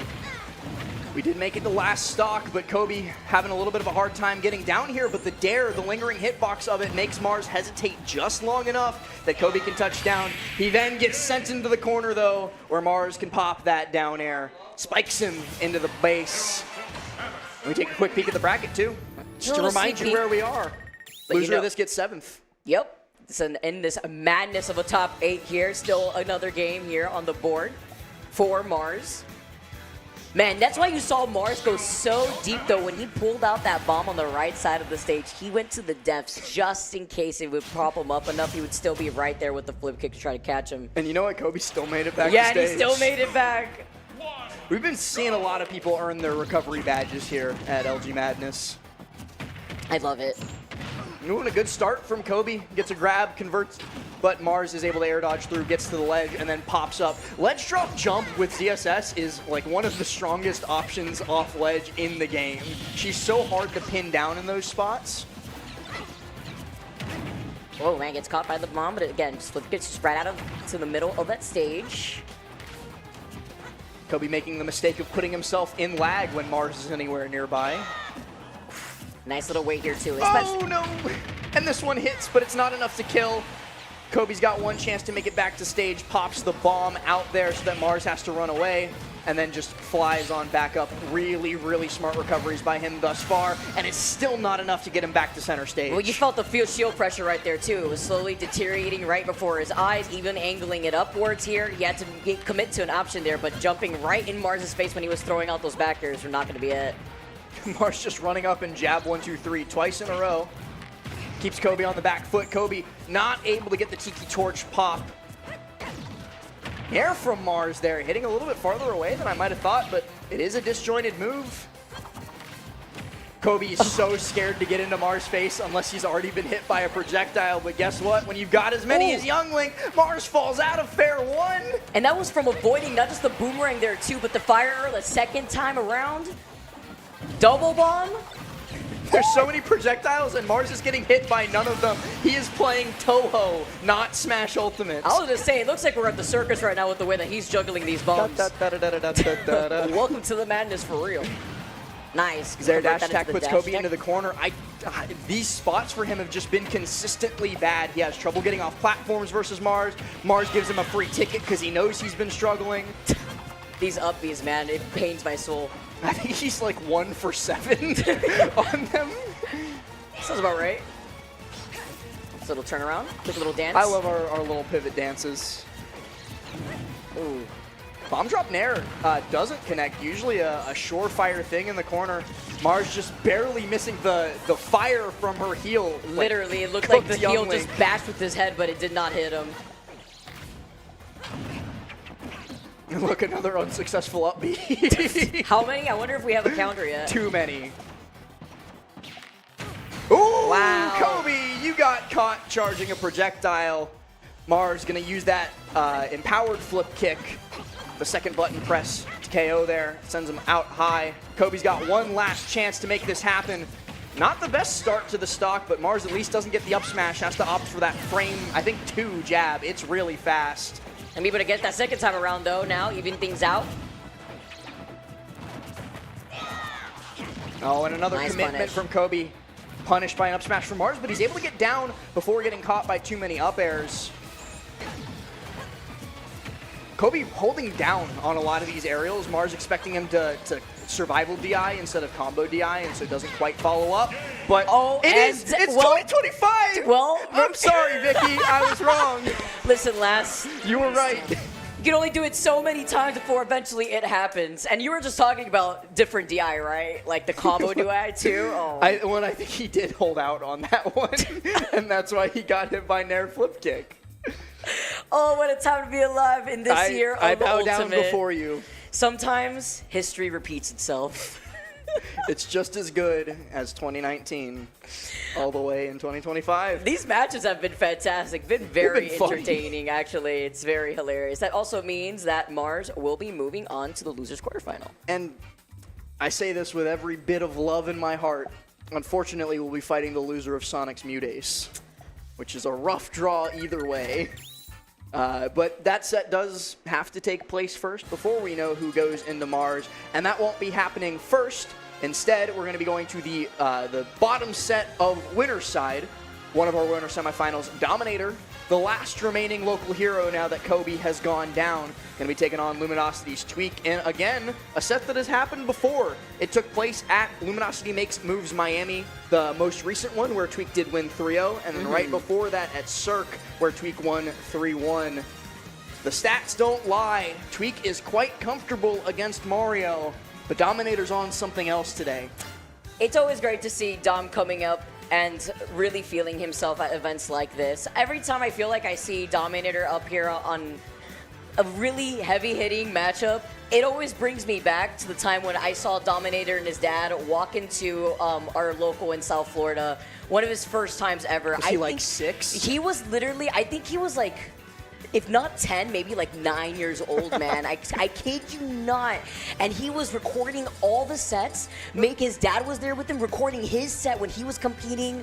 It's insane. If we go back to the wide shot of the camera, I saw Dadinator in the crowd right behind him. You can't see him on either. There he is, dead center between Tweek and Dom. Yep. Dadinator. Having your supporting his best boy. fan out here, man. I love that. Shout out to the esport parents out there that definitely support their kids and their journey, because Dominator has had quite a journey to be up here. He's up against the wall here, though, and the wall being Tweek's Diddy Kong. A very difficult set to run into, but again, Dominator on a crazy run so far today. He's just fresh off of a 3-2 win versus Mars, Very which close if you game. guys were watching was down to the wire. So we'll get into it on Small Battlefield, see if Dom can defy the statistics, go into winners finals here at LG Madness as the last remaining Southern Florida rep, or Tweek will just rep his sponsor, do what he's getting paid to do, win tournaments. It's not looking great so far, though. Dominator off to a start. I was going to say, you got to get a hit in first right now, because Dominator, he was putting in the work for the beginning of that stock, although that monkey flip scared me just a little bit. I have to hold my breath. He's dead. Oh, no, it wasn't up the monkey. I was worried about up air fair. I should have been worried about nair dare. Sure, Tweek, do the thing. Yeah. You're going to keep going. He might do it again, too. If Dominator didn't get that last rising hit of up B to pop Tweek away from the ledge, Tweek absolutely would have been waiting there with an angel drop. Up B's away, but it's not far enough. He can't escape the call of his own banana. Still in Dom's hand, by the way, until he drops it for that dare. Dom's doing a really good job of controlling the items here, something that's quite difficult to do against Tweek. The Tweek is a master when it comes to juggling around so many items, too. So why is the Tetris theme playing? It is so good, though. It is so perfect right now. One of my favorite songs. Dominator might just need the line piece here to get back up onto the stage, though, because he's at 134. Air dodges out. Has to desperately to get away from this advantage state from Tweek, and Tweek's just going to keep catching him. He's gone. He's trying to clear it all out right now with the way he's playing. Look how slow he is too Tweek's right now. a little upset at how the game started, I think. You All were right, doubting calm me, down now. commentators? Don't calm down. You know who I am? Who do you think you are? Oh, we know who he is. Off the parry, though? Getting a lot out of these Wait, jabs, too. The landing, falling hitbox of like the edge of Diddy Kong up air looked so odd there, and it's going to set up Tweek for a chase onto this platform. Dom's got to get away. Every nice. single escape option is being covered, it feels like. Up until now, though, he might be able to get something off of this. Oh, forcing out the high recovery here, too, because he already used his jump earlier. Nice. He bounced the banana. That would have been crazy. Tweek bounced the banana off of Dom's head by grabbing him after the pluck. He is styling. That was hilarious. My pummels don't do enough damage. Let me get the banana to help. It's going through his head. I wouldn't be able to focus on the game if this song was playing. I would just be thinking about Tetris. Think about how to make the game like Tetris with these backers. Going to be able to seal the deal for game number 1 in a nice 2-stock. Always like looking unfazed, by the way. Tweek is low-key probably nasty at Tetris. Gotta ask him now. Gotta ask him. if he's We'll ask played him later. Tetris. I found out today that the Dominator is really good at chess. He's higher rated than me. Yep. Going into game number 2, Tweek looks like he doesn't quite know what to ban here. He's ready to go it again. And it's not the Tetris theme. Unfortunate. I was hoping. And I can't jam it again. I think that music means we're going PS2. My head was just like the whole entire time it was the perfect situation, perfect environment with it. Say run it I back. wonder. I hope that they picked it and it wasn't like a random poll on Small Battlefield. Chances are it probably was random. And, Sadly. And something that I do want to bring up before I immediately shoot down my own idea. Dominator does have a Joker, a very good Joker, However, if you look at Tweek's record versus certain Joker players in any recent Good luck on time, that. oh my God, what is he doing? That's like the modified version of the pyramid scheme, even though they patched that out. That is not gonna work out here. You even saw Dominator with the emergency down here like hell. I want to be out of here now. Wanted to twist his way out of that situation. Both were players respecting though, holding shields, staring at each other. Dominator gets the grab.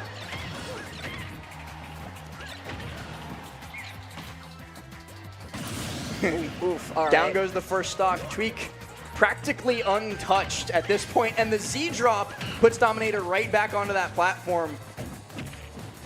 Grab. This is Oh, he got the reset off of here too. Nice. Tweek was able to go right underneath him. He's Banana doing it again. Talk about all the extra damage. Nice. Calling him out with the roll off the ledge. It's a regrab on the banana. Once again, really highlighting what you were talking about before too, with the way that he's been able to work around Tweek's banana usage. All the way to the deaths. Not gonna be enough. Instead, he's got an answer with his own barrels. The landing barrel sends Dom at maybe the worst possible angle. Tweek's not able to get into position quite fast enough though, so Dominator's able to get back up. Sets himself looking for these back airs. Nothing works though. He could have just F-smashed him. Now you gotta do it for the extra show. It's Tweek. Oh man, I was honestly waiting for the air dodge and the possible down air there just to show it. Oh my God, what are you doing? Tweek! He has his family right He there. did 50, like he died, but he had an extra 2 stocks, and he did 54% because of the extra barrel explosion at the end. You know, Tweek's just like had this stuff in the back of his head for like years he loves it. from the lab, and he's just never had the opportunity to pop it until now. He always tries at least once. You usually see it here. Nice dash attack just to prop him up. Man, he is just catching these landings. Like, Dominator has just not been able to land safely, like, at all. Aside from when he's on the other side of the stage. These monkey flips too. First he did the monkey flip cancel off the ledge to mix up Dominator as he recovered back to make him scared. And then he just monkey flipped straight into his face. Stop doing that to him, man. It's not nice. Oh, nice. He actually did up from that. You ever seen a monkey fly? Now you do. Tweek actually perfectly happy to take that back air hit too. It's going to send him straight into center stage where he can now claim control. Banana disappears before he can make better use of it. He's just going to keep monkey flipping at him too. It's the fact that he monkey flipped to cross him up after he already used up smash. What if he up smashes again? Okay, he's dead. Won't be able to have the chance. Pop. Nah, Tweek is on another level. I mean, earlier when we were sitting out in the audience, Choco Taco was like, who do you think's winning this tournament? And I said, I would love to see a Tweek dub. The way that he's playing, I think we might be staring down the barrel of it. Honestly, when I was looking at this bracket, though, and the players that were still in the tournament, right, that have committed to coming out here, I was thinking we were probably going to see that Tweek Sonix grand final. Oh, yeah. That's coming in the pipeline. Yeah, right? Like, but the way that Tweek was playing at Genesis and seeing the way that Sonix was also playing, you know, Sonix definitely wanting to be able to get that run back after not being able to get that top 8. Well, and one of the other things, too, is look at Tweek's track record at tournaments with Luminosity in the name. He is very good at winning his own sponsors tournaments. Sponsor buff. He won Luminosity Makes Moves Miami. He won Luminosity Makes Big Moves. He did really well at the first LG Invitational, not quite as well at the second one. And here at LG Madness, he's looking to take home another title. Dominator, though, has at least one more game to try and stop him from the winner's side. Despite the rough start to the set and rough start to this game. I never like to count anybody out early, but it's looking rough, Vicky. It's just so hard because every single time Dominator is trying to space himself around Tweek's shield, he's trying to go for some of these cross-ups, but it's not working out. Off the banana into the monkey flip, talk about some extra damage. Even trying to use the peanut to try to clip him before getting the ledge invincibility. No, he just tried to throw out that F smash. He was like, I want you dead yesterday. Down tilt back air. Dominator a little bit too high percent for that to connect. And so now he gets to take his turn for once, and we might see an up B after this. Tweek's going to survival DI, though, perfectly. Survives through it. Gets a monkey flip down to send Dominator off stage. Gets an opportunity for the ledge trap once more. Throws the banana up to bait him into trying to parry it. What are you? That is actually insane. Not real right now. And the weight off of that too. All right, he's gonna flip the situation now. With these up airs into the up B. Definitely not gonna be it with no rage here too. Back air from Dom, though, puts Tweek in a bad spot. If Dom can get low enough to catch that back air, he doesn't quite get there in time. Back throw also not enough to KO. He's just going to keep stalling this out so he can get into the right position, but monkey flip, too good at getting past. Tweek's on stage again, and he's going to make you regret it. He even catches the jump. Can't even use the cape for a second right there in front of Tweek.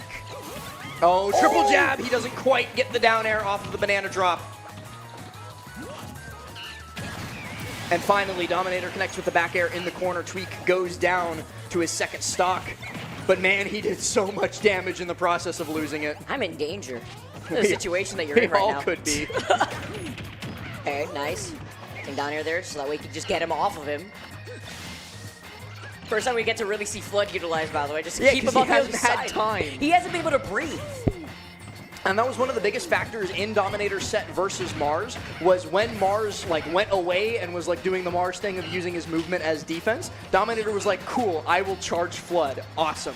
Here, Tweek is being so in his face, smothering, that Dom doesn't get a chance to, because if he backs up to try and charge Flood, he's getting monkey flipped. This is the switch that Tweek can always turn on whenever he needs to, depending on the matchups, right? Because we know that Tweek has no issue slowing things down for his own cores. Yeah, something he was saying earlier in the weekend, too, is he feels like he used to be a much bigger camper, and then he got better at just beating people up, and so doesn't need to camp them as hard. For example, Exhibit A. Yeah, well, the way he just landed right there, too. Does not get the grab, though, off of that trip up from the banana. Nice get out of Joe Carp with the LB, just get off of me. He wanted to get that grab. Dom really was chasing him there. Even the pivot grab wasn't quite enough. Nice. He DI'd away there. Not going to connect with no fair. Absolutely not in this case. Ooh, landing there into the back air puts Dom in a really bad spot, and he's not surviving this one. The angel drop comes through. Tweek was looking for it the whole darn time, and he's going to send Dominator down into the loser's bracket to face off against a Maister, which for a Mario, that's not too much fun. We'll be seeing that a little bit later. For now, though, good stuff to Tweek. He moves on to winners finals. And you and me are going to move into the other winners semis, where we get to see one that I think I've actually been looking forward to, given how one of the players has been playing today, and that, of course, is Mutace versus Sonix. Yeah, Mutace versus Sonix is going to be a good one, actually. Mutace has been playing very well, and that's coming from a player who took a little bit of a break, right, before leading up to this tournament. He hadn't been playing too hard. Now coming right back into form, feeling all freshened up. This is the type of form that I like to see Mutace in, especially when you have to deal with Sonix. You know what type of pacing you're going to have to try to work vibes. You know how it's going to be here. And I think it was absolutely a necessary thing for Mutace, not just physical health, but for his mental health as well, because he was struggling a little bit in his last couple brackets before the break. You know, he was having a lot of pain in his hands, and it was affecting him mentally. It was making him not really want to play the game, not really want to practice the game, and so he took a break like we were talking about. And now this is one of his first tournaments back in quite some time, and he is doing the stuff that he's doing, 3-0 versus Maister in a matchup that has previously been called one of the hardest for Peach in the game. And he just 3-0s one of the best players of the character in it, moves on. Now he's up against Sonix, another kind of rough matchup, but one where there are certain factors that go into Peach's favor. Yeah, this is also a matchup where Mutace has lost again in the past. I believe it's 3-1 in favor for Sonix. And the last time they had met was actually, was it the most recent Luminosity Makes Moves? I think it was the one before. No, it was 2024. Okay, yeah. okay. It was Makes Moves Miami 2024. In Game 5 situation, too, so, you know? And listen, I think you might be able to count on one hand the number of people with a winning set record versus Sonix. It's not many people, and so we can't really fault Mutace for that. But he's going to look to put another tick in the W column here in winter semis. And something that I do want to talk about while I have a little bit of an extra second while Mutace prepares himself for the marathon that is likely ahead of him. Marathon's a good one. You look at this matchup, and you know what it reminds me of immediately?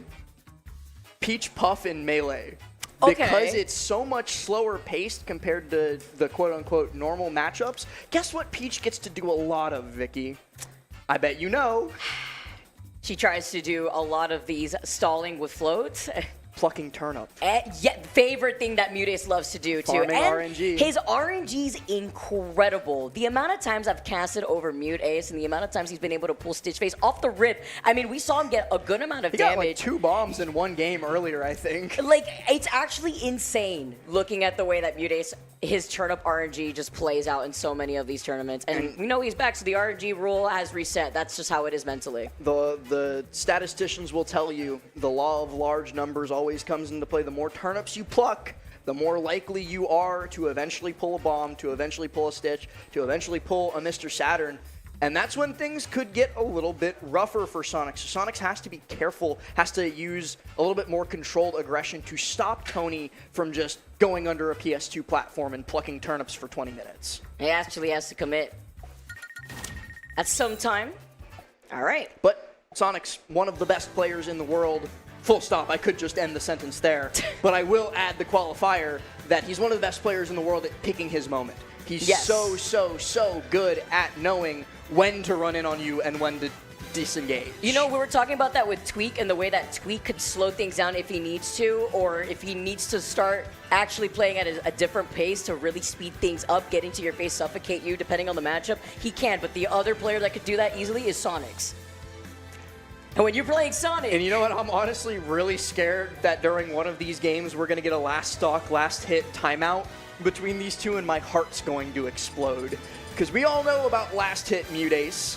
We all know about Sonix in the clutch.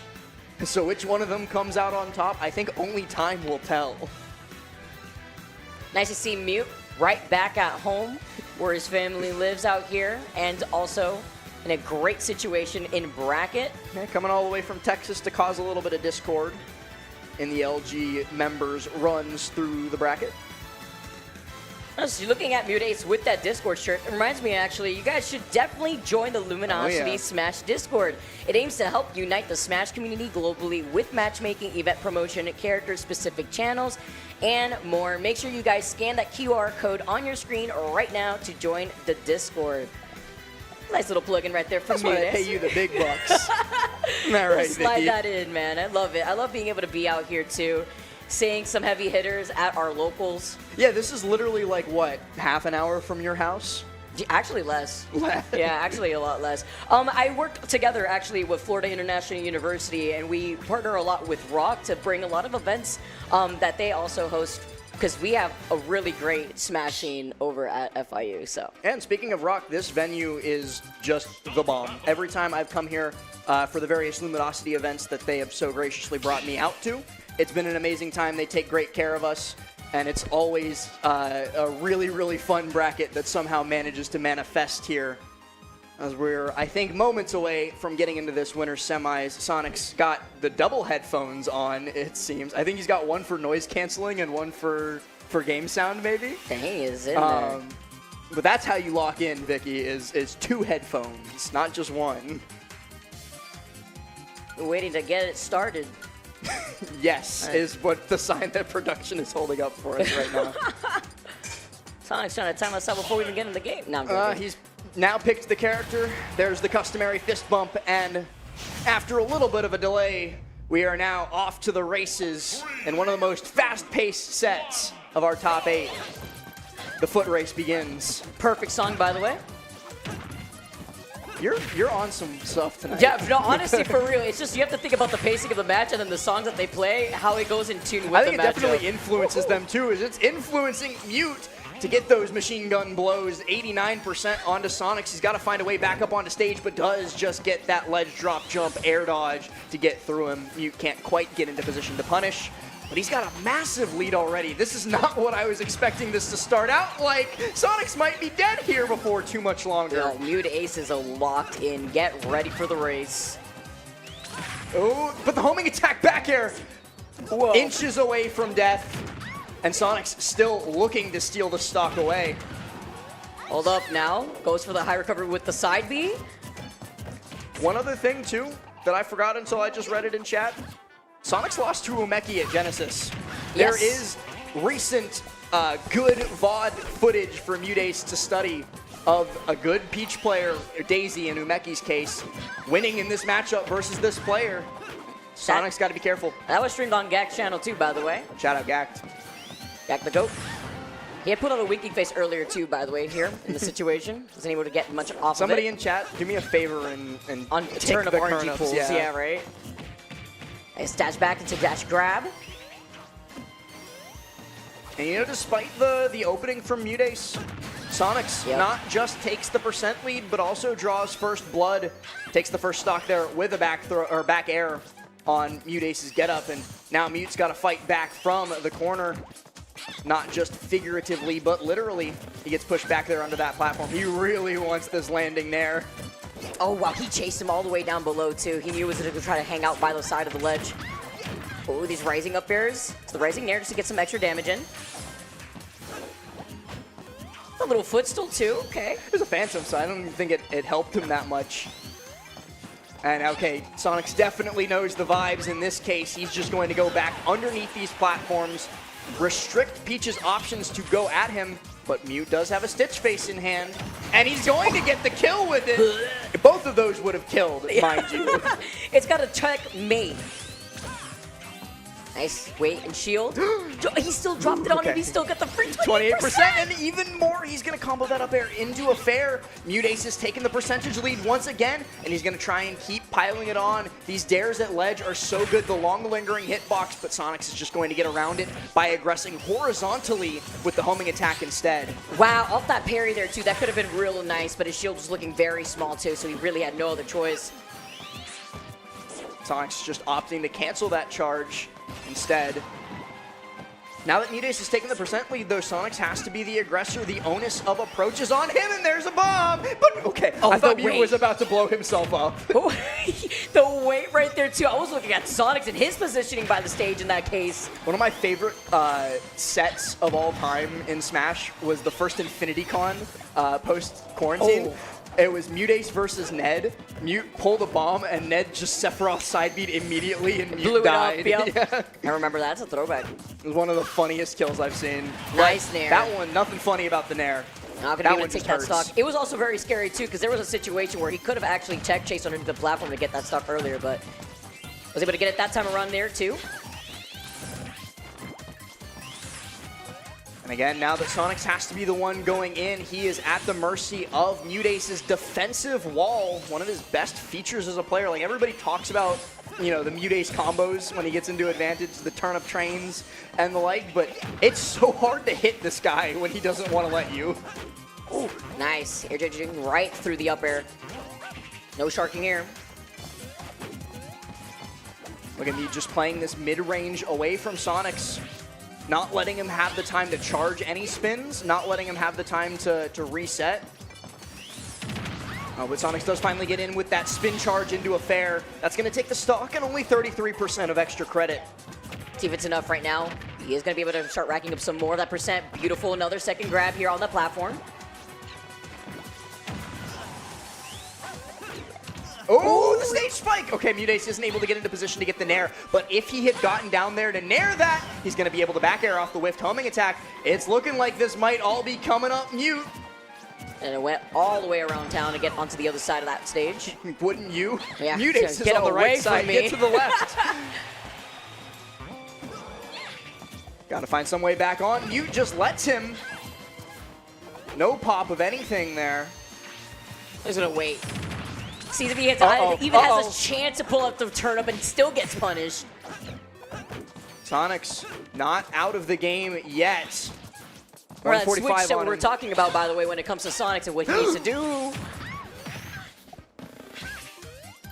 at the way, look at the way. With the music queuing up all over again, perfect timing, goes in for the back air. It's perfect timing for Sonix to maybe steal this game away. Mute's got to find some way off the ledge. Sonix tries for the Hypno Fist F smash. Mutace just a little bit too far away, so it's not going to work out for him. Mute gets the shield up in time for the spin charge, and dash attack, it will never kill. Never trust a kill screen on a dash attack. I've seen people live at 200 to that. It was the standing for me right there in that case for Mutace. No Very way! scary. Sonix in perfect position and doesn't pull the trigger. Mutace gets back on stage, a second dash attack, a second kill screen, and a second failure to end this game. And the back, you're hitting the weak spot here too. Catches the turnip, a third one, and this one does it. Mutace barely gets away with murder. 3 times the charm. 3 times the charm on the dash attack. Yes, he did indeed win that first game, but I'm sorry. There was spaghetti all over the floor for both these players there at the end. Had to pick it up. What a mess. It's Mutace that busts out the mop first. Dinner is saved, Vicky.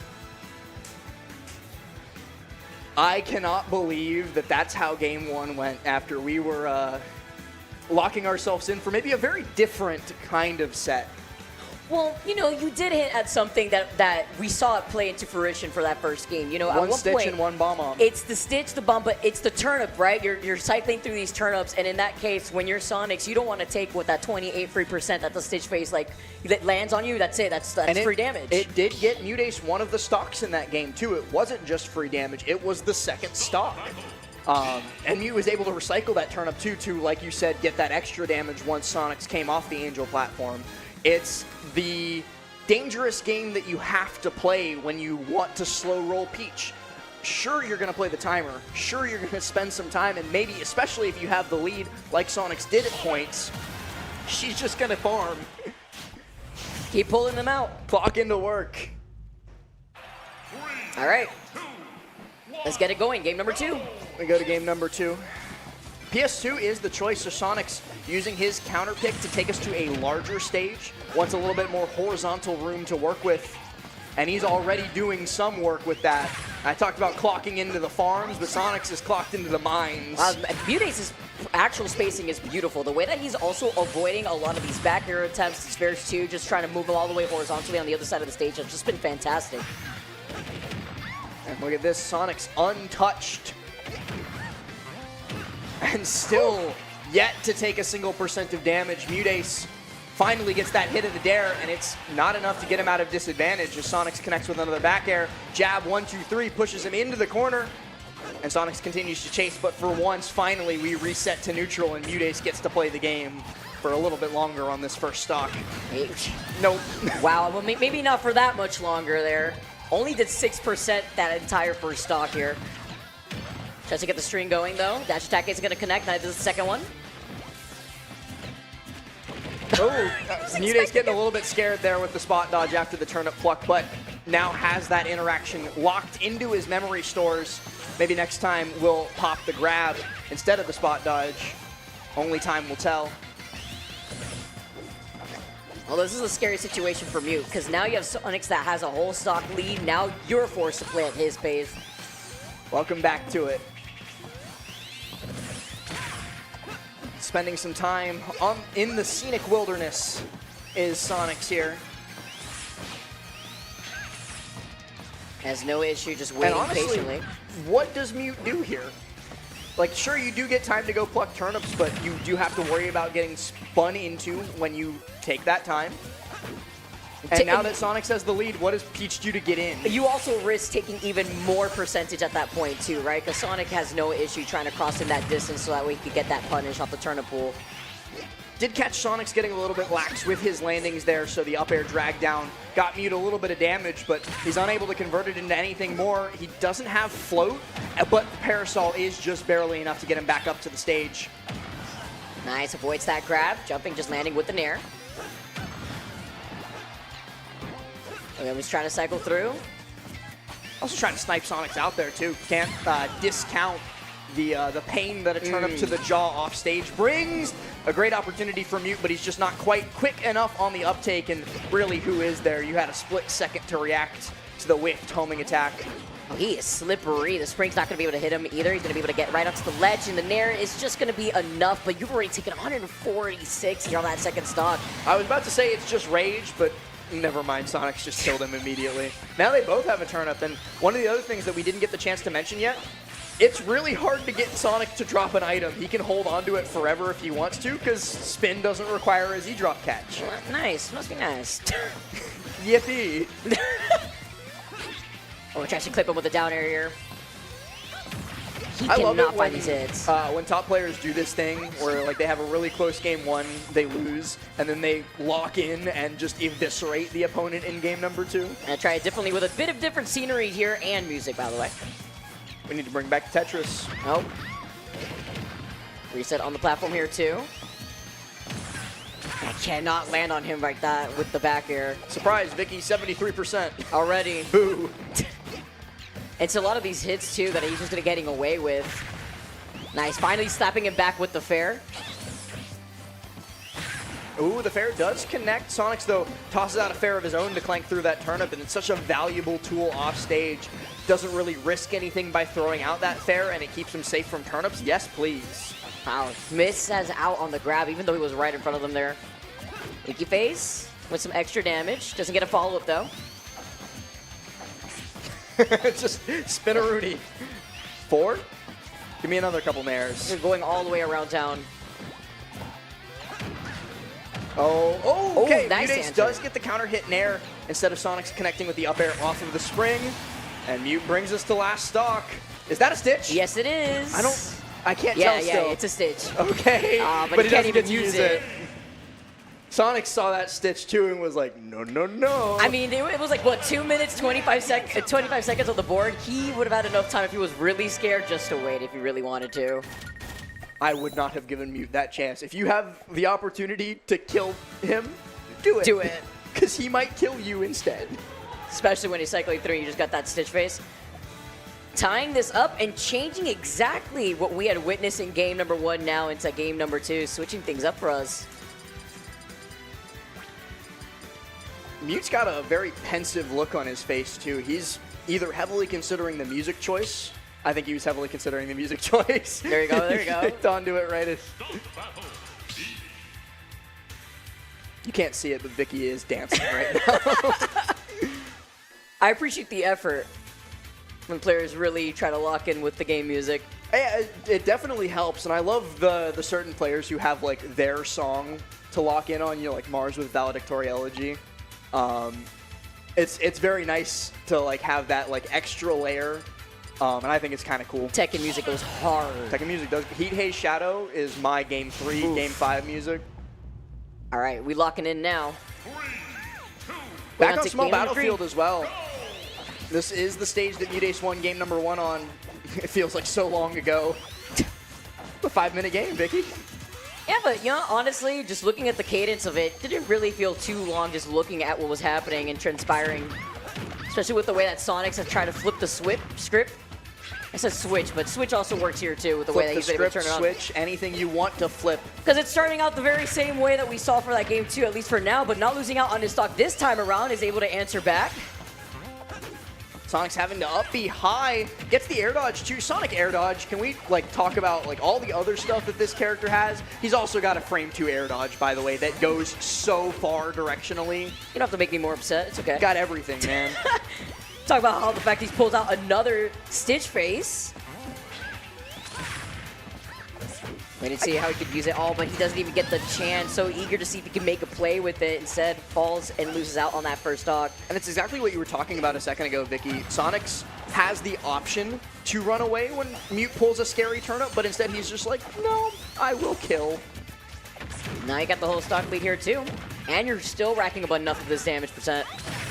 Oh, weird trade. Side B to homing attack. Booty bump does not come out successful, though.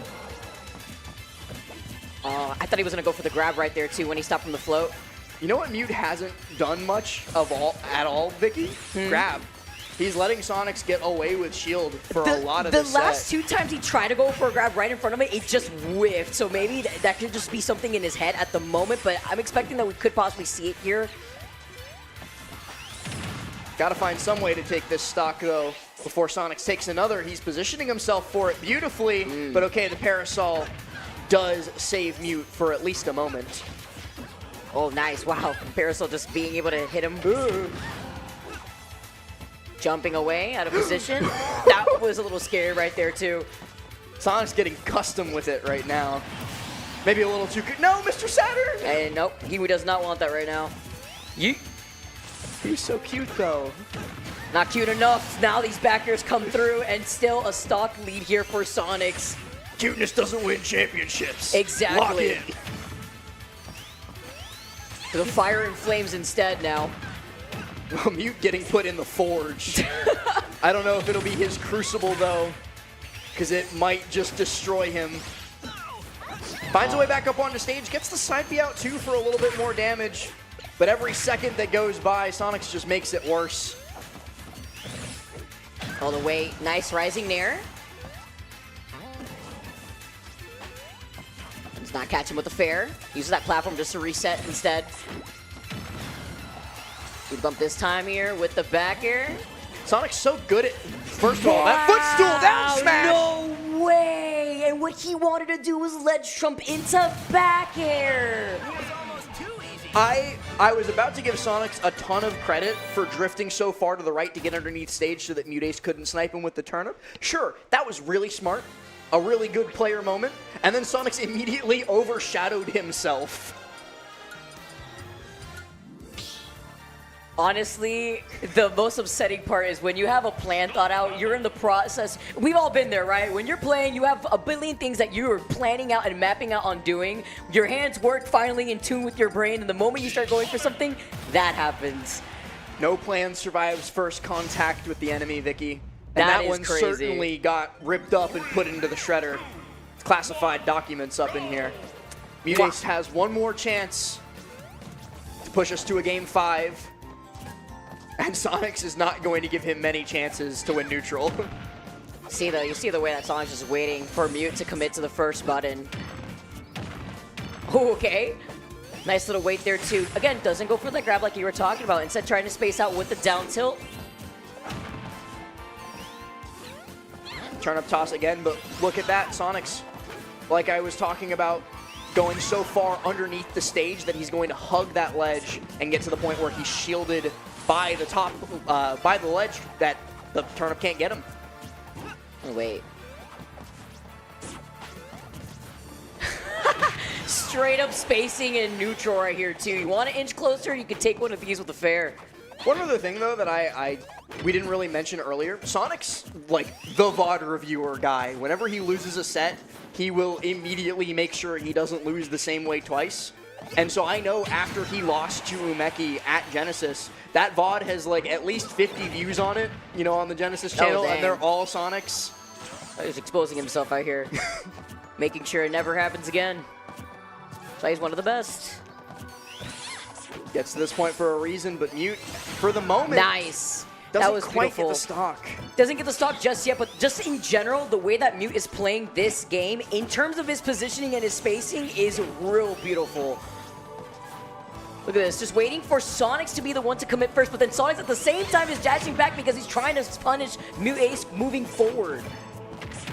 Sonix trying to frame trap him a couple of times here too, but Peach air dodge a little bit far enough. Can't quite get it. Oh, and spin charges straight through into the nair. Mute's in trouble here, but he uses the turnip and recatches it too after the toss. Oh, He really wants to mix Sonix into dropping his shield early. I thought he wanted to go for a back air right there too after he whiffed out on the forward smash.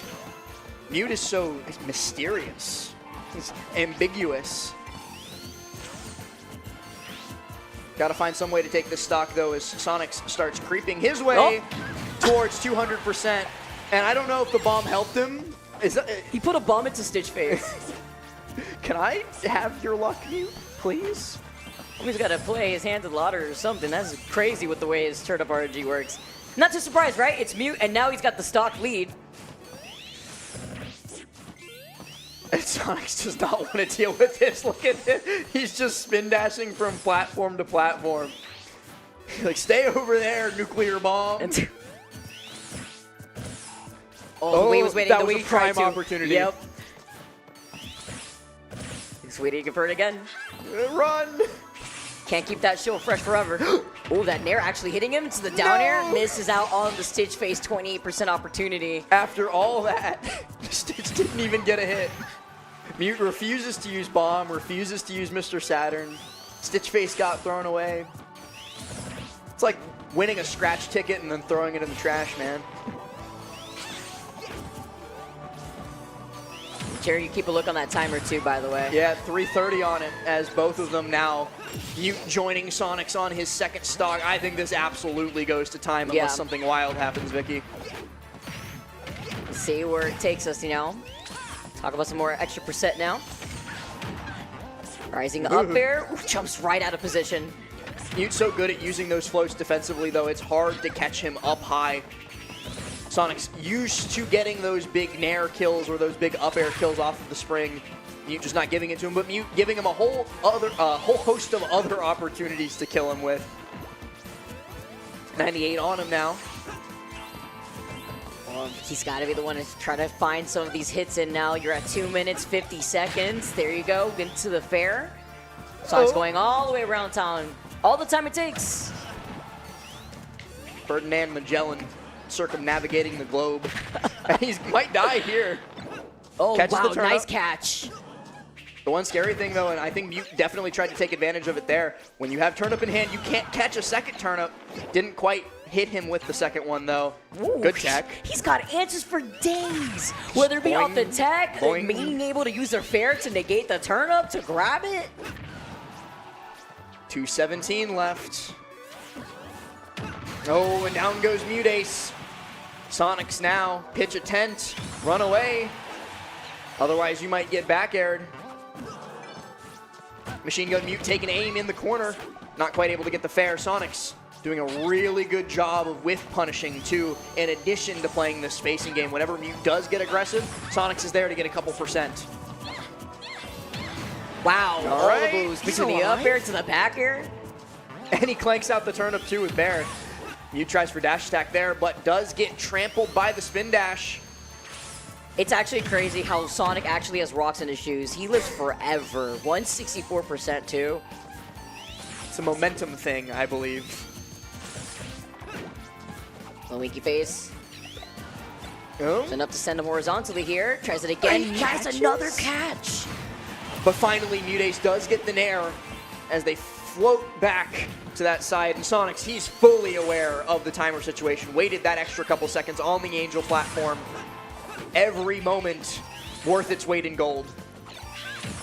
Oh, wow. Catching him on his way down with the down air. I'm so used to seeing Mute Ace convert off of those like single random turnip hits. I get scared every time, but I think it's Mute who has to be scared here as Sonix only needs a couple more hits to send him to the loser's bracket. Goes low, wastes a couple more seconds, whiffed grab, turnip train, but he gets shield out. Okay. He immediately tried to air dodge on top of that platform there too. He was like, I am out of there. No, no, no. And the high air. Mute Ace gets caught by it, gets sent to loser's bracket. He will face off against Mars in what's sure to be a classic set, and Sonix goes where I think we all knew he would be, into the winners finals where he'll take on Tweek. Oh man, bring it back. Sonix with the immediate turnaround though. The way that he had played that game one into what we saw following, even Mute Ace, right? We talked about how Mute Ace completely shifted the pacing of his own match, but Sonix was willing to wait him out. When you have that stock lead, you are definitely forced to play his game, but even more so, I think Mute Ace was able to get a little bit more aggressive what he wanted to, but it's having to wait and shield the whole time to see, is he going to cross me up this time, or he's going to cancel and then he just try to punish me the next time I try to pull out turn up. When you saw too, Mute Ace kept having to stop in the middle of the stage, hold shield, angle it up, because otherwise he would get shield poked, and nobody wants to be in that situation. So the advantage that Sonix created for himself by playing, and something that I think is a little bit of an odd concept to think about is like the difference between like tempo and pace in game, where you can play, like you can camp somebody but at a really high tempo, or you can play really aggressively but at a lower tempo. And Sonix is so good at switching those up and keeping you guessing at how he's going to hurt you. Literally in the driver's seat on what you're supposed to do mid-set, right? Mid-game, in how you're going to be able to approach him as an opponent. That's why he's one of the best for the reason. One of the best in the world, and in his proper place, Luminosity Sonix in winners finals of the Luminosity tournament. And I know Alex in the back room is certainly happy that we've got an LG winners finals. But now we're going to take our trip back down to the losers quarterfinals. We only call that the bracket that because they've lost a set, not because any of these players are losers. They're some of the best in the world. Where Dominator, once again, has his work cut out for him. First, he got fed into the wood chipper by Tweek, and now he's got to deal with somebody who's one of the best players in the world versus his character. I don't know if these two have ever played against each other before. I'm waiting for that to load on Smasher's app right now. Hang on. It's 0-0. They've never fought before, but I do know what Maister's record looks like versus the other Marios, and gosh, Vicky, yikes. I mean, you have to think with the way that Dominator's last set played out with Tweek just basically looking like he was in his own clip, right? Trying to make his own highlight reel.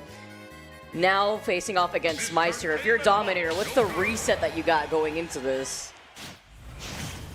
Oh, I heard Joker, by the way. Not Mario. Yep.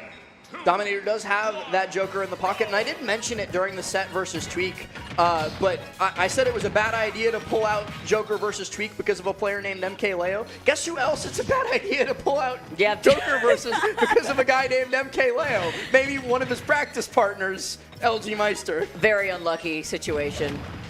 I just it's kind of a no-win though, because you don't want to play Mario Game & Watch, but you also don't want to play Joker into Maister. Like, on paper, sure, this matchup is definitely better, but yikes. Did like that little stall there with the gun to prevent that down smash from landing on the ledge. Oh, okay, try to convert the bacon hit into the back air, but he is going all the way around town. Coast to coast, getting juggled. Got no chance to play the game until now, though finally gets that grab up throw. Attempts the tether, but Maister drifts just outside of its range. And look at that, he's standing just outside of the range of the side B as well so that he can pop those chefs. Maister spot dodging instead of popping that up smash like I might have expected. But that's okay, he's still gonna chase, still gonna control the ledge. Another grab, and Dominator on his last legs of this stock. Maister goes low, misses the up B though. He's still alive. He still air dodged so low, though, below the stage. The drag down into the fortress. He died at 65, I mean, it is Game & Watch. And he's got the rage here, too, at 170. 170, and his shield's about to pop. Attack, he popped. He popped the Actually popped. All right. This is already a goofy set, Vicky. That's what we're here for the madness. We came off the real serious vibes of Mute and Sonix trying to beat the crap out of each other and some goofy stuff. Let's see the real show now. Nice. And despite how the game started, Dominator holding his own, taking the lead, making great use of this Arsene. Trying to make me eat my words. My bad, Maister. My bad, Leo. Dominator's here. Waiting to cook in the kitchen real quick here. Be able to get that grab. Is it a wait? Is it a wait? I just looked into the chat and I see in Spanish somebody yelling, "Leo, you can't. Leo taught you this matchup. You can't lose, Maister." All the caps. Leo, unfortunately, not being able to make it out to this tournament because of some health complications. I think he's watch partying this. So if you are watch partying much love this, to the homie. Hopefully you feel better soon, my man. Ooh, up smash whiffing there. Yeah, getting a little bit too aggressive. I respect it, though. He did wait just a little bit before unleashing it. Now, every time we see Maister charge up the... Oh, my. Well, he's gone now. But every time I see Maister charge up smash, why isn't everyone just decides to jump in that moment around him? It always scares me. There are a couple moves in this game that I hold, Vicky, have a hypnotizing effect on people. They just brainwash you. Yeah, Sonic F smash is like that. Game & Watch up smash. Any of Ganon's smash attacks do it sometimes. People just want to jump. People just want to jump in. It's a panic button. Maister is chasing. I do like that his gun usage is great. Dominator's also doing a really good job of staying grounded against Maister. He keeps getting anti-aired, and that's where most of Maister's money has come from in this set, is either juggles or anti-airs. So when Dominator's staying grounded, using that gun, using those grounded hitboxes like the F-tilt, he's doing a lot better. Really helping him out, just like that right there too. Not trying to chase him up in the air, waits for him to land with a down air instead. Even if he's going to find himself on the other side of the stage, just reset again.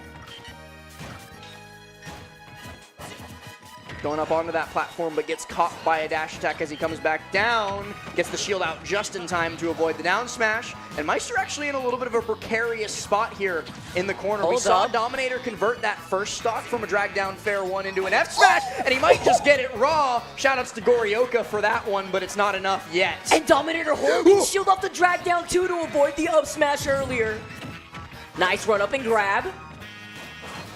All Down the gun there, there, but strength right now is carrying a Dominator with this momentum. Maister did a really good job of holding down on his up B, so he went above ledge. Pushes Dom into the corner. Dom jumps high, straight up, and he gets caught by the fair. No! With the bomb. The bomb. Not calm. I mean, such a good move, the fair, being able to catch landing too with the hitbox. And it's a very smart decision to make by Maister, because you saw what Dominator was doing there, was using his movement to, I used this word earlier, be ambiguous, keep Maister guessing at where he was going to land. And you know what's really good at covering a wide area of effect with a lot of damage? A bomb. Fair, yep. Man, Dominator though was cooking up with that first game as Joker. I've known that Dominator's had the Joker, sticking to it, really smart move too, even though Maister obviously has that matchup practice, but considering that Dominator's main being Mario, it's been like this for, I don't know what, it feels like a decade now. The Spanish chats are killing me right now. Don't lose, Maister. Remember who's your father. Yo, shout out to you guys in the chat. It's so nice to be out here with my boy Last, taking you guys to the top 8 here for Luminosity Madness. Let's get it going again. Very close. Game number 1 with the Dominator and Maister. Now moving on to game number 2. The Joker definitely showing up that it works. Yeah, and Maister's actually been playing really well this weekend. You know, came in against the brick wall that was Mudace, but other than that, it's been a pretty smooth ride through the bracket. So Dominator becoming a surprise stumbling block for him on his way to loser semis. Could be a stick in the craw of Maister if he doesn't close this stock out here. Rising there. He's going to drain this entire Arsene meter. Oh, he's like, get me down. I like how I was just immediately wrong there, by the way. I thought Maister was just going to juggle away Arsene, and then boom, 80%. Well, I was actually thinking about the counter there, too, because if you did want to start committing to those up airs, that's something else you have to worry about when Arsene's on board. But you also have to worry about the up smash staring at you in the face, taking that first stock here. Not a lot of extra credit. At least that one wasn't one of the mesmerizing ones. That was just a normal up smash. Yeah. Ooh, last hit of Nair catches Dom, and so Maister's going to be able to trap him on this platform. Yeah, he needs to get out of there before the shield goes pop. I like the use of gun there. That was very nice He's been doing Dom, that. He did it a lot in that first game, too. It just might not be enough to get past Maister. Maister was like, I remember what you did to me a second ago with Arsene, so I'm not letting you use it this time. Ooh, pops low. Oh. Should be dead for sure. Yeah. That's unfortunate. Don't know if you really wanted to go for that or if you just got messed up. Game & Watch doesn't have the best ground speed, but there's no lag on the down smash, and so he's got plenty of time to just dash over there and catch the landing.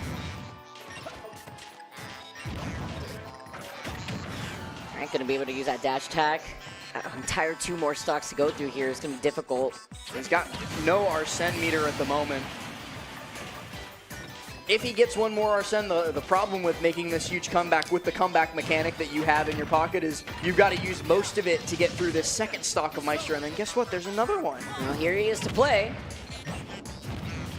Big Brother's tired of watching now. He's out on the sticks. Oh! You said give him some time. He's got it in the bag. That's usually what happens when you hand Big Brother the sticks. You know, you beat this level for me, bro. Don't worry, I got you. He's still here for just half of this time, though. Here's that counter that we were waiting for. Wait a moment. Vicky not quite able to catch the landing off of the dare. The key landing hitbox keeps Maister safe. But you know what? Dominator used that Arsene about as well as I've seen any Arsene Oh, that used. was perfect usage now. But the question is, Fair can one. he get another one? That could be that win condition that he needs to lean towards. He really wants this fair one dragged down.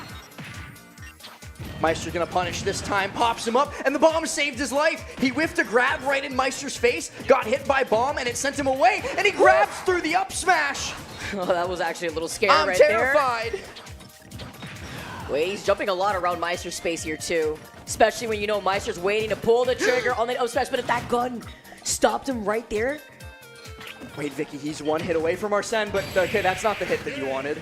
Maybe any other hit. It's so wide. That down smash just covers so much space. I mean, I'm not surprised. It's been like this forever, but it's just, dang. Sometimes it is shocking when you see it, and you're like, oh, that still did hit. Oh, thank you. Guys, shout out to the Rock venue, by the way. It's been so cool hanging out here in South Florida. You know what's not cool? The action in this bracket, because it is hot, Vicky. Heating up even further, too, as Dominator keeps coming within inches of taking a game off of Maister. And as my good buddy Rickles always says, if you can take a game, you can take a set. Dominator looking to do just that here, running it right back. I think it's a Smashville as well. Same bat time, same bat channel. Maister just immediately jumps in, double nairs. Ah, man, don't you love it? Game & Watch. I mean, round start double nair, it's about one of the best openers that you could ask for. Love it out here. And the dash attack, too, to scoop him up. Arsene's already out on the board, and it's been, what, like 20 seconds? Something like that. Nice. Doesn't overcommit. Actually dashed back right after utilizing the gun just to keep him with the same ledge pressure. Something that I will say is a little bit to Dominator's detriment. Not that Tetrakarn, for sure. He's not getting too much mileage with Vanilla Joker. It feels like he's playing this waiting game until he gets beat up enough for Arsene to come out. And then he's like, okay, now I can play the game. But now he's back on Vanilla Joker, and he's probably got to make this stock happen with him. Just A keep little bit of shooting. extra damage, Just keep shooting at Game & Watch the moment he just starts trying to use the You know helmet. what? If he's going to stand across the stage and charge an up smash, I'll shoot him. I can't believe we're seeing Joker shoot Game & Watch. Can't say that. He's just trying his best to survive out here. Oh my, the way that he doesn't get the grab and the down smash just does everything for him there. That was beautiful. Rising air off the ledge, too. This could be death. He's got a drift. Okay, he goes high. Maister doesn't quite expect him to go high. And then Dominator also gets the reversal. The one good thing about getting hit by all those back airs, the multi-hits charge Arsene meter a lot. And so he's an inch away from picking it up here. Maister neutral get up into up B. He's just saying, get me out. Get ready to go. Shoots right through the bomb right there. There you go. You always got the up B to help you out. Dominator's not using side B all that often, but his hit rate is darn good with it. There goes Arsene. Not too much taken advantage of, but you were able to control a good amount of the stage space. No rinse and repeat, just getting even more of that percentage. No jumping. Beautiful answer. Shoot I him. love that. Guard, racks shoot up that man down. Good amount of. I was gonna say that racks up a good amount of damage there, but in that case, when you can't make your way back, and a whiff grab too, that's gonna be some extra damage.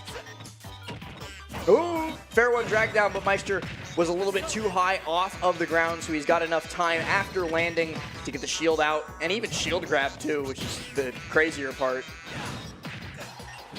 Dominator's potential last stock in this bracket. Oh, okay. But he gets a back throw. He sends Maister deep out off stage. And he loses Arsene. Ooh, nice. Was able to shield up that up B too.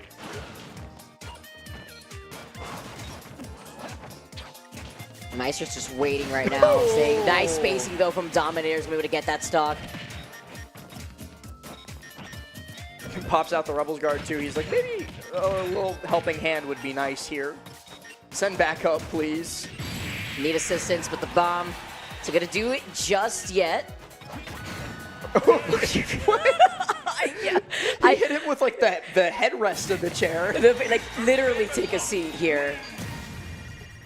The hitbox is so wonky on that. It's also fast. Yeah, I it think is. chair's like frame 5, frame 4. It's crazy. What? I'm gonna look it up because I'm actually curious. That's actually What, crazy. But also the trajectory of the knockback too there in that Oh case. yeah, if you get hit by it and your character isn't like Villager or something. It was so slow after what a banger of a set that was, right? Like they were duking it out for quite some time. We saw Dominator. It's a little bit slower than I thought. It's an 8 frame start. Oh, okay. I mean, I thought it was like 5 or 6, but Well, that's still fast. did you say 4 at first though? And I was like, what? Not that fast. All right, Maister taking the set versus Dominator, but Dominator with a beautiful performance here at Luminosity. Madness. 5th place in his home region. Nothing to sneeze at for sure. That's what you get when you fight off against one of South Florida's bosses of the region. Great placement here for Dominator, but this also means Maister will be progressing into the loser semifinals. And you said a phrase that I'm going to really lock into. Okay. The bosses of South Florida. Okay, well, Because- listen, let's all calm down there. Well, because guess who's coming up next? We got Mutace stepping up to the plate versus Mars. I love it. I love it. This what you still consider Mutace out here. I think you would get really mad at me if I didn't. Nah, I wouldn't get mad. I would understand, okay, especially when it comes to regions that treat all of us as their own. We're all one big happy family out there, and that's definitely happened with Mutace too. Everybody wants Mutace in their region. I Mutace think is great. We can say. You know, I was talking about seeing Dominator grow up into the player that he is today, but another player that I actually got to see grow up was also Mutace here in South Florida. And not only that, I mean, I feel like I've said this so many times. It's been years, it's been done and dusted, but Mutace also, when he locks in after taking his break, as he has already, he's a really scary player to look at. Yeah, had Sonix on the ropes a couple of times in their set in winter semis. Wasn't able to take it all the way, though, and so that's going to put him up against Mars, who he's got a pretty good set record versus in their last couple sets. I just clicked on the wrong thing in Smasher's app. I just had it up. They're 2-4 in Mutace's favor, with Mute winning the last 4 sets that they've played, both at Main Stage, Big House, Rewired Fest, and The Throne 2. The Throne 2, make sure you check out The Throne. The That was a Throne pretty, 3 whenever it rolls around. that was such a fun event. I know EE's watching. What up, you goon? Anyways, yeah, that was a great. you just like, you go into it, and then, anyways. I listen. I see the And there Throne he too. is in And chat. was he? Hey, that's what I was talking about. Yeah, that was actually. I'm not gonna lie. That was a mollywop of a set for Mutace. Mutace was tearing it up there. And, you know, if he does win against Mars, Maister might give him a thank you note. Mutace did beat Maister pretty hard up in Winterside, but I think Maister would much rather fight Mute than Mars, because Mars has had his number almost as long as he's had a cell phone. That's crazy. It's a hard matchup. Like, Mars also beat Mia at Supernova. What is this song? Dang. That's a bass line. But yeah, also somebody in chat saying Mute is insanely good versus ZSS, and it shows in the fact that he's won their last 4 meetings. So, if, you know, you had to bet with something along the lines of channel points, I would probably put them on Mute. Mars, though, could very well make it happen. As we kick off game number 1. Big Crusher. This is. I've never heard this song before. I'm about it. Nice lock tag, in. Mars. I love the FAFO tag. Where's that from? I can't tell you on air. Oh. Well, It stands for something. hopefully not what Mutace is doing right now to Mars, because hold up. Oh, nice little respect right there. He has not hit him just yet, but they were dancing around each other's. Oh, okay. All right. Well, definitely don't want to be doing that right now when you're stuck on the Well, ledge. he's certainly about to find out something here momentarily as he gets sent in by that turnip. Mute not punishing the dare despite ample time.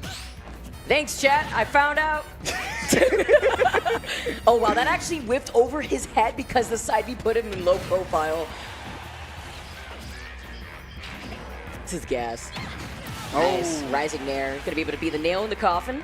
This is more dominant than even I was expecting, as Mutace is now going to do approximately 1 trillion damage. He just okay, did it's only 60 off of that. 60 and 1 trillion are pretty similar numbers, I think. It makes sense in ultimate terms. They both have a 0 in them. Is there gonna be able to get that dash attack? Parasol is gonna be just enough to scoop up Mars. And in a little bit of a faster paced set, I'm curious to see if Mute's turnip RNG holds as he tosses that up with the foresight of Apollo himself to catch Mars going high with the up B. You know what? Sometimes in that case, the best insurance you need is the turnip insurance. Although you're grounded, and he was able to get out. Oh no! What a mash from Mute, what a miss from Mars, and Mute's gonna live a little longer. Only 85% on him too. I don't even know if that up B would have killed in the corner. It probably would have, I hope. Oh, he was going to the depths for that one, going all the way deep. Still cannot even catch him. Look at Mute's micro spacing here. Every like little inch of drift is perfect to make Mars miss. Oh my He's just God. waiting. He's just waiting. Throw the whip. Throw the whip. Something will hit eventually. Wow, love it. Get up attack off ledge. Nah, that's not going to be enough. Wait, look, he's literally chasing after him all the way below. Hits a parasol. Mars is at 182, Vicky. Can we hit 200? We might. If he hits him with a dash attack, I don't think he dies. Maybe with full rage he does. He's waiting. This is a funny set. What is going on? With the music in the background too, it's perfect. Hits his air. Mute pops high, floats away, but then does get scooped up by the up smash. Mars is able to take out that first stock finally, but he's got a whole bunch more work to do, as Mute is only an inch away from confirming the stock, and he does so with Nair. Yeah, I'm thinking if Mute was doing that on purpose, just flying around and waiting to see what Mars was going to do in that case. And we were laughing a little bit at it, at like the sheer number of moves that both threw out and both missed, but that's kind of just like a demonstration of how good both of these guys' movement are. Their spacing is so perfect, they're so hard to hit, that even the other guy who's really good at spacing is having trouble hitting them. It's actually crazy. So you get the follow-up off the down air. Oh, wait. Respect right here, too. Hey, we got plenty of time here. Then you don't close till the tournament ends.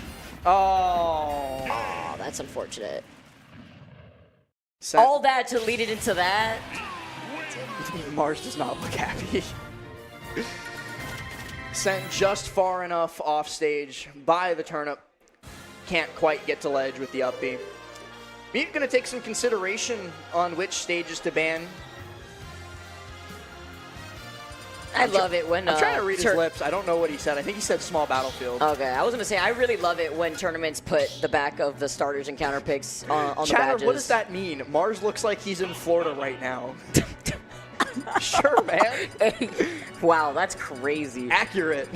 I mean, if he's got the sandals going, then, you know, I could see it. Sandals and socks would definitely be the ribbon that ties it all together for a Florida man. But as we go to game number 2, we'll see what the venue that they selected, and it's going to be our Kingdom Hearts locale. Back at home here, Hollow Bastion. All right. You a Kingdom Hearts fan, Vicky? Yes, I am. I knew it. I loved it when they put Sora in, and then he didn't feel like Sora. I was upset. I understand. Oh, nice. Ooh. The down air, too. Here, too. Ooh, talk about all the extra damage. Oh, and it hits. No, he's still going.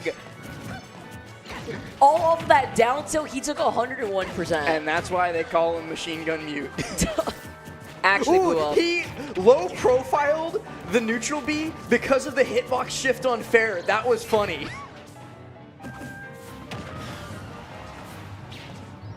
Gotta find some way to take this stock, though. The one thing that Mars has been doing very well against Mute thus far is living a long time. The problem is that Mute just does a billion damage, but he's not going to survive that. Mars with the flip kick spike to take first blood instead. I mean, he's been waiting for that, too. He was willing to go all the way to the depths if he had to. Oh, but he might not make it back to stage. These flip kicks are getting beat out. Great tech, but Mute is there with the fair.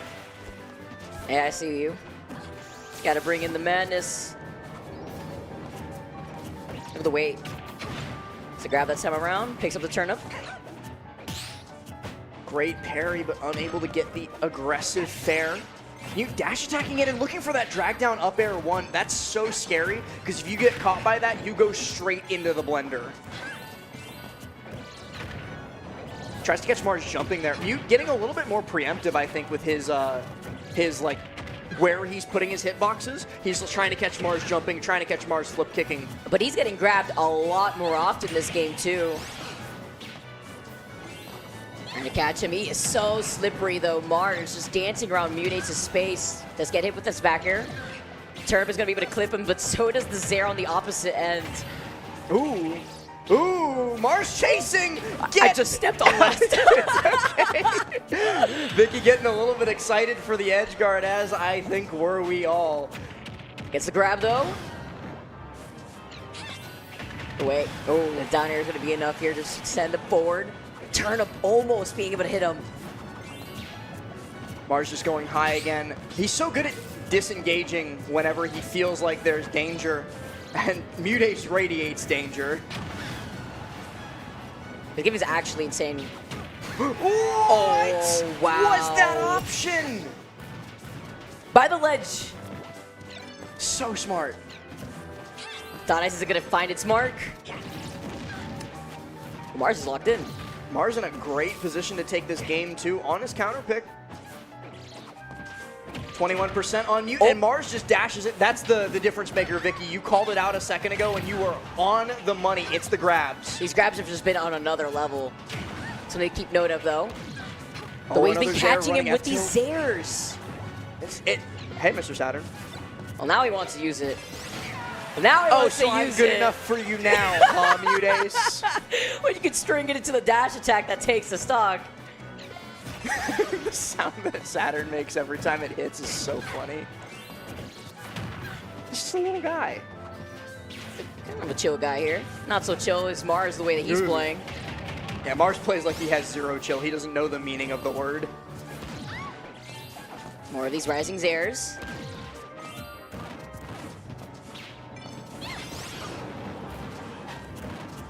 Oh, the parry. Gets the that's up it. B. It's not it. No way. Oh!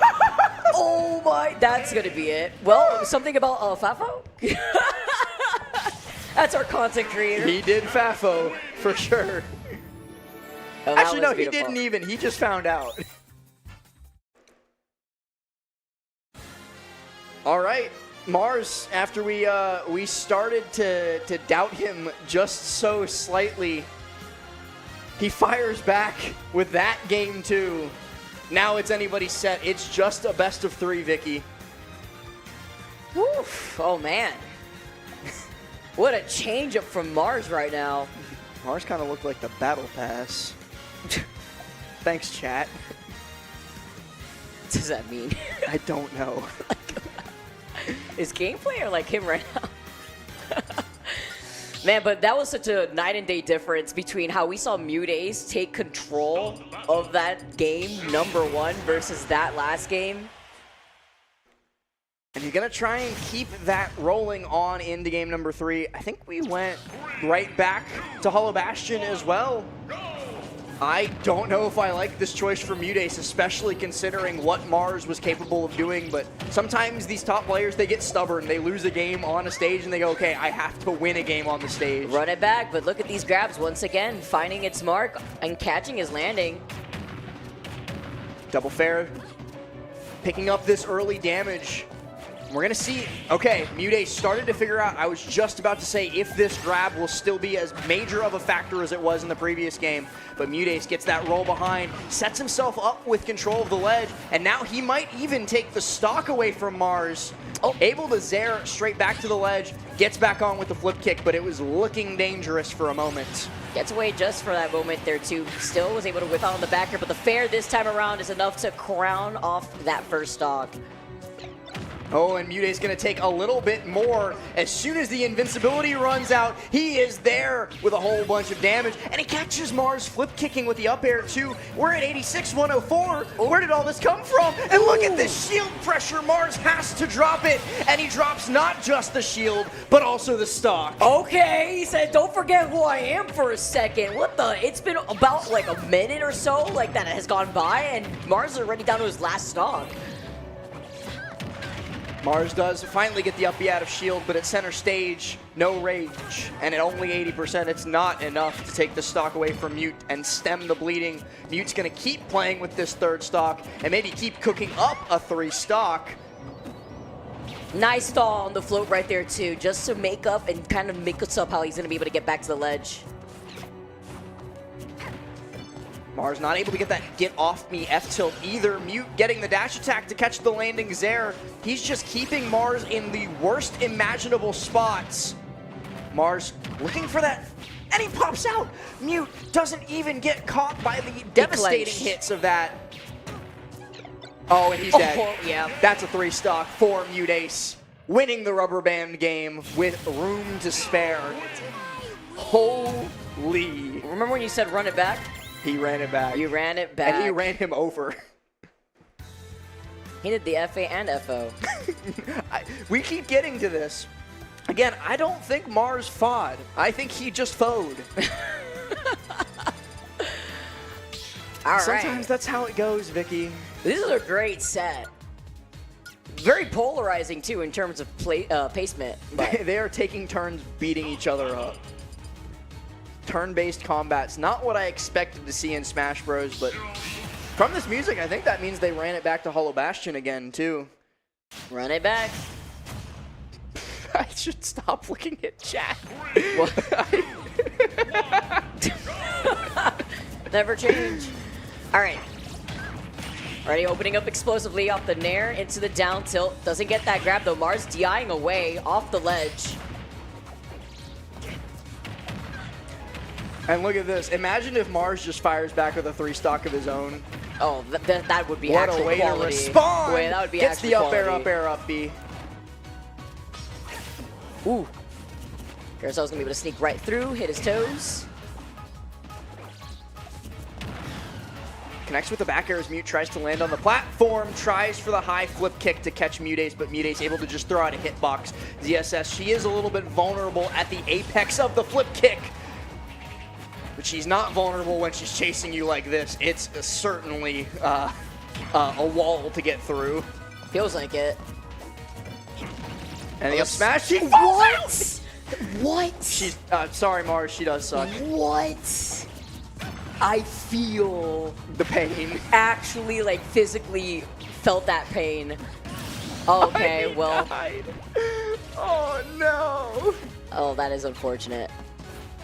Everything goes wrong in a moment. Things fall apart. Go away. Don't. No way! Don't. The bomb catching is like everything has gone wrong in a very important game. Who else but Mars, too, right? That's my content creator. All right. Goes for the high recovery. I looked at chat and somebody goes, wait, what happened? Bro went to like grab a water at the start of the game and missed 2 entire stocks. Dude, if you even watched her hands and you like looked at the screen, that's it. You missed Oh out my 2 God. stocks. Oh, he hits him with the turnip. Gets back safely. Sorry, when did he get to 115 again? He's been getting hit a lot.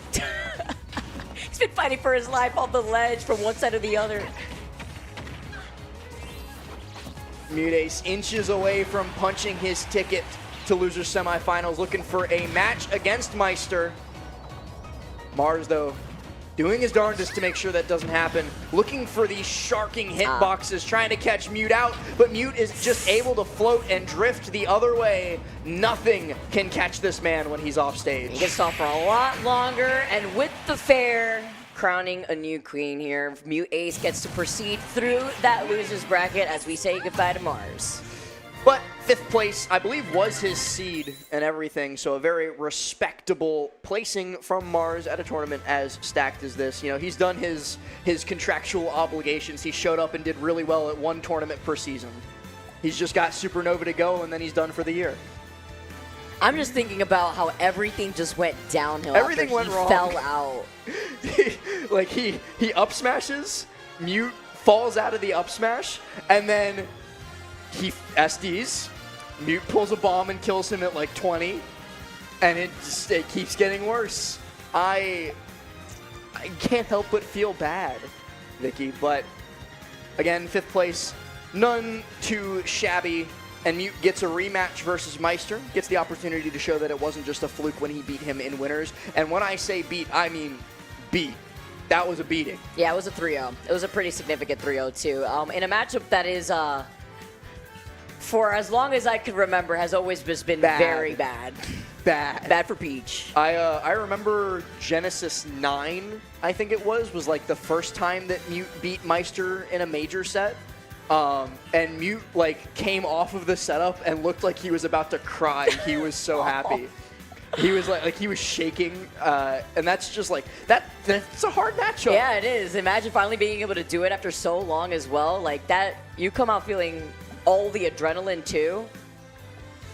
All right. But in the meantime, we do have to give a quick shout out, like Vicky mentioned earlier, to one of the new growing hubs of the Smash community, and that is, of course, the Luminosity Smash Discord. You can join the Discord helping both yourself and Luminosity by heading on over. You can either scan that QR code or go to discord.gg/LumiSmash. You can see events promotion, matchmaking, character-specific channels to talk to either like-minded mains or get some advice in a matchup that you're struggling with, and so much more. So again, make sure you scan that QR code or go to the link on your screen. Man, you got everything, and if you all love Smash, of course you do. That's why you're here. Make sure to look at the Luminosity Smash channel, where the Smash channel features all of the LG Smash boys: Mars, Tweek, Leo, Maister, Sonix, and Void. Whether it's Leo and Maister's podcast, Goat Talk, or high-energy gameplay videos, or even just the guys arguing about Smash, there is something for everyone to watch on the Luminosity Smash YouTube channel. And recently launched the latest campaign from our friends at Luminosity, the Rising Stars Luminosity Madness. The tournament you're watching right now is presented by Rising Stars. If you think you have what it takes to be on Luminosity, which I definitely don't, I think, this is your chance to show us. The Rising Stars is back in 2025 with Elgato as its presenting sponsor. This is your chance to win $100,000 contract with LG. You can apply now for your chance to be the next Rising Star at luminosity.gg/apply. That is super sick. Also, guess where we're at, guys? We are currently at Rock Esports. It's the Rock Esports Center and Gaming Lounge, which is in the epicenter of Miami's gaming community, as the local hub for all things esports and PC related, boosting up to 60 high-end gaming PC stations, retro consoles for a hint of nostalgia, bar offering cold refreshments, snacks, and even tabletop games, and a stage for a full live production. $25 to play all day here if you are local within the Miami area, or if you're just visiting, definitely a venue you want to check out. And of course, coming up later this year, Get On My Level, July 4th through 6th, one of my favorite tournaments every year. It gives me an opportunity to go to the really cool place that is Toronto, Canada, and look at all the games that are on our screen, Vicky. You got Street Fighter 6, Splatoon 3, Tekken 8, Smash Ultimate, Melee, Rivals 2, Grand Blue Fantasy vs. Rising, Under Night, Guilty Gear Strive, Fatal Fury, and I think there's even more that we couldn't fit on the screen. So make sure you sign up now on StartGG. And fellas, thanks for the raid, Coney. Coney now, I think, ending his stream the moment Mars lost and sending his chat to us. So welcome to the stream, guys. Yep. You like that bomb? That was crazy. That was crazy. From the SD. It happens. Was that with Coney using his new VTuber model? I did see the VTuber, and it was very funny. I think he won the Rivals tournament today, too, that he was, Let's go. So Coney is like 2 for 2 now on winning Marvel Rivals tournaments. We'll never see him at a Smash event again. He's got to do the Toad voice if he's going to be streaming now with the VTuber model with Toad. 2 for 3, my bad. He lost one. Again, thank you guys so much for tuning in. Thank you, Coney, for the raid. We've got, I think, 4 more sets. I don't know how to count. 1, 2, 3. 4 more sets. I was right. Till the end of this bracket, we have made our way to top 4. And the remaining players are Sonix and Tweek in the winners finals. And in the loser semis, we got Maister and Mute. So you know what? Not bad for LG. 3 out of 4. Hey, that is awesome. I mean, when it comes to the Luminosity Madness, they definitely are bringing it out here. I cannot wait to see how this next set plays out for them. Sonix Tweek, definitely a building rivalry between the two of them. I think their most recent set was at the 3 sets that they played, rather, at Luminosity Makes Moves Miami, the one that Tweek was able to win. He beat him in winners finals. Sonix won the set in grand finals, but then in the reset, Tweek was able to take it 3-1.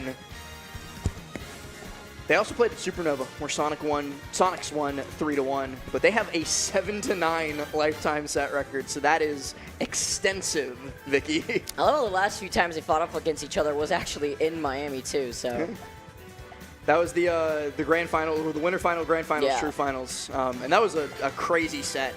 I went up to my room to change clothes because, again, first and foremost, the Luminosity moves Miami venue is great. It's like literally inside the hotel, and it's like 10 steps away from your rooms. I went up to my room to change clothes. I came back downstairs, and Winners Finals was over, and everybody was like, "That was the greatest clutch ever! What did I miss?" you just walked into that. I missed it. I had to go watch the clip on Twitter. Get to bring it back. But it is time to find out the vibes. And oh, by the way, thank you, Zane Strife, for the Tier 1 gift sub to Shiro. Yeah, thank you guys so much for tuning in. It's been fun here. Not too late for me for Real Gamer Hours on the East Coast. Oh, yeah. Even better for you the guys over on the West Coast. The West Coast have had a great day of Smash today. They had all of Cav Clash top 64 into all of Luminosity top 8, and they got to have Luminosity pools up on the side during the top cut of Cav Clash. But again, the lifetime set record between these two is 7-9 in Tweek's favor, with Tweek having won. They actually keep trading. Like Tweek wins the most recent. Sonix won the one before that. Tweek won the one before that. Sonix won the one before that. Tweek won the one before that. They will keep trading back and forth, but unfortunately for us, or unfortunately for Tweek rather, if that pattern holds true, it's Sonix's turn to win the set. Well, if that does happen. The numbers don't lie. That does happen. We may have another reiteration, though. They spelled disaster and sacrifice. Oh, no. Hey, sorry, I had to get my one Steiner math reference in. Like, you're making this all doom now. Okay. Got to represent. Sonix getting the double headsets on once again. And I knew the crowd was loud earlier. I don't think it's so loud now. The crowd when Dom beat Mars was one of the loudest that I've actually ever heard. And I think that's partially due to the size of the venue compared to like major venues. Oh, yeah. Also, seeing something like that was huge for Dominator. There was like 70 people jumping up and down and screaming when Dom won. Looking now, though, something that we're used to seeing. These two players, top of their level here. Starting up our first game. A lot of damage early on from Sonix, and it's just these onesies, twosies. He's catching Tweek trying to land aggressively, and he's going, nope, I have a hitbox here, my friend. Oh, and he gets out there and body blocks. Tweek, I don't think, can make it back, and that's the first stock gone. That was huge for Sonix. What awareness, too, in terms of the matchup, to put himself in that position to knock off the barrels twice. And it's something that I mentioned in the set versus Mutate. Sonix loses to somebody, and then he goes and studies. He does not lose the same way twice, and he's definitely learned some tricks of the trade against Diddy Kong, demonstrating them early. Now Tweek's going to have to be extra careful off stage. And something else that I mentioned during the Mutate set, Sonic, very good at item control because he can keep spin dashing without dropping the item. So if Sonix picks up Banana, he might just hold on to it for a while. It'll be tricky here for Tweek. Gonna be able to take advantage of these double platforms too in terms of repositioning. If you can, but the fair, landing it smart. Great DI here from Tweek, trying to go for that horizontal recovery and avoiding the down air too. But an inch away from connecting with the spring. This time the spring does do its job, but Tweek's able to ledge trump and get back up safely. He's much the worse for wear though. At 143%, Sonix might be about to go up 2 stocks rather than 1. The vibes might get even worse for Tweek. Oh no. Not up just 1 stock, up 2 stocks. I don't even know the vibes anymore. This is uncharted territory for Tweek. He's holding on to Banana too, by the way. Also, this music in this set is, again, very funny. Is this Story or Island? I can never remember the difference between. I think this is Story. Honestly, now you make me think. That was like some Smashville stuff. Oh, no, this is either Yoshi's Story or Yoshi's Island, and I just don't know which one it is. Oh, Bye, Sonix. It's fine, you made it right back. Down tilt, It's though, Story. double down Thank tilt. you, chat. There you go, chat. That's what we got you. Oh, wow, the actual hitbox, too, on the side B right there. Just lasting just enough time by the ledge. Tried to monkey flip in there, though. My side B's better than yours, says Sonix. Wins out with the spin dash, homing attack onto the monkey flip, and out you go. Wait, it's the back blast to the barrel. Oh man, what an interaction. Still up entirely, another stock though. Yeah, he's got another one to play with. I was Tweek saying, looking to steal it away there with the angel drop, but Sonic's a little bit too wise to his tricks. Desperate times call for desperate measures though when you're by the ledge. Oh, not quite far enough for the dash, and the worst part is that would have worked if he dashed an inch farther to the left. And the F-tilt, not quite enough, but Sonic's going to go out deep to chase. Tweek manages to land with an air, holding on by a shoestring. Oh, the way he's avoiding it too. Fair again. Oh, jumping right around the up air, the banana helping him out. And look at Sonix's immediate escape parachute. He's like, I got hit by a banana, spring, I'm gone. He did it again! Did it again! Wait. What? Hold. Okay. Oh yeah, you couldn't do anything about that. I think I couldn't tell because of all the particle effect. I think Tweek monkey flipped into ledge. Sonix got hit, teched, and buffered back air to kill Yeah. him. Good awareness from Sonix. He's going to take game number 1, and pretty comfortably too, despite Tweek trying to claw that one back. That was actually insane. And chat mentioning it, he did it. The thing that I was talking about in Winners Finals at Let's Make Moves Miami, he did claw it back in a reverse 3 stock for a game. And so Tweek, you know, he's done it once, he can do it again. Sonix could not let off the gas up until the end. Tweek's just clocking into his 9 to 5 here. Just another day at work. He's punching that time card hard. Maybe thinking to myself, gotta make sure with the time that we got going on, We got what the plenty of it. vibes are gonna be looking like. Locking into game number 2. Tweek almost rolling up the sleeves there. Shades of Paris. And we go to Hall of Bastion again. It seems to be a favored stage by the players in this top 8. Also, the switch up to the pink Diddy Kong skin. At the content filming yesterday, I had the pleasure of listening to Tweek rant for a solid 10 minutes about what he would make Dixie Kong's moveset in the game. Wait, actually? Somebody asked him, they were like, what if they added Dixie as like an Echo Fighter? And he was like, no, she needs to be her own character. I agree, though. That would be super sick if they did that. I know Tweek and B would be super happy. The way that the Tweek pacing loves has his been. Strunguses, his Scrimblow Bimblos. And he, you know what? The way that he was painting the picture of what Dixie Kong's moveset would be pretty sick. He was like, yeah, she would have like kind of like DK's down B, but with her hair flip, and I feel like it's him on the board and like writing everything out. we didn't have a whiteboard, but I feel like he would have if. Perfect structure right there. Just jumping right around Peanut. We know that Tweek has no issue slowing things down for his own. Tweek tried to overcharge neutral B for Pop Gun so he could get the blow-up hitbox when Sonix spin dashed in, and if Sonix was a split second slower, he might have died to that. Hey, great awareness right there. Oh, it's caught Up air up into air to the bair, back air, yeah. Oh, try to catch him from the ledge trip into the up air. I think they grabbed ledge at like the exact same time. I was curious which one of them was going to get popped out. Pops up a Pop Gun again and into the up smash off the banana. Really nice conversion from Tweek to take this first stock, but Sonic's going to make sure he doesn't get left too far behind. Banana in hand here too, and he only needs one big hit. Misses though. Tries for that Z drop, Z catch bear. Or re-catch bear rather. Using that spring. Sonix has been doing that a lot today, of like the rebounds after the spring's already down. I catch him. Let's slow down the way. He's trying to catch him with the banana too, and he's trying to come up from right underneath him. Oh, there's going to be a lot of damage as Tweek tries to shark. Okay, instead, he opts to pluck banana, recognizing that that resource is ever so important, rather than maybe one more up air max. Yeah, that, and from also right underneath platform, right, too, because if you saw Sonix wanted to DI into him on top, he could have still gotten clipped by that banana.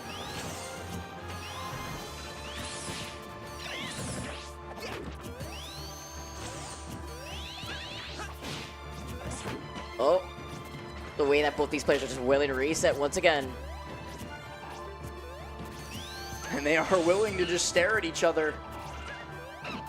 And especially for Tweek, he's got a 33% lead. There's 4 minutes on the timer. He is more than willing to play this game. Like we said at the start of the game, he's clocked into his 9-to-5 job. This is just another day at the office. Oh. That whiff grab could have cost him a lot more than 8%. Sonix just barely getting the wrong hitbox, unable to convert it further. Tweek, really good dash back after the banana pickup, and he's doing such a good job of using the pop gun peanuts. Once again, just waiting to see if he has the opportunity to drop that banana right there. Just dashing Look at right Tweek. back. Tweek's doing a really good job of walking to make sure that he has more options available to him, because he doesn't have to deal with like the Waiting for the end of dash, yeah. waiting for the end of dash. You can act fast out of walk. It's those tiny little micro adjustments in a matchup like this that make all the difference. He misses the banana catch and he's like, all right, we got to mix. I need to get out of here. It's like when you trip at a party. Like, oh, sorry guys, I got called No one into saw work. that though. No one saw that.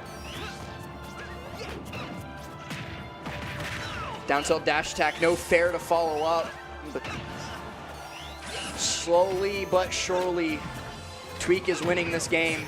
Up until this. Oh, Hang on, it's all going away. All your hard work, it's dissolving. The way that he was able to sneak that up air right to the platform before dropping down. Trying to catch him with the back air. I'm starting to get nervous for Tweek's lead. I think he really needs to take this stock before Sonix manages to get something like a spin charge fair. At this moment, though, he's playing it so slow that he's willing to keep up this pacing, because you have to look at that timer, right? You're about to hit that 2-minute marker. Sonix understanding, too, just trying to close in the gap just a little bit here. Needs to create just a little bit of space to pluck banana. Does that by kicking Sonix in the face. Now has banana, looks for the down tilt. Sonix able to just hold out, air dodge away, directional air dodge all the way into space. Now with control of the banana, Sonix primed to maybe take this stock. Has to be very careful of the barrel blast, though. Yeah, that's he learned why. his lesson. He didn't even want to try it anymore. Mad respect out here, too, catching him. Vicky, 13% now separates the two of them. 16 after the DBZ. Oh, but he gets the trip into the dash in, up tilt, and Tweek puts Sonix on last stock with 1 minute and 17 seconds on the timer and ticking. Look at the wait. Just desperately trying to take this stock now. Every single tick of damage is going to come to matter, Vicky. Almost down to less than a minute now. Sonix is able to take the stock with no damage on him. It's a full reset. He's fresh. 5.7 with 52 seconds left. But that's a trip. Tweek's going to convert this into so much more. 32. It's huge. Not as much as he may have wanted, though. You know, Sonic hits hard. Sonic's trying to hit hard here, but Tweek falls out after just one. 38.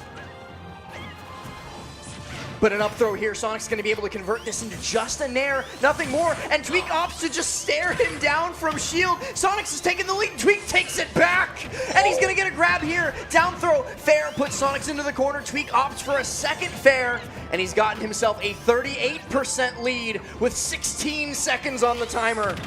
The spin charge, not the fair! He's got 63, 10 seconds. The homing attack is huge, but it's not enough damage quite yet. There's 7 seconds. Tweek gets down tilt. Oh, less than 5 seconds now. 2, 1, and Tweek gets But away with 3%? it. 3% was all that separated them.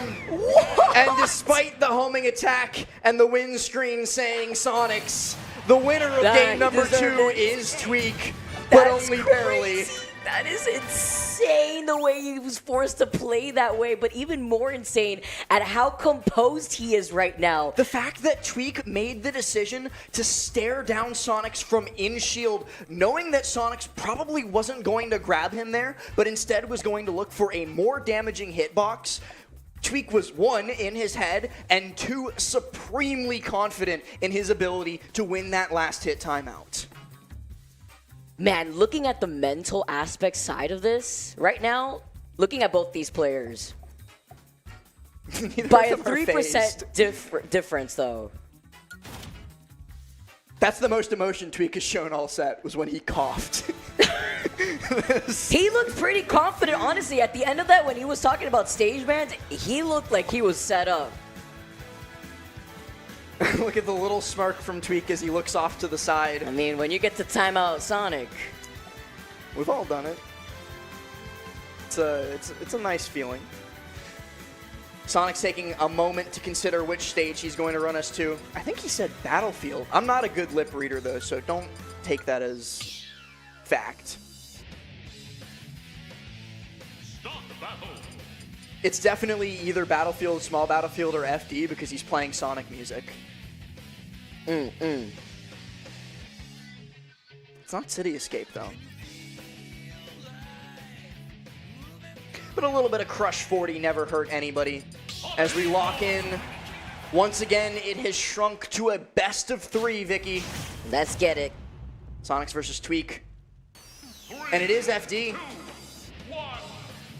I cannot even begin to predict how this next game is going to go. How do you recompose yourself? Not just after losing that last hit timeout. How do you recompose yourself That's after what I'm winning saying. that last hit Like, timeout? he just looked like it was just another day at work. Me, my hands would be shaking. Like, no matter how many years I've been doing this, man, I would need to like go take a lap. I'm saying. He is out here. All right.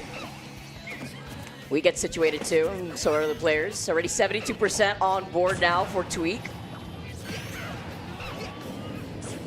Sonic's trying to catch him now. Caught him in the middle of his jump. Polar opposite of how the last game began, where Tweek was able to get that early percent lead and then just stonewall block Sonix. You feel almost more vulnerable on Final Destination as well. There's nowhere to run, there's nowhere to hide. All your weaknesses are constantly exposed. Yeah, and now it's Tweek's turn to take advantage. And you don't have the umbrella of the platform too to help you pluck out that banana and maybe try to catch him and try to follow up with the chase, but follows up with fair. Trying to go to the depths here, trying to cut off the horizontal recovery on the barrels. Tweek, though, has brought this back to a much more even game despite the 80% lead that Sonix had. Sonic's going to be able to convert into a stock, just a raw back air, even while holding on to the banana control. Tweek on the back foot once more. Needs to pick an aggressive option to take this stock away. But with 5 minutes and a half on the timer, he's got some time to play with, especially if he's fully committed to that timeout mentality from the previous game. Oh, he definitely is. Whatever it takes to win in this point too, right? Sonix is never going to give this banana up again. The way he's just trying to approach him slowly, trying to wait for him to move forward before he can try to hit him with the Nair instead. Sonix You know with what? the I don't patient know if play. that was worth it. No, he was able to scoot right past him because of it. Tweek had basically no defensive or offensive options that were really meaningful there without banana against spin dash at the very least. Like, he could have pop gunned him to look for a clank, but while Sonix is spinning with that banana, like, Tweek really is just super vulnerable. Can keep him away. Even if he's not getting hits, he's got the stock lead. And so we got to keep that in mind. Ooh. As we start to approach the timer. If Sonix picks up banana with a lead, he can just run away for a while. Off the Nair into the banana toss. Look at all this extra damage. I'm trying to find out if he's going to try to cross him up there. Oh, and just not quite close enough to the ground for the bounce hitbox from homing attack. And so Tweek, knowing that, I think, staying back a little bit farther, knowing that Sonix would be able to act quicker. The game knowledge being displayed by the two of these players is next level. All those years of experience out here too. You have two of the best in the world right now. And gets the regrab with the banana off the back air. Oh, and now he's got banana in hand again. He throws it away, opts for a dash attack instead, and Tweek's going to be able to up smash him. And that's the difference. Sonix doesn't have the lead when he had banana this time, so he had to get aggressive with it instead of being passive, and that aggression is going to get him murdered. Most exciting thing we've seen. Right into the follow-up. Tell it like you see it. Absolutely. Sends out the banana again. Ends with that nair, though. Remember, every single hit might come to matter. But we've got 3 minutes on the timer, so I don't think this one's going the distance, Vicky. I'm expecting it here. He's going to be able to cut him off with fair. Oh, okay. Nair, up smash. The least true combo I've ever seen. 48% on him, though. Tweek still does have a little bit of a lead. Sonic's going to opt to sit and shield for a little bit, knowing that Tweek actually can't grab him when he has banana in hand. Another good bit of matchup knowledge. He has to throw the banana first and then grab, giving Sonix time to react and then escape. So shield is significantly safer. Oh. He was able to still catch him with a dash attack even if the up tilt didn't hit.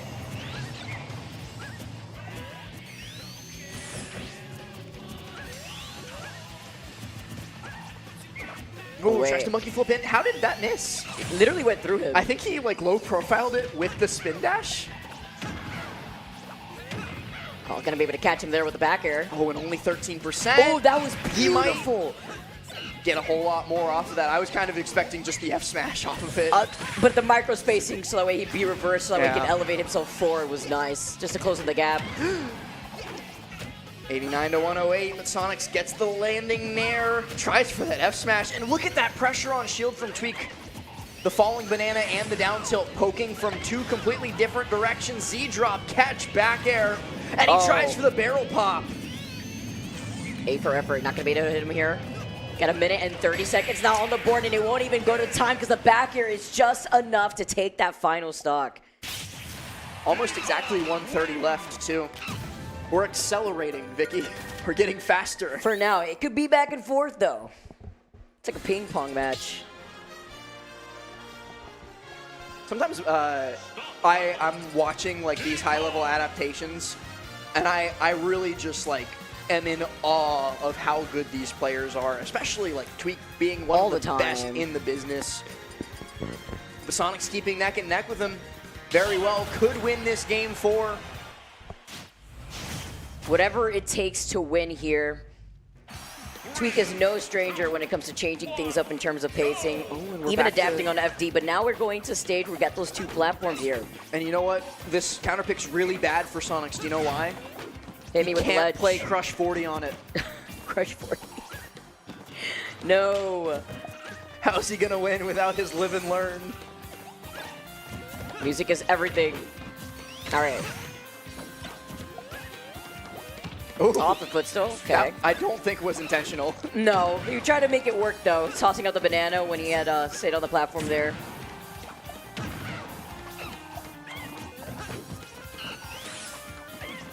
All right, just disengaging for a second after he gets the lead. Tweek not finding a good opportunity to pluck banana. Instead gets a grab. Now plucks banana while Sonix is landing, but Sonix instead just going to pop on top of him.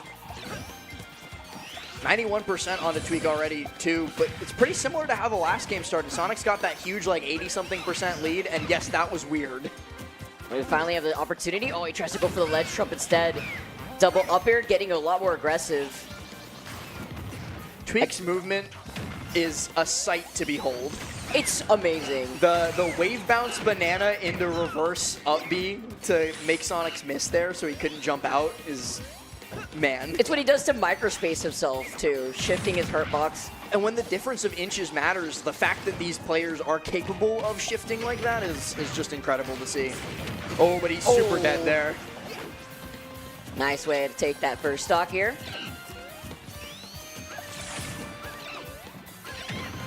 Tries to catch landing. But Sonic's on the perfect line here from the ledge. Down tilt, though, takes him off of it. He's never seen a 113, but he won't be seeing this third stock either. Tweek evens it up, and only 23% on him when Sonix had a nearly 100% lead at the kickoff. A really nice footstool off of that too. I love footstool stuff in this game. It's, I think, the best iteration that footstool has ever been in Creativity Smash. is nice. It's the way that both these players too just try to slow things down. He tries to catch him, rolling right past him. Ooh, Oh, to his loving ill-advised. arms, two up the side B. Oh, we're Down going to he the goes. depths. It's not Mars, though. He can recover from that. Sonics do what ZSS don't. Better, stronger. Faster, for sure. I don't know about smarter. Wait. Nice, he's just going to jump right over here. Isn't not, and I'm saying Sonic, by the way, not Sonix for the record. Isn't Sonic like canonically really dumb? I love it to put an emphasis just in case it was I'm misinterpreted. making sure I don't get clipped, man. It's like, I don't think I've ever gotten the impression. More so like oblivious, I guess. I'm not a Sonic fan. I'm also putting that out there. I don't watch or care about the series. All I'm waiting for is my Sonic Heroes to come back. Sonic Where is my like Sonic average Heroes? intelligence. Hell yeah. Oh, To the air, into the rising fair. Again, doesn't want to overcommit here too. You have the opportunity. You keep Sonix by the ledge. He goes in for the monkey flip. Oh, nice mix-up when he jumped back towards the ledge. that was sick.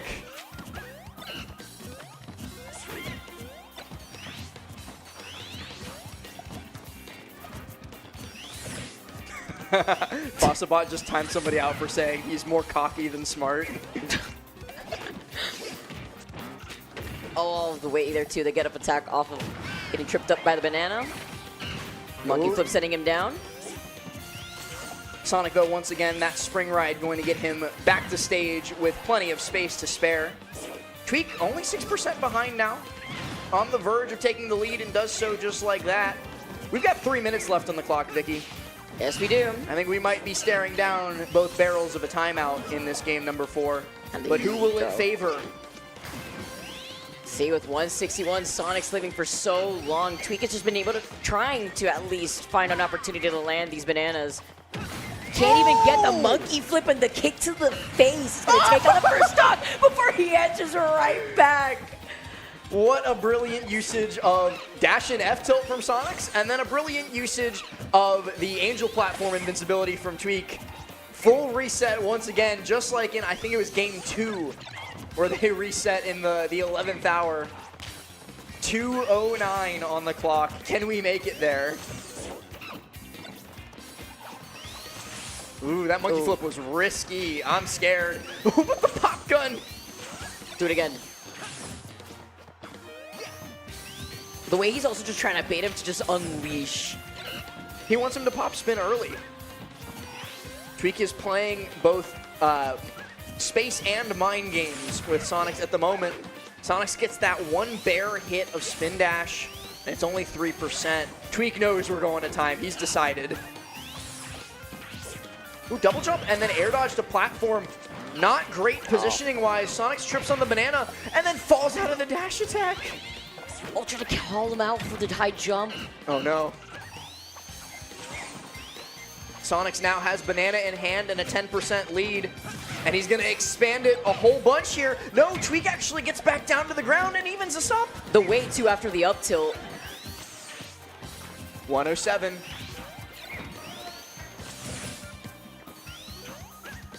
And Tweek now can just stand in the center of the stage or underneath one of the PS2 platforms with the banana and in his shield. Sonic's gonna have a dang hard time getting in for the next 50 seconds while Tweek maintains this 9% lead, but instead Sonix just tries and succeeds to dash up and grab. There's no way. And Alright. I also looked at chat, and somebody right before it happened said, what happens if Sonix just runs in and grabs? You chatter, you win. Congrats.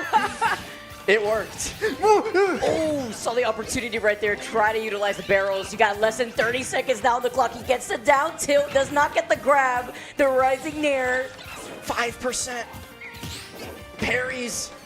Tweek expanding the lead just a bit. 15 seconds, and he gets the trip into the F smash. We don't go to time. We finish with 11 seconds left, and Sonix takes a trip down to losers 11 seconds early.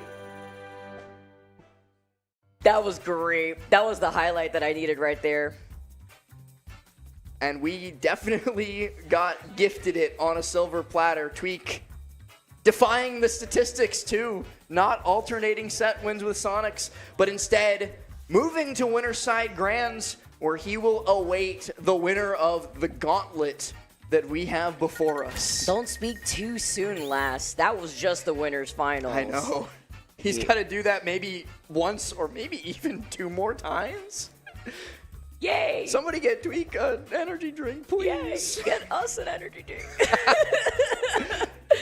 Oh man, the way that both those players, though, the way that they play around each other, it truly highlights peak Ultimate in the way that you have to force your opponents to play the way you need to play it. But that was fantastic. 3-1, set victory to Tweek. And you know what? When Sonix just dashed in and grabbed him to take the percent lead, I was like, oh, he's figured it out. He knows. It's over. And then Tweek does what Tweek does. Turned it up another level. I just looked in chat and said, Sonix will win in 3 hours. Guys, I have a flight at 7 a.m. I have a cute dog I gotta go home to. That one might be more important. Shout out to Matcha in the chat. I know she's watching me from home. I actually had the stream open, that's why.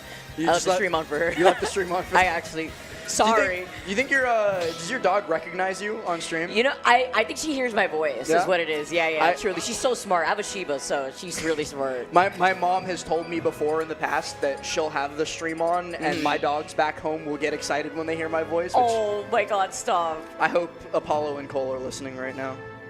Shout out to our pets Shout out back to the at puppies. home. All right. This is some ominous music Yeah, I was before like- loser semis. Ooh, hold up.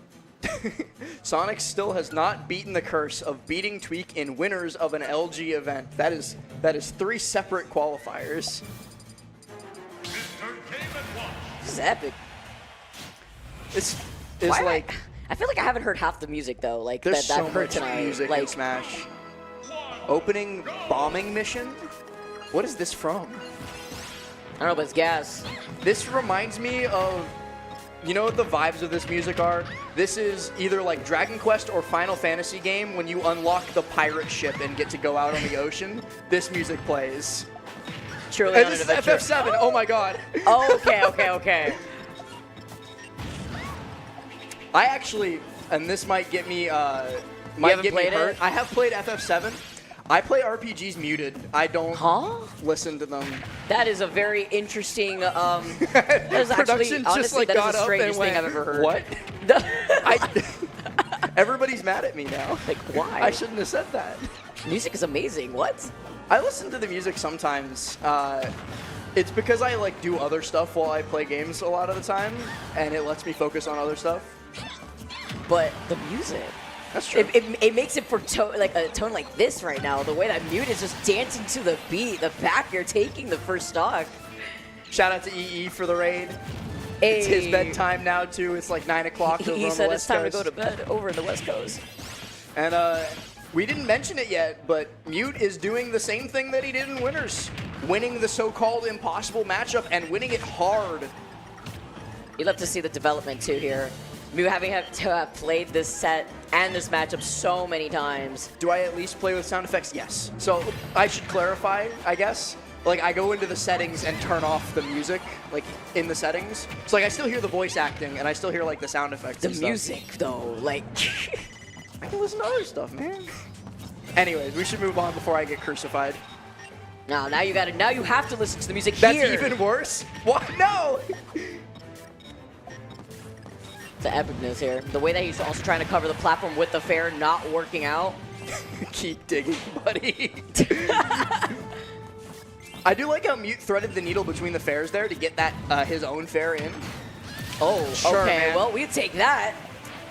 Better here for Mute in this case, being up an entire stock versus Maister. Bandana Dave saying a lot of people do that. I'm not alone. I'm valid, and so is Mute Ace. parasol at 50% up to the skies. That's game one going his way. Oof, he is ready. And remember when we talked about how he beat Maister earlier 3-0 confidently? He beat the brakes off Maister earlier, and he's doing it again. Sorry, Maister. Well, but look that what was just a JV3. happened. Yeah, look what just happened. JV3 Parasol being the finishing blow.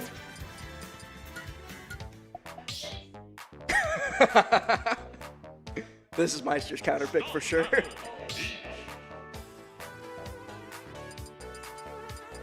What do you even do after that happens to you, Vicky? You just shake your head and pretend it didn't? Honestly, if I'm playing Game & Watch, I deserve it. Sorry, that was. It's getting late out here. In this matchup, like. All right, he's already opening up the gates, though. I mean, Meister's got the lead at the very least. You know what, though? You know something that I feel like I haven't been seeing used as loosely, and now we're seeing it a lot more. Up B. Up B to punish a lot of these whipped out attempts around Meister's shield. Seeing a lot more of the up B utilization. All right, not jumping on top of the up smash. And not floating on top of it either, because that's the other Yeah, thing. you're right, Although yeah. he did just dash attack that up smash. If Meister was a second earlier on the trigger pull, he could have killed him. Oh, he gets it again. Oh, goodbye. I'm so sorry. Second time we see someone get hit by bomb, by the way, in this top 8. They're not even the maximum number possible, because Mute's throwing a couple of them away. But you know what? I'm going to say it. Meister deserves it after what he did to Cosmos.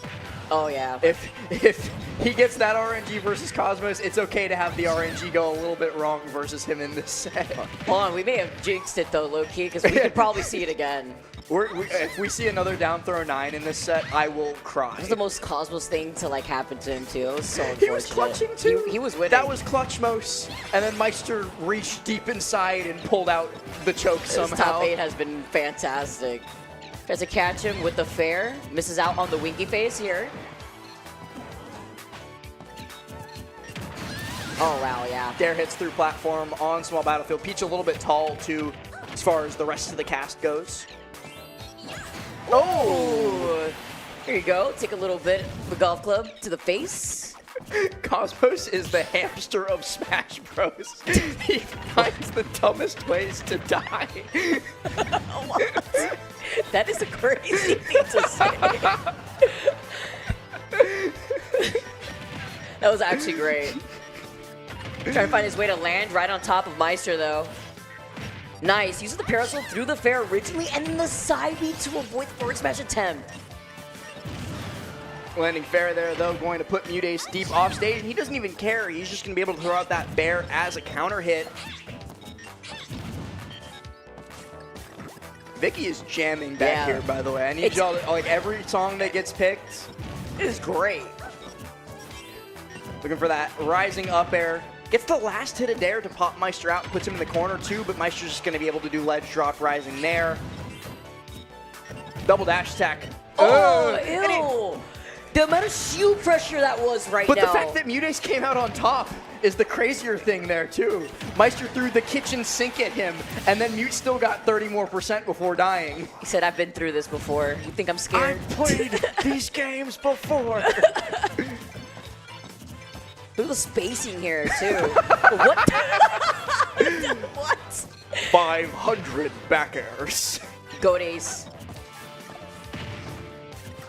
Nice. Okay, I actually like the attempt right there from Meister, just to try to keep him away, right? Get off me option with the neutral B before trying to respace himself. Chatter, are you insinuating that I'm a vampire by asking if I'm a fan of garlic? What? I don't know. This Mutace takes, well, not quite. Couple more turnips away will certainly do it, though, as Meister stalls out a little bit low. Rising with Bucket. Gets a lot of damage here, too. Actually, more than winnable if he gets the right conversion. Oh, man. Does not get that back here. The up B once again coming out. Tries to cut him off with the side B. Meister actually opting not to try for the falling up airs there, too. He just fast falls immediately down. Okay. Dare up B, and then Mute kills him with up air. That was cool. Good patience from Mudace. Is the fact that he knew that he was gonna up B afterwards. Because no offense to Mudace, he is very smart. That was obvious. Yeah. Maister yeah. did dare up B, dare up D. He didn't even Maister's try to gonna cross him up because there was a No, few he times that just- he at least did cross him up with down air, right? But like didn't even do it. He did it like in front of him. What's my coolest Pokemon card? I have a Corviknight, Dynamax Corviknight EX card that I Oh, got that's cool. from Japan. I use it as a bookmark. Oh, well, is it sleeved at least? Yeah. Okay, okay. My coolest one is like a world champion card that was signed from like 2006 or something. They're really trying to out me as a vampire. He just asked, when's the last time I saw myself in the mirror? Wow, that's crazy. Guys, I Guys, swear, I'm sitting right here. I'm in danger. I mean, what? I'm not a vampire, I swear. So hopefully Mute is thinking right now because he's at 78%. What a different look right now. Maister is not taking a single percent. He's still going. Meister's mad. Hold up. Ooh, tries to catch jump twice. Mute, though, just doing neutral get up and then roll back. I got bombs of my own. 151, Mute on the verge. Death's door knocking on it. It's still surviving. The fact that he's still alive and he still hasn't been able to put in a single percent onto Maister until that very moment. A 0 to death to take that first stock. Now he comes in swinging with these up airs. It's like the floodgates got opened after that first stock went away. Now Mute gets to play the game, but not for too much longer until Maister starts getting the Nair train going. And once that Nair train gets rolling, Vicky, it takes a while to get to the station. It's still rolling along, actually. Oh, we are my still God. going, taking it for a ride. You know, I almost forgot that this was a bad matchup, and now I'm being reminded. Oh no, yep. He's gonna break right through from the attempt on the up air.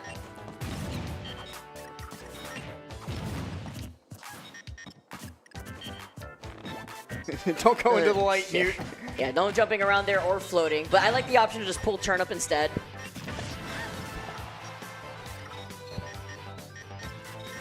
Waiting to see. Utilizing the platforms too to just help him out and get right back to center stage, but he does get grabbed. Really good platform movement in general for Mute this set, and it's helped them a lot to get around Maister. Because that's usually something that Maister does very well, is dominate the platforms, make sure that there's no safe harbor for somebody, especially getting juggled.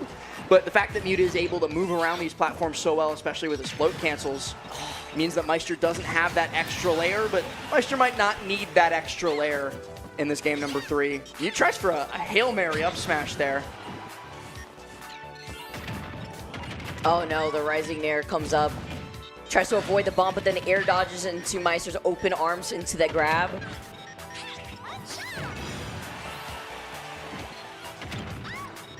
Another landing Nair, another pop-up, and another good bit of damage for Maister.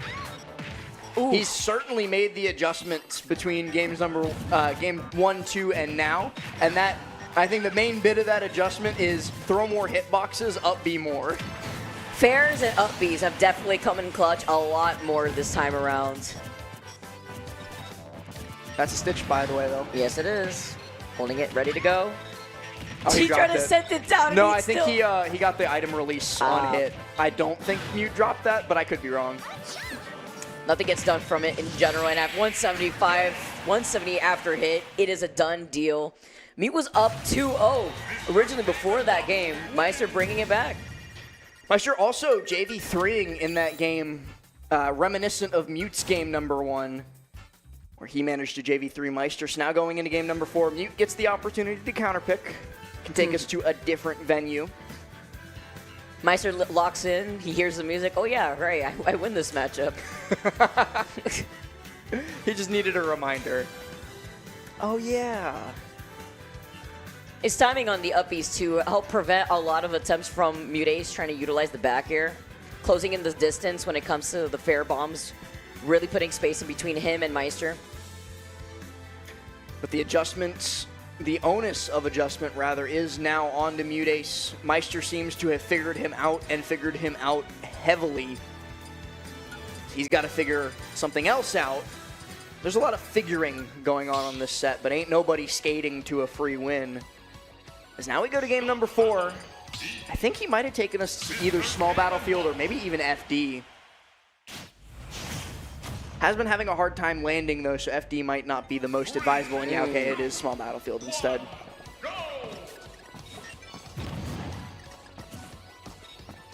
Away, he's actually backing away instead of trying to approach at first.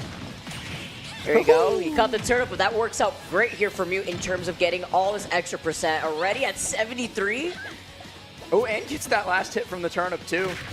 And gets the fair. All right. Remember what I said about figuring stuff out, Vicky? Oh, the turnip again! Mute's got an advanced degree in Meistermatics. And he's putting it to use, too. One of the few people in today's economy who uses his college degree. Hey. We take W's. You see that very often. Mute just floated outside of the range while Meister threw like 3 hitboxes at him. That was such a clean stock. Wait, he's waiting. Backs away with the float into fair. Nice space and respect that he was able to put in between himself and Maister. Ooh, threw that down instead of to the left towards Meister for what I thought would have been a free hit, but Mute maybe doesn't even need it. Meister takes him high. Gets a couple more up airs for the damage. Oh, the way he has to space himself around Meister's. Ooh. I love Mutace's micro spacing here. He is just not giving Meister the spot that he wants to pop these uppies, and so Meister has to be patient, and that's making him get antsy, but now he's getting a couple of these puffs up. Nice little float just to avoid the back air tap. Oh, you shall not pass. Oh man, where do you even go? The double up air into the finishing blow. He was using these down airs to try to negate around the up airs originally. Even with Game & Watch's lightweight, that F throw won't be enough. This next big hit should be, though. Is that a dot eyes? No, it was a slant. There you go. Fair with the fair. definitely will kill. And it's another bomb! Okay. He's at 0% here too. He's good. That was terrifying. Sends it back. Doesn't want any chance here. Rising there. Takes some of this extra 3%.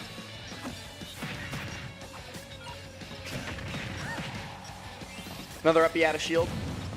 Meister still has his #1 get off me tool, regardless of how well Mute spaces around him. Ooh, the bomb just barely misses connecting with the hitbox. Meister gets dragged down there. Nice drift back to, just again, avoiding the nair. Can't land on his shield though. He's ready with the up B. Don't do it. Ever. Once again. Don't do it.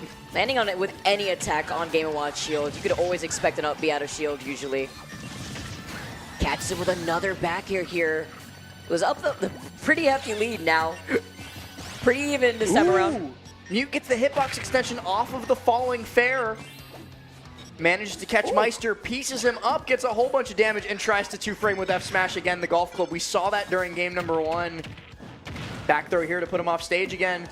Plucks another turnip.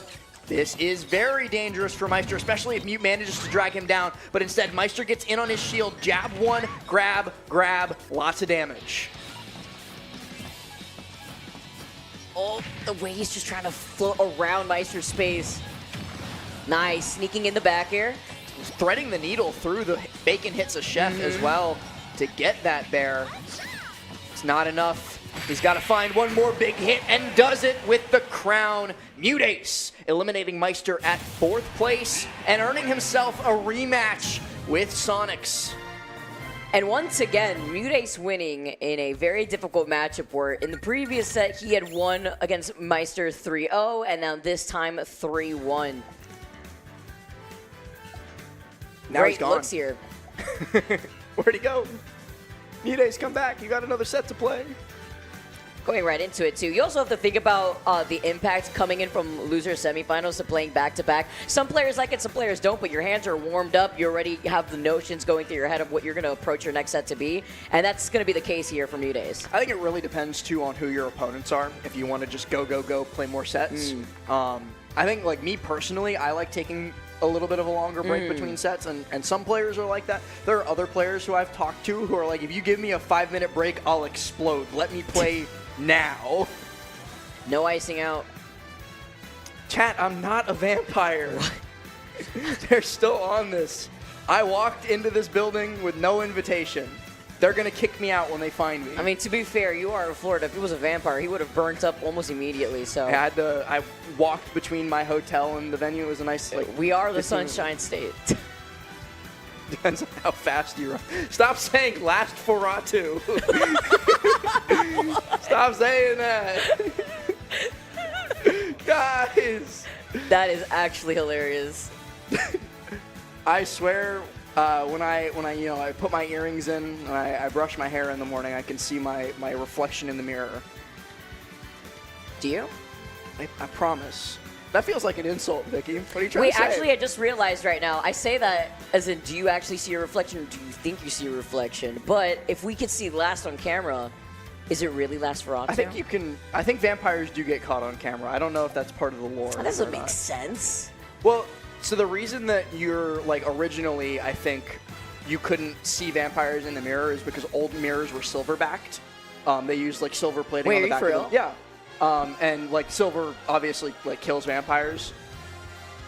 Oh wait, you know what? I think this whole time I thought I was seeing last, but I actually can't see him at all. Oh wait, he's back. That completely killed my train of thought. I was thinking about mirrors, and then I got eaten by the color bars. Count Lastula. Guys, I know most of you came from the Coney stream. I will not do the Subula bit. I'm not getting paid enough to be Subula. Oh, they put him in a different dimension. Am I really here with last, or am I just solo casting? You've been solo casting this whole time. People think you're really weird. Yeah, these voices, they're just Who in do you my keep head. talking to? I'm sorry. I'm talking to Count Lastula. No. With the music Can on I point. eat a garlic? If somebody on brings me stream?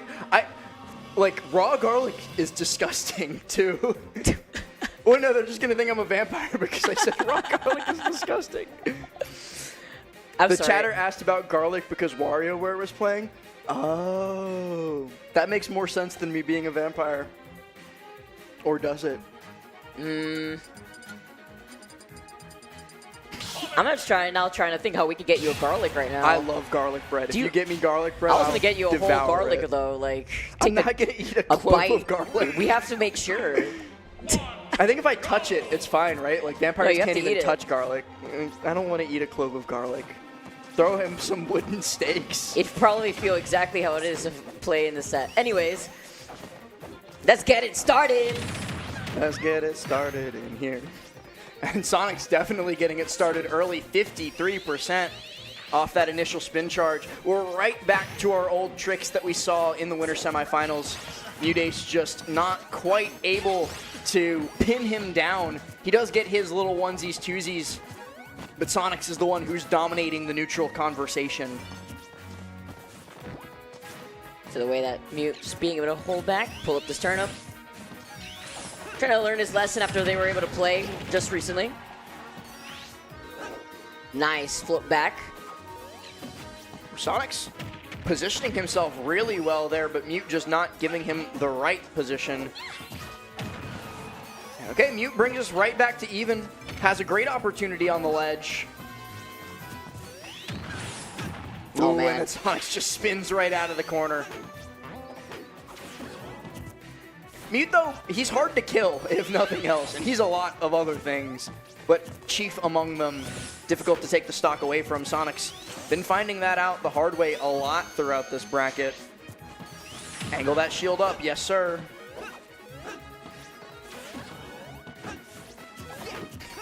All the way. Nice grab from Sonix. Gets that back throw. The way that Mute is willing to contest him too, right below the ledge with the back air. Ooh, and right above ledge with the side B. Contesting left and right, Vicky. Now coming back onto the platform, Mute gets the nair on Sonix's ledge get-up option and just dashes in and grabs F-throw. It's not enough to KO, but it will set Mute up for a potential kill here, and he grabs onto it with both hands. Wow, he just waited. Only 21% off of a down tilt feels criminal. I always expect Mute to get so much more, but he actually is only rewarded with a boot to the jaw. It's a dash back.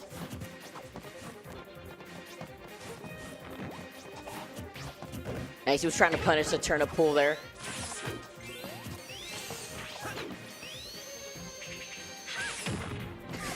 The Both back air dares. sneaking. It's huge, that hitbox. Wow. I see Uppy gonna bring him out.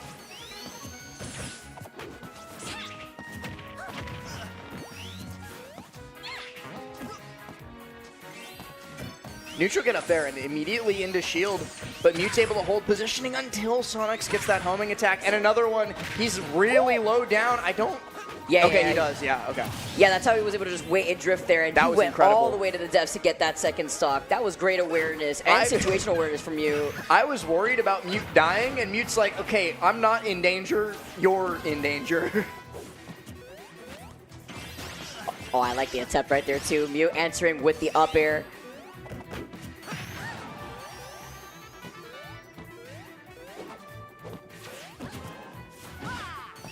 Waits Going forward high. smash.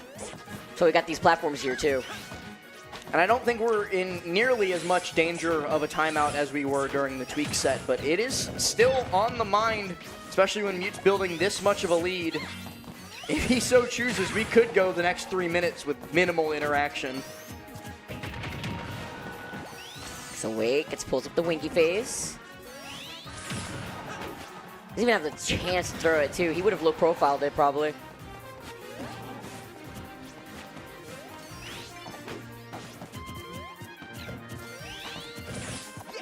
Points right through it. Doing such a good job spacing just outside of Sonic's burst range and then ready with a hitbox as soon as he's in the minuscule amount of lag that all characters must suffer. So he's just waiting in shield the whole time too. Especially with the up-angled shield.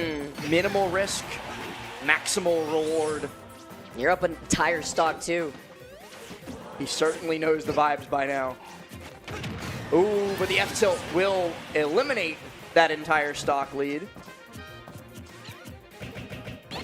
Mute's got to do it from a neutral position. The dare gets shielded. Sonix is able to fight back, but Mute gets dragged down up air, down tilt. That was so good. And now he's got Sonix in the corner and panicking. Up smash, connecting. Mute Ace maybe an inch away from taking game number 1 of this run back. He wants a shot at Tweek in grand finals. He's saying, Sonix, you had your chance. Now it's mine. Let me go up there. He wants to tear the door down. Tries to avoid him. Nice. Oh, the back air off the weight there too. Beautiful from Mute Ace, but Sonix was slowly crawling back though after being at a stock deficit. And that's the scary thing too, is he's going to be able to take those adaptations that he made towards the middle of that game all the way into game number 2. He doesn't just, get obliviated in between. He's going to remember what he figured out. It's a scary prospect for Mute Ace. Sonix takes a moment to compose himself as well.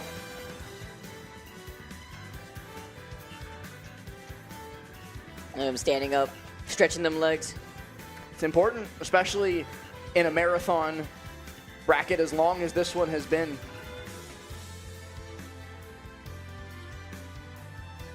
Sonic's even pacing around a little bit. He might be on the back foot more than I expected. He's got to figure something out.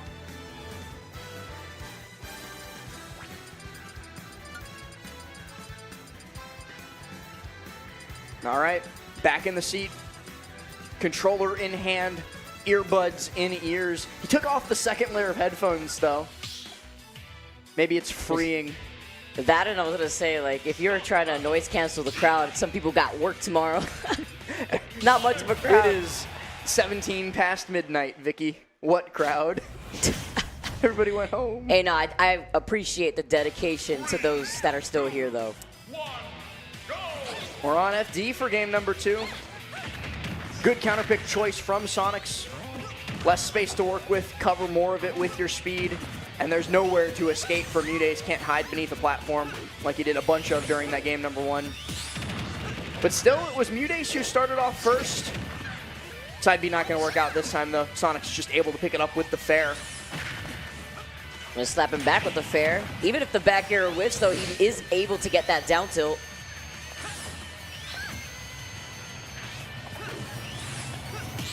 Ooh! Great parry down tilt fair. Mudace positioning himself to take this first stock away before the minute mark gets reached. Sonix, though, able to fight out of the corner. Run in jab, dash back jab.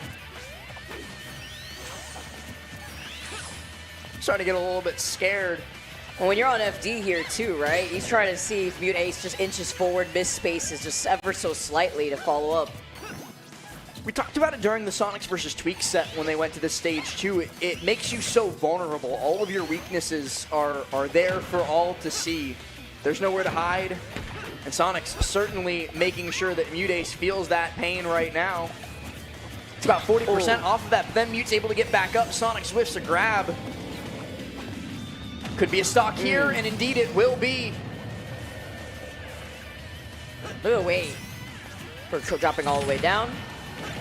Gets the fair. It's again one of these high floats from Mute once he's sent off to the stage where he's just waiting out Sonix before finding his place to land. Well, and again, even though it has yet to be the win condition in this set, the timer has to be at the back of your mind, Vicky. It could come into play, and so Mute, if he wastes a couple of seconds while he's got a big lead, that is perfect for him.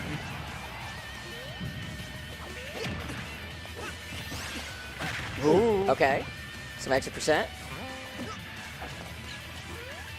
Something that I love when like higher level players talk about in chess. They always say a pawn is a pawn is a pawn. And I like to turn that into Smash like damage is damage is damage. Because it matters, even those little bits that seem insignificant in a set like this. Yeah, I was gonna say in this match especially too, right? When every second counts literally. So beautiful grab. A shimmy on him in the corner there. And he clanks out. Mute was ready for the clank, ready for the homing attack. Plucks his, why'd you drop the stitch?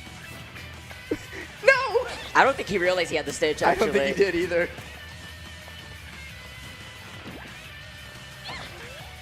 He's up with 2 stocks. Now you're in his zone. Mudace definitely knows the vibes. He definitely knows the vibes. All right, guys, 4 more minutes of this.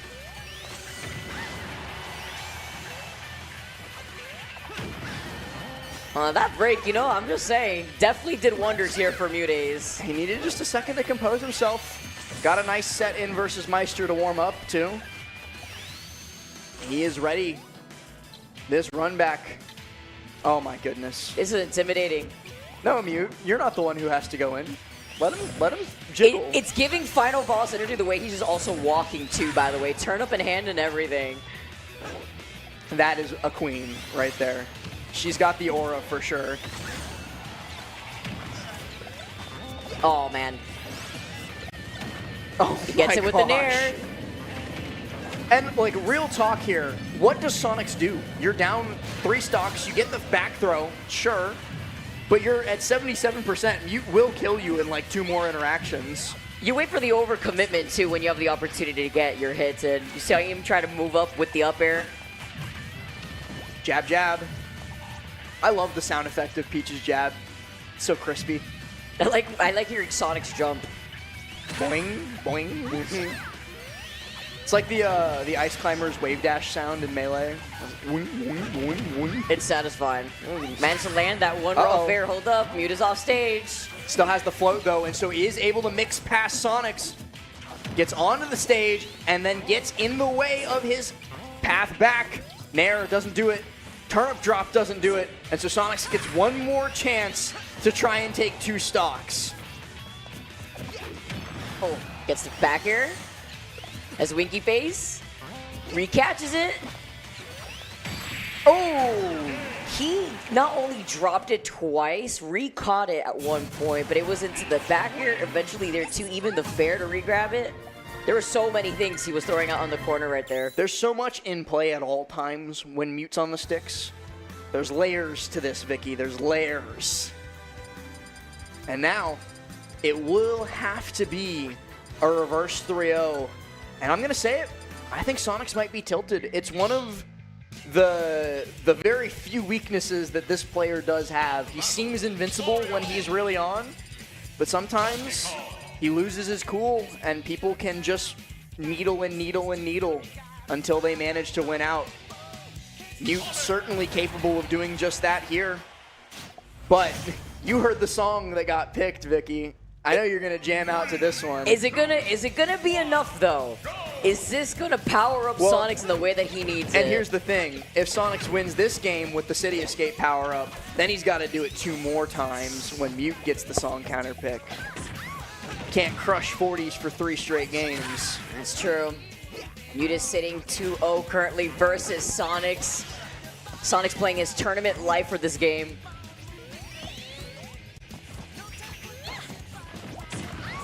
That was a great start, though.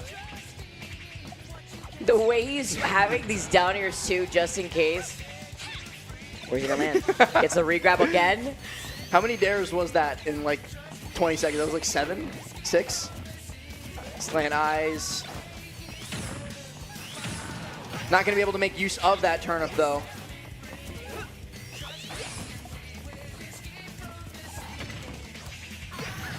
It's a rising air. I'm just letting Crush 40 do the commentary for a moment. I'm here vibing. Vicky is still jamming for those of you in chat curious. Get our caster cam dances. And Sonix has managed to, for the first time in this set, take the percentage lead by a significant amount. He might just take the stock lead here, too. Oh, the parry. Oh, man. Not going to be enough. Great DI here. 151 still alive, floating around. Catches his landing once again. Chat, you're right. This isn't Crush 40. I'm dumb. You know, sometimes my brain just goes Sonic music. It's Crush 40. It's got to be. I did say earlier, I'm not a Sonic guy. You did say that. I like the OG games, though. I haven't played them.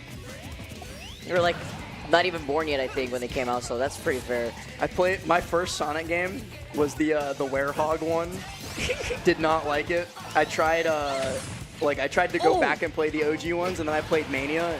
Didn't like any of them, and Mute certainly not liking what Sonix is serving up here. Jab 1, 2, 3, but he's still alive at 182. And with full rage, Mute could actually just yoink this stock away. With the back throw, does he get the snipe off the turnip? The fair And he does, and a bomb in hand.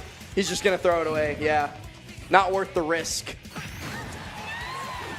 Also, it would have taken forever by the time he came back and the invincibility was done. Did come back and take that first stock, though. Right back to back. It's going to be big damage from Sonix. He gets 41%. He looks to keep climbing, but the turnip toss from Mute's going to force him to back off at least just a little bit. Mute gets back air dash attack, evens us up again. Ooh. And that big lead that Sonix cooked up all went the way of the dodo, thanks to Mute living all the way up to 190. Doesn't attack on the platform, though. Still avoids getting hit.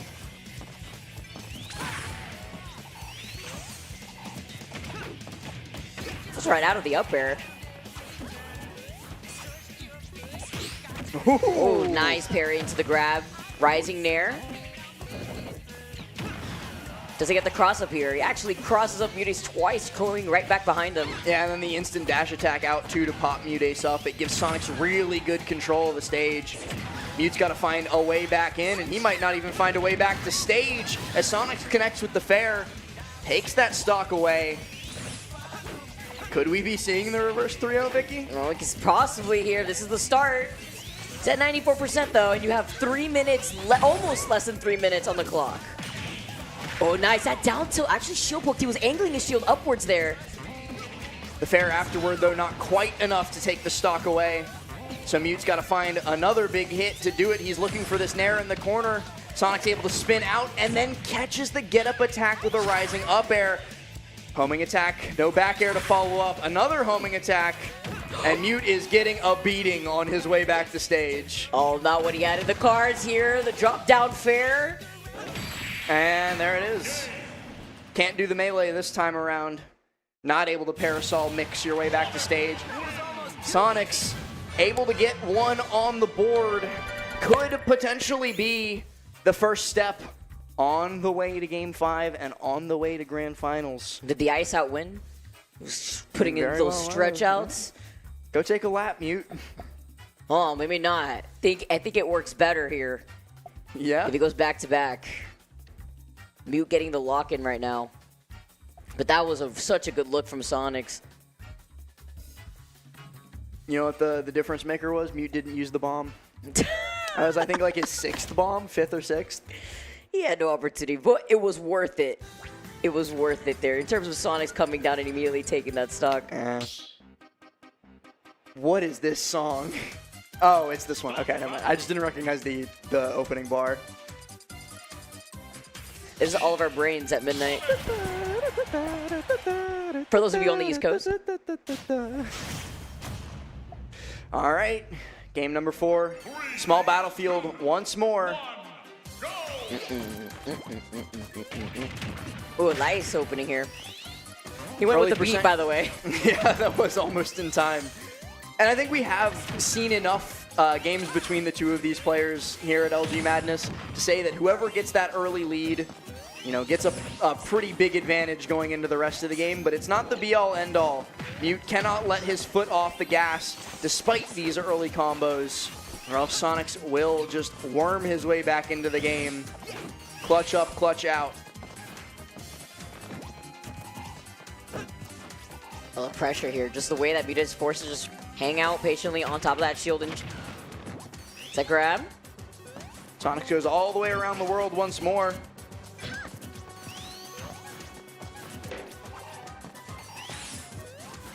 Oh, catches it with the up air. That up air is really dangerous too for Sonix. If Mute gets the right conversion, he doesn't even need a conversion when he snipes off stage with the turnip. First stock, Mute's way. Tony on his way to Grand Finals, potentially just needs to take 2 more. And while only at 41% as well, Vicky. Getting even closer here. It's still not over yet. Ooh. Yeah, I Sonic's don't putting him like in a tornado. that, yeah. That was scary. It didn't do as much damage as I thought it did, though. I actually looked down and I was like, oh, it was like 26%. It was like the single hits. Oh, hey, what an answer. The nair into the up air attempt from Sonix. Mute desperately wanting to hold on to the stock so he can keep building this lead. He's going to be able to retreat back underneath that platform. He doesn't fall into the rest of the fair. Sonix only gets that first hit of it, but it don't matter. He gets the back air anyway. That all started with him punishing Mute, getting a turnip pulled out. Mute making good use of the Angel platform invincibility, though, to push Sonix onto the ledge. And a grab on the startup of up smash. Ballsy, to say the least. Talking about timing. Doesn't get the snap with the turnip. Double. Oh. One more. May not be Swedish, but he's looking for the snipes. It's another turnip. See, trying to slap him away with the fair. Wait, Sonix is just hopping all around Mute.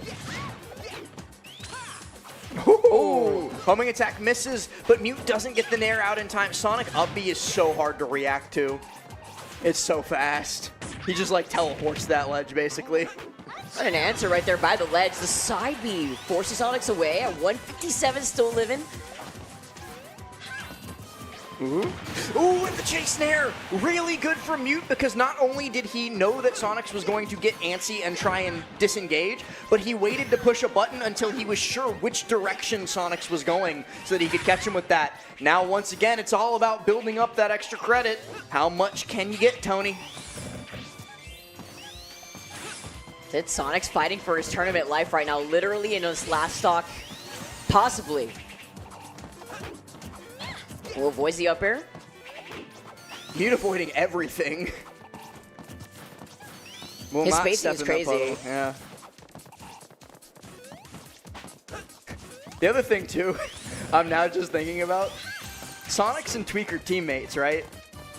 Even if he doesn't win this, Mute's going to be gassed. Oh, yeah. Going into that He's going to grand. be exhausted. It's all about the LG dub. One turnip pop, Mute might convert it into a whole bunch more. Lovely weight Two up there. airs. The way that Sonix has to run away from Mute, too. The way he's able to close in the gap against Sonic, the character. And against Sonix, the player, too, cannot be underrated how heavy Mute has to be locked in order to make anything happen against this player and in this matchup. Mute might make it to Grands, beating two of Peach's worst matchups back-to-back. Nice weight there, too. Sonix wanted to drop down and go in for a possible fair. Ooh. They're dancing around An each inch. other. The way that he avoided the back air. A micrometer. 2:19 on the clock as well, Vicky.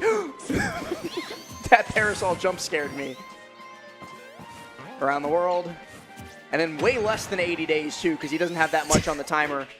Dot Eyes comes out, doesn't quite catch him on the way up. Made a little scary situation there. Back throw here is going to be huge. It's going to give Mute a great chance to pluck Turnip and get positioning on the ledge for this fair. Sonic's re-grabbed there, but Mute wasn't quite able to punish it out. The crazy thing there, I didn't even think about until just now. Homing attack doesn't quite kill.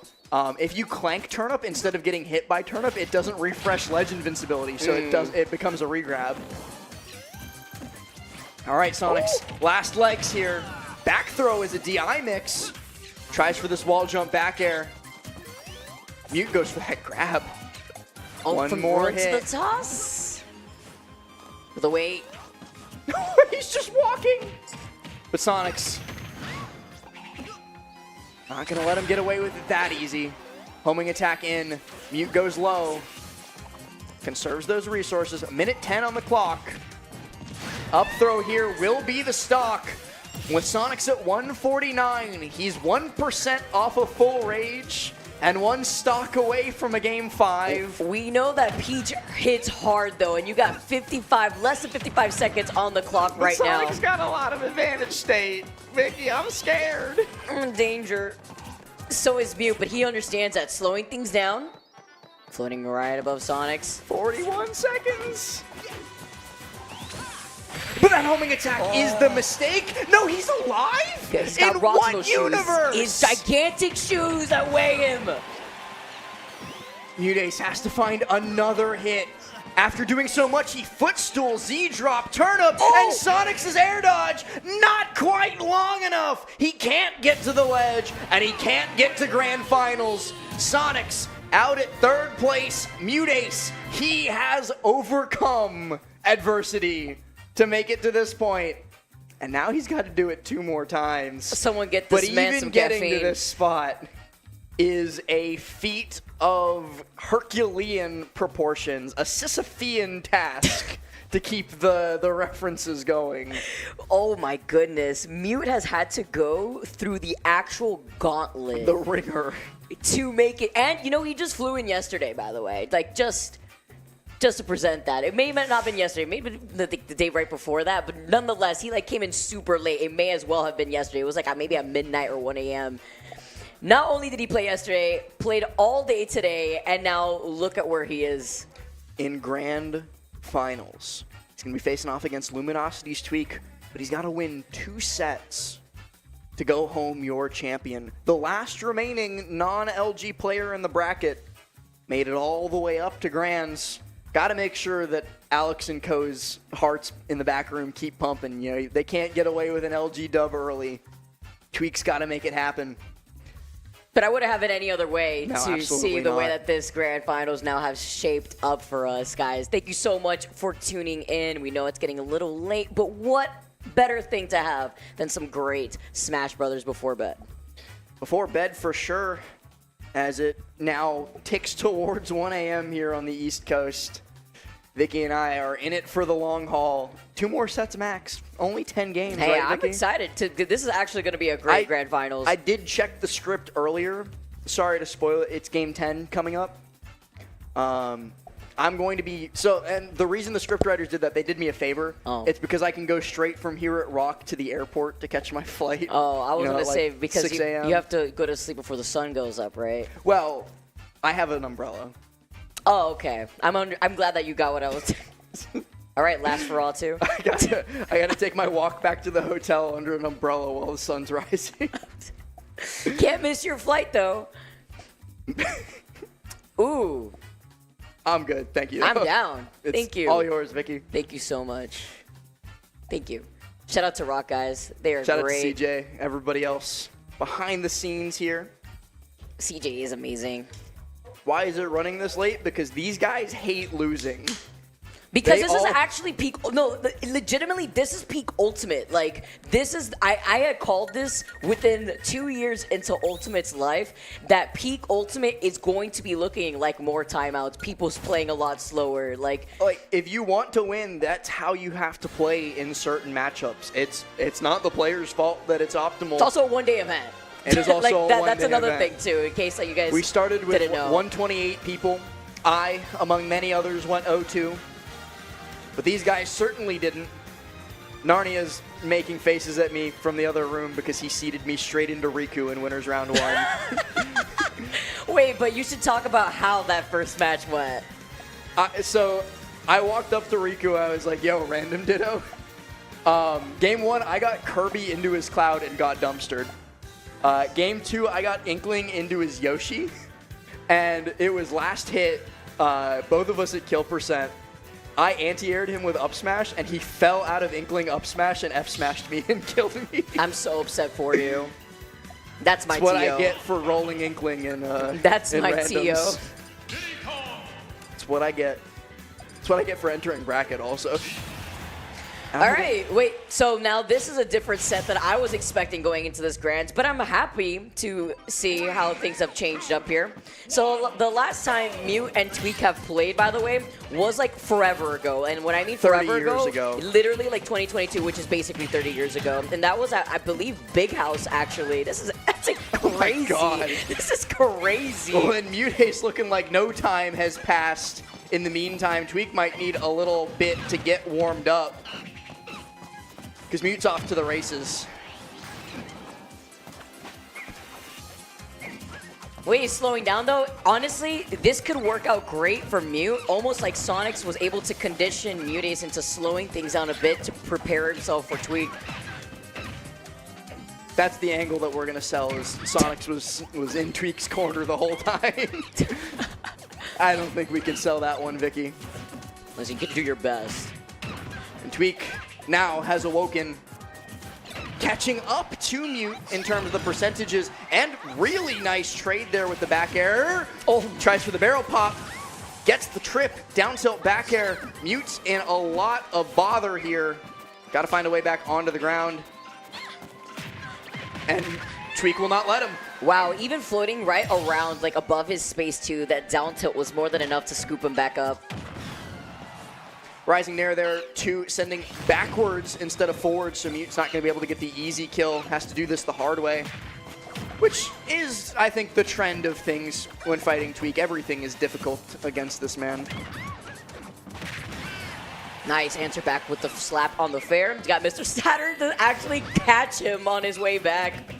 Bye, Mr. Saturn. We hardly knew ye. See ya. We might not be knowing Mute's second stock for much longer either, but he does. Terrible DI, I think. That didn't even spark. He just died. He actually just disappeared. I think Tweek was getting ready for the punish if that banana connected and was holding the wrong way. And you know what? That makes me feel a lot better because even Tweek misses DI sometimes. Everyone's human. No robots here. I'm still not sure on Tweek. Oh, maybe except for last. Am I a robot or a vampire? A Which is vampire, it? not human. Oh man, the side B right over Tweek's head. Yeah, the Diddy Kong low profile coming up huge for him. Staying close to the ground. Down throw back air from Mute. Tweek just immediately going to take that straight line. Wow. I was going to say straight line to the ledge, but straight line to the blast zone, Vicky. Off of the conversion from the turnip too. Beautiful. Nice patience in the shield, too. Tweek's just trying to get another opportunity with these down tilts. I thought he was just giving him a round of applause. No clapping Banana for in you. hand. Pop into the up air, too. Mute is inching his way towards a game 1 loss.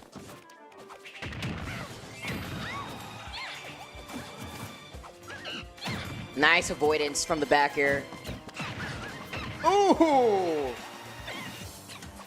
Tweek's getting custom with it. Wait, he's feeling it. I mean, remember his set versus Dom? It was so quick. So long ago. It feels like ages. Trying to catch him with the back air after he catches the banana. Back air not going to be able to do it. You know, Even at like 176. 1 more percent on Mute or like 1 more percent of rage on Tweek, and I think that killed. He's at 170. And then this time Yeah. around. Actually took some potassium home with him. Hey, it's good for you. Going into game number 2, Tweek looking confident. Mute Ace, like we were talking about earlier, looking like he could be running out of steam after the gauntlet that he went through, running through Mars, Maister, and Sonix, the LG triple threat. But Tweek could prove too much. Went through Sonix twice. 2 sets versus Sonix is a lot. That was 8 games of Sonic Peach. That's what you got. When you take a little break, you got a lot of work waiting for you on the other side. Get ready. And the job ain't done just yet. And Tweek, again, trying to reinforce his myth of being the king of LG tournaments, but he's definitely not the king of this early Hollow Bastion game. That's Mute Ace, she the queen right now. Is Tweek gonna be able to utilize that middle platform there to reposition himself with the monkey flip? So much damage already onto Tweek. More than capable of making this back with 1 or 2 combos. He's already gotten to 50, 69, 78, and 91. He's got the lead. You can't get away with that right in front of Tweek, too. That's true. You also played 2 sets versus Maister. That's a lot.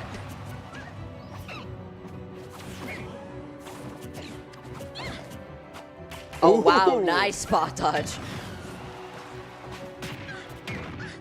It's kind of one that you can't even be mad at either, as Tweek catches Mute's route. Why is with that an so F tilt. big? Monkey punch. Actually. Nice little delay. Catches Yeah. it with a turn up. It was just a matter of time. Did it? Oh. Man. There's only so much mix in the world. We have a finite amount of it. We're running out of mix.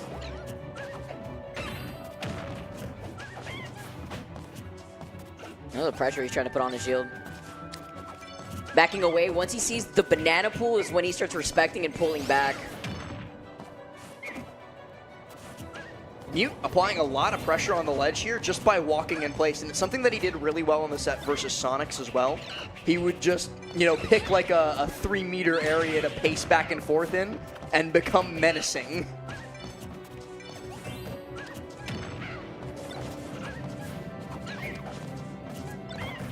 Wait, he's playing around the banana here too. Cannot land with a fair.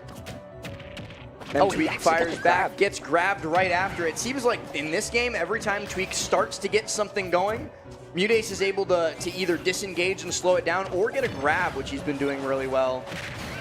Beautiful. Peach with banana is scary. Not a turnip, just looks a little different here. Gets rid of it almost immediately.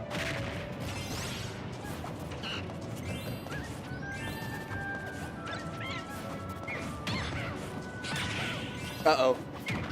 Actually fell off from the other side of that. Sometimes the wheels just fall off the train. Oh man.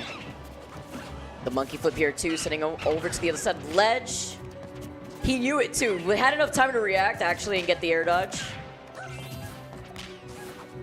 Tweek now waiting for a good opportunity to take the aggressive option and then eventually does it with the Z-drop back air. Plucking banana again, air dodging straight through, and the banana in his 11th hour comes through, trips Mute Ace on his way to ledge trap. But Mutace will not be deterred by something as small as a slip and fall.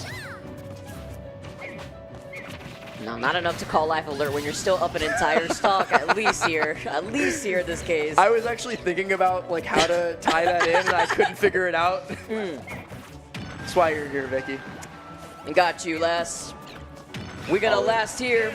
Oh, But no, not, we won't. not that No, we stock. won't. Not that stock. I meant more so in the set. Now we get to go back and forth. It's just gone. Well, despite how dominant Tweek was in game number 1, Mute, he does still have some more gas in the tank, some more coal in the furnace. I was gonna say Tweek should have definitely lived that, but it's okay. Tweek looks unbothered. Takes a lot to bother Tweek. The most heated I've seen him get was when somebody suggested Dixie Kong as an Echo Fighter. Game dev Tweek coming through to let you know everything that you need for Dixie Kong. Nintendo hit him up. Right here. He's got ideas. All right, Mutace locked in. Putting himself on the board here still. Ooh, that was really weird. He rolled through the dash attack after getting tripped. I think Tweek was just too slow on it. But it's not often that you see like the trip into dash attack and Diddy doesn't get the dash attack. Not gonna work out here. And cannot even approach with fair. Here, just changing up who has the banana in each hand. Remember when he had 2 bananas? What? Stop. Bad times.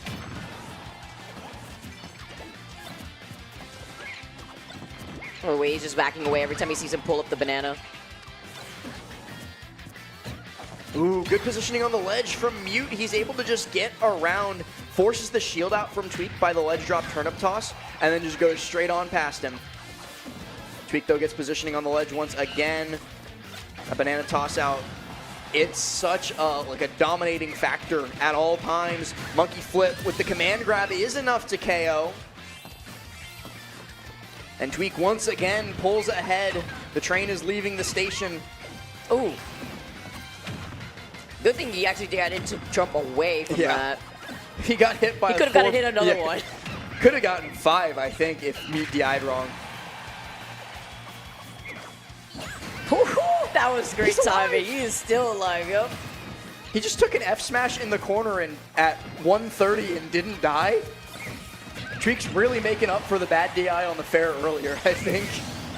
Still can't live, though, once he's sent off to that left side of the stage. Catches a jump with the fair. Nice. It's a little bit too aggressive. Not dashing back enough. Ah, there we go. We had it there. Before coming back in with the fair. Ooh, the edge hit of the landing there from Mutace is going to stop Tweek in his tracks. The shield pressure scramble from both of them there. And Tweek's the one who comes out on top, forcing Mute into the corner. Mute's able to battle out, though. Another banana toss, but while Peach is floating, she will not get tripped. Oh, my. Off the banana that was there, too. And another thing, not killing. Oh, that will. Banana F smash, El Clasico.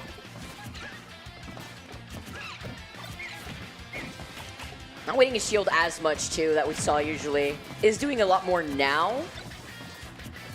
A little wait before setting out the backer. Oh, and Tweek just charging up the barrels. I don't think that was his intention there. I think Mutace just whiffing in his face. Tweek was like, yes, please.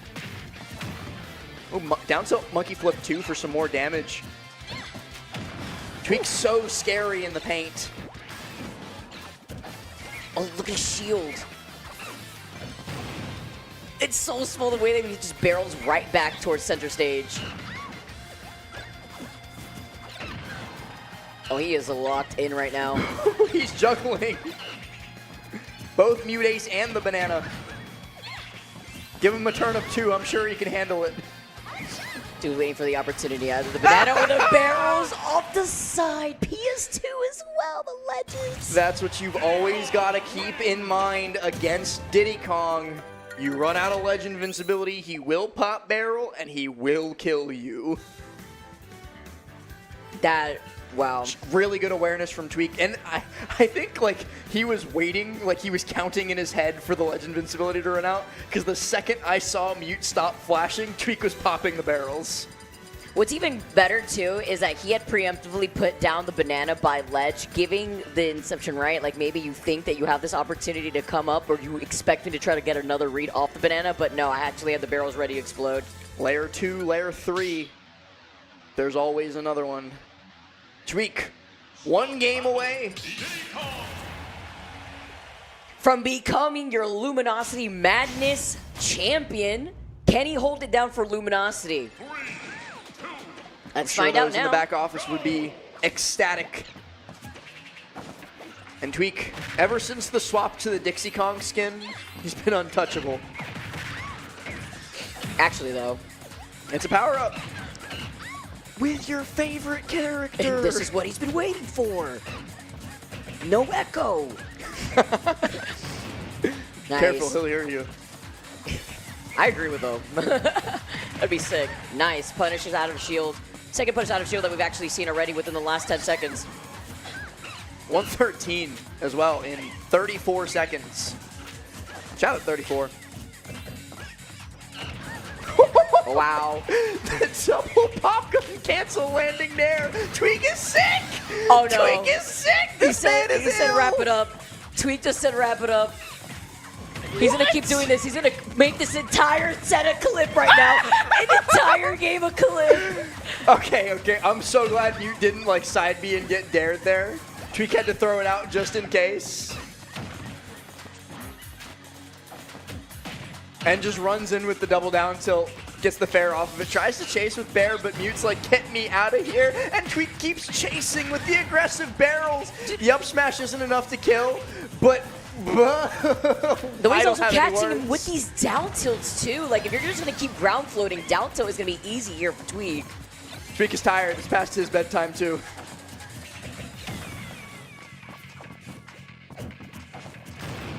Oh my god, why does barrel work? It shouldn't. The way he couldn't even get like a huge punish off of it, he just got a jab. And he's cooking up this 3-stock, bounces the monkey flip! Oh no! No way! What? He bounced monkey flip into the banana, forced the air dodge out of Mute low, so he had no option to recover, and just walked it through the goalposts. Just like that, Tweek is your Luminosity Madness champion? Sure. Why not? What you know at the first 5 seconds of that game, I already knew that Tweek was done. He wanted Tweek to end got it right there. like a notification on his phone that was like, go to bed. He said, yes, sir. I'm done. Like, if you have an Apple Watch where it's telling you it's time to stand up, it's time to go to bed. Like, it's time. That is actually insane. Tweek! He won the whole tournament like that. But to end it on a game like that, it truly shows how polarizing he could play in terms of whether he needs to slow things down, play for the timeout, or if he really wants to make a clip out of you in one game, he absolutely can. I know we're a little bit pressed for time with it being 4 minutes away from 1 a.m., so I don't know if we'll get an interview with Tweek, but I mean, it obviously has to feel good representing Luminosity to win yet another Luminosity tournament. Both him and everybody in the back office got to be super happy about that. In such a dominant fashion, too. A 3-1 dub over Sonix, a 3-1 dub over Mutace, 3-0 over Dominator. Like, he dropped 2 games across this top 8.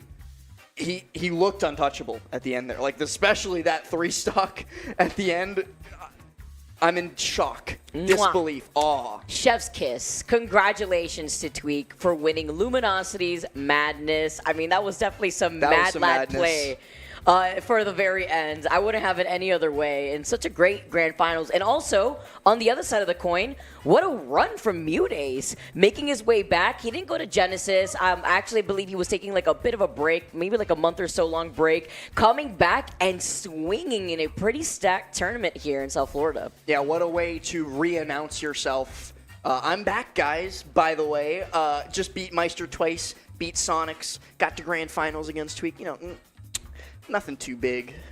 It's been great here, though, Last. Also, shout out to Rock for being able to host this tournament going on as late as it does here in Miami, Florida. Love you guys. Been able to really put together such a fantastic event with all their setups that they have. You could also play PC games all at the same time. You could get some food here. They have just drinks that you could also drink here, too. It's been a great time. Make sure to check out Rock Esports Land Center and Lounge if you're visiting Miami, Florida, or if you're around the corner, make sure to check them out on South Dixie Highway. It's been a fantastic time. And of course, also shout out to Luminosity for putting together this entire event. Yeah, there's, of course, some other final things to shout out, one of those being the Luminosity Discord. Make sure you join the Luminosity Smash Discord, aiming to unite the Smash community globally with matchmaking, event promotion, character-specific channels, and more. You can scan the QR code at the bottom right-hand corner of your screen right now, or head on over to discord.gg/LumiSmash. Been great here. Shout out to Luminosity, and make sure you guys check out their YouTube channel and subscribe to Lumi Smash for even more Smash content. Well, they'll have more content with Mars, Tweek, MK Leo, Maister, Sonix, and Void for anything I'm going to Smash be in related. one of those videos. I was at the Airbnb. There you go. You could check out Last. You could be like the SpongeBob meme where he's like, "Look, Gary, I'm right there." I lost to Tweek in round 1 of a Guess Who bracket, guys. Or you may not be able to see him because he is a vampire. No. Listen, And you one roll last with it. thing, of course, Luminosity Madness has been presented to you by Rising Stars. If you think that you have what it takes to be Luminosity's newest creator, now is your chance to show us. Rising Stars is back in 2025 with Elgato as the presenting sponsor. This is your chance to win a $100,000 contract with Luminosity Gaming. You can apply now for your chance to be the next Rising Star. You know what I love of that graphic, by the way? Just seeing We the People on the bottom right, EE, Coney, some of the best homies in Luminosity. And you know what else is going to be fantastic? Gommel, guys, in Toronto. Gommel forever. And it's going to be on July 4th through the 6th. They have everything that you can imagine. Last, make sure you use code LG for 10% off. But look how many games are going to be at Gommel. 1 billion. 1 billion. 1 billion games at Gommel. Make sure you sign up right now at start.gg/Gommel using code LG so that we can see you in Toronto, Canada, July 4th through 6th. But with that being said, all good things must come to an end, my friend. And this is one of them. Luminosity Madness has concluded. Tweek is your champion. Congratulations to him. Thank you guys so very much for tuning in. On behalf of myself, Vicky Kitty here, everybody at Luminosity Gaming, everybody at Rock Esports, and all of you in the chat who tuned in and supported this stream. Good night, and we'll see you at the next one.